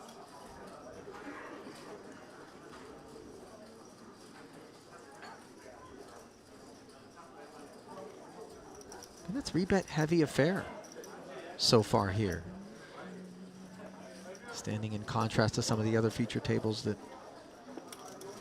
Yeah, and I we've think that is a covered earlier. feature of the depth we talked about there. There is room for this sort of expressiveness. Players can make these plays without the fear that there's a short stack looming behind who might be a fly in the ointment. And look who's inherited the ace-queen. None other than Nader, making it 15,000 to go.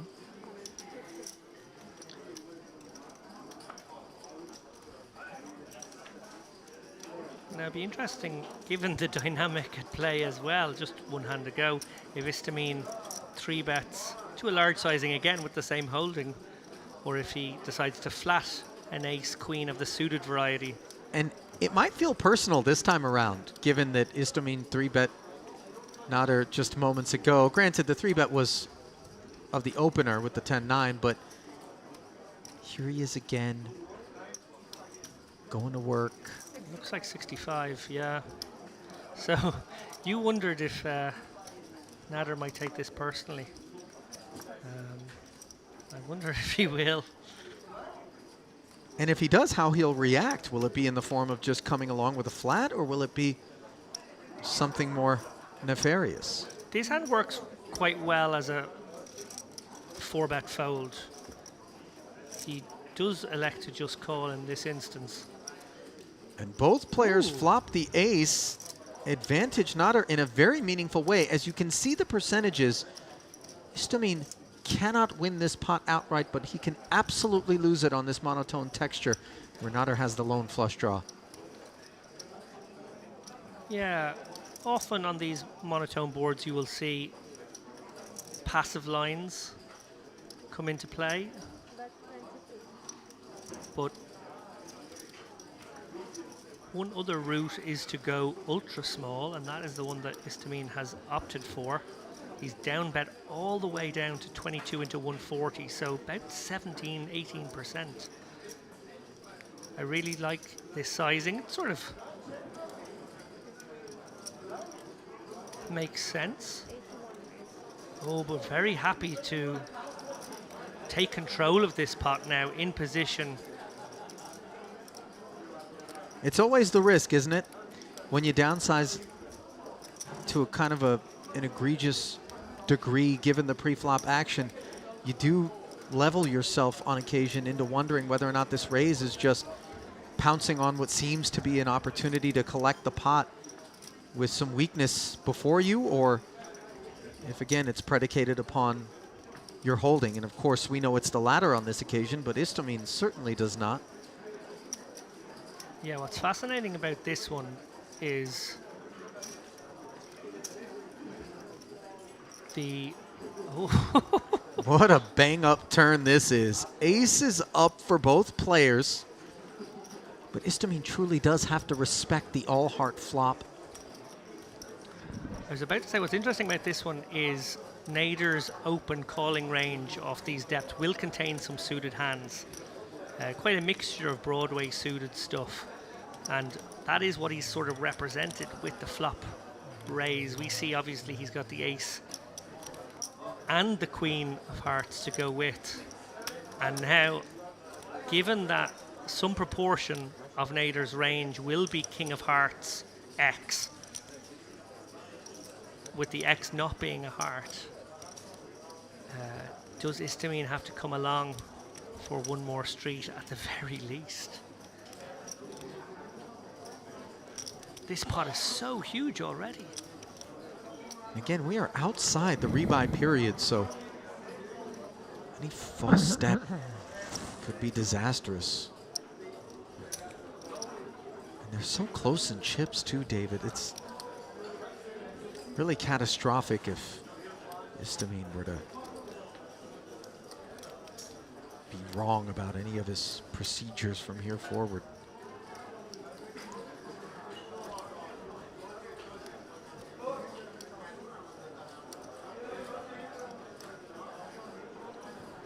What's really interesting about this spot, and I'm just sort of thinking into the future, is if Istomin calls here and the river doesn't come a heart, then he beats all the bluffs and his opponent will bet, because his opponent will be very happy with top two, and I don't think that 5 is consequential. No, I would agree with you.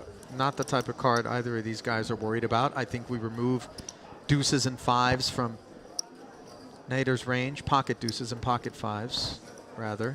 So Istomin could be faced with an all-in decision here, thinking he's only beating a bluff. We block aces, we block queens. Back. Oh, wow. I'm shocked at this. Oh my God. And that reaction from Nader on the end suggests that he recognizes meat was left on the bone. Yeah, like it's possible that a call may have been incoming. The draws did miss, But at the same time, he would have been representing a flush while actually betting top 2 for value, and his opponent would have been in a horrible situation. Maybe he would have won it. I mean, the check back, I gotta wonder whether or not the check back happens if the 5 doesn't pair. Maybe there's some world in which he just had that reflexive, I guess maybe the ace 5 suited being the obvious bluff candidate if you are going to put one in out of the blinds, looming somewhat. I don't know. Or maybe wary that Istomin had the hearts. Also possible. Maybe there are some King X suited that would go light there pre-flop. Yeah, he was spooked, clearly. Yeah. And maybe, just maybe, felt there was a lot of chips already in there. So if I win that pot, it's a nice pot to win. Maybe I don't need to risk any more and be greedy. I'll tell you what, though, that's an interesting point to expand upon, David, because as we evolve in our poker careers, and clearly everybody in this field, it's a very broad spectrum of experience levels that we're dealing with, but tackling that discomfort, recognizing that just because the pot is big doesn't mean that we should always climb into our shell, reach for our comfort blanket, and then check back. But we need to summon the courage to recognize that there is an opportunity before us to earn even more. And it isn't a function of greed so much as it is a function of just situational awareness and optimal poker. Absolutely right. I have nothing to add. Perfectly put. I think it is often the case. You do see it with players where it just feels as though, okay, this is a significant pot if I win it, and that's okay, and I just really, really don't want to make a big mistake and lose it. But yes, there was absolutely an opportunity there to put his opponent in a tough spot. And a nitty check back in the end with top 2. He was blocking the obvious sets, the aces and the queens that might stick around. A non-heart, non-board pairing card, I think, is what we would have loved to have seen. Yeah, I think the 5 may be actually more interesting on second glance because the light part of the 3 betting range does contain the ace 5 suited, and I'm pretty sure there was one combo of that still there.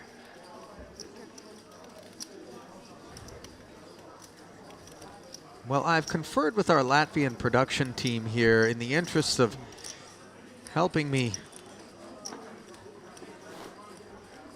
walk through this absolute minefield of a last name that we have before us. Smushkevicius is the advisement I've received. What do you think, Lapin? Does that work for you? I like that, yeah. I have a friend called David Rinkevicius, and I now think I may be pronouncing that wrong all these years. Well, the ace-queen turns into a Broadway draw for Smushkevicius. Fires 22,000. Istomin, obviously, with top pair. Comes along, down to heads up. 3 of spades is a relative blank.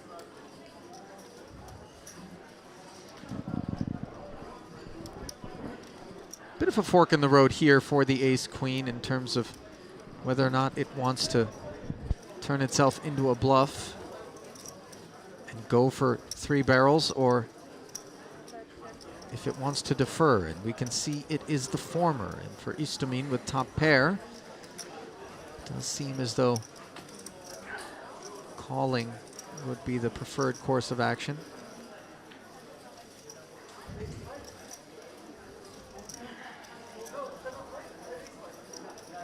Sizing, obviously, an important part of that calculus.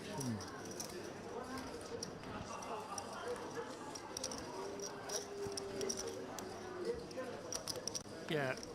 Call is made and trips are obtained on the river, and this 3 barrel is going to be really, really bad news should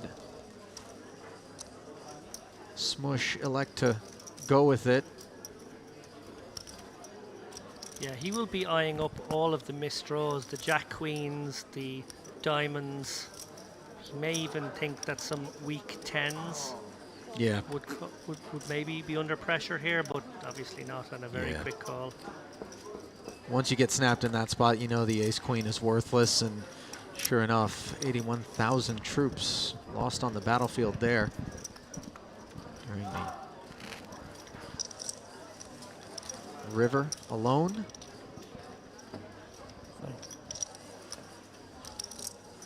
A veritable battalion's worth of chips passed along to Istomin.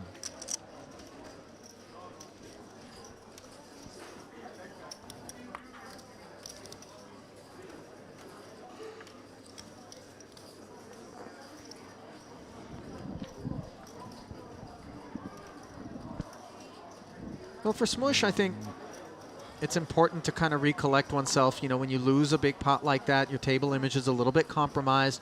You can get a little bit frustrated, have a tendency to maybe look to right the listing ship prematurely or with the wrong sort of kit, and you end up making a bad situation worse. So part of the overall discipline required to become a successful poker player. Kapustin with the ace-queen. Popular holding here at this feature table. It's an ace-queen rich environment, isn't it? Certainly is. And never the most clear-cut of hands. Very steep. And here we see Kontush with his third 3-bet of this feature table, and I think we're only maybe on about hand 13 or 14. Yeah, you really can't expect your open to get through unraised, can you, No. at this table? I'm not sure it's happened even once.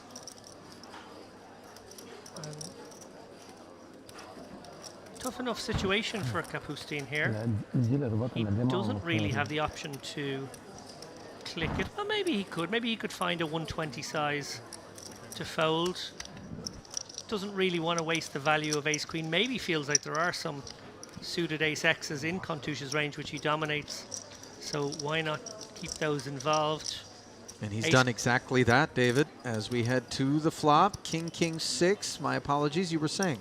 No, this is an interesting board actually now, because Kontush could go both ways. Probably comes with the small sizing. We've seen him down bet on some boards already in these 3-bet pots. And Kapustin probably has to be sticky once, maybe more than once. It's a really small bet by the looks of things, 20k into 112, so round about 18%. I mean, not much combos, but still. And Kapustin does peel one off here. He's obviously got the nut-no pair and an opponent who he knows is capable. Yeah, just keeping an eye on things. And now this board texture is very favorable for the ace-queen. Doesn't complicate the matter whatsoever. Interestingly, King X, very unlikely. Obviously, Ace King, the obvious strong pre-flop. He has an ace in his hand, so not too many combos of that. And he's also blocking aces and queens. So in his mind, his opponent obviously could still have the jacks and 10s more often. Not unfeasible that he has a king in his hand, although again combinatorically unlikely. So going to tell the story of I do have a big pair or ace king. Kontush with 60k does get the job done. Tremendous bit of work there from Kontush. Really had to dig somewhat deep, it felt like, to barrel. But he came with 60,000. It felt like just kind of that sweet spot of I'm not overcommitting, but I do need to put something in there to continue to tell this story just in case our man's peeling behind. And I feel like he was willing to empty the clip, to be honest. I feel like that bet won't get the job done against a lot of the flop calling range when the king comes again and puts trips on board. I feel like some pairs would be sticky once more. And to really remove some of those pairs from the equation, you would need a big river bet. So I think Kontush maybe was ready to go. Yeah, set himself up nicely for it, if required. Nice. And I think that pot was sort of a good example of the chess-like attributes of poker in terms of thinking moves ahead. That turn bet, how much am I going to have behind? If I get called, how much will be in the pot? If I get raised, can I get away from the hand, or have I priced myself in? Because it's not just about this moment in time, but future streets. Well said. 850k now in the stack of Istamine. Yeah, that massive pot with Trip Kings against Smush, where Alexei Istomin of Russia earned most of his tokens. And another baby-suited ace from the man who we know likes to 3-bet them.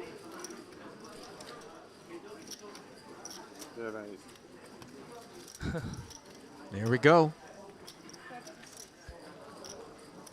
It's definitely okay, just from a strategy point of view, at these stack depths, guys, for you watching at home. To flat the ace-3 suited is actually pretty nice hijack to button, but 3-bet's certainly an option, nothing wrong with it at all, and as we've seen, Kontouch's preferred routes are the aggressive ones. Istomin resides in St. Petersburg, beautiful part of the Russian Federation. Has 340,000 in career tournament earnings. 3 cashes during the Merit Poker Vintage Series in November. A 12th place finish among them. 2 sevens and an ace as Istomin made the investment in taking this flop, and Kontouch comes out ahead, having hit the ace. I was going to say, can definitely go both ways again here. He loves the small bet, and yeah, deploys it again. Istomin, I think, to this sizing has to call. I know he's only got the pocket fours. He's looking at a very obvious 3-bet candidate in the ace on board and 2 sevens, but you just have to call when your opponent lays you that price. You could hit your 4 and you could be good, and you have to have a minimum defense frequency here. Amazingly deceptive check back from Kontouch. He's plotting for later streets here, and he's actually got a really interesting river where Istomin may well feel as though he's chopping against some of the hands. Yeah, that king actually does change things considerably. Istomin could really decide to get after it. He has 0 showdown value, just playing the board. Counterfeited courtesy of that black ace on the turn, and Kontouch looking to induce. Yeah, I really can't blame Istomin for thinking reaching for chips is the right way to go. As played, it certainly feels like he could pick this pot off, but the 70k is snapped by Kontouch. Very quick call from Kontouch, who doesn't raise, I guess, not beating ace-king and fearing that maybe, just maybe, Istomin wouldn't have 4-bet the ace-king. Also, I suppose there's not many hands that would ever call that you're not chopping with, so the value of raising, I suppose, diminishes slightly, but that was the question asked there on the end. Great check back on the turn there, really earned that pot. The question asked by Istomin once he was flatted. So did you see the exchange? It seemed to be that Istomin had something to say about being flat called on the river. Yes, no, his issue was that he expected to be raised by an ace, because the only hand he was behind was ace-king, obviously. 2 sevens. Well, 2 sevens, Quads. well, indeed, I suppose, yeah, it is out there. We have the third nuts, but then when you raise, you only get called by a chop, so I think that was the logic of that situation was, well, yes, if he does have the ace-king that he's flatted pre somehow, and the pocket sevens, well, why not just call here and play it safe? I know it feels a bit grimy perhaps for Istomin, who maybe didn't want to have to show down the bluff with the 2 4s, but realistically speaking, it was just cautious procedures there from Kontouch, and not egregiously so, I would say. No, I think it was okay, absolutely okay. But you're right, that the one extra bit of detail there is he did have to turn over his 4s. Yeah. Something he might have preferred not to do. Kontouch, very active, it must be said. Obviously, he's had sort of the perfect candidates at the lighter part of his range for the most part. He's had a couple of premiums, and you know, he's in the mix here from the cutoff with the 9-8 off, a much wider holding than any of the others. And believe so it or far. not, this 9-8 is the best hand on a King Queen 8 board, where he picked up both blinds for the ride. Smush and Anar. Checked all the way around, though. Karntouche not looking to bloat it. Suspects that the paint connected with his opponent's range. And now the river connects with Anar with a pair of 6s, but still 9-8 the best hand. And it'll get to showdown here. Yeah, just about enough of us, and maybe still fearing that some weak queens would play the hand the same way. Didn't fancy taking himself to Value Town. Must be noted, though, having to roll that 9-8 offsuit over. Yeah, the image is ruined. Yeah. Important to take note of those moments, though, where you've now given a data point that is going to create some suspicion amongst your opponents in terms of your pre-flop holdings and range. The adjustments need to be made accordingly.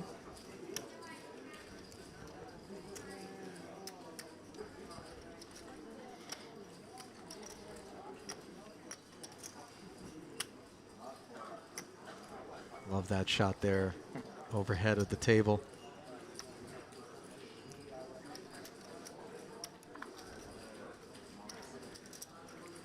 Still yet to see George Hanna get himself into the fray post-flop. Part of a really big group of Lebanese players who came out for this event. Not all together as a package deal, but just individually. Lebanon in such close proximity to Cyprus. Yeah, I was going to say, is it almost the closest country? Syria is very close. Lebanon, they're both just there on the I remember trying to coastline. cook up a really misplaced swimming prop bet during my last trip here about whether or not I could swim to Lebanon. Oh, wow. What is it? Are we talking like 80 kilometers? Yeah, nothing that I'm either going to be I'm either going to drown or get eaten by something between here and Lebanon. Safe to bet that side of it for sure. To be fair, I don't even know what I was thinking because I can barely get from one end of the pool to the other. Meanwhile, 3 players take the ace-king-9 board, and this is trouble for Istamine, who has top pair up against bottom 2. As Kapustin checks it over to him.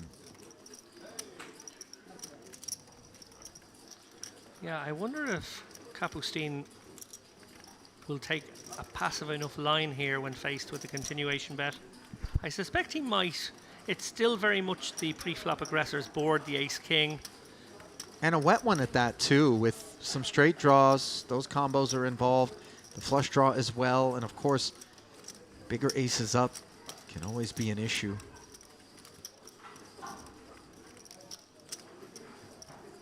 He may just come with the call here. Let's see. If you can. Smush folding to the 22K. And a flat. Yeah, the feeling being your opponent may do the betting for you here, even on a lot of dry turn cards where they are unimproved with ace-queen or ace. Oh, hello. Well, that's a terrible card for Kapustin. He'd be delighted that he has taken the passive line now. He's obviously suddenly gone behind an awful lot. He thinks it's terrible, but in fact, it's... if it's going to happen this way, as opposed to maybe a jack rolling off, it gives you an escape hatch. Obviously, he had the best hand, so it's a poor development in that regard. Yeah, in some scenarios, these 3-pair hands make for very good bluff candidates, but this is not one of them. He cannot plausibly rep boats here. Sometimes on certain textures, that is an option, but we won't see any of that. What we will see is Kapustin contemplate whether he's actually good right now with the king, with very little opportunity to improve. Realistically, what are the combos that would barrel not once but twice here without having King 9 beat? Is it the heart, Queen Jack, Queen 10s of the world specifically? Maybe some Jack 10 of hearts that opt to take the higher variance approach in lieu of checking back to realize equity, and specifically that? Yeah, and I think a couple of unnatural bluffs come to mind as well. Maybe the smaller pairs may decide that they have to pluck from that category at some small frequency as well. It is very much the pre-flop aggressor's board here, the ace, king, ace. You know, that's basically all the strong hands with the pre-flop aggressor. Ace 9, basically the best hand that Kapustin can have in that spot. And he does let it go. Great fold, well played from both players. Kapustin saved himself an awful lot by taking a more cautious route there. He sure did. And, you know, in particular, the bottom two pairs on those sorts of flops, ace high against an early opener, just treacherous. Treacherous, you're not sure where you stand, you're not sure where you'll be on future cards, and actually your opponent may bluff often enough because it's their board to more than compensate you taking a passive line.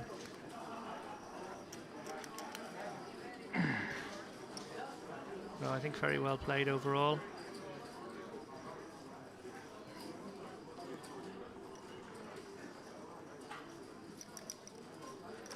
And there's that hand again.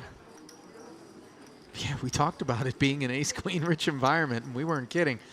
Up front is George Hanna. Making it 15 to go. It's funny you mentioned there your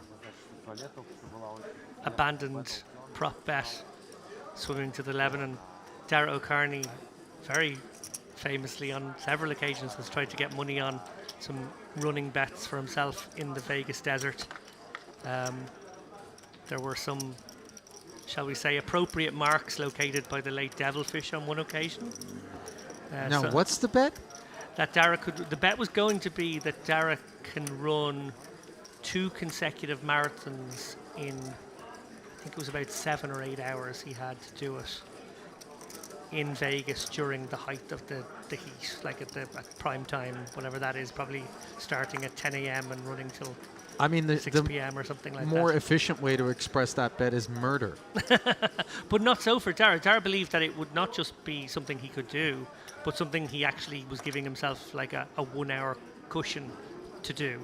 So felt like this won't be an issue. In the dead of the Vegas heat? Yeah, running in severely hot conditions was actually Dara's forte and one of his sort of unusual mutant strengths. You better pack a lot of sunscreen. Yeah, well, that's for sure. You definitely that need fragile that. dermis would scorch right on up Yeah, under the Vegas heat. I mean, I call Vegas home. I can tell you right now, it's not the kind of place you want to be outdoors during the heat. Well, Dara tried let to get alone that running marathons. Dara tried to get that bet on, I want to say, around about 2012, something 2011, 2012, somewhere around there. And I think, unfortunately, I think the bet was going to be that I can find somebody, Devilfish was going to say, I can find somebody in the main, who's going to play the main event who can do this. And then they'd see Dara and they'd be like, oh, it can't be that guy. Yeah, yeah. And then it was definitely going to be that guy. But they did some Googling. They weren't complete marks. The lads from Texas, I think they were, Googled, you know, Irish poker player, ultra running. Yeah. And they found him pretty quickly. Yeah. Cancel that bet. Kapustin doesn't like the smell of this cutoff open from Anar, and he's decided he's going to just flat this King 7 suited. Yes, two, no. Together. Yeah. Okay. Which is now reminding me of the premise of Vince Van Patten's movie. Yeah, which was lovely, by the way. Is it like, did he have a week or 8 days or something to walk LA to Vegas? Or maybe it was longer. I thought it was maybe a month or something. I thought it was like 48 hours or something. Oh, wow. What do you need? 179. I haven't seen it yet. It's good. You enjoy it? I can't remember. Maybe it was more. Yeah, I did. I did enjoy it. I went to the premiere out in Vegas, actually. And Great. 179, but it's a good time. We had Vince on the show just before WPT win there about a month ago. Uh-huh. Great interview with him. Really nice to chat to. He's a lot of fun. Not quite as much fun flopping Jack 10 6 of clubs with Ace 5 offsuit as we see This level, Anar defer it was 202 or 3 Kapustin, people. and this Yeah. would presumably be the end of the road. 24 people in 1 hour, right? We're getting, okay, so it's going to be like less every hour. Got about 2 SPR. 150. And 115. 150. what has he done here? Just tear one off. Ace 5 happens to be the best hand, but now with the 9 of clubs on the turn, 3 hours. So I would bet 120. he checks again. Let's talk about this check call with the Ace 5 as opposed to following through as the pre-flop raiser. I agree. And now leading. You want to bet? Getting the job done. Yes, a bit back to front, that one. Yeah, You bet 150. I'd say so, I bet but 128. job done, like you mentioned. So if it's So wildly unconventional line being taken there from Anar. yeah, the difference is 13, right? Okay, So we will it's like see. 6. Really fortunate not to have been up 121, against you a win. club. If it's 122, I win. Certainly was. No. Yeah. Shout out in the chat to a few people here. I see Katie Swift, The who's been difference joining us Yes, for a few you of the told evenings. 128. Great to have you Yeah, here, and Katie. 115. And I see Andy 115. Payton as well, who's wondering what's happened to Dara's voice. We see who is closer, right? Okay, how much money would you like to bet? Oh, let's just bet friendly. I don't know. Of course, friendly, not 1 million. Some people contemplating 10 bucks, what 20 bucks. I don't know. different You choose. GPI awards should be included in categories here. bucks. We've got Go a few 20. good 20 Scandal bucks. of the Year. I 20 like that bucks. one. You want to go? Slow Roll of the Year. Bad Alright, Beat so Tantrum you of the Year. 115, I 128. 115? Who is closer? Yeah. 121. Definitely like to see you a few win. categories 122, I win. introduced in that one. I Ali, already you calculated. were the Okay, we host, I will want to say, count in it. 2019 for I'm those not so awards. Maybe good at 2018. mathematics, so I seem to remember will Podcast of the explain Year it. being awarded during that specific ceremony. You remember who won that category? I do remember, I wasn't awake for it, I'll be honest, but I do remember waking up to 187 notifications, and I don't have 187 friends. So I thought something's happened here. And Once you realized it wasn't a death in the family and you were relieved enough, it was indeed the Chip Race podcast of David and Dara. what's that gig like? One. Oh. The hosting the GPI Awards, you know, I think I only did it once. Maybe I did it twice. It was fun. I mean, everybody who is there is coming out as, people who have been recognized for being at the top of their field and their craft in various respects. Obviously, just receiving a nomination is emblematic of that, independent of whether or not you actually end up receiving a trophy. Just that sort of acknowledgement, I think, lends to everybody feeling validated and positive and upbeat. And it is a bit of a party.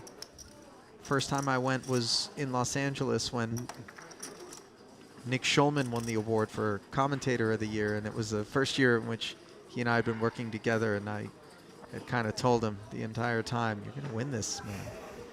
And he very deservedly did.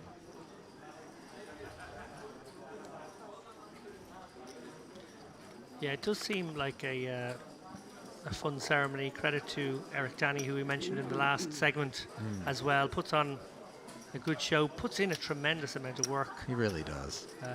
And basically just gets abuse from people Welcome to for the month before the, Yeah. the ceremony. The thankless What did they do wrong this year? But let's industry of everyone do a poker, right. podcast episode about Right, it. right.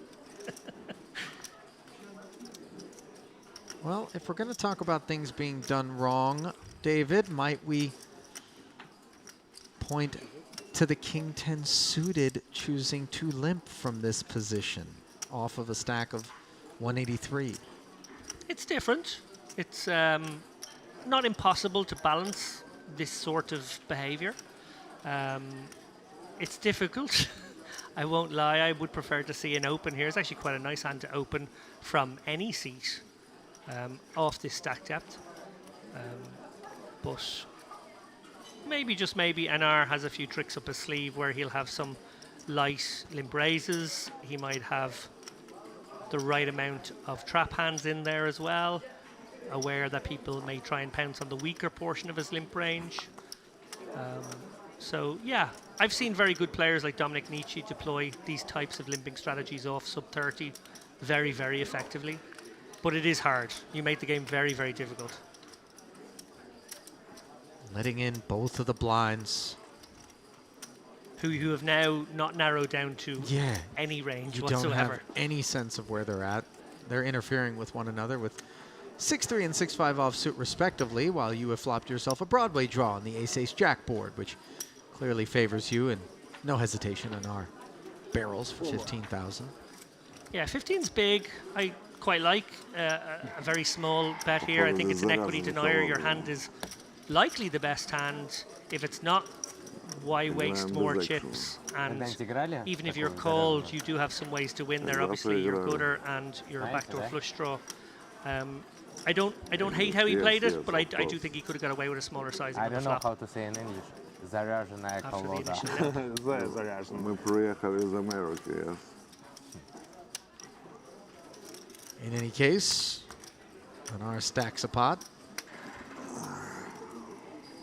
All flops, ace, ace, ace. How can I play? Right. Every hand ace coming the flop. Ace, king, ace, king. Yes, unbelievable. We need action. 2 for 7, like something. In the main event. Once again, Oh. we're gonna play another 3 levels for tonight. In the Smush main looking event. down at Your Jack 10 day off. will be done at the end of level 19. 3 more levels. will open. The information that I can give about the last tournament for tonight will start at 10 o'clock. The name is Mix Max, 8-handed. So the format is the usual one. So today we're going to play 3-4 suited in the cutoff. Hana 8-handed. showing some Tomorrow pause. we'll draw for 7-handed, and the last day will be a 6 max.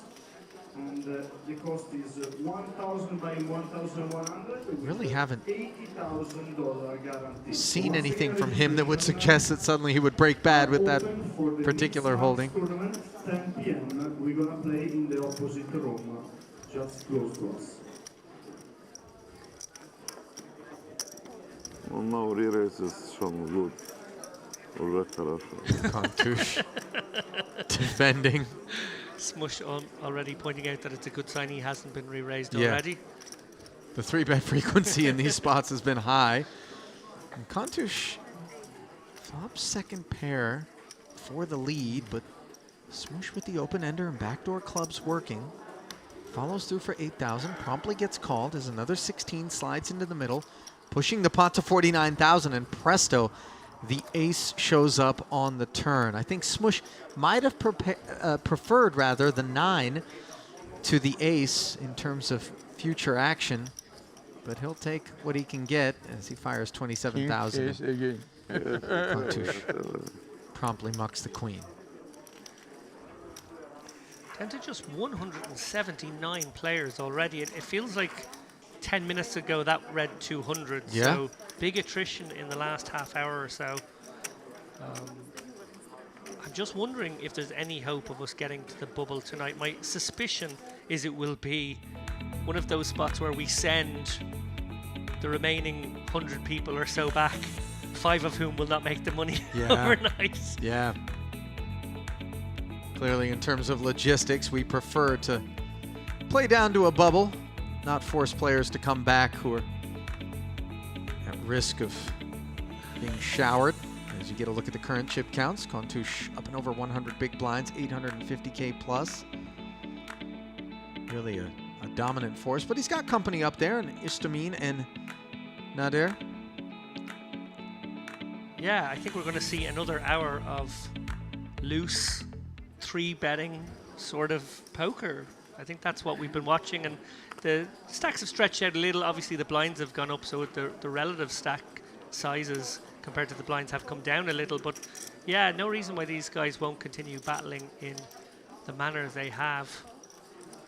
You say there it would be sort of cruel and terrible at some level to send 5 more than those who make the money home. I don't know. I feel as though, as a poker player, you have to be a masochist.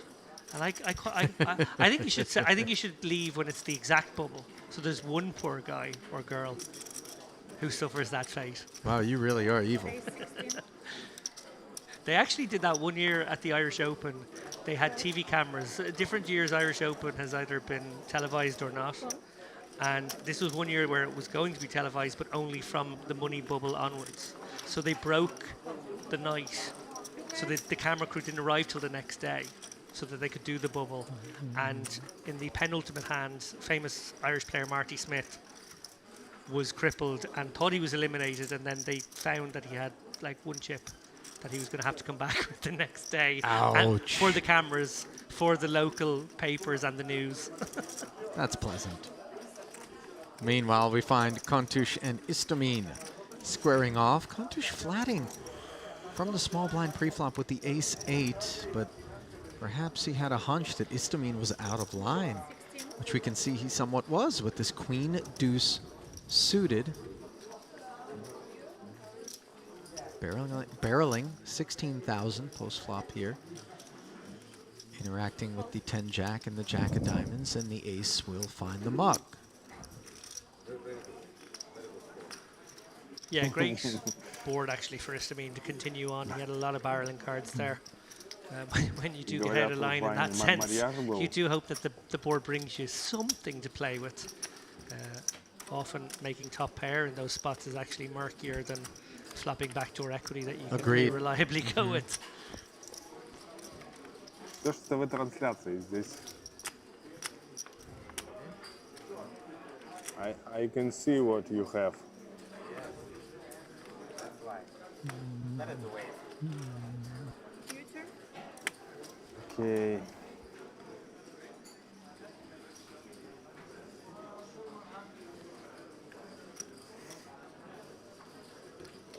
Raise 16. Call.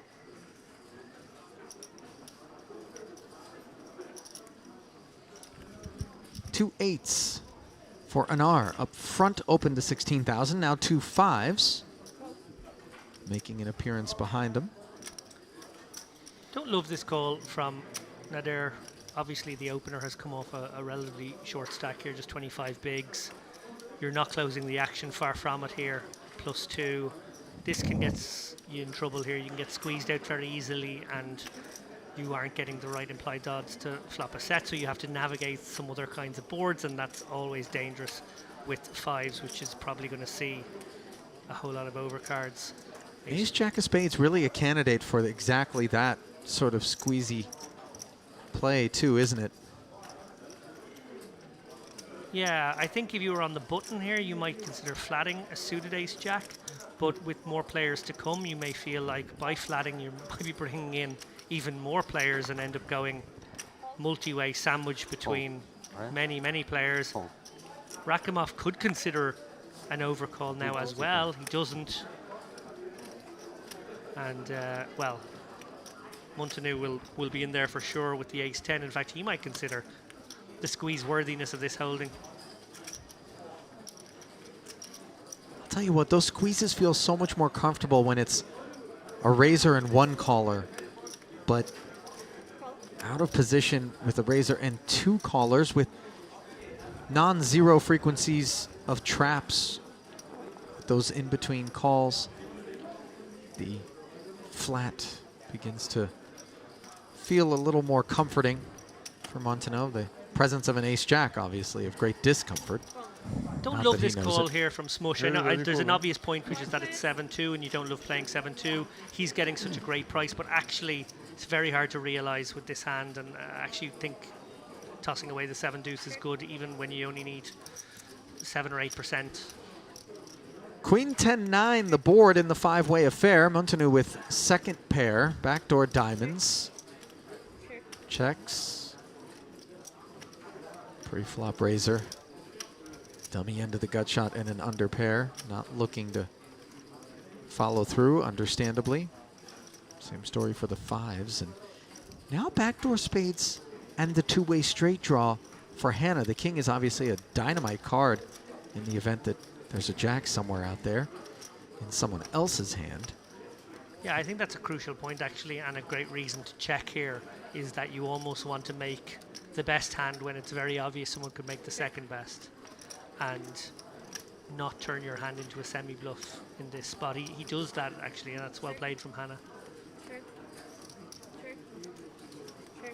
Three of hearts doesn't help anybody.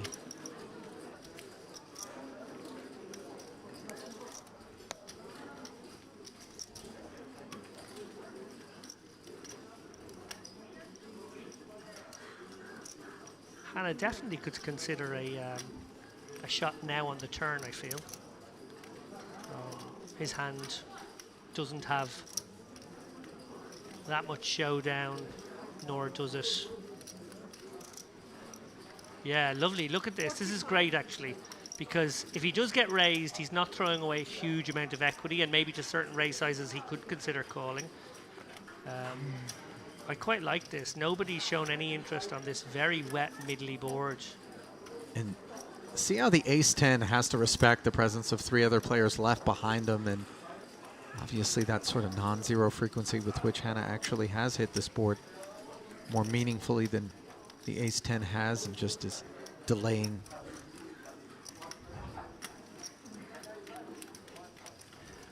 And are considering stickiness by virtue of the fact that he's drawing to the bad end of this straight draw as well. I really wouldn't like to see this call, even though we see here he is 74% against range. It's just going to be too dicey. Very plausible Hannah would check back a hand like King Queen on the flop and now feel very happy to bet it on the turn. Yeah, great execution from Hannah. Take a bow there. That was really well played. Very hard to play multi-way, five-handed. The solvers can't even figure those kind of spots out. So, you know, credit to him for doing so. And also, it's, you know, I think I lost 20 bucks. It's always scary. I think I lost 20 bucks. Coordinated board like that, raised pot, four other players in there. You know, somewhere out there, there are pieces that have ace-jack beat. Exactly, and just really well recognized that his hand made a very good flop check back, but turn bet.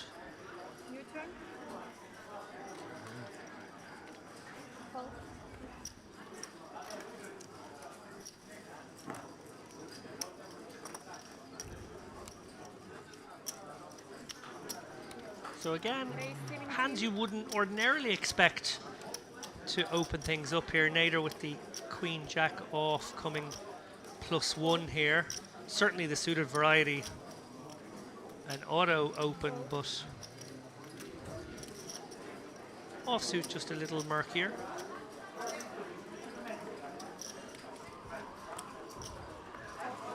No takers thus far, but King Queen may very well stay interested as Smush has Nader dominated.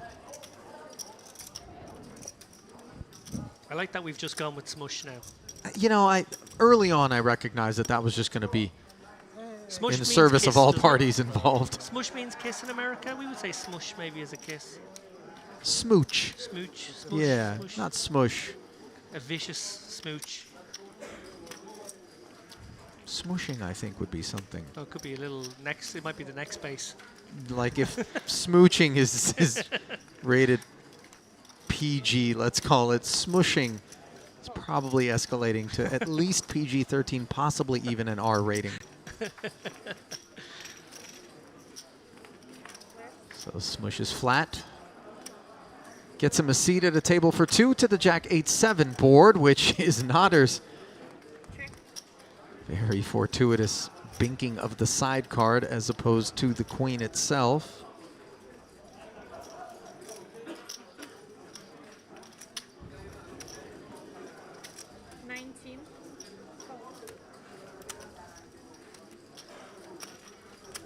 $19K follow through. And King Queen promptly into the muck there.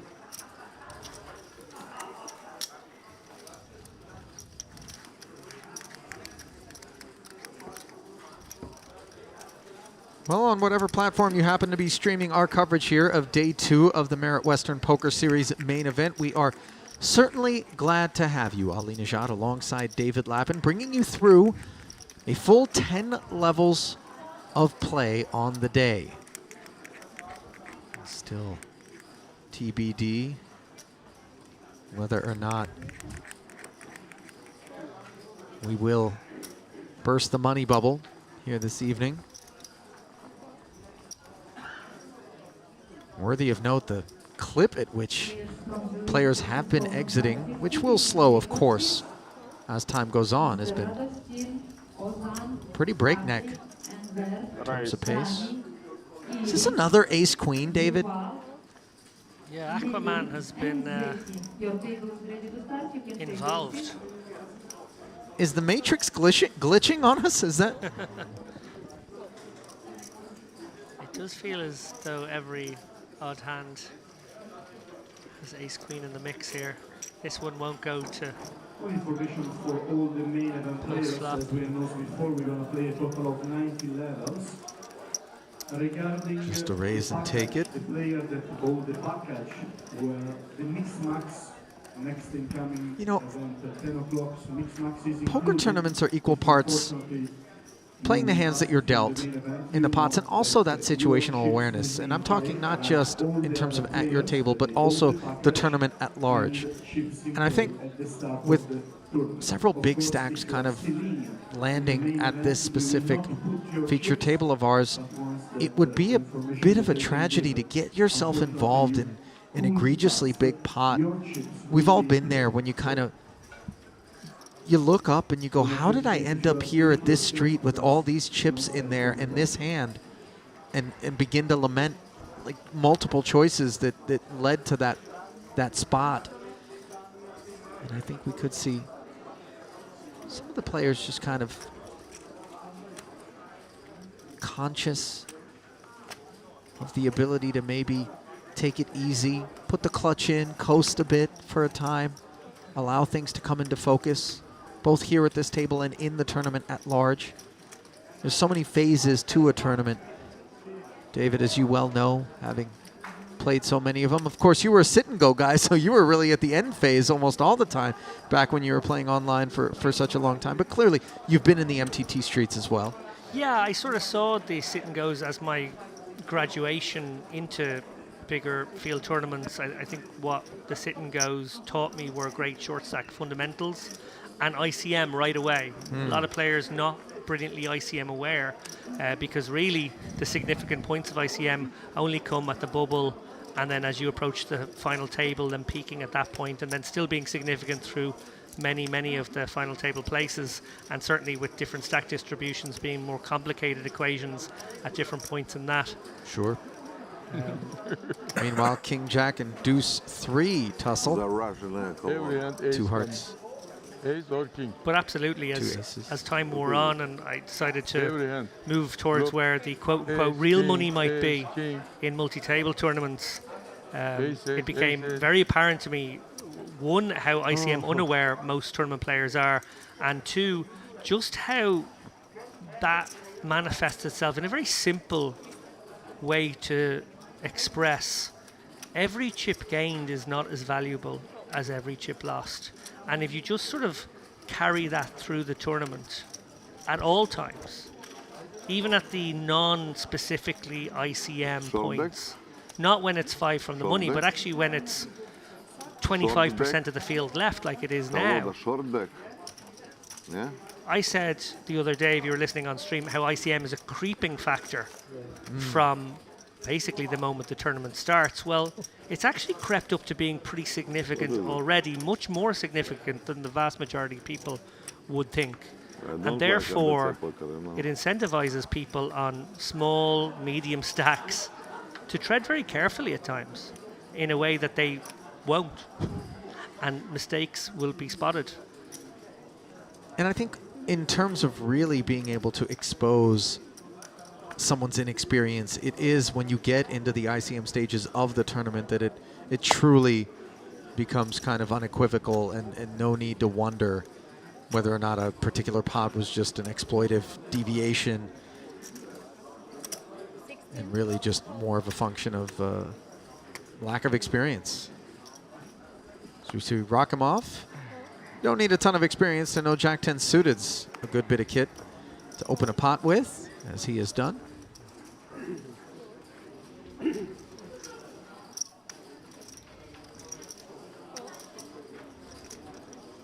Nothing notable emerging until we get to the big blind, wouldn't you know it, of George Hanna. Pocket threes awaiting their orders. Actually the kind of hand category that you'd love to see in the big blind facing a min open. 3s, 4s, 5s, 6s, 7s, that kind of stuff, because you're going to have a pretty liberal flatting range, but a lot of those hands will be suited hands, somewhat connected hands, and they can lead you into quite murky, hard to figure out turn and river decisions, whereas actually the pocket threes, pretty easy to play. Yes, of course, it is always possible that you get set over set, but in Hold'em that doesn't happen quite so often, and you can sort of proceed as if I hit my set here, I'm going to treat it like it's good in most situations, and I'll try and get as much as I can. We see here kind of board that might get Hanna into a tiny bit of trouble. He's obviously got some back doors there. And every now and again, the threes are actually still good.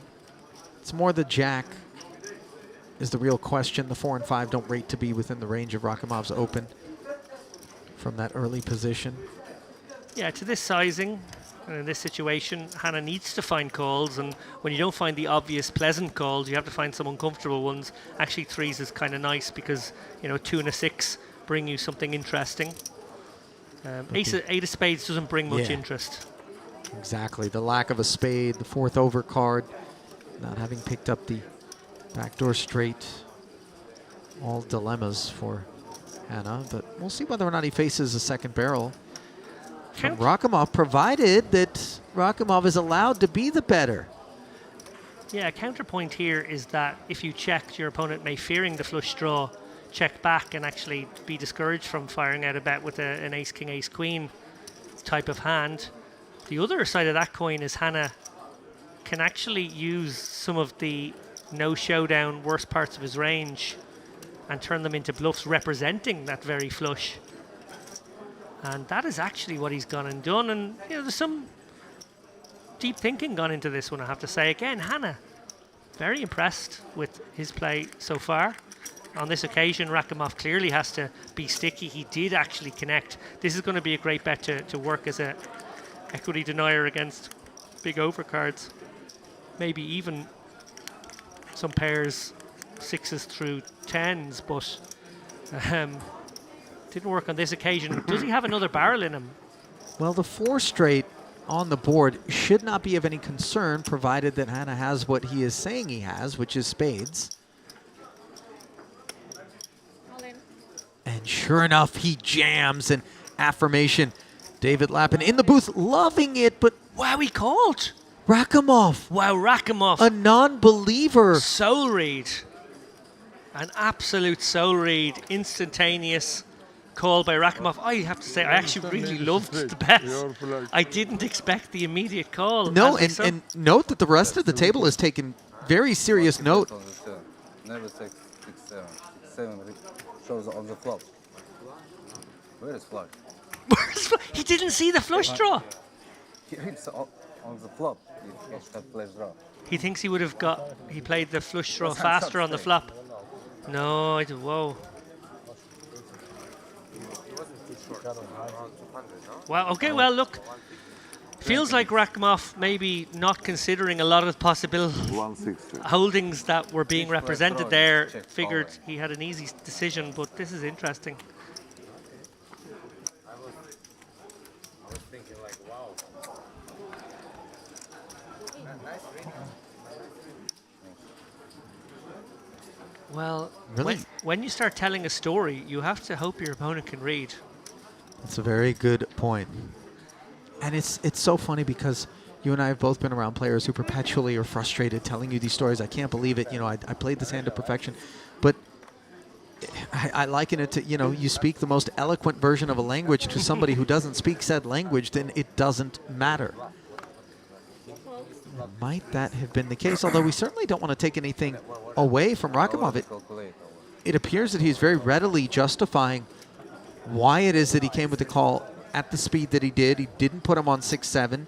He didn't put him on spades. Not certain whether or not he saw the spades. When he says where is flush, it may be that he didn't notice the flush was out there, or it may just be his way of suggesting the line that was taken by Hannah does not contain a flush in his estimation. Yeah, or that it didn't become a one-card flush by the river. Oh, right. But it does strike me that he discounted completely the possibility that a flush would have flattered the flop. He said, well, he would have raised if he had a flush draw on the flop. And that's absolutely not certain. And in this fact, is it's unlikely. Such a beautiful moment for Hannah to pick up black aces, by the way, when it looks like the lug nuts are loose and the wheels rattling on the axle, ready to just go careening off this runaway train. He's 3-betting to 50,000, and for Kapustin, it's frustrating, but the Queen 10 belongs in the muck. Well, but that's because we can see the aces. Maybe you feel as though he's supposed to make the call as the 3-bet at that sizing. 34K. yeah, no, like he could have lived a bit more dangerously and gone smaller. It would have felt a bit exploitative, but also given the pot he just lost, maybe it would look kind of funny and tilty. Certainly nothing wrong with the size he chose out of position. They're still reeling through all the possible hands. I think they're very much playing a different game right now. I feel for Hannah in this spot. That there's an old expression in poker that's, you know, it was the right operation, but the patient died. I feel like it was the right move right there, but it wasn't the right opponent, it turned out, to try and get that one through. Yeah, I remember. Now I remember this time.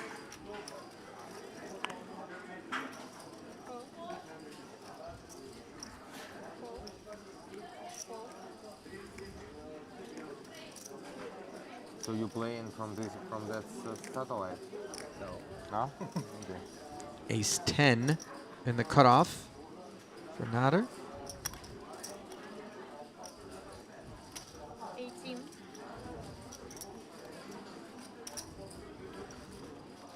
Shoots it up. 18,000. 18.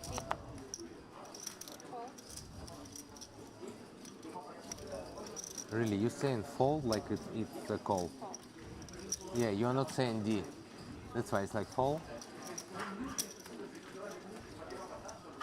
I always hear in call.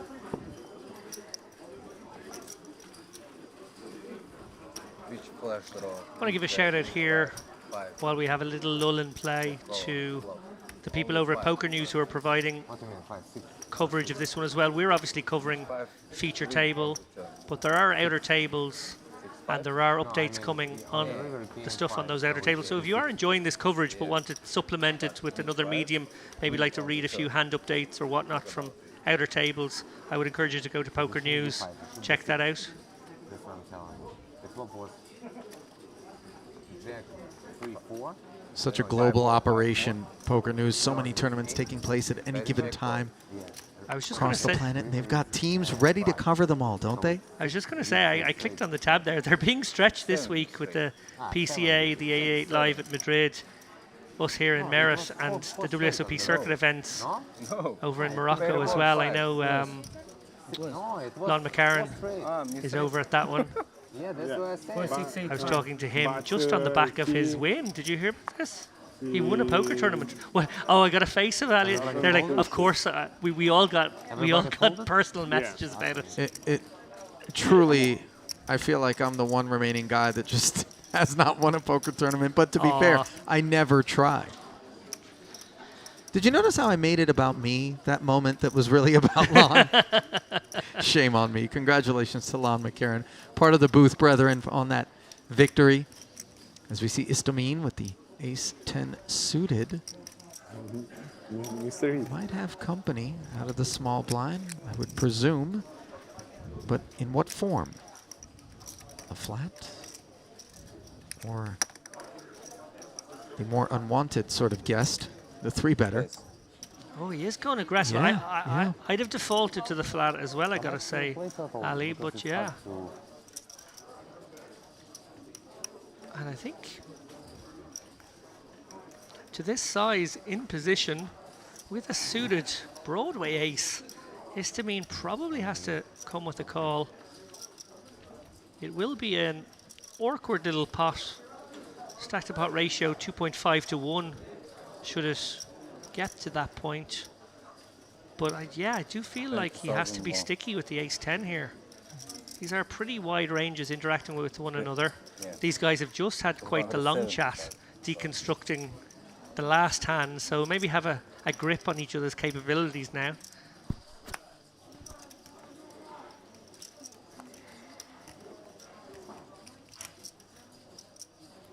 Some dynamics at play here. He does make the call. So, eyes down. This one could be fascinating.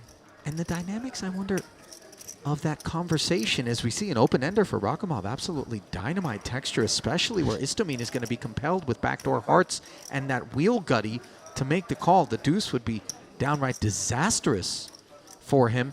But just to kind of button up that thought, when you talked about the dynamics and the context, what did Histamine glean in terms of Rakimov's thought processes and aptitude after that big call that he made with the Jack-10 on the 3-spade 4-straight board? I imagine there are a lot of complicated things he gleaned, but the very simple one might be, don't know if I want to bluff this guy. Fair. As we see the bet and call produce the King of Diamonds on the turn.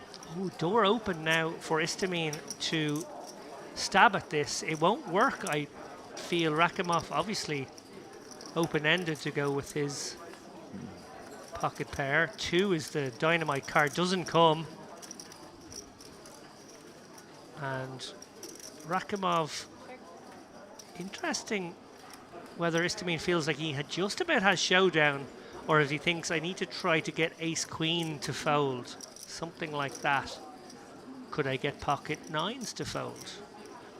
They're hard stories to tell over one street. He has a smidge of showdown, but I don't think he will figure it to be likely good. He probably would have got bluffed on the king or on the jack. So he does just shut down, and yeah, a bit of fear factor maybe there, Rakimov. You call the river, huh? Of course, Rakimov, of course I will. I never fold the river. You remember me, right? I'm the guy that had the Jack-10 4 straight, right? Yes. that called for my tournament live. But he doesn't push the straight. When I feel like if we... Kontush has support, apparently, for Rakimov's call. Yeah. I feel like if we return to these guys with one of our roving cameras 4 hours from now, Ali, they're They'll still be talking about that. You're right. You know what it reminds me of? Those sort of divisive memes where, what do you see here? The gold dress or the black dress? You know, and you fall into one of two camps. It's going to be, do you fall into the Rakimov made a great call camp, or do you fall into the what was that guy thinking camp? Button cut off. It was button small blind. Button small blind. Never mind. 169 remain. We've lost another Good hand, good hand. 8 or 10 off the clock there in the last few minutes. So, yeah, pretty much losing maybe 30 people an hour right now. That will slow, obviously. It will become more a function of the percentage of the field remaining, but this is a particularly bust-intensive period as the pressure goes on the likely shorter stacks.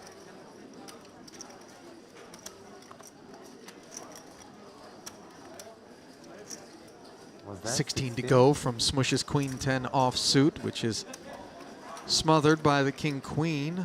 Histamine.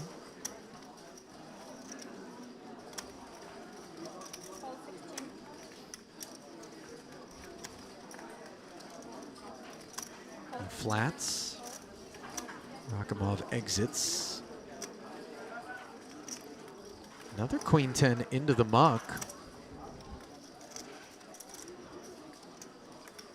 And very unintrusive 3-4 offsuit being laid a tidy price for Montanu, who makes the call.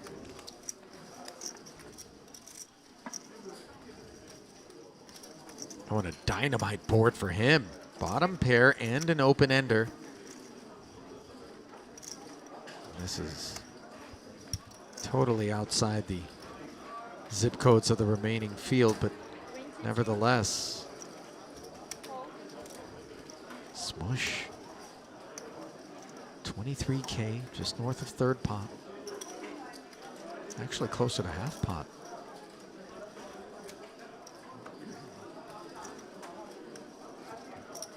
Jack, you say it's high? Yeah. I knew I'm Montanu not going peeling to out win, calling but chips. Seems like the decided to logical give up this continue. Now a 9 on the turn is Queen 10. Is truly flapping in the wind.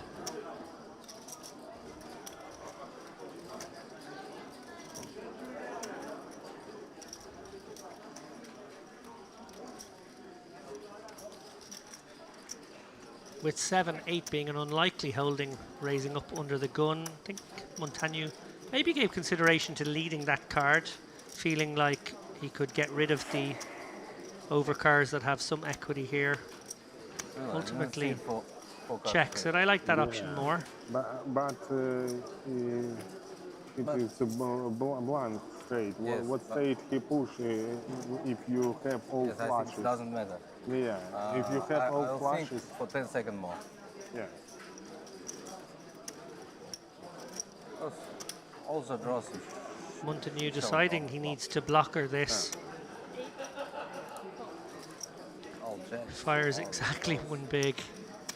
I really like that decision to blocker one big in that spot. I think that is absolutely wicked deployment of the absolute minimum blocker bet in that spot. Really well done. He desperately didn't want to face a bet. As it turns out, Smush had really nothing to consider, but in the event that he did, it's so disarming, isn't it? It really is. When you're confronted with that really bit of hyperbole, just so milky and confusing. 7 players now in the 1 million club at the top of our leaderboard. I'm going to bring you these stack updates courtesy of Poker News. Yeah. Abarakov is our chip leader with 1.34 million. Habib 1.28 million. Tanuri 1.1 million, as does Justus Held from Germany. Al-Kabasi with 1.09 million. Reza Sadat with 1.07 million, and Benjamin Hammam just hovering around the million mark. They are our top 7 right now. Yeah, 2 of those top 3 playing under the Lebanese flag. They certainly are. Also in the mix there, 10th in chips right now, 885. Maxime Chilot, you'll remember he was our chip leader on the last 2 tables of the warm-up event. He was 2nd in chips going into the final table. Obviously nothing really went well for him over the course of the early going in that one. I think he ended up busting in 6th, maybe, something like that. But Chilot, a very workman-like pro. Ari Kleiper, another familiar name from Israel. We saw him go deep in the warm-up too, 670k. The race. And Dominic Panka's in the mix. I didn't spot him in the room. Wow. 48.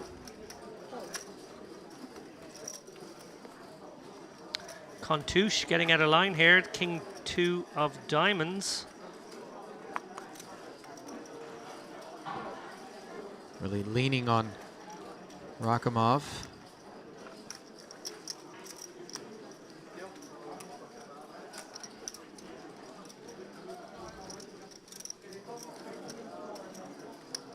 How much? 48. 48. Kind of a peculiar customer to be pursuing if you're Kontouche, again, having borne witness to the adhesive nature of Rakhimov. I mean, if the guy can make a call on the 3-spade 4 straight board for his tournament life, You'd think a 3-bet like this isn't going to deter too much of his range. Indeed. And that range includes ace-10. Oh, what a board for Kontouche. This is downright clairvoyant by Kontouche. The pair and flush draw combo checked over by Rakimov's ace-10. Definitely want to fire in this situation here. There are some occasions where you make a pair and a flush draw when you might decide on a more passive line, but this is the kind of hand that can get very aggressive if Rakimov was to play it fast. But also you're getting more chips into a pot when you can make a very, very strong hand by the river. Rakimov is going to peel one off here. He's got the ace diamonds in his hand. He's got some wheel possibilities. Oh, and there is an ace. Now Kontouche behind as Rakimov's peel. I feel as though Kontouche will be looking to target hands like 5s, 6s, 7s, maybe even 9s with the bet here, try and rep that ace while having the backup equity of his flush draw. He might feel like there's quite a few flop calls he can get out now with this bet, particularly if he goes a little on the larger size. Looks like he's gone half pot. Well, the beauty of his holding is even when he is wrong, he is really only crushed by ace-x of diamonds. And Rakimov's halfway to that equation, but not all the way. So action over to him. A little better than 3-1 on the call here. It is possible, of course, that Rakimov is dominated in this spot, but he's also aware that he will have overtaken quite a few of Kontouche's other holdings, the lighter, bluffier part of his range. We see that he's actually got a hand that's something in between.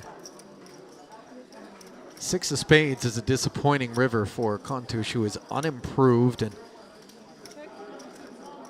now faced with a bit of a decision. Does he want to step away from this 370K pot, largely his own doing, wave the white flag,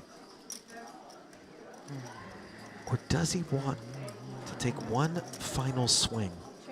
The answer is the former, as he checks back, gets shown the ace-10. Yeah, no showdown really with the king deuce of diamonds, unless his opponent had diamonds himself. That's going to be infrequent. I thought that was very much a white flag against an opponent who's already shown himself to be sticky. flop is 10, but it's And 10. Rakimov, Very good. sort of a combination of I fold. well, If that you optimistic call, I still think it was I fold. from earlier, but almost all the chips he's made since then feel as though they are in some ways a direct result of that hand, where his opponents never felt comfortable bluffing Yeah, spots and I can- against him. And we'll never know whether he would be sticky on all those occasions since, but I guess the deterrent is out there. Have too much ace high. The fear after factor flop. is present. To go all in, I don't know. And I blocked your flash draws.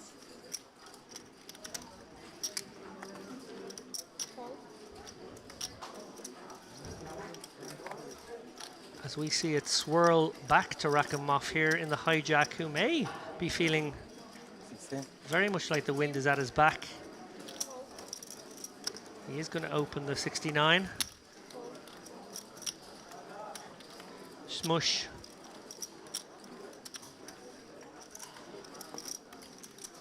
Tricky stack here. 281K. Out of position. King deuce? What? King deuce Yeah, on diamond? clearly valuing keeping in the hands he dominates here at a 35 big blind depth. I like that, I gotta How you say. know? You really don't want to raise fold your hand in that spot. Oh my goodness, look at this board. Rakimov with Because it was when you said a heart redraw on the second I nuts. just made the worst Well, you mentioned possible- clairvoyance They there. played I feel like the hit Rakimov is on the flop. Nostradamus Yeah, It was a deuce. after this one. it's pretty scary, isn't it? on the flop. Oh, really? Yeah. Wow. You're really out of line. Smush didn't expect- does call. Rakhimov clearly feeling as though he could go for a very kind of I'm thinking this and you were exploitable like, no, small keep sizing on a it. board. You'd normally go with a lot of checks and a large sizing if you did continue. Clearly with the second nuts he decided, let's go small. He's even got flush backup plans. As bad a turn card as Rakhimov could have seen in terms of whether his hand could ever get overtaken, but maybe a very good card in terms of whether he can get value if he is up against some trips, combos, queen tens, jack tens. They've been emboldened. Button suited king, the lowest. It's okay. King 9, it's okay to call. Right. Fairly straightforward check fold from the ace queen. And not just the decision to flat there. So you had Plays the out deuce on the quite flop and well, flush not to be draw. results Yeah, oriented, the but treble flop, you were already like. if you 3-bet and then you feel suddenly compelled to continue to lay claim to the board, Sure. Indeed. How much did you bet on the flop? you torch off a good chunk. I mean, For that 40%. sort of precarious No, no, 280K. It was 35 blinds, plus plenty, but something, and you're keeping big yeah. company here at this feature table. You sure are. It's too strong. It's too strong on the flop. Just caught a glimpse of the time. There's only 15 minutes left on this level. I feel like this session has absolutely flown by. Some fascinating hands. King Jack I'm out. up front shoots it up, and now Rakhimov is going to peek down at ace king. Truly the medicine for Nader. Good run. 65. 65. Fold.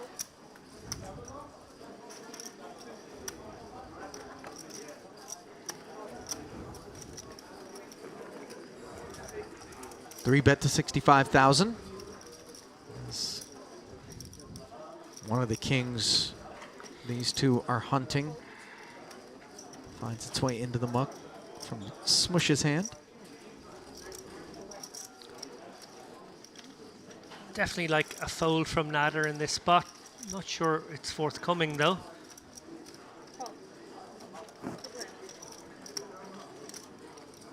And another very big pot brewing. Yeah, he does make the call and is unimproved on the 2-diamond 2-8 board. Checks with the flow of play over to Rakhimov. And these ace-kings are somewhat balanced in these spots and with these boards in particular. Sometimes they begin to weave a tail. Others content to take a more passive line. This 3 rates to be of 0 concern for Rakhimov, and it looks like he's just going to try to get to showdown, maybe even induce a bet out of Nader. Instead, he'll be pleased to collect 150,000 after one last pair of checks on the river. You are the best. Yeah, I know. No, because I don't know, like, how did you manage to call King Jacob? Because He doesn't fold anything.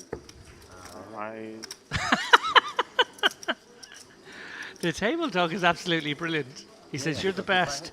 How did you manage to call there with the ace-10 and hit the ace? And his opponent said, because he doesn't fold with anything. Yeah. I had ace king, he has ace queen. You have ace king, he has king jack. But flop, nothing. You won pretty good. 10 big blinds in this phase is important.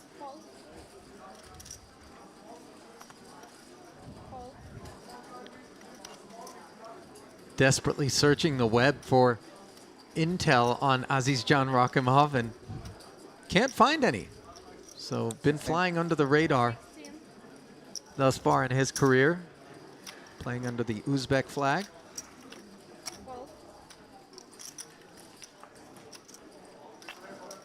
Ace 5 suited. Going to work, and now Smush in the cutoff with the ace 10. And you get the sense Smush has been a little bit frustrated here at this feature table, been kind of looking for reasons to get into a pot and try to drag chips. Ace 10, as good a reason as any, he deems.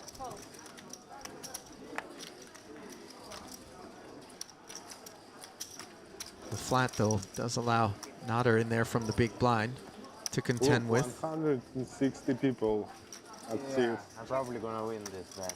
Queen 9-6, Nader with the cut You shot. said that lower than... No, I said it's gonna be 128. If it's gonna be lower than 122, I lose. So betting his If it's back higher doors. than 122, Looks like I it'll lose. work. It should be pretty close, but I think No, Nader's going to be sticky with the gutter here. less. Yeah. Oh, Less now a frequently people gonna dynamite bust, turn right? card for Rakimov to continue the barrel. We're going to see a fairly big sizing from Rakimov here, probably something in the region of 60. We'll go with 50. Same idea. Oh, wow. What is this? This is surprising from Nader. Wonder if he has designs on bluffing this river. Well, he got a good river 2 bluff. What? Are No, we he seeing really the was right just hunting a hands? 7, it would appear. Wow. I was going to say there's no way Nader is calling on the turn unless he's planning to lead river. But you're right, he was just looking for Okay. that magnificent 7. All right, thank you. You bet river? No. No? What was it? Looks like the guys are getting their marching orders as they will make way for this new group of players. And among that group of new players, we find Tunisian, Polish, Romanian, Saudi Arabian, Russian, Italian, Turkish, Lebanese, and American participation in Reza Sadat, the American representative. Sometimes more on Sundays. Yeah, we right? featured Reza on the feature table. I think it was day 3 of the warm-up as well. Good to see him back. The table 6 will be after the Istamine black up and front the with King yellow Jack table suited here. streaming table after the As we black will close be in on the table 6. Thank you, guys. Sorry. End of the level.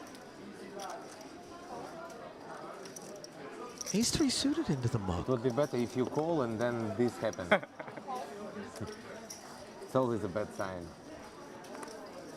Surprised to see it, David? At this table, yes.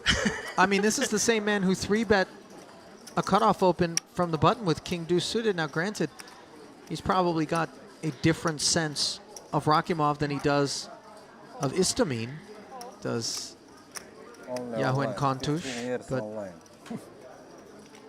nevertheless, somewhat First time offline. unexpected.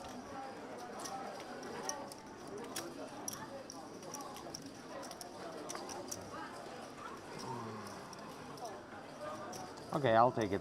And a No simple problem. raise and take it. Beautiful hand, but what can I do? Well, you can take down the blinds and antes. Alexei? How about that? Are you going to bet the river in this hand against the guy who marked? Which hand? Against Last hand? When king on the Oh, I river. check. You check back. Check back, yes. I put 10-8 or 7-8. Only But nines. what he marks? Flush draw. I don't no block. flush I draw on the haven't. floor. Jack 10, maybe Jack 10. Queen, he never folded. Because on tilt. Oh. Only 9. Which 9?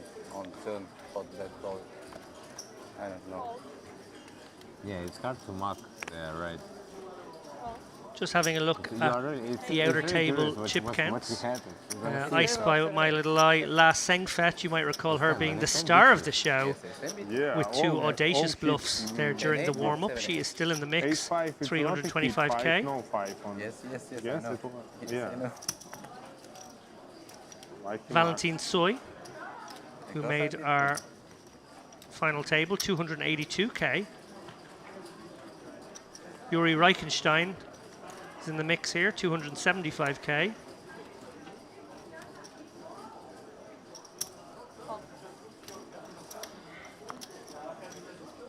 Accomplished pro Luke Bindel, he's in the mix as well with 227. So quite a few notables out there in the field.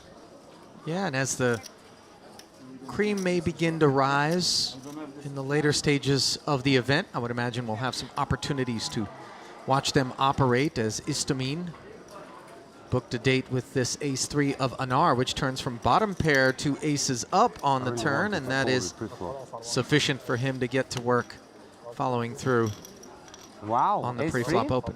Ace-3, yes. How many years you play? As I complete the whistle-stop tour of the outer tables, Jack Sinclair, we mentioned him earlier on. I think he's on his 8th bullet. Okay.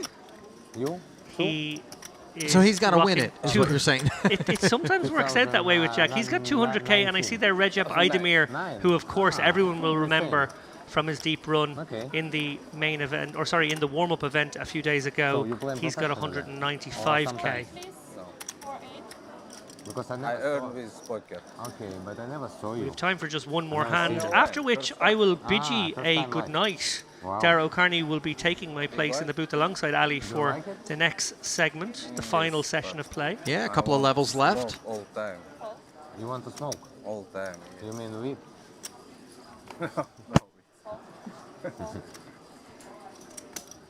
But Two red kings for Anar, the opener. And now an ace-jack on the button for George Hanna.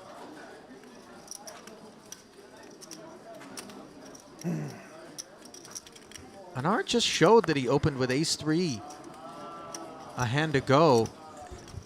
Fresh in Hana's mind, you wonder how he'll react.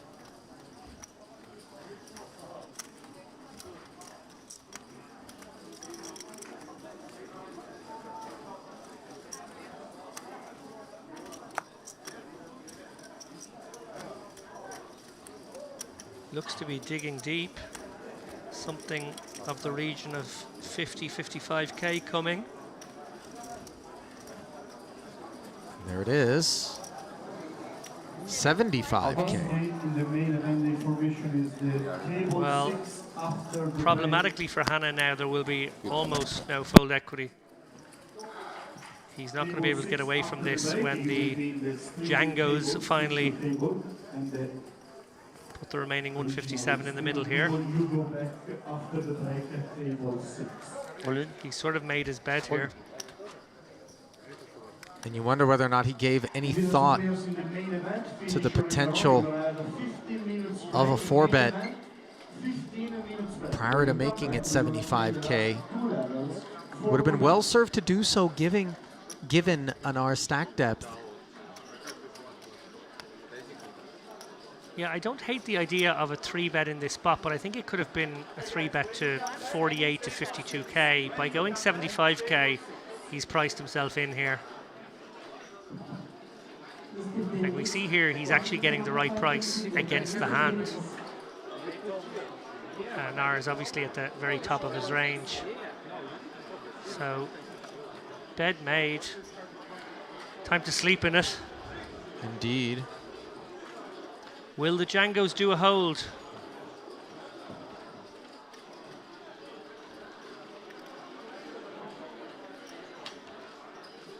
Hanna does have the benefit of having Anar covered. 47k behind in the hunt for an ace and coming up empty on the 10 high flop. As Anar's kings sit pretty in a 374,000 chip pot. The turn also clean. Just needs to fade an ace now. Can he do it? Yes. And a really poor development there for George's Hanna.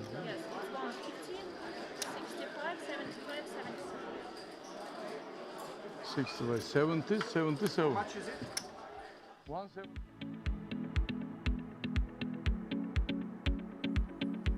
And here is one last look at the chip counts at this feature table.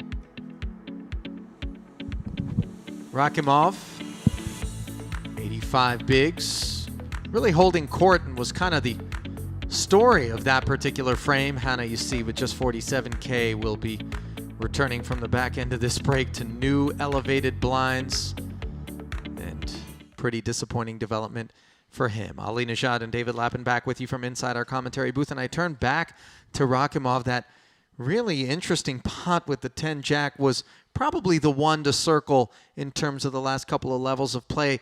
Really announced himself as kind of being a guy that wasn't going to get pushed around, and you know, several of the players kind of took note, and yet in spite of that, some targeted him, perhaps questioning whether or not it was fundamentally sound for him to have made that call.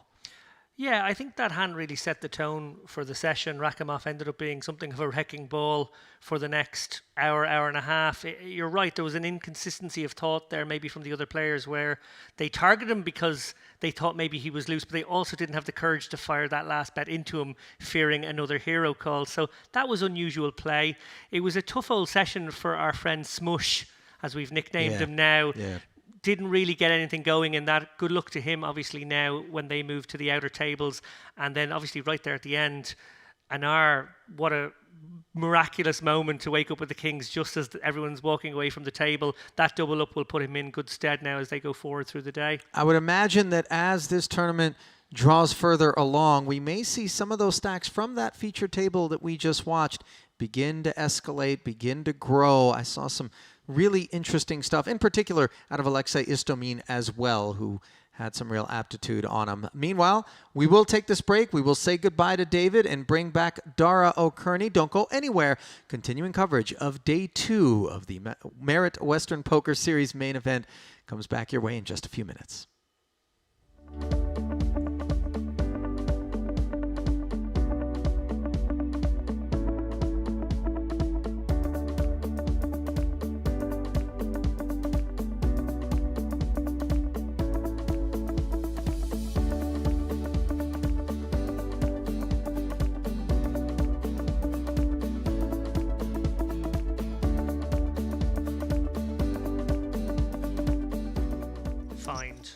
And there's some King X there that would be happy to check back the flop and suddenly has made top pair on the turn that you can represent as we see him go to work for 8,500. Surely Kodanov won't be finding the muck, but to be determined whether or not he finds a semi-bluff check raise here.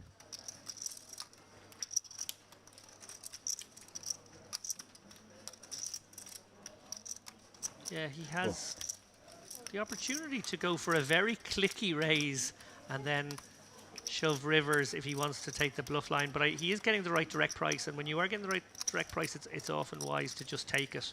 You can realize you're not putting pressure on.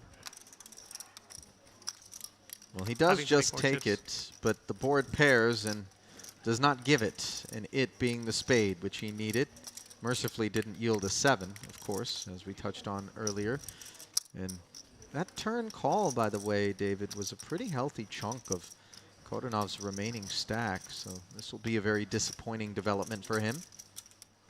Yeah, Guarini will be fearing hands like King Jack, King Queen, which will be mandatory check calls here in Kodanov's range, maybe even King 10. But he will also be eyeing up the possibility of a missed spade draw, a missed straight draw, and maybe think, well, I'm at the bottom of my own range here, I should put pressure on my opponent, and that's what he does. So a really well executed turn river bluff there. You said the more obvious opportunity was with those overcards, backdoor flush draw to just bet, which signaled a decent amount of strength. So for Beg to have continued into that player as well, right, I think was a bit more legit. Yeah, agreed. Those sorts of curiosities, I think, fare better heads up out of position than they do in that particular scenario. But nevertheless, we roll forward with Sadeghi limping the suited connector from the cutoff. Now a middling ace for Guarini on the button. Well, he'd like to dine alone as he 4Xs to 12,000. Yeah, interesting to see Sadeghi deploy the limp here. Jack 10 offsuit for Nina is going to defend the big, And more suspect behaviors are beginning to be displayed. I was going to say that will almost certainly bring in Sadeghi for a great price and a suited connector, but he actually lets it go. Lets these two battle it out. He would have flopped the best hand with middle pair on this Queen 7-5 board, where as it stands, Ace 8 is in the lead.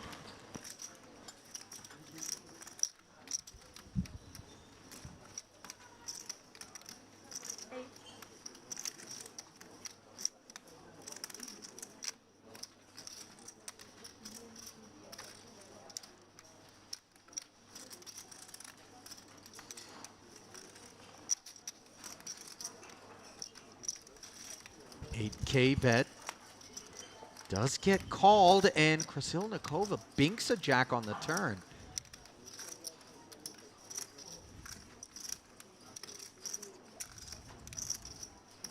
Was that a check? Looked a bit like one, but not certain if she was just adjusting her hand. Doesn't appear that it registered as such.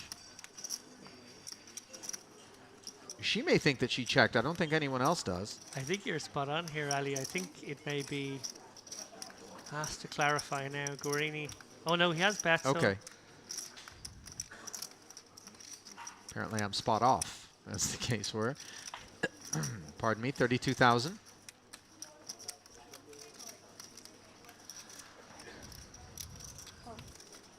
Does get called as another 64 slides into the middle.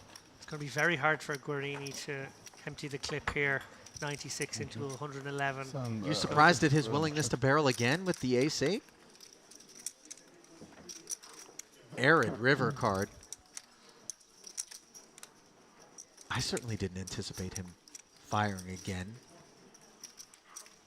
Maybe not assigning much Queen X to Nina's range when calling the 3-bet out of the big, not sure, but in any event, here he is completely adrift with ace high and 111,000 in the middle, and he's going to jam. Nina instantly asks for it to be counted down.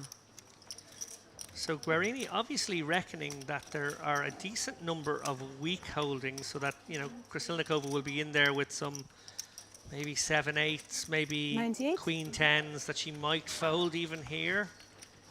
It's very, very aggressive from Guarini, clearing feeling like the gap between her turn calls and river calls is large. Obviously his story gets to stay consistent over all those streets. She flopped virtually nothing, but did turn second pair. Did she make the call? Oh, wow! Wow! Good game. What a boss! What a boss! She made the right decision folding the 4s a moment ago. She made the right decision with second pair there. Good call. Sit open. Wow, what a play from Guarini. I'll tell you what, there's going to be you who are some of the most talented Russian players in the game today. Today? That's an interesting Anybody come to question. mind? We've got time to chew on it. Yeah. And the internet as well, it bears mentioning. Yeah, yeah. Ace Queen for Tekin. He is very short now. 14 big blinds. Like to see him actually be the opener when choosing to play some of the hands that he has, as opposed to sort of calling and taking very passive lines that, you know, represent very expensive investments relative to his stack depth. I'll say flicking out the nonchalant call there with all the chips. Oh, an interesting spot for the big blind now. Yeah, Bravko could have maybe thought about a little mild squeeze, but off of his 117,000, he plunks in the necessary cost of admission and takes the Queen 9-4 flop with the field, which yields an open ender for the Jack 10. Top pair, top kicker is about all you could ask for here. Best case scenario. Yeah, he's stack to pot ratio is much more than 1.5 for him now, so he just has to think about the best way to get the money in. Probably start off with a fairly small bet and then maybe shove the turn if called. Yeah, showing some aptitude here in terms of sizing and trying to chart a course for a double.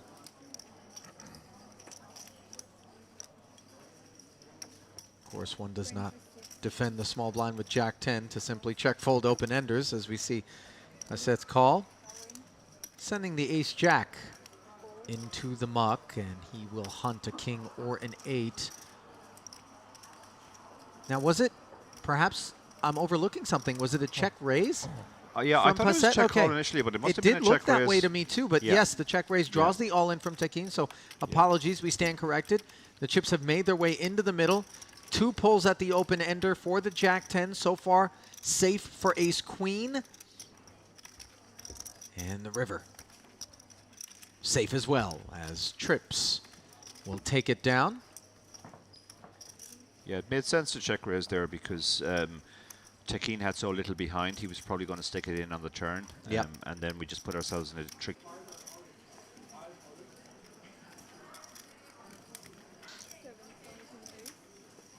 Snowmen for Sejimesh.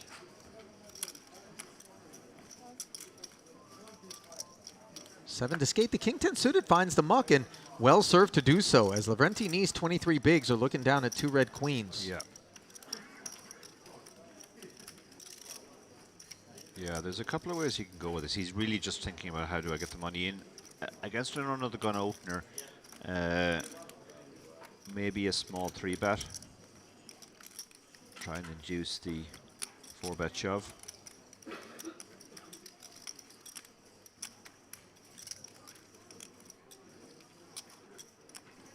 It's tricky because anything he does is going to look ridiculously strong.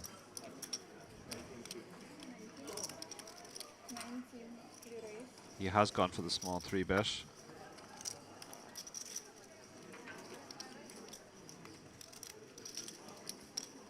You're right, it does look strong regardless of whether or not he jams or makes the small 3-bet. And Sejimesh, very seasoned. That fact not going to be lost on him. The statement is obviously a little more meaningful when it comes outside of the re-entry period. Yeah. But nevertheless, he doesn't appear to be the type of customer who is stepping out of line in this spot. Okay, he's going to call. He's going to mostly figure he's set mining here, and he's going to feel that he's going to get the rest of the stack if he does hit his set, given how shallow knee is. Yeah, the implied odds not quite as handsome as they would be against a player This is who one was of a little bit deeper. Yeah, this is one board he might get into a little bit more trouble on. This is a very safe board for pocket 8s, and if we put stuff like ace king, ace queen into knees range, and we could imagine him firing, I'm not sure the 8s are going to be able to give up here. How will Nee seek to deploy this remaining 63,000 with 46.5 in the middle? It's going to be at least in 2 parts. Yeah. As 13.5 is the sizing, and what a perfect amount with which to target the specific hand that Sejimesh has. Yeah. Yeah, a lot of settlements range is are hands like this, and they really can't give up to this size because then they get exploited by ace king, ace queen. Sejimesh makes the call. And when you find yourself with the 2 8s, which are unimproved on this 4 of diamonds, facing these sorts of sizings, it almost annoys you because you recognize the compulsory nature of having to proceed, but also in context, the increasing unlikelihood that the 8s are good. Yeah, yeah, yeah. No, you're exactly right.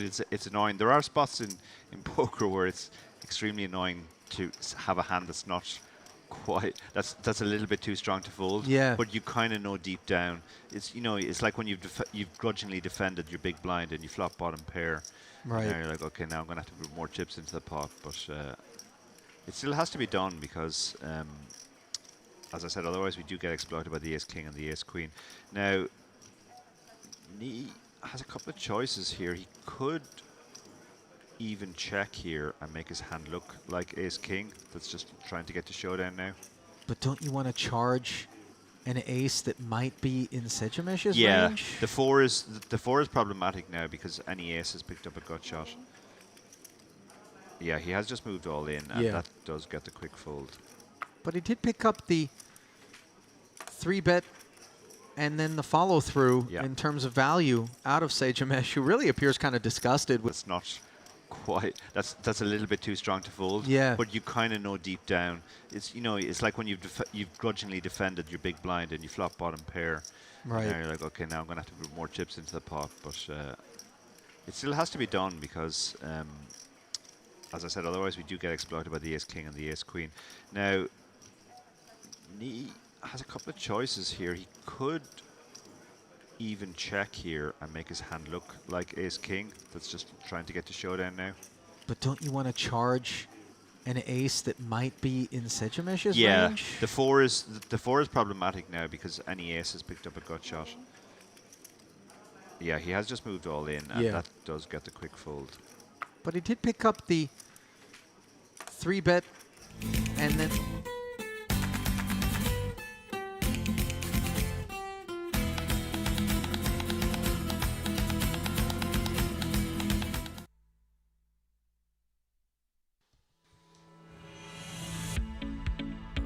And back with continuing coverage from the Marriott Crystal Cove Hotel Casino Resort of the Marriott Western Poker Series main event. Day 2, 10 levels will be played. 2 remain. Ali Najad and Dara O'Kearney, who is subbed in for David Lappin, who is all done for the evening. And here is our new featured table.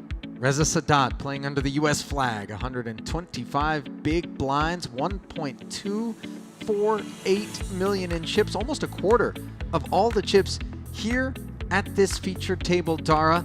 And of course, the presence of that short stack of Italo Modena might very well create some interesting opportunities for that big stack to perform. Fadi Al-Hani, not exactly extra deep either, along with 7th and 6th place stacks. Should be fun to watch, though. Certainly the last couple of hours that David and I were covering, we saw some unorthodox lines, to say the least. We've kind of grown accustomed to expecting the unexpected out of this very diverse field in terms of experience. And it's made for some very interesting viewing, that's for sure. Thanks again to all of you for joining us for this coverage, whatever platform you may be streaming us on. Glad to have you with us. Blinds at 5 and 10,000.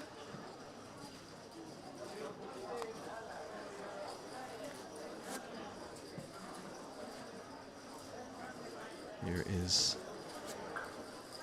Fadi El-Hani, part of the Lebanese delegation. Opening just north of a min raise to 21,000. Little extra sprinkle.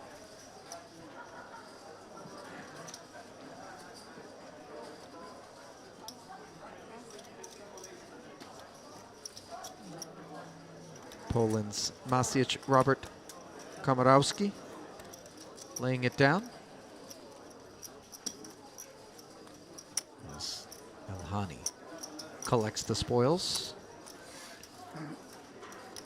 Anything interesting during your little break there, Dara? Did you walk the room, get a look at any stacks, get any texts from those who are out in the field? Yeah, no, I just sent a text to Jack Sinclair to make sure he had only done 8 bullets, not 9. Ran into Jamie Nixon as well. Jamie had got through on his first bullet, just over starting stack, had actually spun it up, but was back down a little bit again. So yeah, a few of my friends were still in as of an hour ago.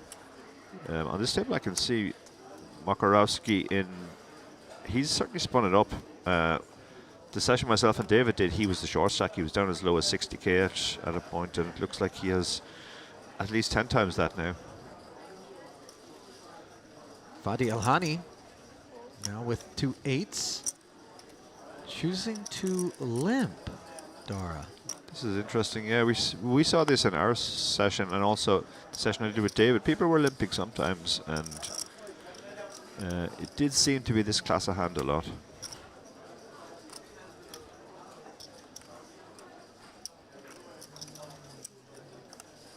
he's got no company so far, as it is folded around to Sergei Efimov.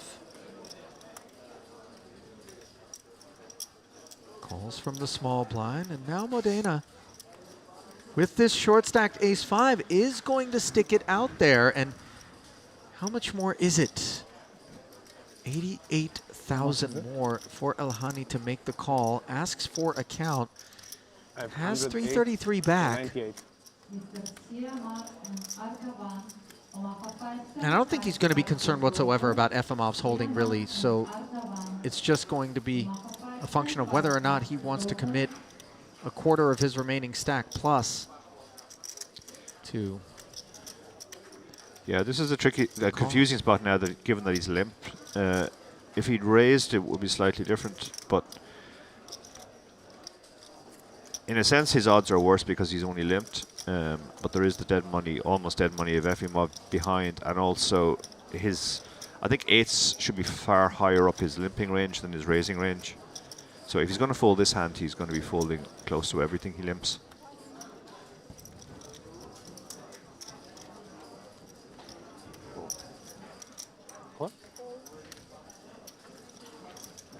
Strangely, the eights end up in the muck, and the king 7 becomes the customer Dara. We certainly wouldn't have scripted it that way. Absolutely not. No, it's a great result for Modena. He's ahead of the king 7 and comfortably.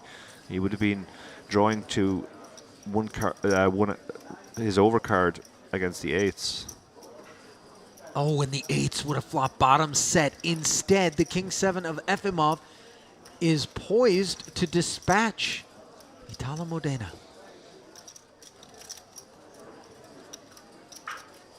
Turn card is of no assistance, so it is one of 3 lonely aces that can rescue Modena. Instead, it's the queen of clubs. And we have an early casualty here at the feature, as 154 players remain with 89 paid.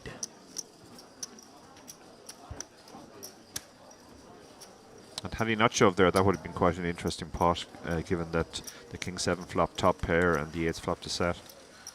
And in spite of having as deep a stack as he did, Efimov really didn't need to call the all-in off of sub 800,000. It was still over 10% of his remaining stack in a hand like king 7. Yeah, he was quite lucky to be in as good shape as he was, and he was still well behind. Could very well have been up against a pair higher than 7 or a better king. No doubt. 1B.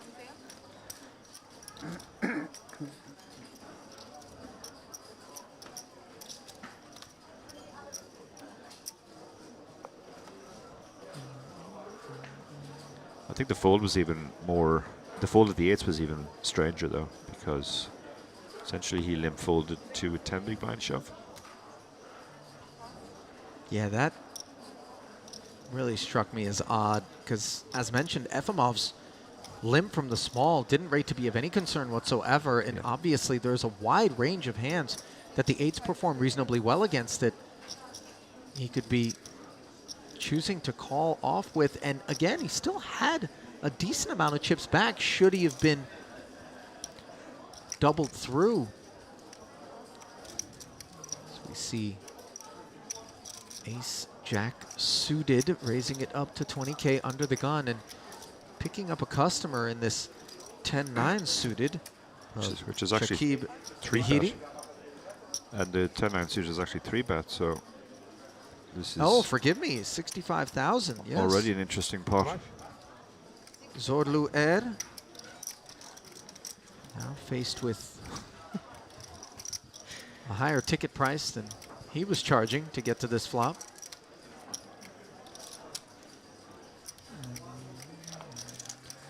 Ray from Wickler says, great commentary, guys. 2 pros in the box now. Lappin has been sent to bed. Thanks, Ray.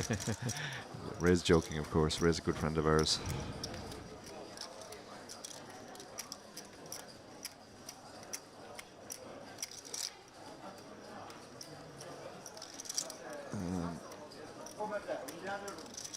This is a tricky spot. Ace Jack is not a hand you would normally want to call a 3-bet, but the fact you're suited would make the call reasonably standard, but he's let it go. He sure has, and maybe we're getting a couple of data points here that this table is wound a bit more tight. Yeah. It's also possible they're thinking already, even though it's 2 hours off, about the end of the day. Just trying to get to day 3. Yeah, yeah, that emotional bubble of wanting to bag.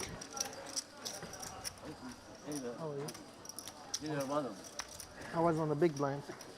Information for the dealer in the main event. We kindly ask all the players. We've seen pocket 8s and ace-jack suited, both fold pre-flop. In front of their chips. So once again, we kindly ask to the player. Obviously, in the main event, we know that Efimov was doing his part to white registration ticket.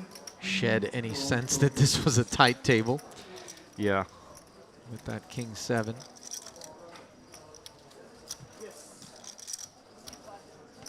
Yeah, he's not. He's not. He can play.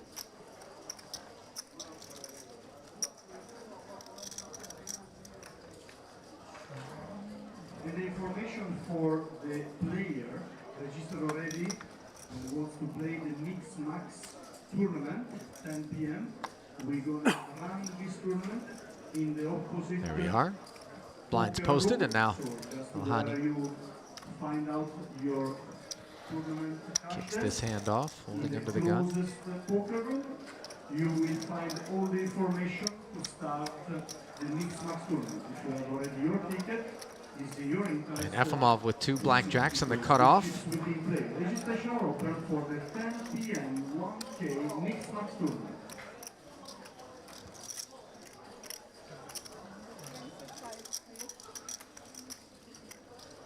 Raising it up to 25,000. 2.5x here. Yeah, again, different size. And maybe this is the I have a hand, and I want to charge people to get there against my hand size.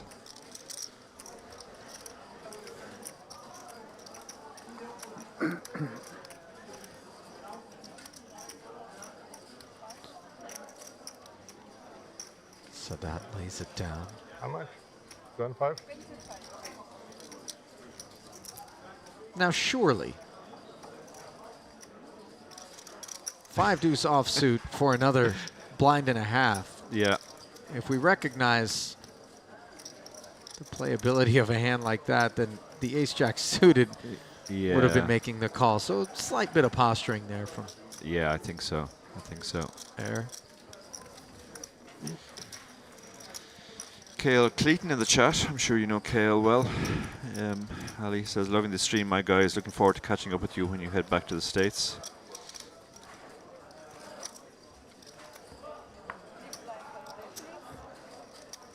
More TBC poker. I'm just here to see what shirt Dara is wearing when they cut to the desk at the end of the 2 levels.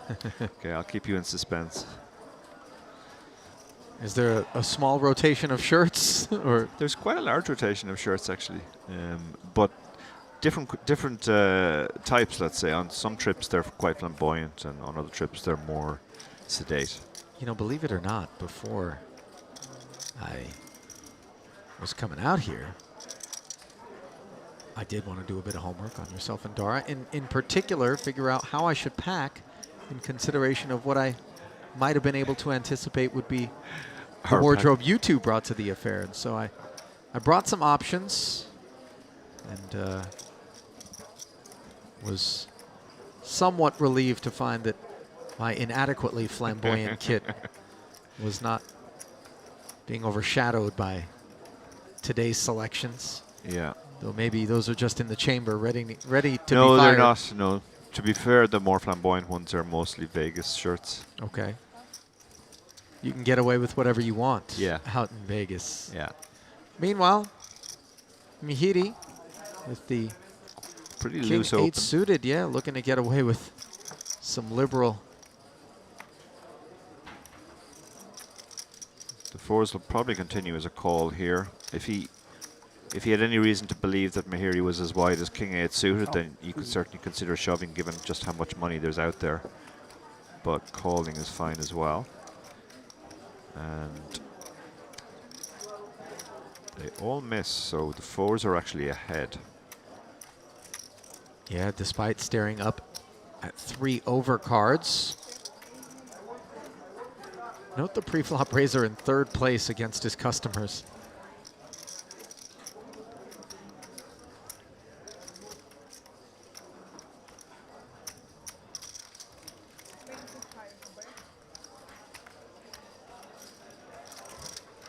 Mehidi's follow-through sizing. Yeah, he's gone small. Quite like this. The 5 and the 6 shouldn't be interact with too much with either range, so it's really only the jack he has to worry about. And if he gets called, he has lots of cards he can barrel. This is what we call a double backdoor hand.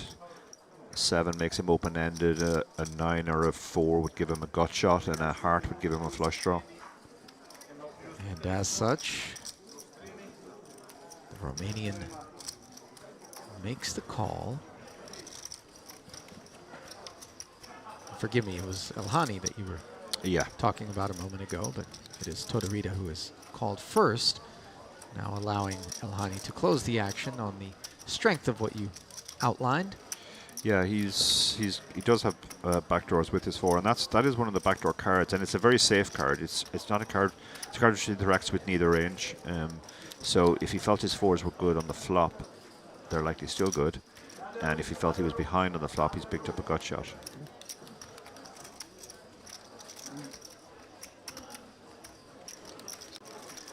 The King 8's going to wave the white flag. That is not one of the cards he can barrel.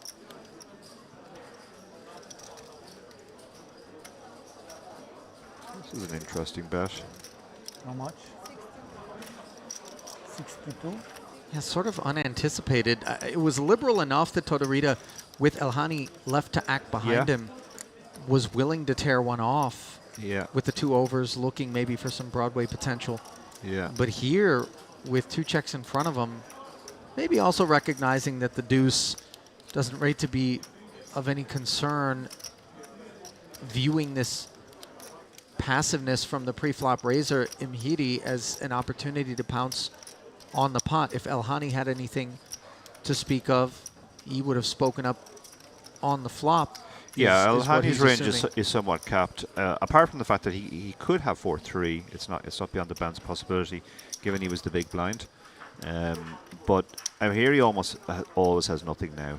He just took a stab on the flop, and then once he checks the turn, he almost has nothing. So Tortorida is thinking, I just have to get through Elhani. It's a difficult spot for Elhani too, because he's being asked to put in another 6 big blinds with only 27 behind. And unless he hits his 3 or his 4 on the river, it's unlikely he's going to be comfortable calling another bet. And that's provided that he were to face another barrel. And look what he's done here. Yeah. A set of 4s, but backdoor diamonds and the straight both showing up. And Tortorida bets the 140,000. Did he get snap called or jammed on? I believe he got jammed on. I think I heard all in, and then he just threw his cards forward immediately. I'll tell you what, it might be splitting hairs here, but for Elhani, the jam is really, it would seem reckless, considering that the only hands that would call his set of 4s are hands that have him beat. Agreed, the 7-8, the diamonds, and the 3x combos. It's a spot where you're almost always good, but like you said, when you get called, you're almost never good. Yeah, what's the upside, right? Yeah.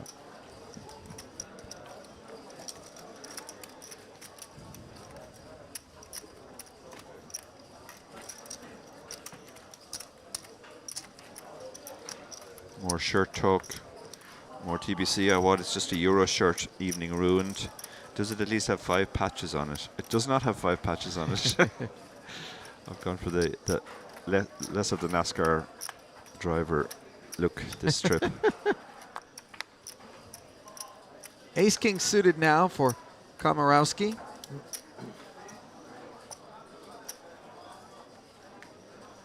He really has chipped up since I left. Yeah, I wonder who was on the other end of the carnage. Yeah, yeah. His daughter was in the chat earlier, so she'll be very happy to see that her father has returned with considerable wealth. Well, I think dad returned with considerable wealth is only after he's done with his time here at the Western Poker Series and comes Okay. home with a satchel. Yeah. And we do a count, find out if there's more cash in it than there was when he left for Yeah. Cyprus. But I understand what you're saying, and it's always nice to know that kinfolk are out there supporting you from afar. No, in fact, she is in the chat. She says she's very happy.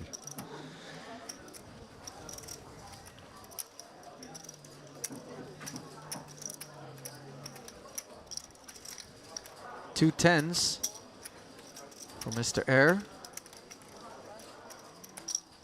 Deciding to flat, and another ace-king suited. Wow. Awaits Mr. Mhiri in the big blind. This could get interesting quite quickly. Could indeed. This is a spot where you could flat, but you could also, it's obviously perfectly legitimate to squeeze here. And squeezy does. Yeah. 3-betting to 115,000. Yeah, this is a size which the tens now will have to commit to continue. Well, first and foremost, it is Komorowski's decision as to whether or not he'd like to 4-bet. Yeah, and Just call. any 4-bet pretty much commits him, so.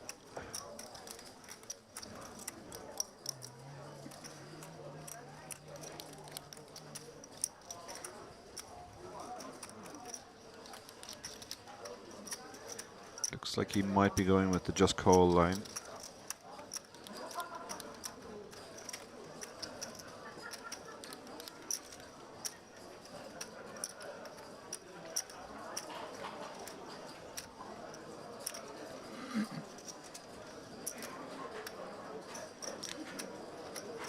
Giving this a lot of thought. Well, he knows he's going to continue. It really is just a function of Oh, how no. he wishes to proceed. More chips are coming out now. Yeah. 4-bets to 250,000 in the tens. No, these two mean business. Yeah. Yeah, I'm not surprised the tens folded there. If he saw the two hands, he would kick himself because he's an amazing shape against two ace kings. Oh yeah, blocking one another. Yeah, but it does feel like there could be a bigger pair out there. Now, Okay. Mhiri can't really just flat here. It would be almost half of his stack. So the way this would normally go is he shoves and Komorowski calls. He doesn't look happy though. Now he's thinking, why didn't I flat? You know, so often we look down at these hands and we go, we're blocking aces and kings. Well, there's 4 of them in the deck, and 4 of them in the deck. it's and starting to feel a lot like aces or kings it is, yeah. are out there, doesn't it? A very conservative player has opened under the gun, and now he's 4-bet. How much do you like your ace king now? But for another 135,000, with 115 invested and 559 back, is there a world in which he can just take a flop? I mean, anything is possible, but it would be so weird because the pot would be 600,000 almost, and he would have a lot less than that behind. But I guess you can just call, and if you flop an ace, a king, or something like 2 overs with a draw, you just go with your hand. But I think the standard play here is just to stick it in. You can really sympathize with the discomfort Yeah. that's on display right now for Mhiri. He's not really hiding it either. It's pretty easy to pick up that he's not happy with this spot. I think he's going to fold. Wow. This is a huge pickup for Komorowski. If he does. And a clock's being called for now on the Tunisian.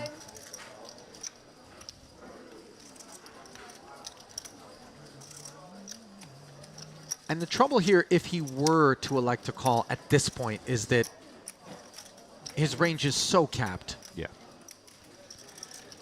So capped, and his specific hand is going to miss the flop most of the time as well. He's out of position. I mean, if I'm Komorowski, there's almost no board in which I wouldn't be willing to barrel away. Yeah. After kind of sensing all of this weakness from Imhiri. And there is what you called earlier a teachable moment here. He should really have thought about this before he squeezed. You whenever you're going to squeeze, you should know whether you're going with the hand facing further action or you're happy to give it up. Well, he does end up making the call. And super interesting, they both missed by a mile now. Yeah, does not end up picking anything up on this flop other than backdoor hearts. Yeah, he's slightly outflopped his opponent in the sense that he's the only one who can win the hand outright now. But Komorowski with the betting lead, the stronger range, the uncapped range, he can just bet small here. He's actually gone for... qualifies as small. No, he's gone for a big sizing, yeah. 225,000. And it feels like Imhiri kicked his troubles down the road here, kicked the can down the road just to see what would happen on the flop. And this is what usually happens. You're going to miss, the other guy's going to bet, and your situation is no clearer than it was pre-flop. And the trouble is he stuck an extra 135,000 in that can before he kicked it as he folds post-flop. Yeah. That's a huge pickup for Komorowski there. Yeah. I mean, if you think about the three hands, ace, king, and tens, the tens were in great shape against the two ace kings. One of the ace kings has found a way to win a very big pot there. Credit, by the way, to Komorowski as well. The pot got more and more awkward the deeper into the tank and here he went. Yeah. And that board texture obviously is the type that we know tempts players to try to represent something, but he did. Okay, if you show.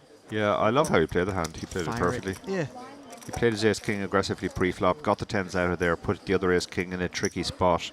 And The then check jam would have been awkward for him, though. check jam would have been awkward. I think he, again, I hope he had thought about what he was going to do if that happened. Yeah, but the jam wouldn't have been for very much. He would have been getting about 3 to 1. So even if he felt he was behind something like queens, he would have to call off.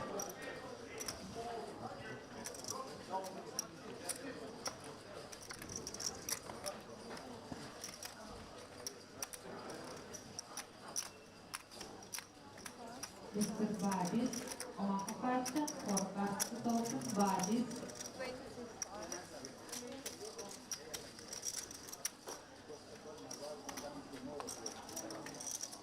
Upstairs we go to 25,000 as the ace-8 in the cutoff for Zorlu Er.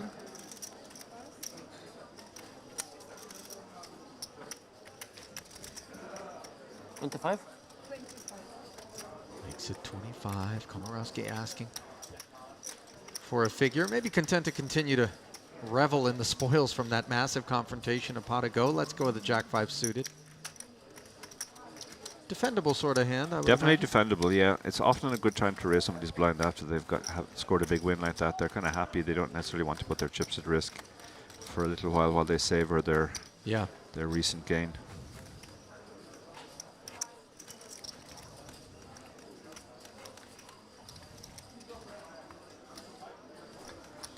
For me, that's like when you bring a particularly lovely plated dish out from the kitchen and set it in front of me, and then I don't want to attack it like a wild animal. I just kind of sit and look at it, and yeah, it feels a bit irreverent to carve it up, but it does need to be eaten. So Jacks again. I've seen Jacks already a few hands ago. But Ward only has 10 big blinds, so the standard play here is just to move all in. And is that what he declared? He did indeed. No. Maybe this. 1 or 2.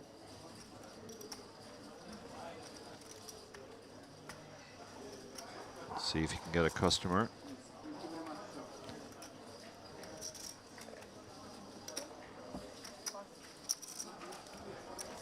And he will not. So he picks up the blinds and antes, which is fine when you only have 10 big blinds. it buys you quite a bit of time Yeah. to sit back and try to find hands that you can participate in Maya. when you scoop in some blind and ante chips.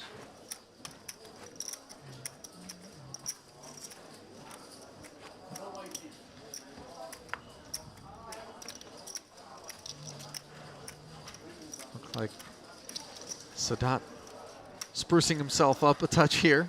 It's been quite a long day.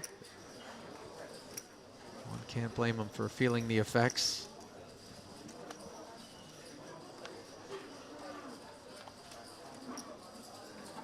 Especially at these stages of a tournament, Dara, as you well know, having really zeroed in on so much of the nuance of a live poker tournament, you do find some who are kind of fatigued, both physically and then also mentally, from all of the decision making, all of the pressure and the stress, in particular if it's not an arena in which they find themselves all that often. Yeah, yeah, it's a long day for anyone. 10 hours of play, and the nature of tournaments is the decisions become more high pressure as you go on. So you do get, particularly recreational players, very fatigued towards the end of the day, and that can change the play considerably.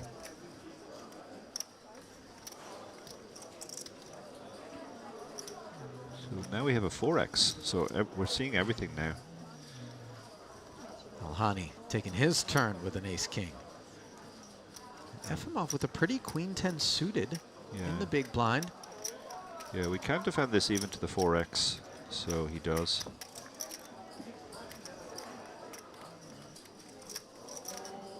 Jack-high paired flop here. Lots of backdoors for Efimov. He's wrapped around the jack, and he has the backdoor flush draw as well. Alhani with the best hand right now. This is a difficult board to hit, so this is a board where you can just try out a small bet with your entire range.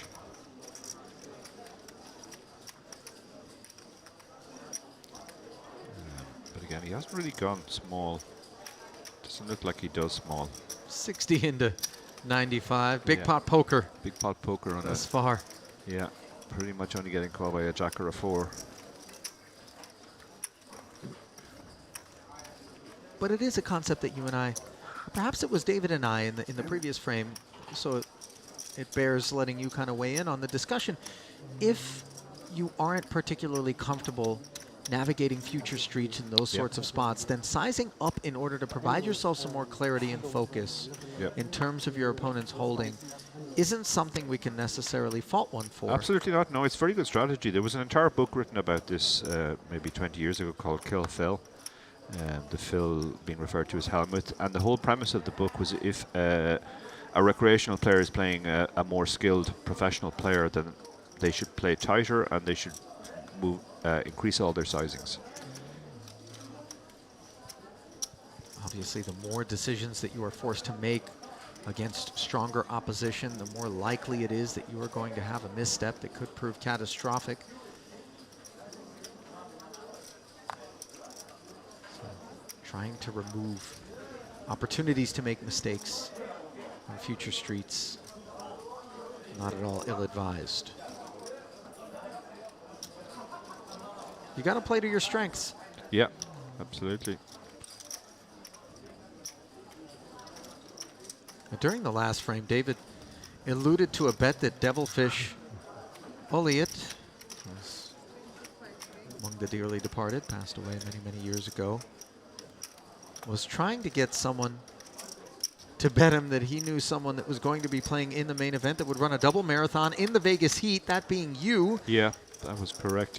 Yeah, it was my first summer in Vegas, and Devilfish apparently had been doing all sorts of prop bets with some English businessmen. He was known for that. And had been getting the worst of it and was determined to get the better of it. And he heard that I was a top class, at the time, ultra runner.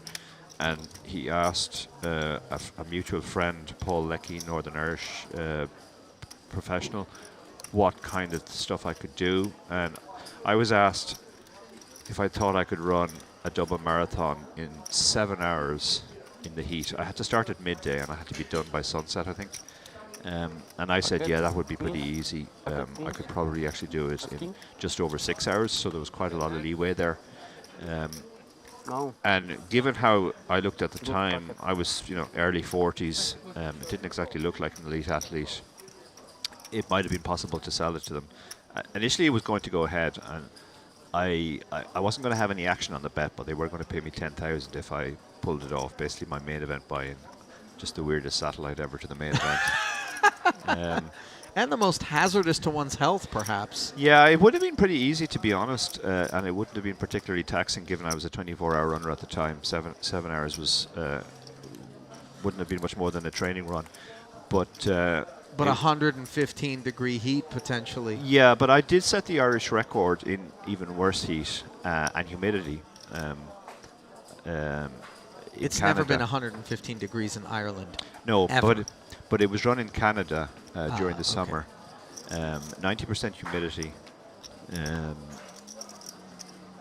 It was high 30s, we think, in centigrade, so I need to work that out. What would that be? Divide by 9. Fold. Not good. Oh, just type it into Google. Or type it into Google, yeah. I don't want to take it. It's torture even watching you try to do the math. Nice. Yeah. Tara. Perhaps not as tortuous as that run sounds, though. It would have been 115, yeah. It was 115, 90% humidity when I set the Irish record. I discovered, due to some weird genetic aberration, that I had no problem running in heat, despite the fact, obviously, I was not bred for it. But these things are kind of genetic lotteries anyway. There was another guy on the Irish team who had won the South Pole Marathon, which is obviously running extreme cold. And there was another teammate who had become the first European to win the Himalayan Marathon, which was run at altitude. And again, there are no very big mountains in Ireland, so that was just a complete genetic lottery freak as well. But it was the early days of Google, and I guess they Googled me, so the whole bet fell through. Very sad. I have tried to get other bets on since as well. Remember the famous Brian Rast, LA to Vegas, I think it was? Bicycling. Bicycling. I wanted to do that on foot. Bill Perkins or yeah, Bilzerian? I tried to get a bet on with Perkins, but again, no interest.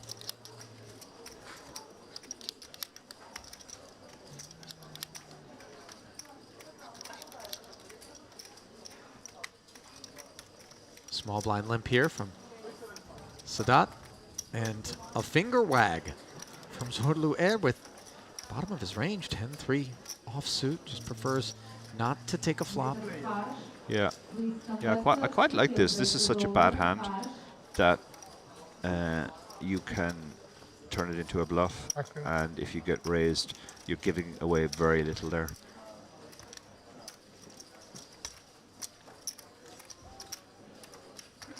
Air beginning to give us a glimpse of some of his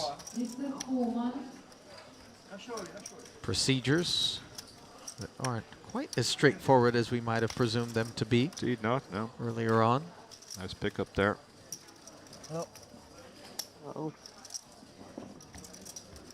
It really is important, though, isn't it, Dara, to have kind of a balanced approach, not fall into any sort of very predictable, straightforward patterns of play, in particular as the field gets more and more lean and we anticipate the ratio of professional players to recreational players to begin to grow, and we're faced with stiffer competition. Yeah, the professionals will pick up on any spots where, like in that blind on blind spot, for example, often when a player limps the small blind, it's always a weak hand.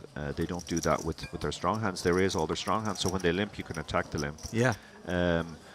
Similarly, often when players raise in the big blind, it's always a strong hand. So in that case, the big blind took advantage of the fact that they both kind of, well, the limper had a capped range, and the correct response in that case is to still go ahead and raise your strong hands, obviously, for value, but then to raise junk like 10-3 off as well. Now Sadat raising from the button. getting a flat from Air. So giving us a few different looks. Yeah. Is the Turk. Yeah. Who's booked an appointment heads up and has been outflopped on the 10-8-6 board by the bottom pair of Sadat, who has it checked over to him.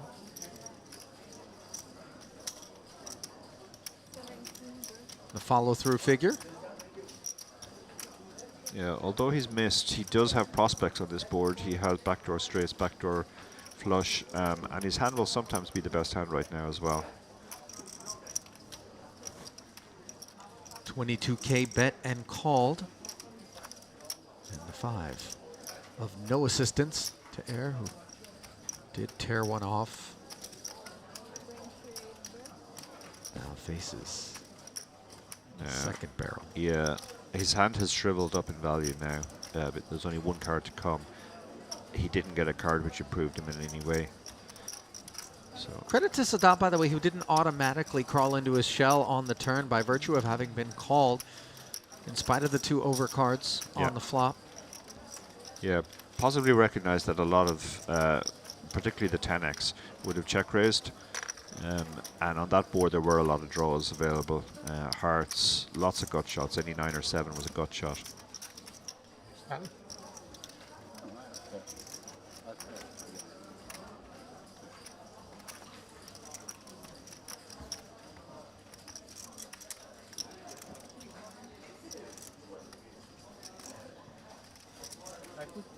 Anta. No, you put 10.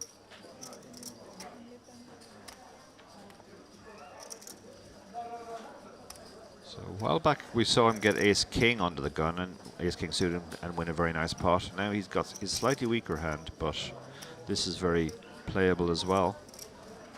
Ace queen. Makes it 22,000 to go. Tortorita with the king queen is dominated, but elects to come along. Yeah, dominated, and he's quite shallow as well. He has 23 big blinds behind, so if he hits his queen, he could be in trouble.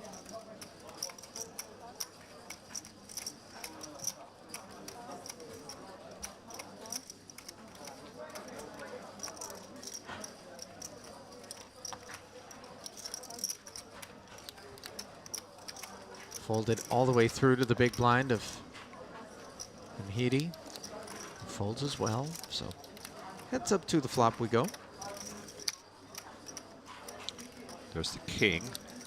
So he has, king queen has really got very lucky here. Komorowski might throw out one bet here, representing the king. And yeah, that's what he's going to do. Going to see about this board. He should have more strong king X than his opponent. Unfortunately, of course, we can see that Tortorita very fortunate to have hit the king as opposed to the queen, and can be quite comfortable on the king 6-5 board.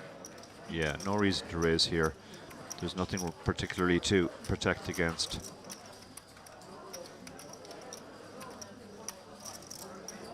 The only bad card on the turn for him really is an ace. Arthur and Robert. Arthur and Robert, we have still open for you guys on 25-25 for David Thomas, 5 cards only. Arthur and Robert. Looks like he might have raised. Yeah, he has raised here. Did think I heard the dealer mention raise. What the sizing is? 40,000. It's a very small Not raise as well. big, yeah. This is almost a goading raise.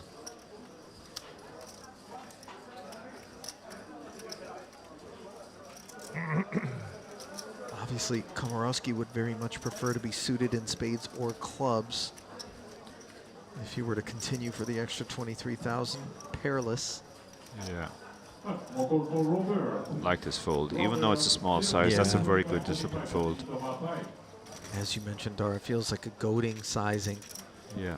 That Tortorita came with. Yeah. Another aspect of that hand is he got phenomenally lucky there. He was dominated pre-flop.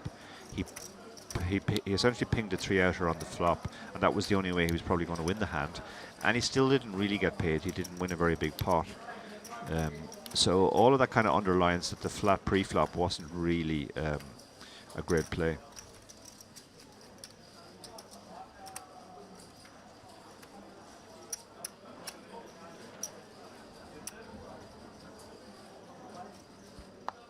King Jack now for Todorita.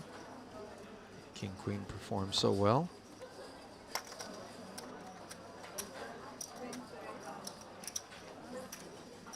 Why not go to work with King Jack, as he does, for 20,000, and now Efimov is going to wake up with a couple of black fives.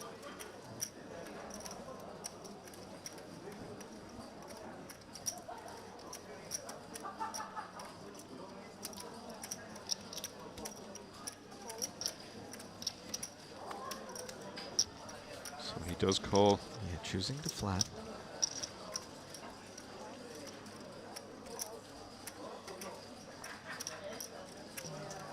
And that's fine. That's not really the kind of hand you want to have in your 3-betting range that early, but it's strong enough to play in position.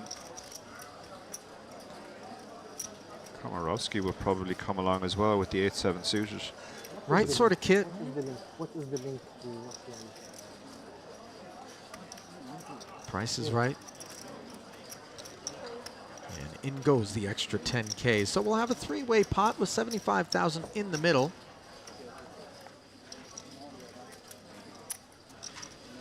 Komorowski with bottom pair. No diamond to speak of. Gut shot draw for Todorita, who is going to go to work. Yeah, I like this bet. We obviously can't just bet when we only have the ace, and if we are going to balance it with some bluffs, a hand like this, which can improve in a number of ways, but also get better hands to fold, is a good candidate to bluff with. Komorowski now. He has bottom pair. The flop is a little bit too black for his liking. He would like at least to have a diamonds, but he can't fold to one small bet, having hit a pair. So with the departure, your heads up. Now can Todorita find the second barrel? And he doesn't. It goes check, check. Note, by the way, that 5 of diamonds would have provided a set. Yeah, oh yeah, yeah. Yeah. If the flop got checked through, that would have been a more interesting spot. And interesting that Todorita just gives up with his really no showdown, just with king high. So it was a one and done spot for him. He bet the flop and then shut down. Was it Elhani that had the 5s? I think so, yeah. In any case, yeah. Water under the bridge. Is Todorita able to take that one down? Yeah, there's another teachable moment there. It was a very uncomfortable call for Komorowski on the flop, but he had to make it because it was a small bet. And in a spot like that, you are drawing in a number of ways. You can improve on an 8 or a 7 on the turn, obviously, to a very strong hand. But you can also draw to a check or to a check down, which is what happened, and win the pot that way.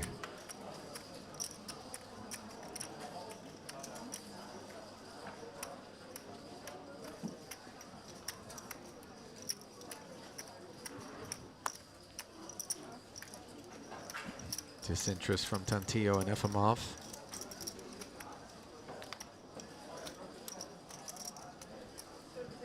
Sadat gets busy, shooting it up to 32,000 with King 4 offsuit here. Wow. Really beginning to activate on the strength of that big stack, but Yeah. Elhani in the cutoff with 2 9s, unlikely to be going anywhere. No. Even King 4 suited would have been a loose open from here. King 4 off is really out there.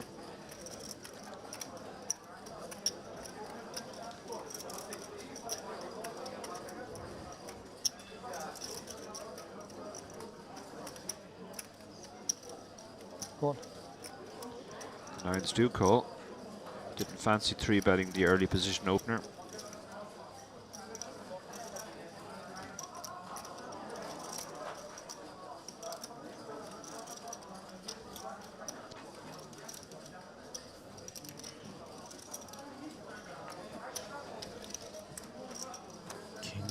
suited for Todorita in the big. He's got Squeezable? Yeah, he's 25 big blinds. There's a lot out there. There's 89k.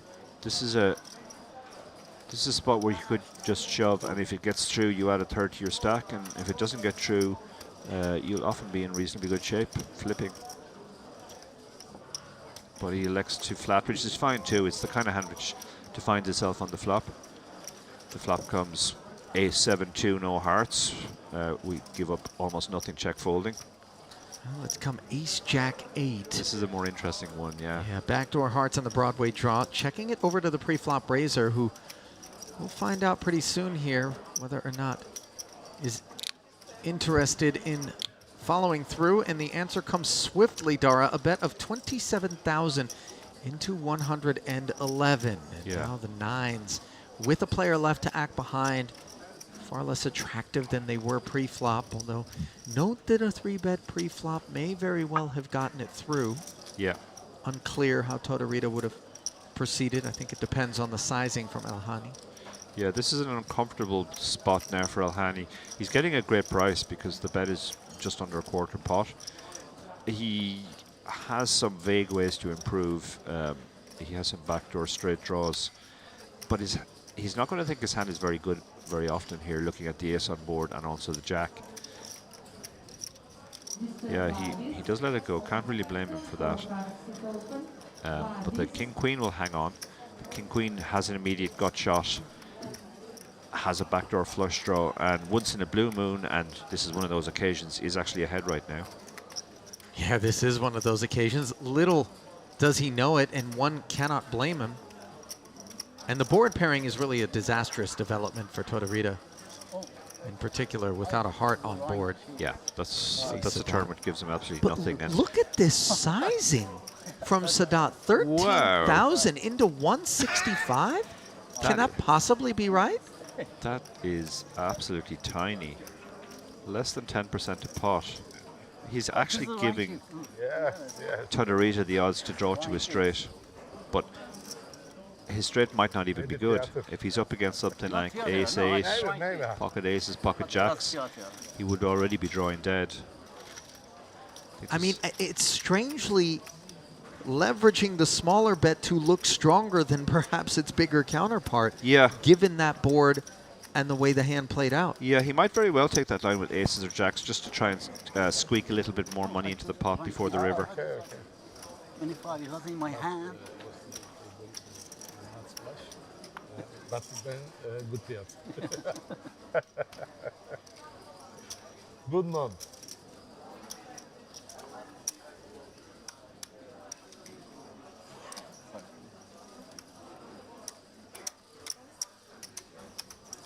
King 4 making another appearance. I suspect it's going to receive different treatment as we see FMoff folding. Ward does the same. Sadat will take this one off. Yeah. He's up to 1.4 million now, so. Sure is.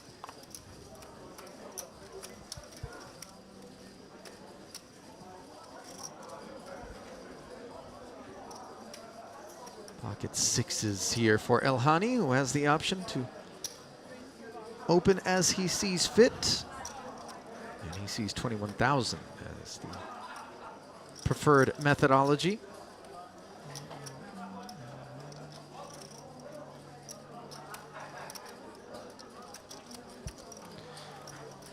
Red Jacks awaiting Todorita in the small blind. Yeah. Could be looking for some vengeance. 20 big blinds.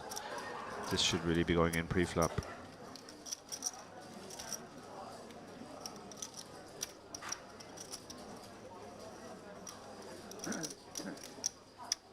And indeed, all of his remaining tokens pushed forward. Ace-6 suited has far less decision making. How much is it? To do. 200 total. Something like this. Pretty unfortunate for Maybe Elhani. 156, 256. Asking for a count. 26. Yeah, it's a tricky spot with sixes here. When you factor in all of the non-pair 200 overcard hands, ace king, ace queen, king queen, some suited stuff, you're very close to getting the price with sixes. You stumbled onto it, but I sort of love ace keen. Ace keen. Yeah, ace king is a range which is ace queen and ace king. Yeah. And Elhani folds the 2 sixes, so well done there. Given he was crushed. It's always with a bit of reluctance when you know you can see a full 5-card board, and there's a lot of that ace keen type Ace of king, range yeah. that But you then perform even- decently against. Even if you are up against ace king, you are going to have to win a flip. So it's one of those spots where you're hoping it's a flip, and then you're hoping to win the flip. And you can just fold and say goodbye to your 2 big blinds.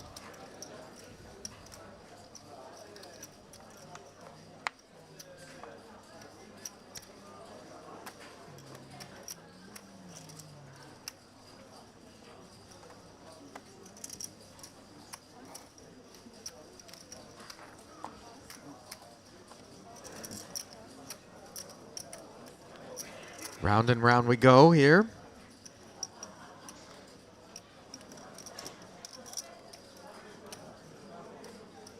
Komarovsky, openable hand here in the cutoff.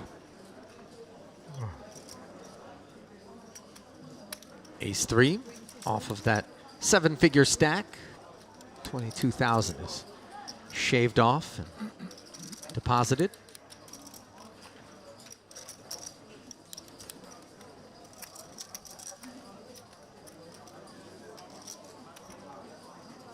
Tortorita had a moment with the Jack 5 before whispering in its ear it's not going to work out. Yeah.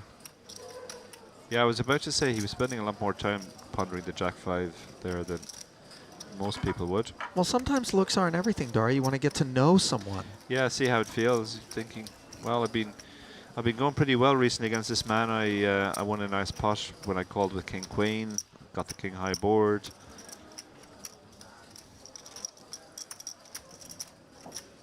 Yeah, it's after you do spend a little time with the Jack 5 suited, you realize not only is it not pretty, but it also has a bit of a shit personality.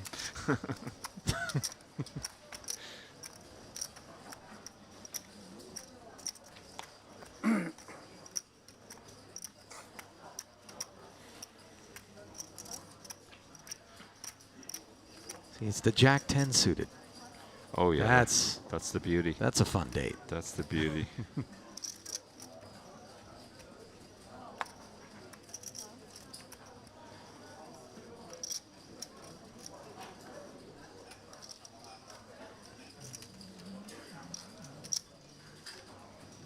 Ace 6. It's okay. If Ace 3 can do it. Yeah, he's one seat earlier. This is a more marginal open, but we're not seeing a lot of 3 betting, and in particular, we're not seeing almost any light 3 betting. So you can go ahead and open pretty much any ace in the seat, given those circumstances. Yeah, kind of a real-time adjustment that you're making.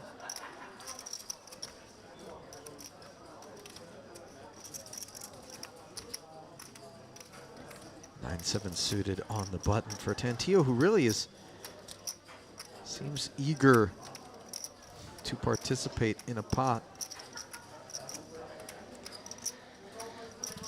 Voter in the chat, my friend Colin says, I guess you can call me Jack 5 suited from here on out. I think you have a wonderful personality, Colin.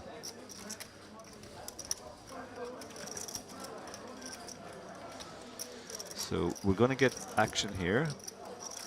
The King 10 suited is called. He's super shallow. He's got 7 big blinds. He has flopped absolutely nothing. Well, the 10 of clubs. 10 of clubs, is yeah. working. Well, you've got some high standards, Dara. What kind I of dates have you been on with high, whole cards? High standards, yeah. I think I'd need the king to be the club to feel good about that. Komarovsky probably gets this through with a single bet. I love his sizing here. It's tiny sizing on this board. No, I want no. But maybe Ward will decide to go with his hand now that he has flopped. the powerhouse 10 high flush draw, as Ali pointed out.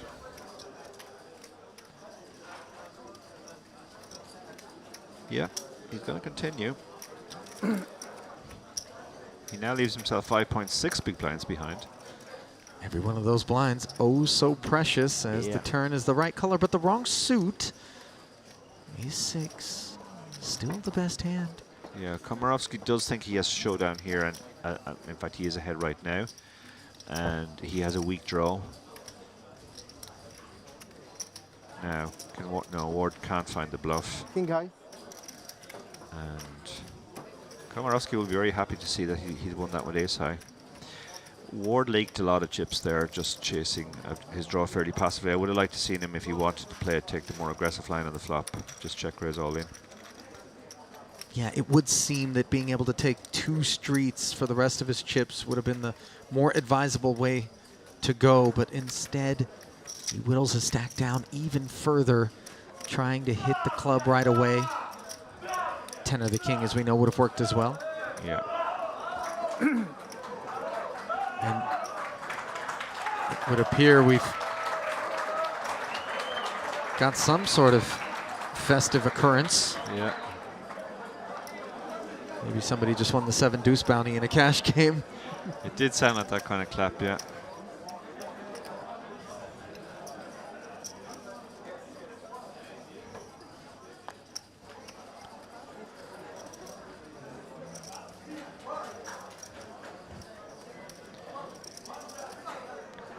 Komorowski had another hand that was tempting.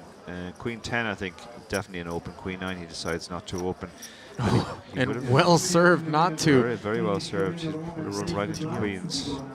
Finally, find something that he can play. Raises it up. 2.5x. Excuse me? Please tea. Please black tea. Tea, black tea, Turkish tea.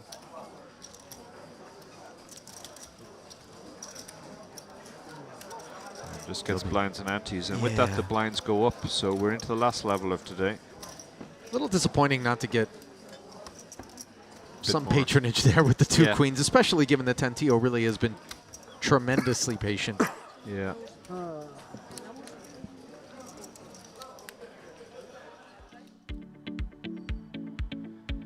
And as the dealer push comes in and the blinds do go up to 6 and 12,000, we get a full look at the landscape here, where Jad Ward has just 4 bigs. Really dire straits for him, going to need a spin up. Sadat, the chip leader. Komorowski closing in on him. Bit of a drop off there to Efimov, and then you got that cluster of middling stacks. That's the main event, day 2. The Merit Western Poker Series continues.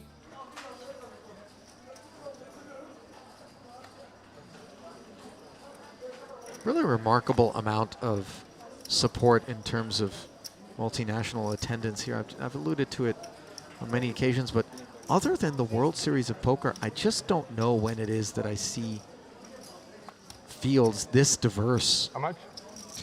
Yeah, I had heard that the fields were very diverse here, but this, most of the tables I've commented on have had 8 or 9 different nationalities.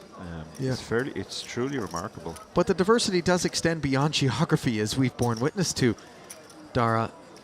So many different levels of experience and aptitude, just a real, also diversity of approaches from even within each category of player. The pros are not all playing one straightforward manner. The amateurs are not all playing in one straightforward manner. And yeah, it's delightful to watch.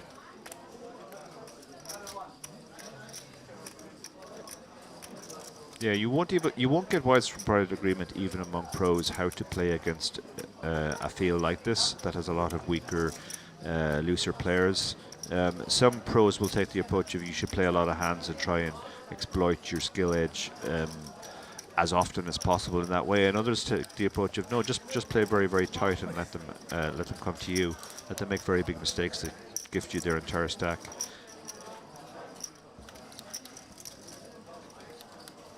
Two nines and ace jack squaring off, and this is an interesting one brewing.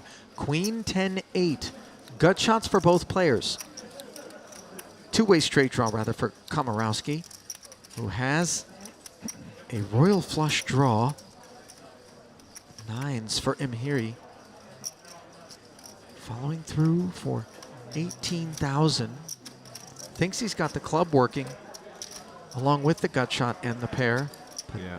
We know that this is truly an astoundingly strong board for this ace-jack of clubs. Ooh. The flat from Komorowski, thought he might have binked it on the turn. And when I say it, I mean a royal flush, but instead the Broadway will do as nines wisely slow down. That's a much better card for him than a club. Yeah. Because it makes it difficult to see now that he could have improved to a hand which has nines dead.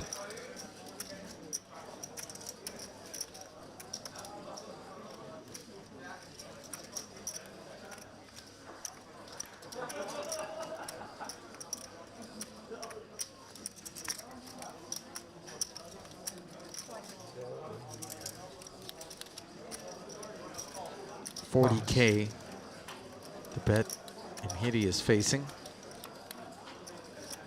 And of course, the gut shot has really just become almost worthless, given that the jack gives any ace-x Broadway. Yeah, it would be a four-liner, and a particularly ugly four-liner.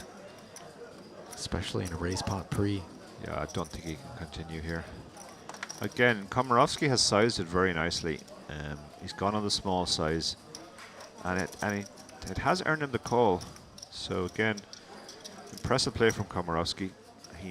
It feels like he knew exactly how much his opponent would call. Board does pair inconveniently. Backdoor spades get there as well, but he won't worry too much about that. He does go ahead and fire out a value bet. Yeah, 50 into 196.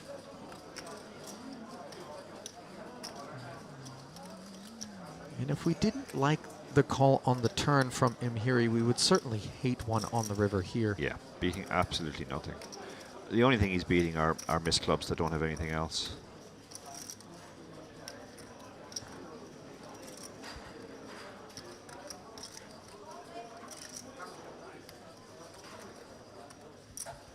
But it looks like he's counting out chips, so... Get Red Bull. Boy, this would be shocking. He only has 311,000.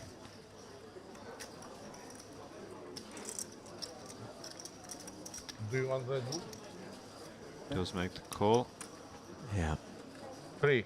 Gets the bad news that that Komorowski has one of the very many hands that beat a pair of nines on that board.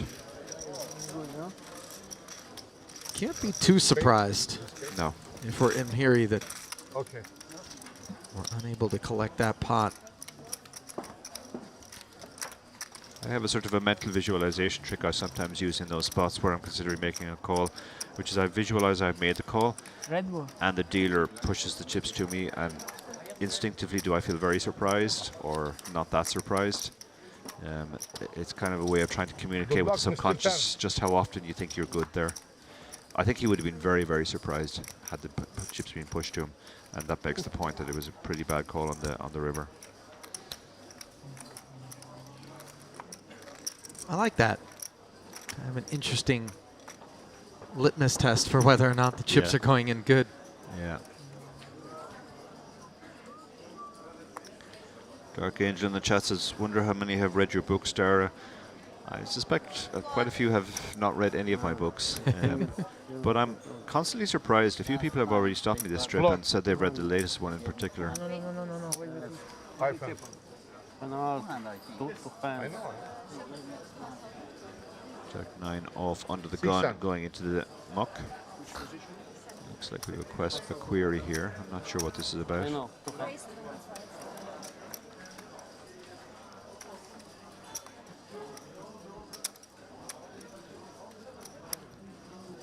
25 to go, and Efimov looks down at King Queen.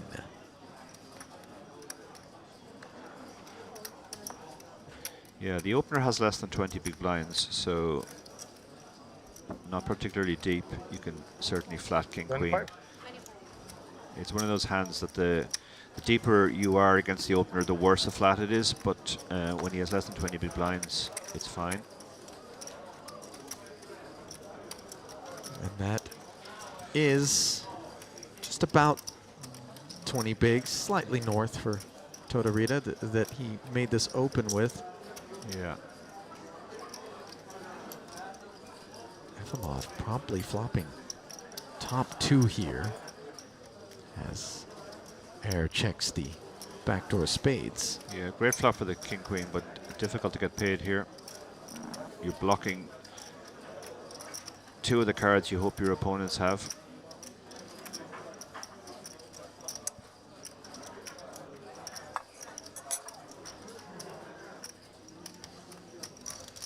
$22,000 with 200 back. Efimov asking himself, how do I get all of it from Totorita? Yeah, this is a tiny bit. He's targeting cry calls from pairs like 8s. The gut shots that are there, Ace 10 and Ace Jack.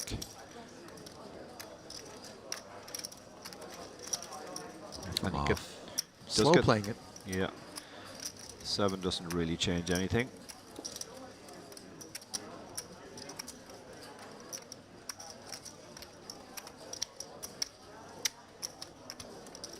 Well, it certainly changes Totorita's feelings about Ace-10 high because it comes courtesy of a call from Efimov in position. And now Totorita beginning to realize that perhaps it would be wise to slow down, which will allow Efimov to sort of determine. He has to put chips in here. There's no point in checking back. You have to try and target either the draws or something like Ace Queen.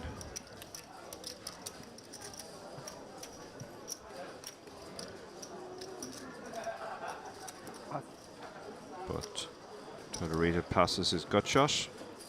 Efimov picks up the pot.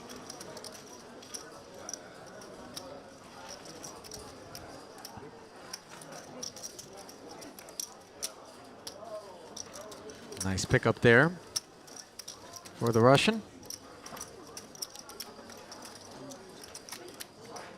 Bro.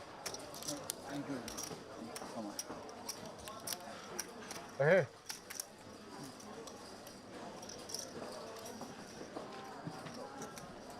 Yes.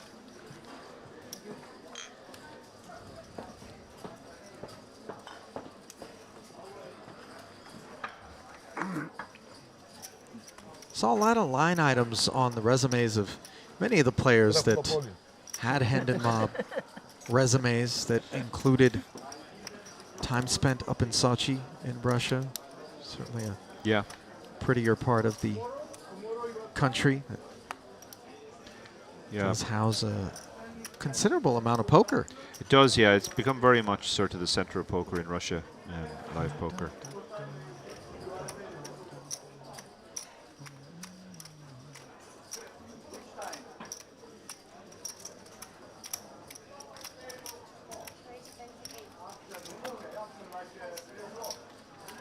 While Sochi might be the center of live poker in Russia, right here in northern Cyprus, we find effectively the new epicenter of poker in Europe.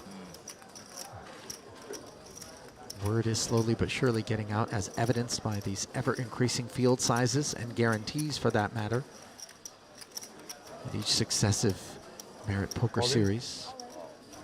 And Zorlu Air has found the moment as he moves all in with 2 kings, and Elhani. Yeah, he has less than 19 big blinds, so very difficult to construct a non-all-in squeeze size here. So he's just decided to shove, but he could still get action from the Ace Queen. It's only 19 big blinds. He could certainly think hands like king, queen, ace, jack, maybe even stuff like queen, jack suited, weaker suited aces. Lots of hands he's in great shape against here. Raise, goes all in. But he does have the other two players to worry about as well.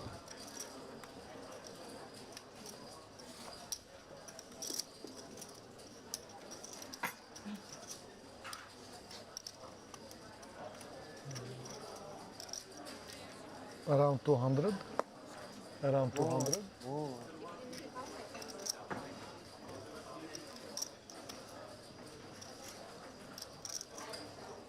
It's a difficult spot for him. Yeah, he would have had to commit well over a third of his stack, and he was concerned about the other two players. They can absolutely have ace queen crushed. Yeah, I think a little bit just legitimate concern about Zorlu Air's holding as well. Yeah, from sure. the button. Never mind the presence of the other two players. This really is a meaningful amount of chips to be putting into the middle. Okay. If he gets this through, this will be a huge pickup for him. 86,000 when you only have 310.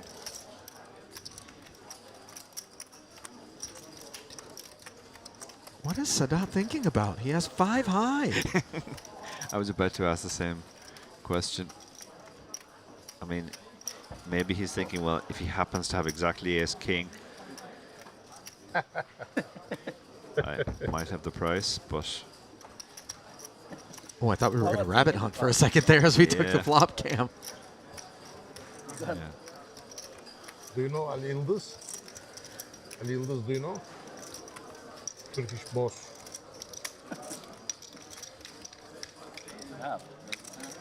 Good hand, very good hand. Two kings. He was very honest about his hand there. He said straight out, 2 kings. Well, returning the favor of having been shown the 5-4 suited, although I'm not sure that was quite as valuable a divulsion.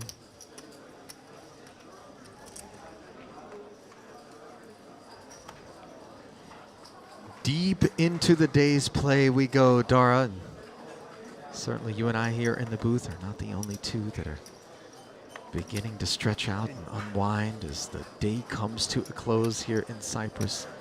Yeah, we have roughly 45 minutes left. This is the time of the night where some of the players might already be starting to mentally bag up. And that's the moment when many of the pros will kind of sense the opportunity before them, and with the sort of battle-tested stamina, seek to cobble value out of that last 45 minutes. But unfortunately for Sadat, he is now facing yet another all-in from Zorlu Air. And he I don't bet anymore. says, I won't bet anymore. Air picks up another hand he can shove, and Sadat releases that one very quickly, interestingly. The 5-4 suited was worth a tank, but the King-9 suited is a snap fold. Well, it's the intrusiveness of the King-9 suited, I would imagine, that weighs on him more so than yeah, the strength of the hand. 5-4, he knows he's unlikely to be in the contested territory.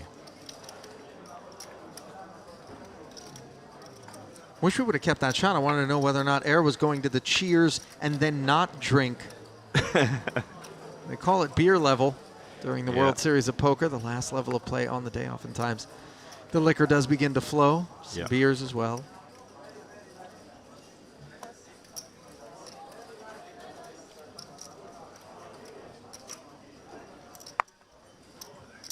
Three hands in a row for Air.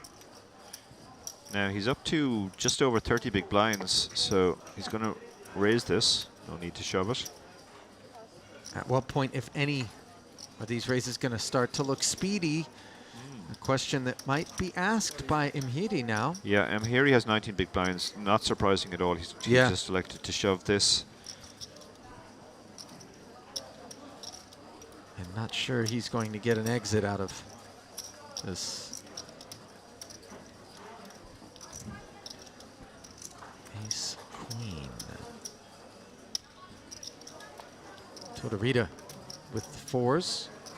Has made some really sound laydowns, by the way, in the face of these sort of squeeze plays that he's been ensnared in. Yeah. This is a tricky enough spot for the ace-queen now. There's a couple of factors going on here. The first is that this is almost all of his stack. Okay. The second is he has to think, well, they've seen me shove the 2 previous hands, so they might think I'm just opening super wide here. And ace-queen is actually a lot stronger than it would be normally as a result of that. Then it depends on what he thinks of Mhiri. In a vacuum, this would be a call, given the positions.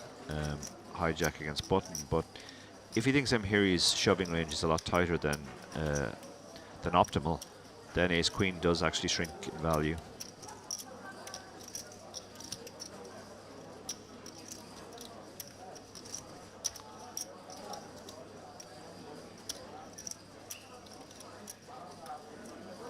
Mhiri looking on. Ace-queen's pretty strong here because we can imagine a lot of dominated hands taking the shove. King-queen is certainly taking the shove. Ace-jack is almost certainly taking the shove. I don't care if you call it on. So if you're expecting something, I don't care. I buy it, Dara, as I buy Mhiri it, growing yeah. a little bit impatient. Yeah, I know. Yeah, once you fade the snap call, you know that your 6s are never going to be in terrible shape. He's not tanking with a bigger pair than 6s all that often, so you figure you're flipping most of the time. It did appear that Air was maybe looking to get some kind of read on Mhiri as he stared on and kind of shuffled his chips around, moved his stacks. Yeah, a slightly impatient response from Mhiri. And in my experience, that's generally this type of hand. Not super weak, not super strong. He kind of knows he's flipping if he gets called. If he actually had aces or kings, he probably stays quiet, not to lose his customer. And if he actually has a really weak hand, like ace-5 suited, he probably stays quiet as well. So his willingness to engage here kind of puts him in the middle of his range. I fold. You win. You open. He says he folds. If I fold, you open. Oh no, he's asking the old "Will you show if I fold?" question. Open. Okay, no problem. Yeah, he said straight away it would have been a flip. How you are moving your chips is passport time. It means he doesn't have a very good, a strong hand. It's 50. Yes, I know, but 55, 45. much Good luck, man. When he went all in, I had ace queen, and I folded. Okay, we're getting some regret, some post-fold regret now from the previous fold with the ace queen.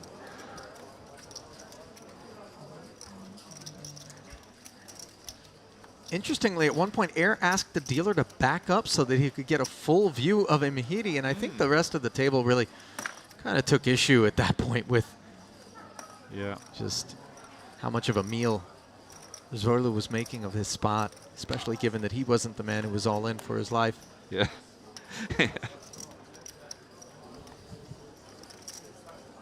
Can't really blame him though. It was pretty much right on the line, and came down to his view of the opponent's shoving range. If it was online and he knew absolutely nothing about the opponent and he was just playing by the charts, it was a snap call. But live, often the reshove ranges are a lot tighter. So he doesn't have a strong hand. Because immediately 50-50, but 50-50. 50-50. You don't have to risk all your chips for Well, on the topic of risking Sixes all are one's stronger chips, than Tortorita is doing exactly that from the small blind. Tantillo appears somewhat interested. Yeah, Queen Jack suited for what does this work out at? Offsuit. Yeah, 15 big blinds. It's pretty close, to be honest. Very good hand. Because when he saw you are going to call, he asked for time. Yeah, Queen Jack offsuit. That's what I'm saying. I have no luck. Maybe you call and you You're usually going to have 43%. Sometimes you'll be in a flip. Sometimes you'll be up against this type of hand. Very occasionally you'll be dominating something like Queen 10, Jack 10. So it's pretty close, this one. And he the has call called. has been made. I wasn't certain. I thought I heard it. Look at this board. Wow. 10-9-5. 2 overs and an open-ender with 2 to come. It's a proper flip now. 46%, but of course... Now it's half, almost. Courtesy of the 6. That goes down to 29. As Tortorita is looking to hold with ace-8 high, and he's done it. In case of perhaps too many outs. Yeah, so many outs there. Even though he missed, his chances actually improved on the flop from pre-flop.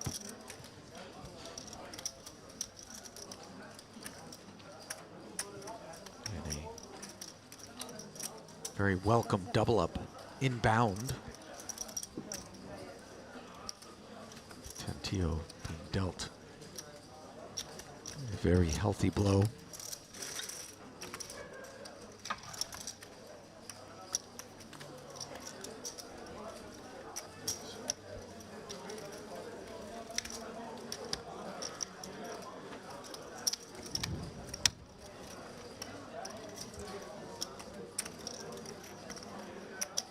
Things really have slowed down in contrast to earlier on in the day, and not simply a function of exhaustion or fatigue, but really just the gravity of the moment beginning to set in as we close in on that 89-player pay bubble with 100 some odd players left.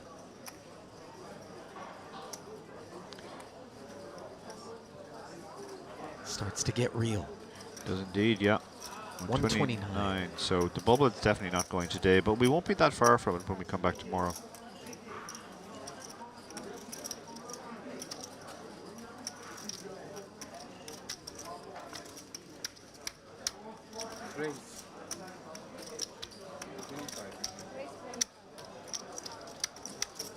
Upstairs, says Mhidi. 25K to go.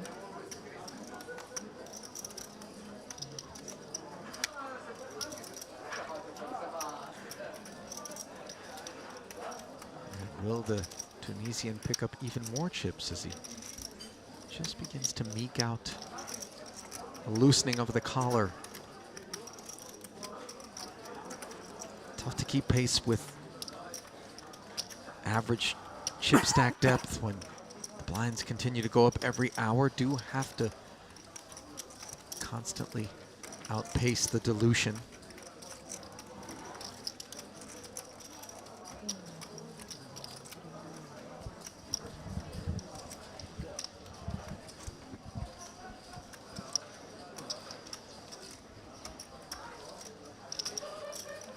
Now, Dara, do you prefer to express sort of the short stack threshold in terms of strictly big blinds, or as Dan Harrington did once upon a time in terms of M, which is the cost of an orbit, yeah, is inclusive of the antes? Yeah, I'm very much an M man. Now it's kind of become standardized since the arrival of the big blind ante, but pre-big blind ante there was certainly a big difference between, say, the small blind was 10%, or sorry, the ante was 10% of a big blind, or at some levels it might be as high as 16%, and that does change the ranges considerably. I think it's easier for people to sort of think in terms of big blinds, but really it's always risk to reward, so you have to take the ante into account. And Tantillo looking for some reward off of his 163K. 2 blackjacks. Very loose open from Komorowski here. He's obviously decided he's with the big stack, he's going to apply the pressure in this final period of play. About 30 minutes left tonight. Yeah, kind of a palpable gear shift. Yeah, very powerful. From him. Gonna get his wrist smacked by Tantillo. Without looking. Tantillo's down to 27K as well in the big blind. That's crucial to this hand. Okay. He's got such a short stack, just over 2 big blinds behind. He's going to take this spot. Yeah, eager to maybe get a triple up as opposed to just a double. Yeah. His ward, so the queen 5 suited. He'll take its chances. Fortunate to have an overcard to the pocket pair of Tantillo, but an active side pot. Can't imagine Komorowski's calling here. Inactive side pot, I should say, should Komorowski call. there would be no more betting, but I'm with you, Dara. 7-8 offsuit. I have a monster. I have to call. I have nothing. Goes into the mug. Only the queen is good. The queen is good. He says the queen is good. He's relieved to see that he has the overcard. The queen is good. He's actually got 32% here at the end of the day. This is a really Pretty good spot remarkable, for him. isn't it? Yeah. And there's 121 in the pot, so quadruple up here if he can find a queen or a lot of hearts. He's found neither on the neither, ace-10-9 board. And in fact, a queen doesn't allow him to skate free and clear to victory. The 5 is useful, though. Yep. That's a couple of outs to the board. And the river is a 9. It's a bait check. So another casualty here at the feature table.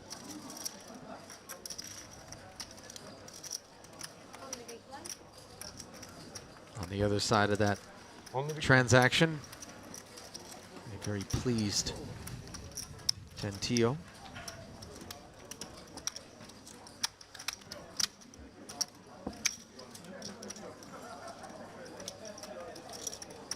Wearing that Triton gear. Obviously paid a visit to the gift shop when the tour was here.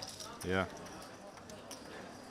In 2022 on a couple of different occasions.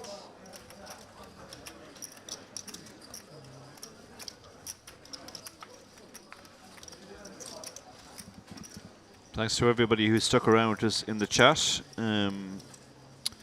Dark Angel says, "Is it safe with everything going off?" Yeah, I have to admit, I wasn't too clear what the situation was in Cyprus before I booked this trip, so I did read up on it. It's actually very, very safe. There's really no fighting going on at all. It's a historical dispute, let's say, but there's no real violence at the moment. Have you had your eyes closed for this entire broadcast, Dara? There is absolutely fighting going on.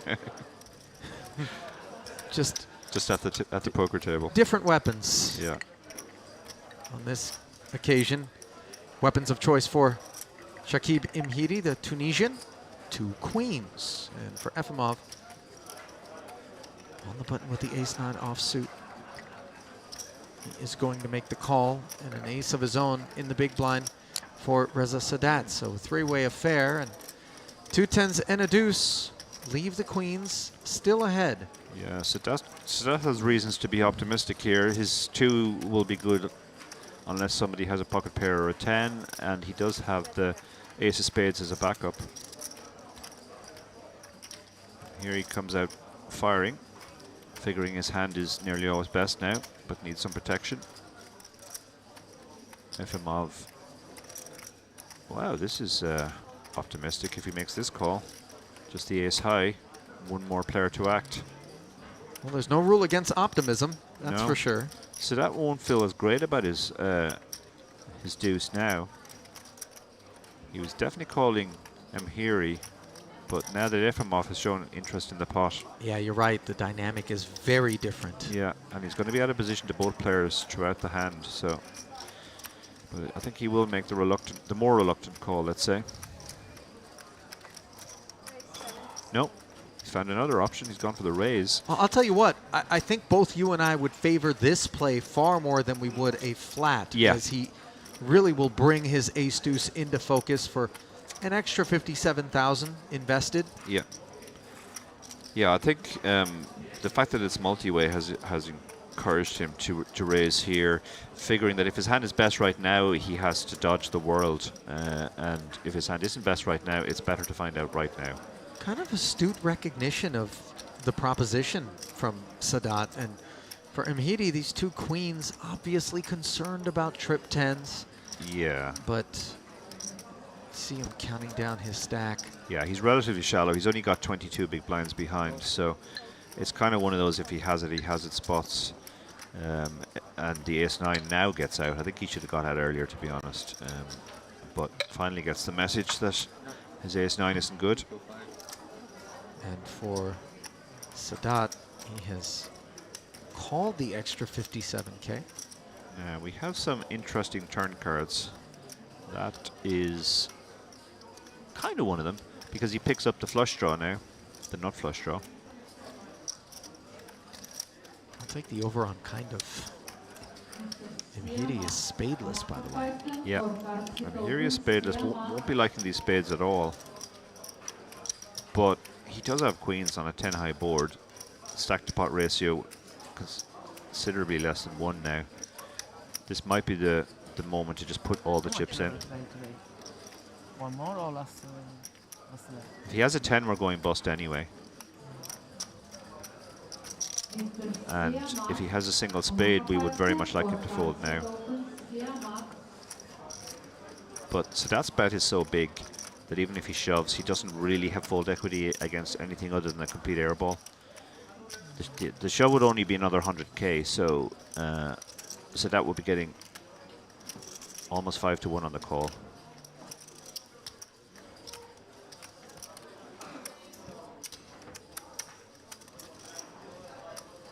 Yeah, he doesn't like this. You can see just the general body language. But I think he just has to sit back and realize that he has queens. This is as good as a board as you're going to get for queens without a queen on it. But the decision here, realistically, is for all of his chips, because he can rest assured more often than not on the end, the price is just going to be too good if the bet were to come in. Yeah. I mean, even if an ace or a king comes, can he really fold the river getting such an amazing price? Yeah. Yeah, he has eventually come to the correct decision. And Sadat doesn't like this now. He obviously knows he's no good. His in some worlds, even his flush draw isn't good here. But he does have the nut flush draw, so... Yeah, plenty of outs for Sadat as the money gets in. Imhidi taking his chances and relieved to not see a 10 rolled over. I hope to come. So we're going to play an over 700k chip pot. No, I did not flush. What's happening? I did not flush draw. On the river. The post-mortem is going on there, but yeah, I mean, he did come to the decision that he had to make. That his queens were just too strong to fold, even though the board was scary.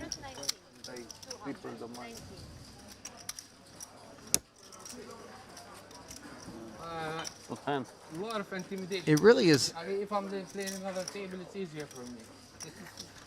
Kind of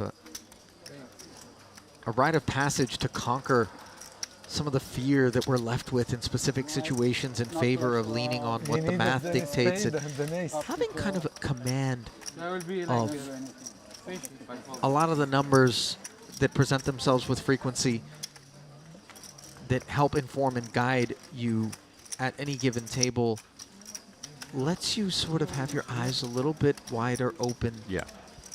And not feel the discomfort of uncertainty, which Yeah. really is the bane of any player. Yeah, yeah. For example, in that spot there, any seasoned online player would know straight away, given the stack to pot ratio, we have to get it in. If he has a 10, it's just a cooler. If he happens to have the spades, it's just a cooler. And even if we call, and that's the case, they won't feel bad afterwards because they'll know that they made the right play. It's the uncertainty which gnaws at you. And exacerbates the sort of discomfort of thinking, well, I actually could be beaten here, and maybe I'm making a mistake if I call.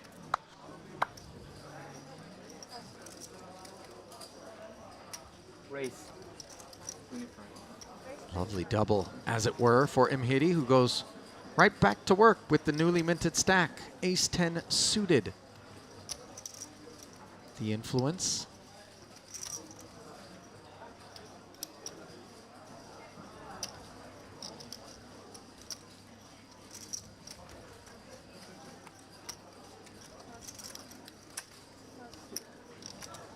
No takers thus far.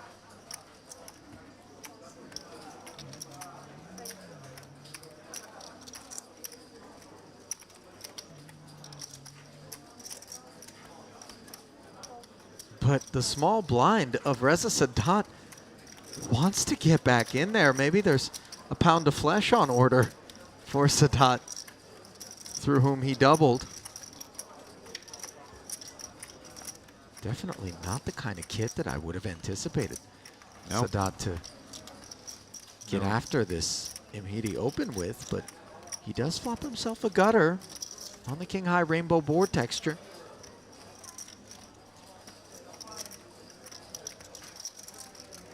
Do you sometimes encounter older school live players who like these kind of really low card wheel draws that don't have an ace in them? You hear a lot of justifications like, well, we're never dominated, our hand's easy to play, and if we make a straight, the opponent will often have an ace and we can get paid off. There's a certain superficial logic there, I guess, but it's not really profitable to play this type of hand from the small blind. Yeah, over the long run, the numbers don't lie. No. No, every so often you'll get a really big payoff where you flop a straight and he does have the ace and you win a big pot. And the human brain remembers all those occasions much more than the lots and lots more times when we just miss completely, or we, as happens here, we flop a gut shot and we have to put some more money in, or we flop bottom pair and we lose some money.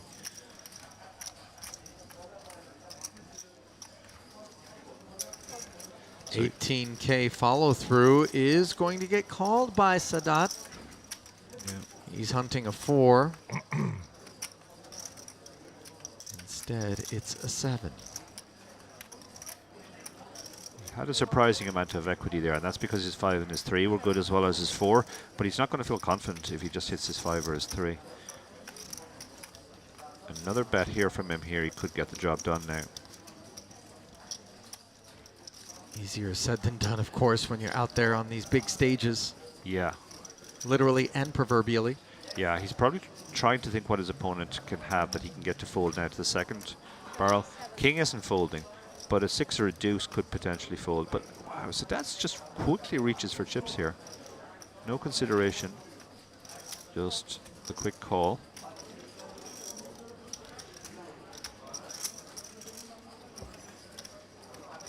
Another 74,000 into the middle. Mhidi.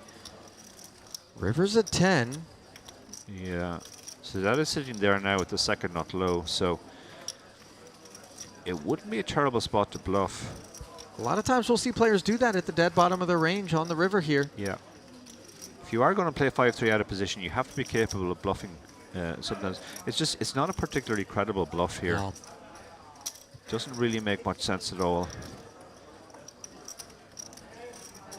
On occasion, however, when things don't make sense to us at the table, we err toward the side of caution and end up just stepping away from the pot.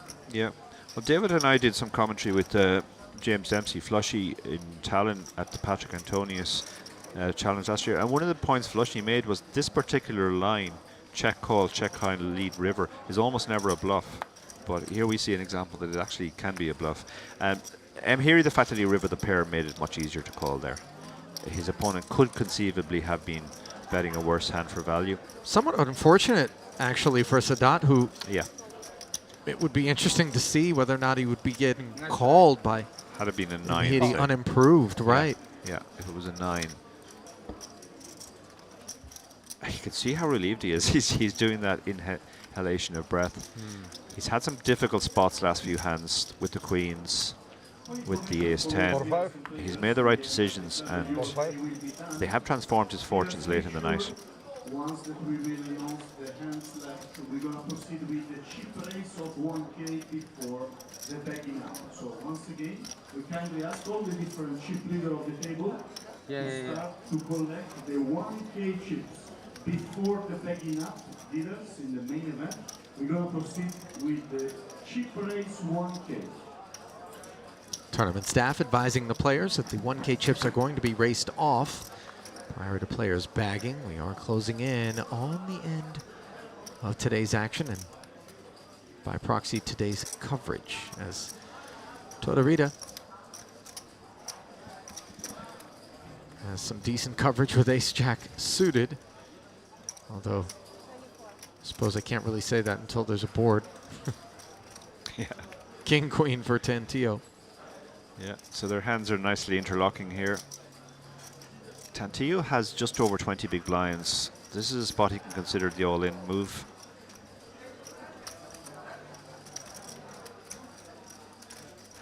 All the options are in play here. He can also just call.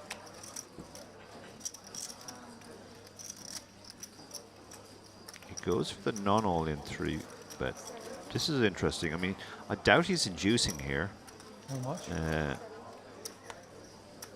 Tortorella has been on the friskier side in this final level or two, and now Zorlu Air with ace queen suited. 25.75 big blinds. This is a great spot to just stick it in now. There's so much money out there. 124k. He only has 309k. His hand is actually in good shape against the ranges. Wow, he just lets it go really quickly. Interesting. Boy, he had both of these hands in trouble. Yeah. Now, what does the ace-jack suited do? Well, firstly, he thanks Zorlu Air for having folded. Yeah. He's found himself in a really amazing spot where he's actually ahead of the hand he's up against, but this is a tricky spot out of position. Again, you can see the discomfort. If he shoves here and gets snapped, he knows he's in trouble. It's a lot of the effective stack to just call. Tantillo only has 175 behind.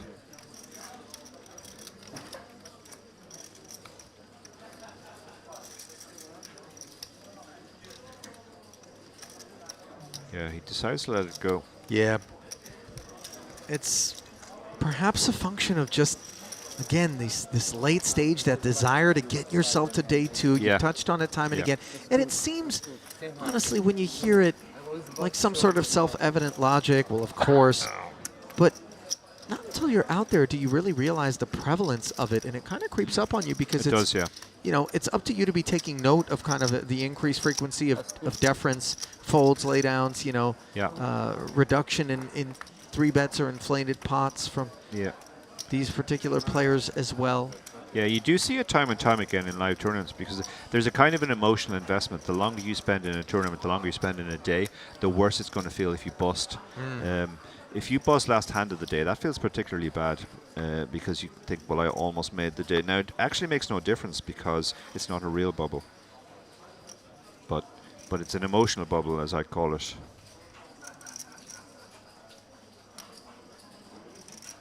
Ace-8 up front for Komorowski, declines.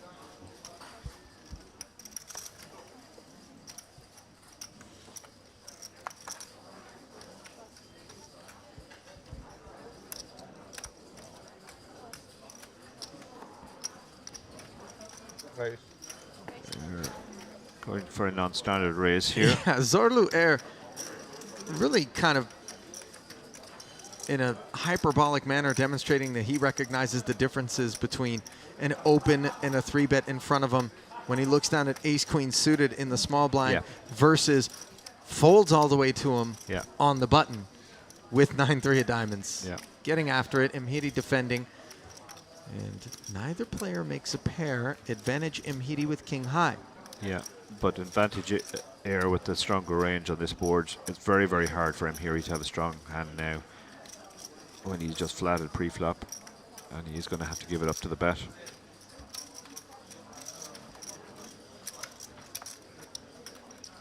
Tidy pickup for the 9-3, courtesy of Air not getting bashful in position on the flop, following through with the course that he had charted.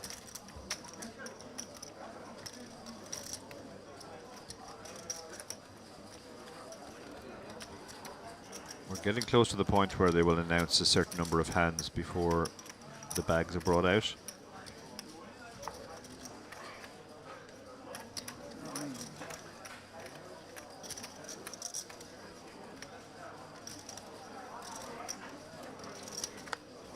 How many hands?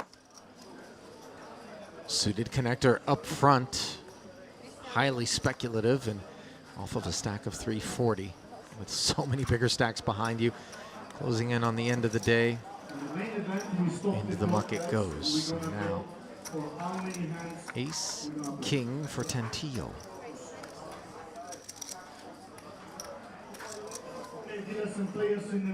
Makes it 25 to go. We're going to play the last 4 hands in the main event. 4 more hands in the main event. Leaders, remind. Tournament staff advising that we will be playing 4 more hands on the evening. 26K open is Oh, flatted yeah. by Sadat. Now Komorowski with After this hand, yeah. 2 black ducks.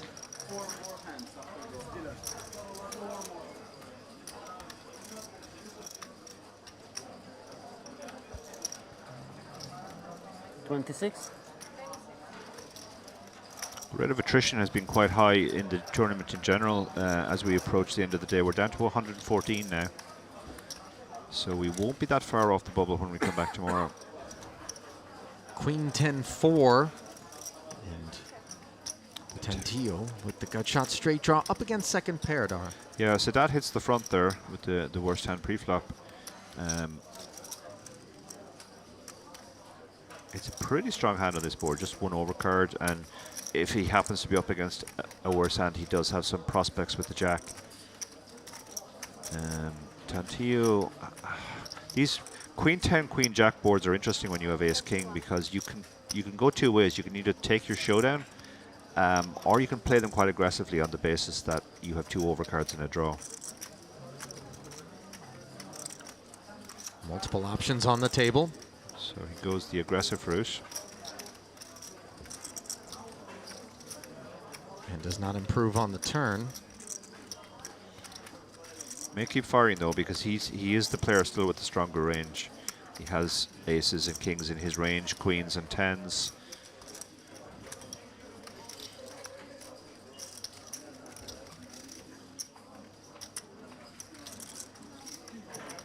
He did thin the field as well. So when you're up against just one more player, if they had both called, it might have been time to raise the white flag, but against one player, you can fire again. Draw heavy texture too, which... Yeah, in the end he decides not to. And I think Sadat will now bet. And unless he bets really small, that's probably the end of the hand. Into 158,000. It is a small bet, yeah. 39,000 out of Sadat.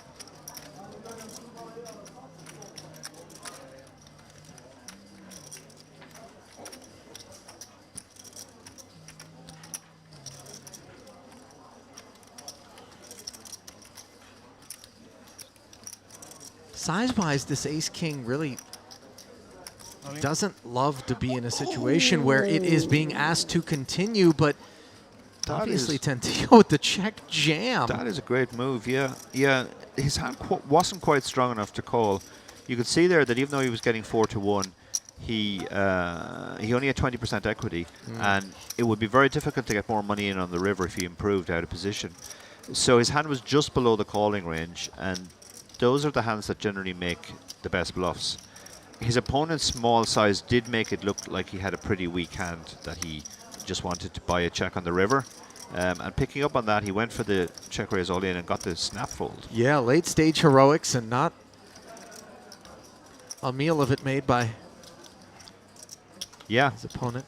His opponent knew exactly what he was doing against the check raise all in, which is good to see as well. Yeah.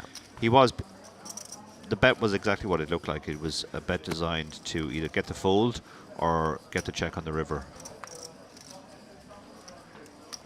And having received neither of those two options, but all you can eat, he knew he was folding instantly. Ace Jack for Efimov.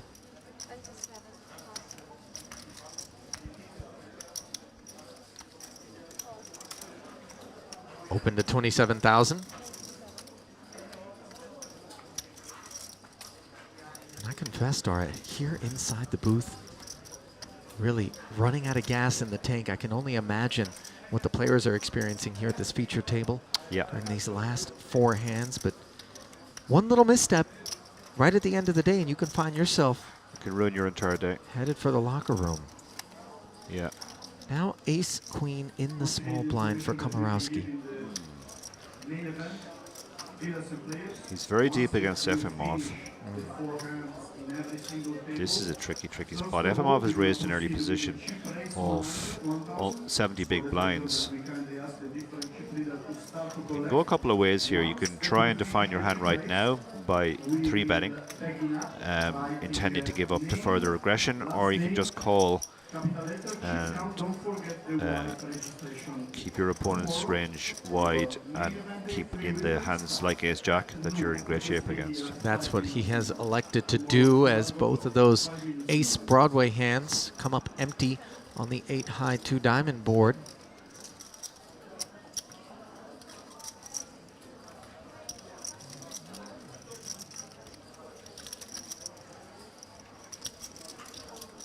Efimov mulling it over with the action check to him. Did bet 20,000. Tiny bet. Yeah, certainly not enough to get Zorluer off of these 2 sixes. No.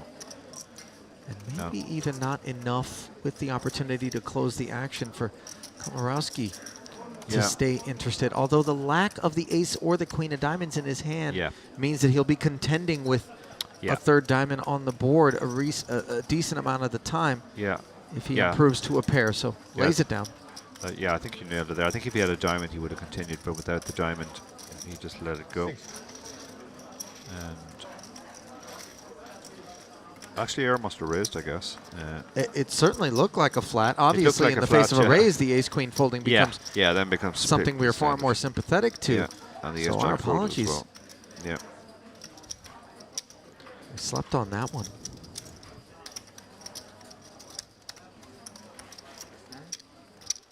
That's 3 hands. That's 3 hands. It's the second.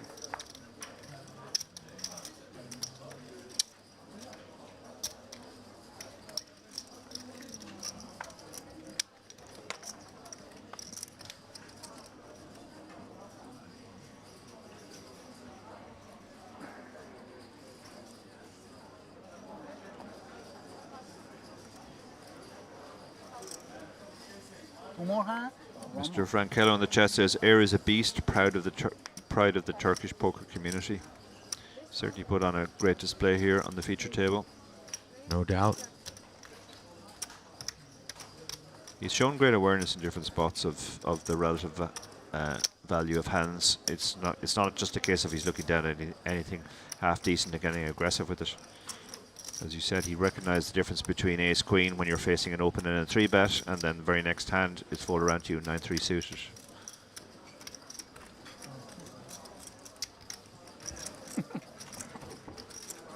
What you finished it yesterday?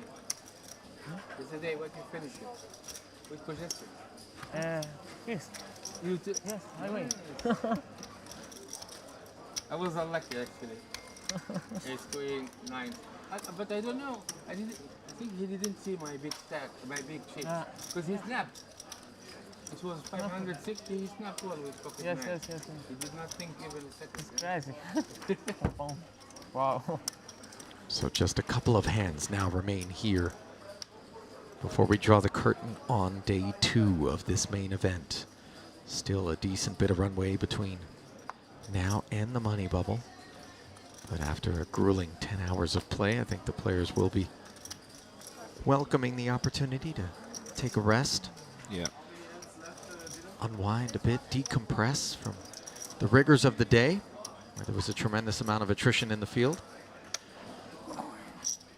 And truly, this has to be the most ace-queens I have ever seen during a stream. Yeah, ace-queen has been the hand It of the really day. has been Seems just like every hand somebody's got ace-queen. the ace-queen machine.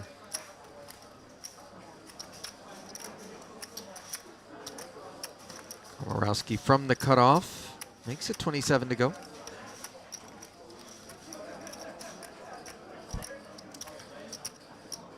Tricky spot for Tantillo now with ace-7 suited in the small blind. This is the kind of hand you can definitely flat. He's deep enough over 30 big blinds.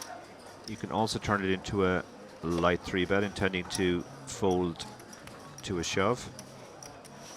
I think that's the option he's gone for. Yeah, he's 3-bet this to 106. This is a tricky spot for the ace-queen.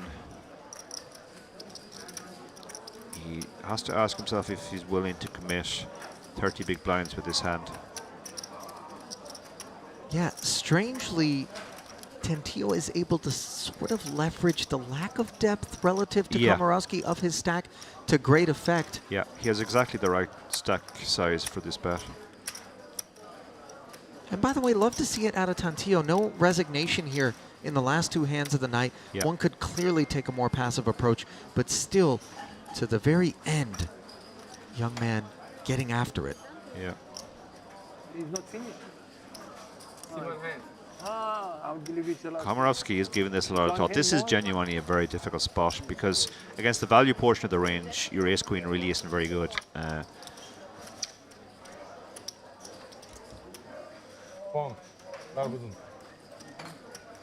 You can certainly stick it all in here, and that will fold out hands like ace-7 suited. You can also call. You are in position.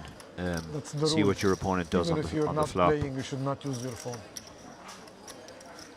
So I think he's considering all the options here: shove, call, or fold. On the normal table, regular table, you can use it, but here,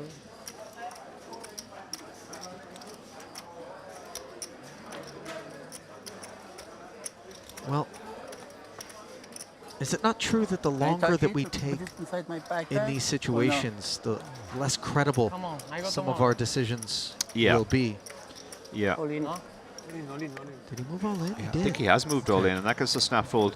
Yeah, I was about to say that that's definitely true. Like, it's unlikely that it's aces or kings when he takes that long. But on the other hand, it kind of doesn't matter because when you Tantillo knew what he was going to do all along, yeah, I think, once exactly. he put the small 3-bet in there. Even if he has, even if he's towards the bottom of let's say, if he has his size shove range, a7 is still toast against it. All of the light part of the range is toast, and it's going to have to fold. And similarly, none of the value part of the range is going to fold. So you are certainly giving away information there, but there's not very much that your opponent can do with it.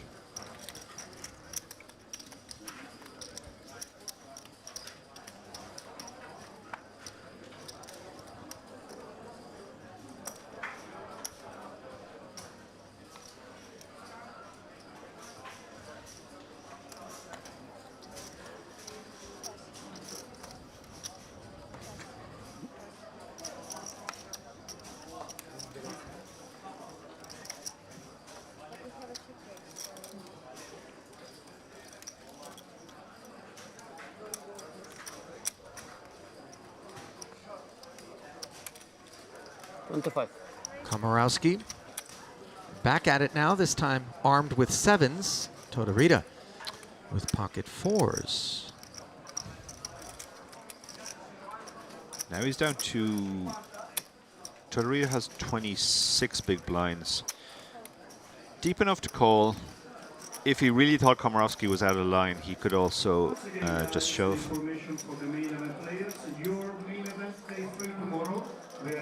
Six is behind in the big blind, so this is going 3 away with 3 middling, mediocre type pairs. I will suggest to be here 5 minutes tomorrow. Here, main event day 3. At the moment, So high card board would be interesting here.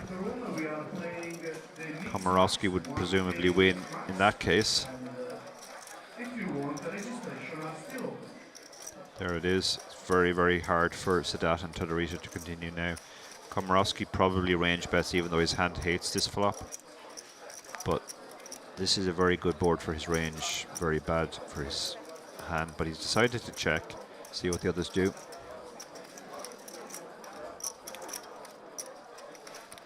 They are content to check as well. Yeah, this looks like they might all just... It's all coming together between being the last hand of the night, the 3 overcards to the 3 small pairs. Yeah. To kind of suggest that it might be checked down to showdown, but I speak too soon. I thought the same too, but it does make sense for Komorowski to bet because he didn't really cap his range by checking the flop. Oh. Shows the 2 7s though, so... I think he thought he might have been bluffing there, but... or maybe... I guess he thought any better hand continues.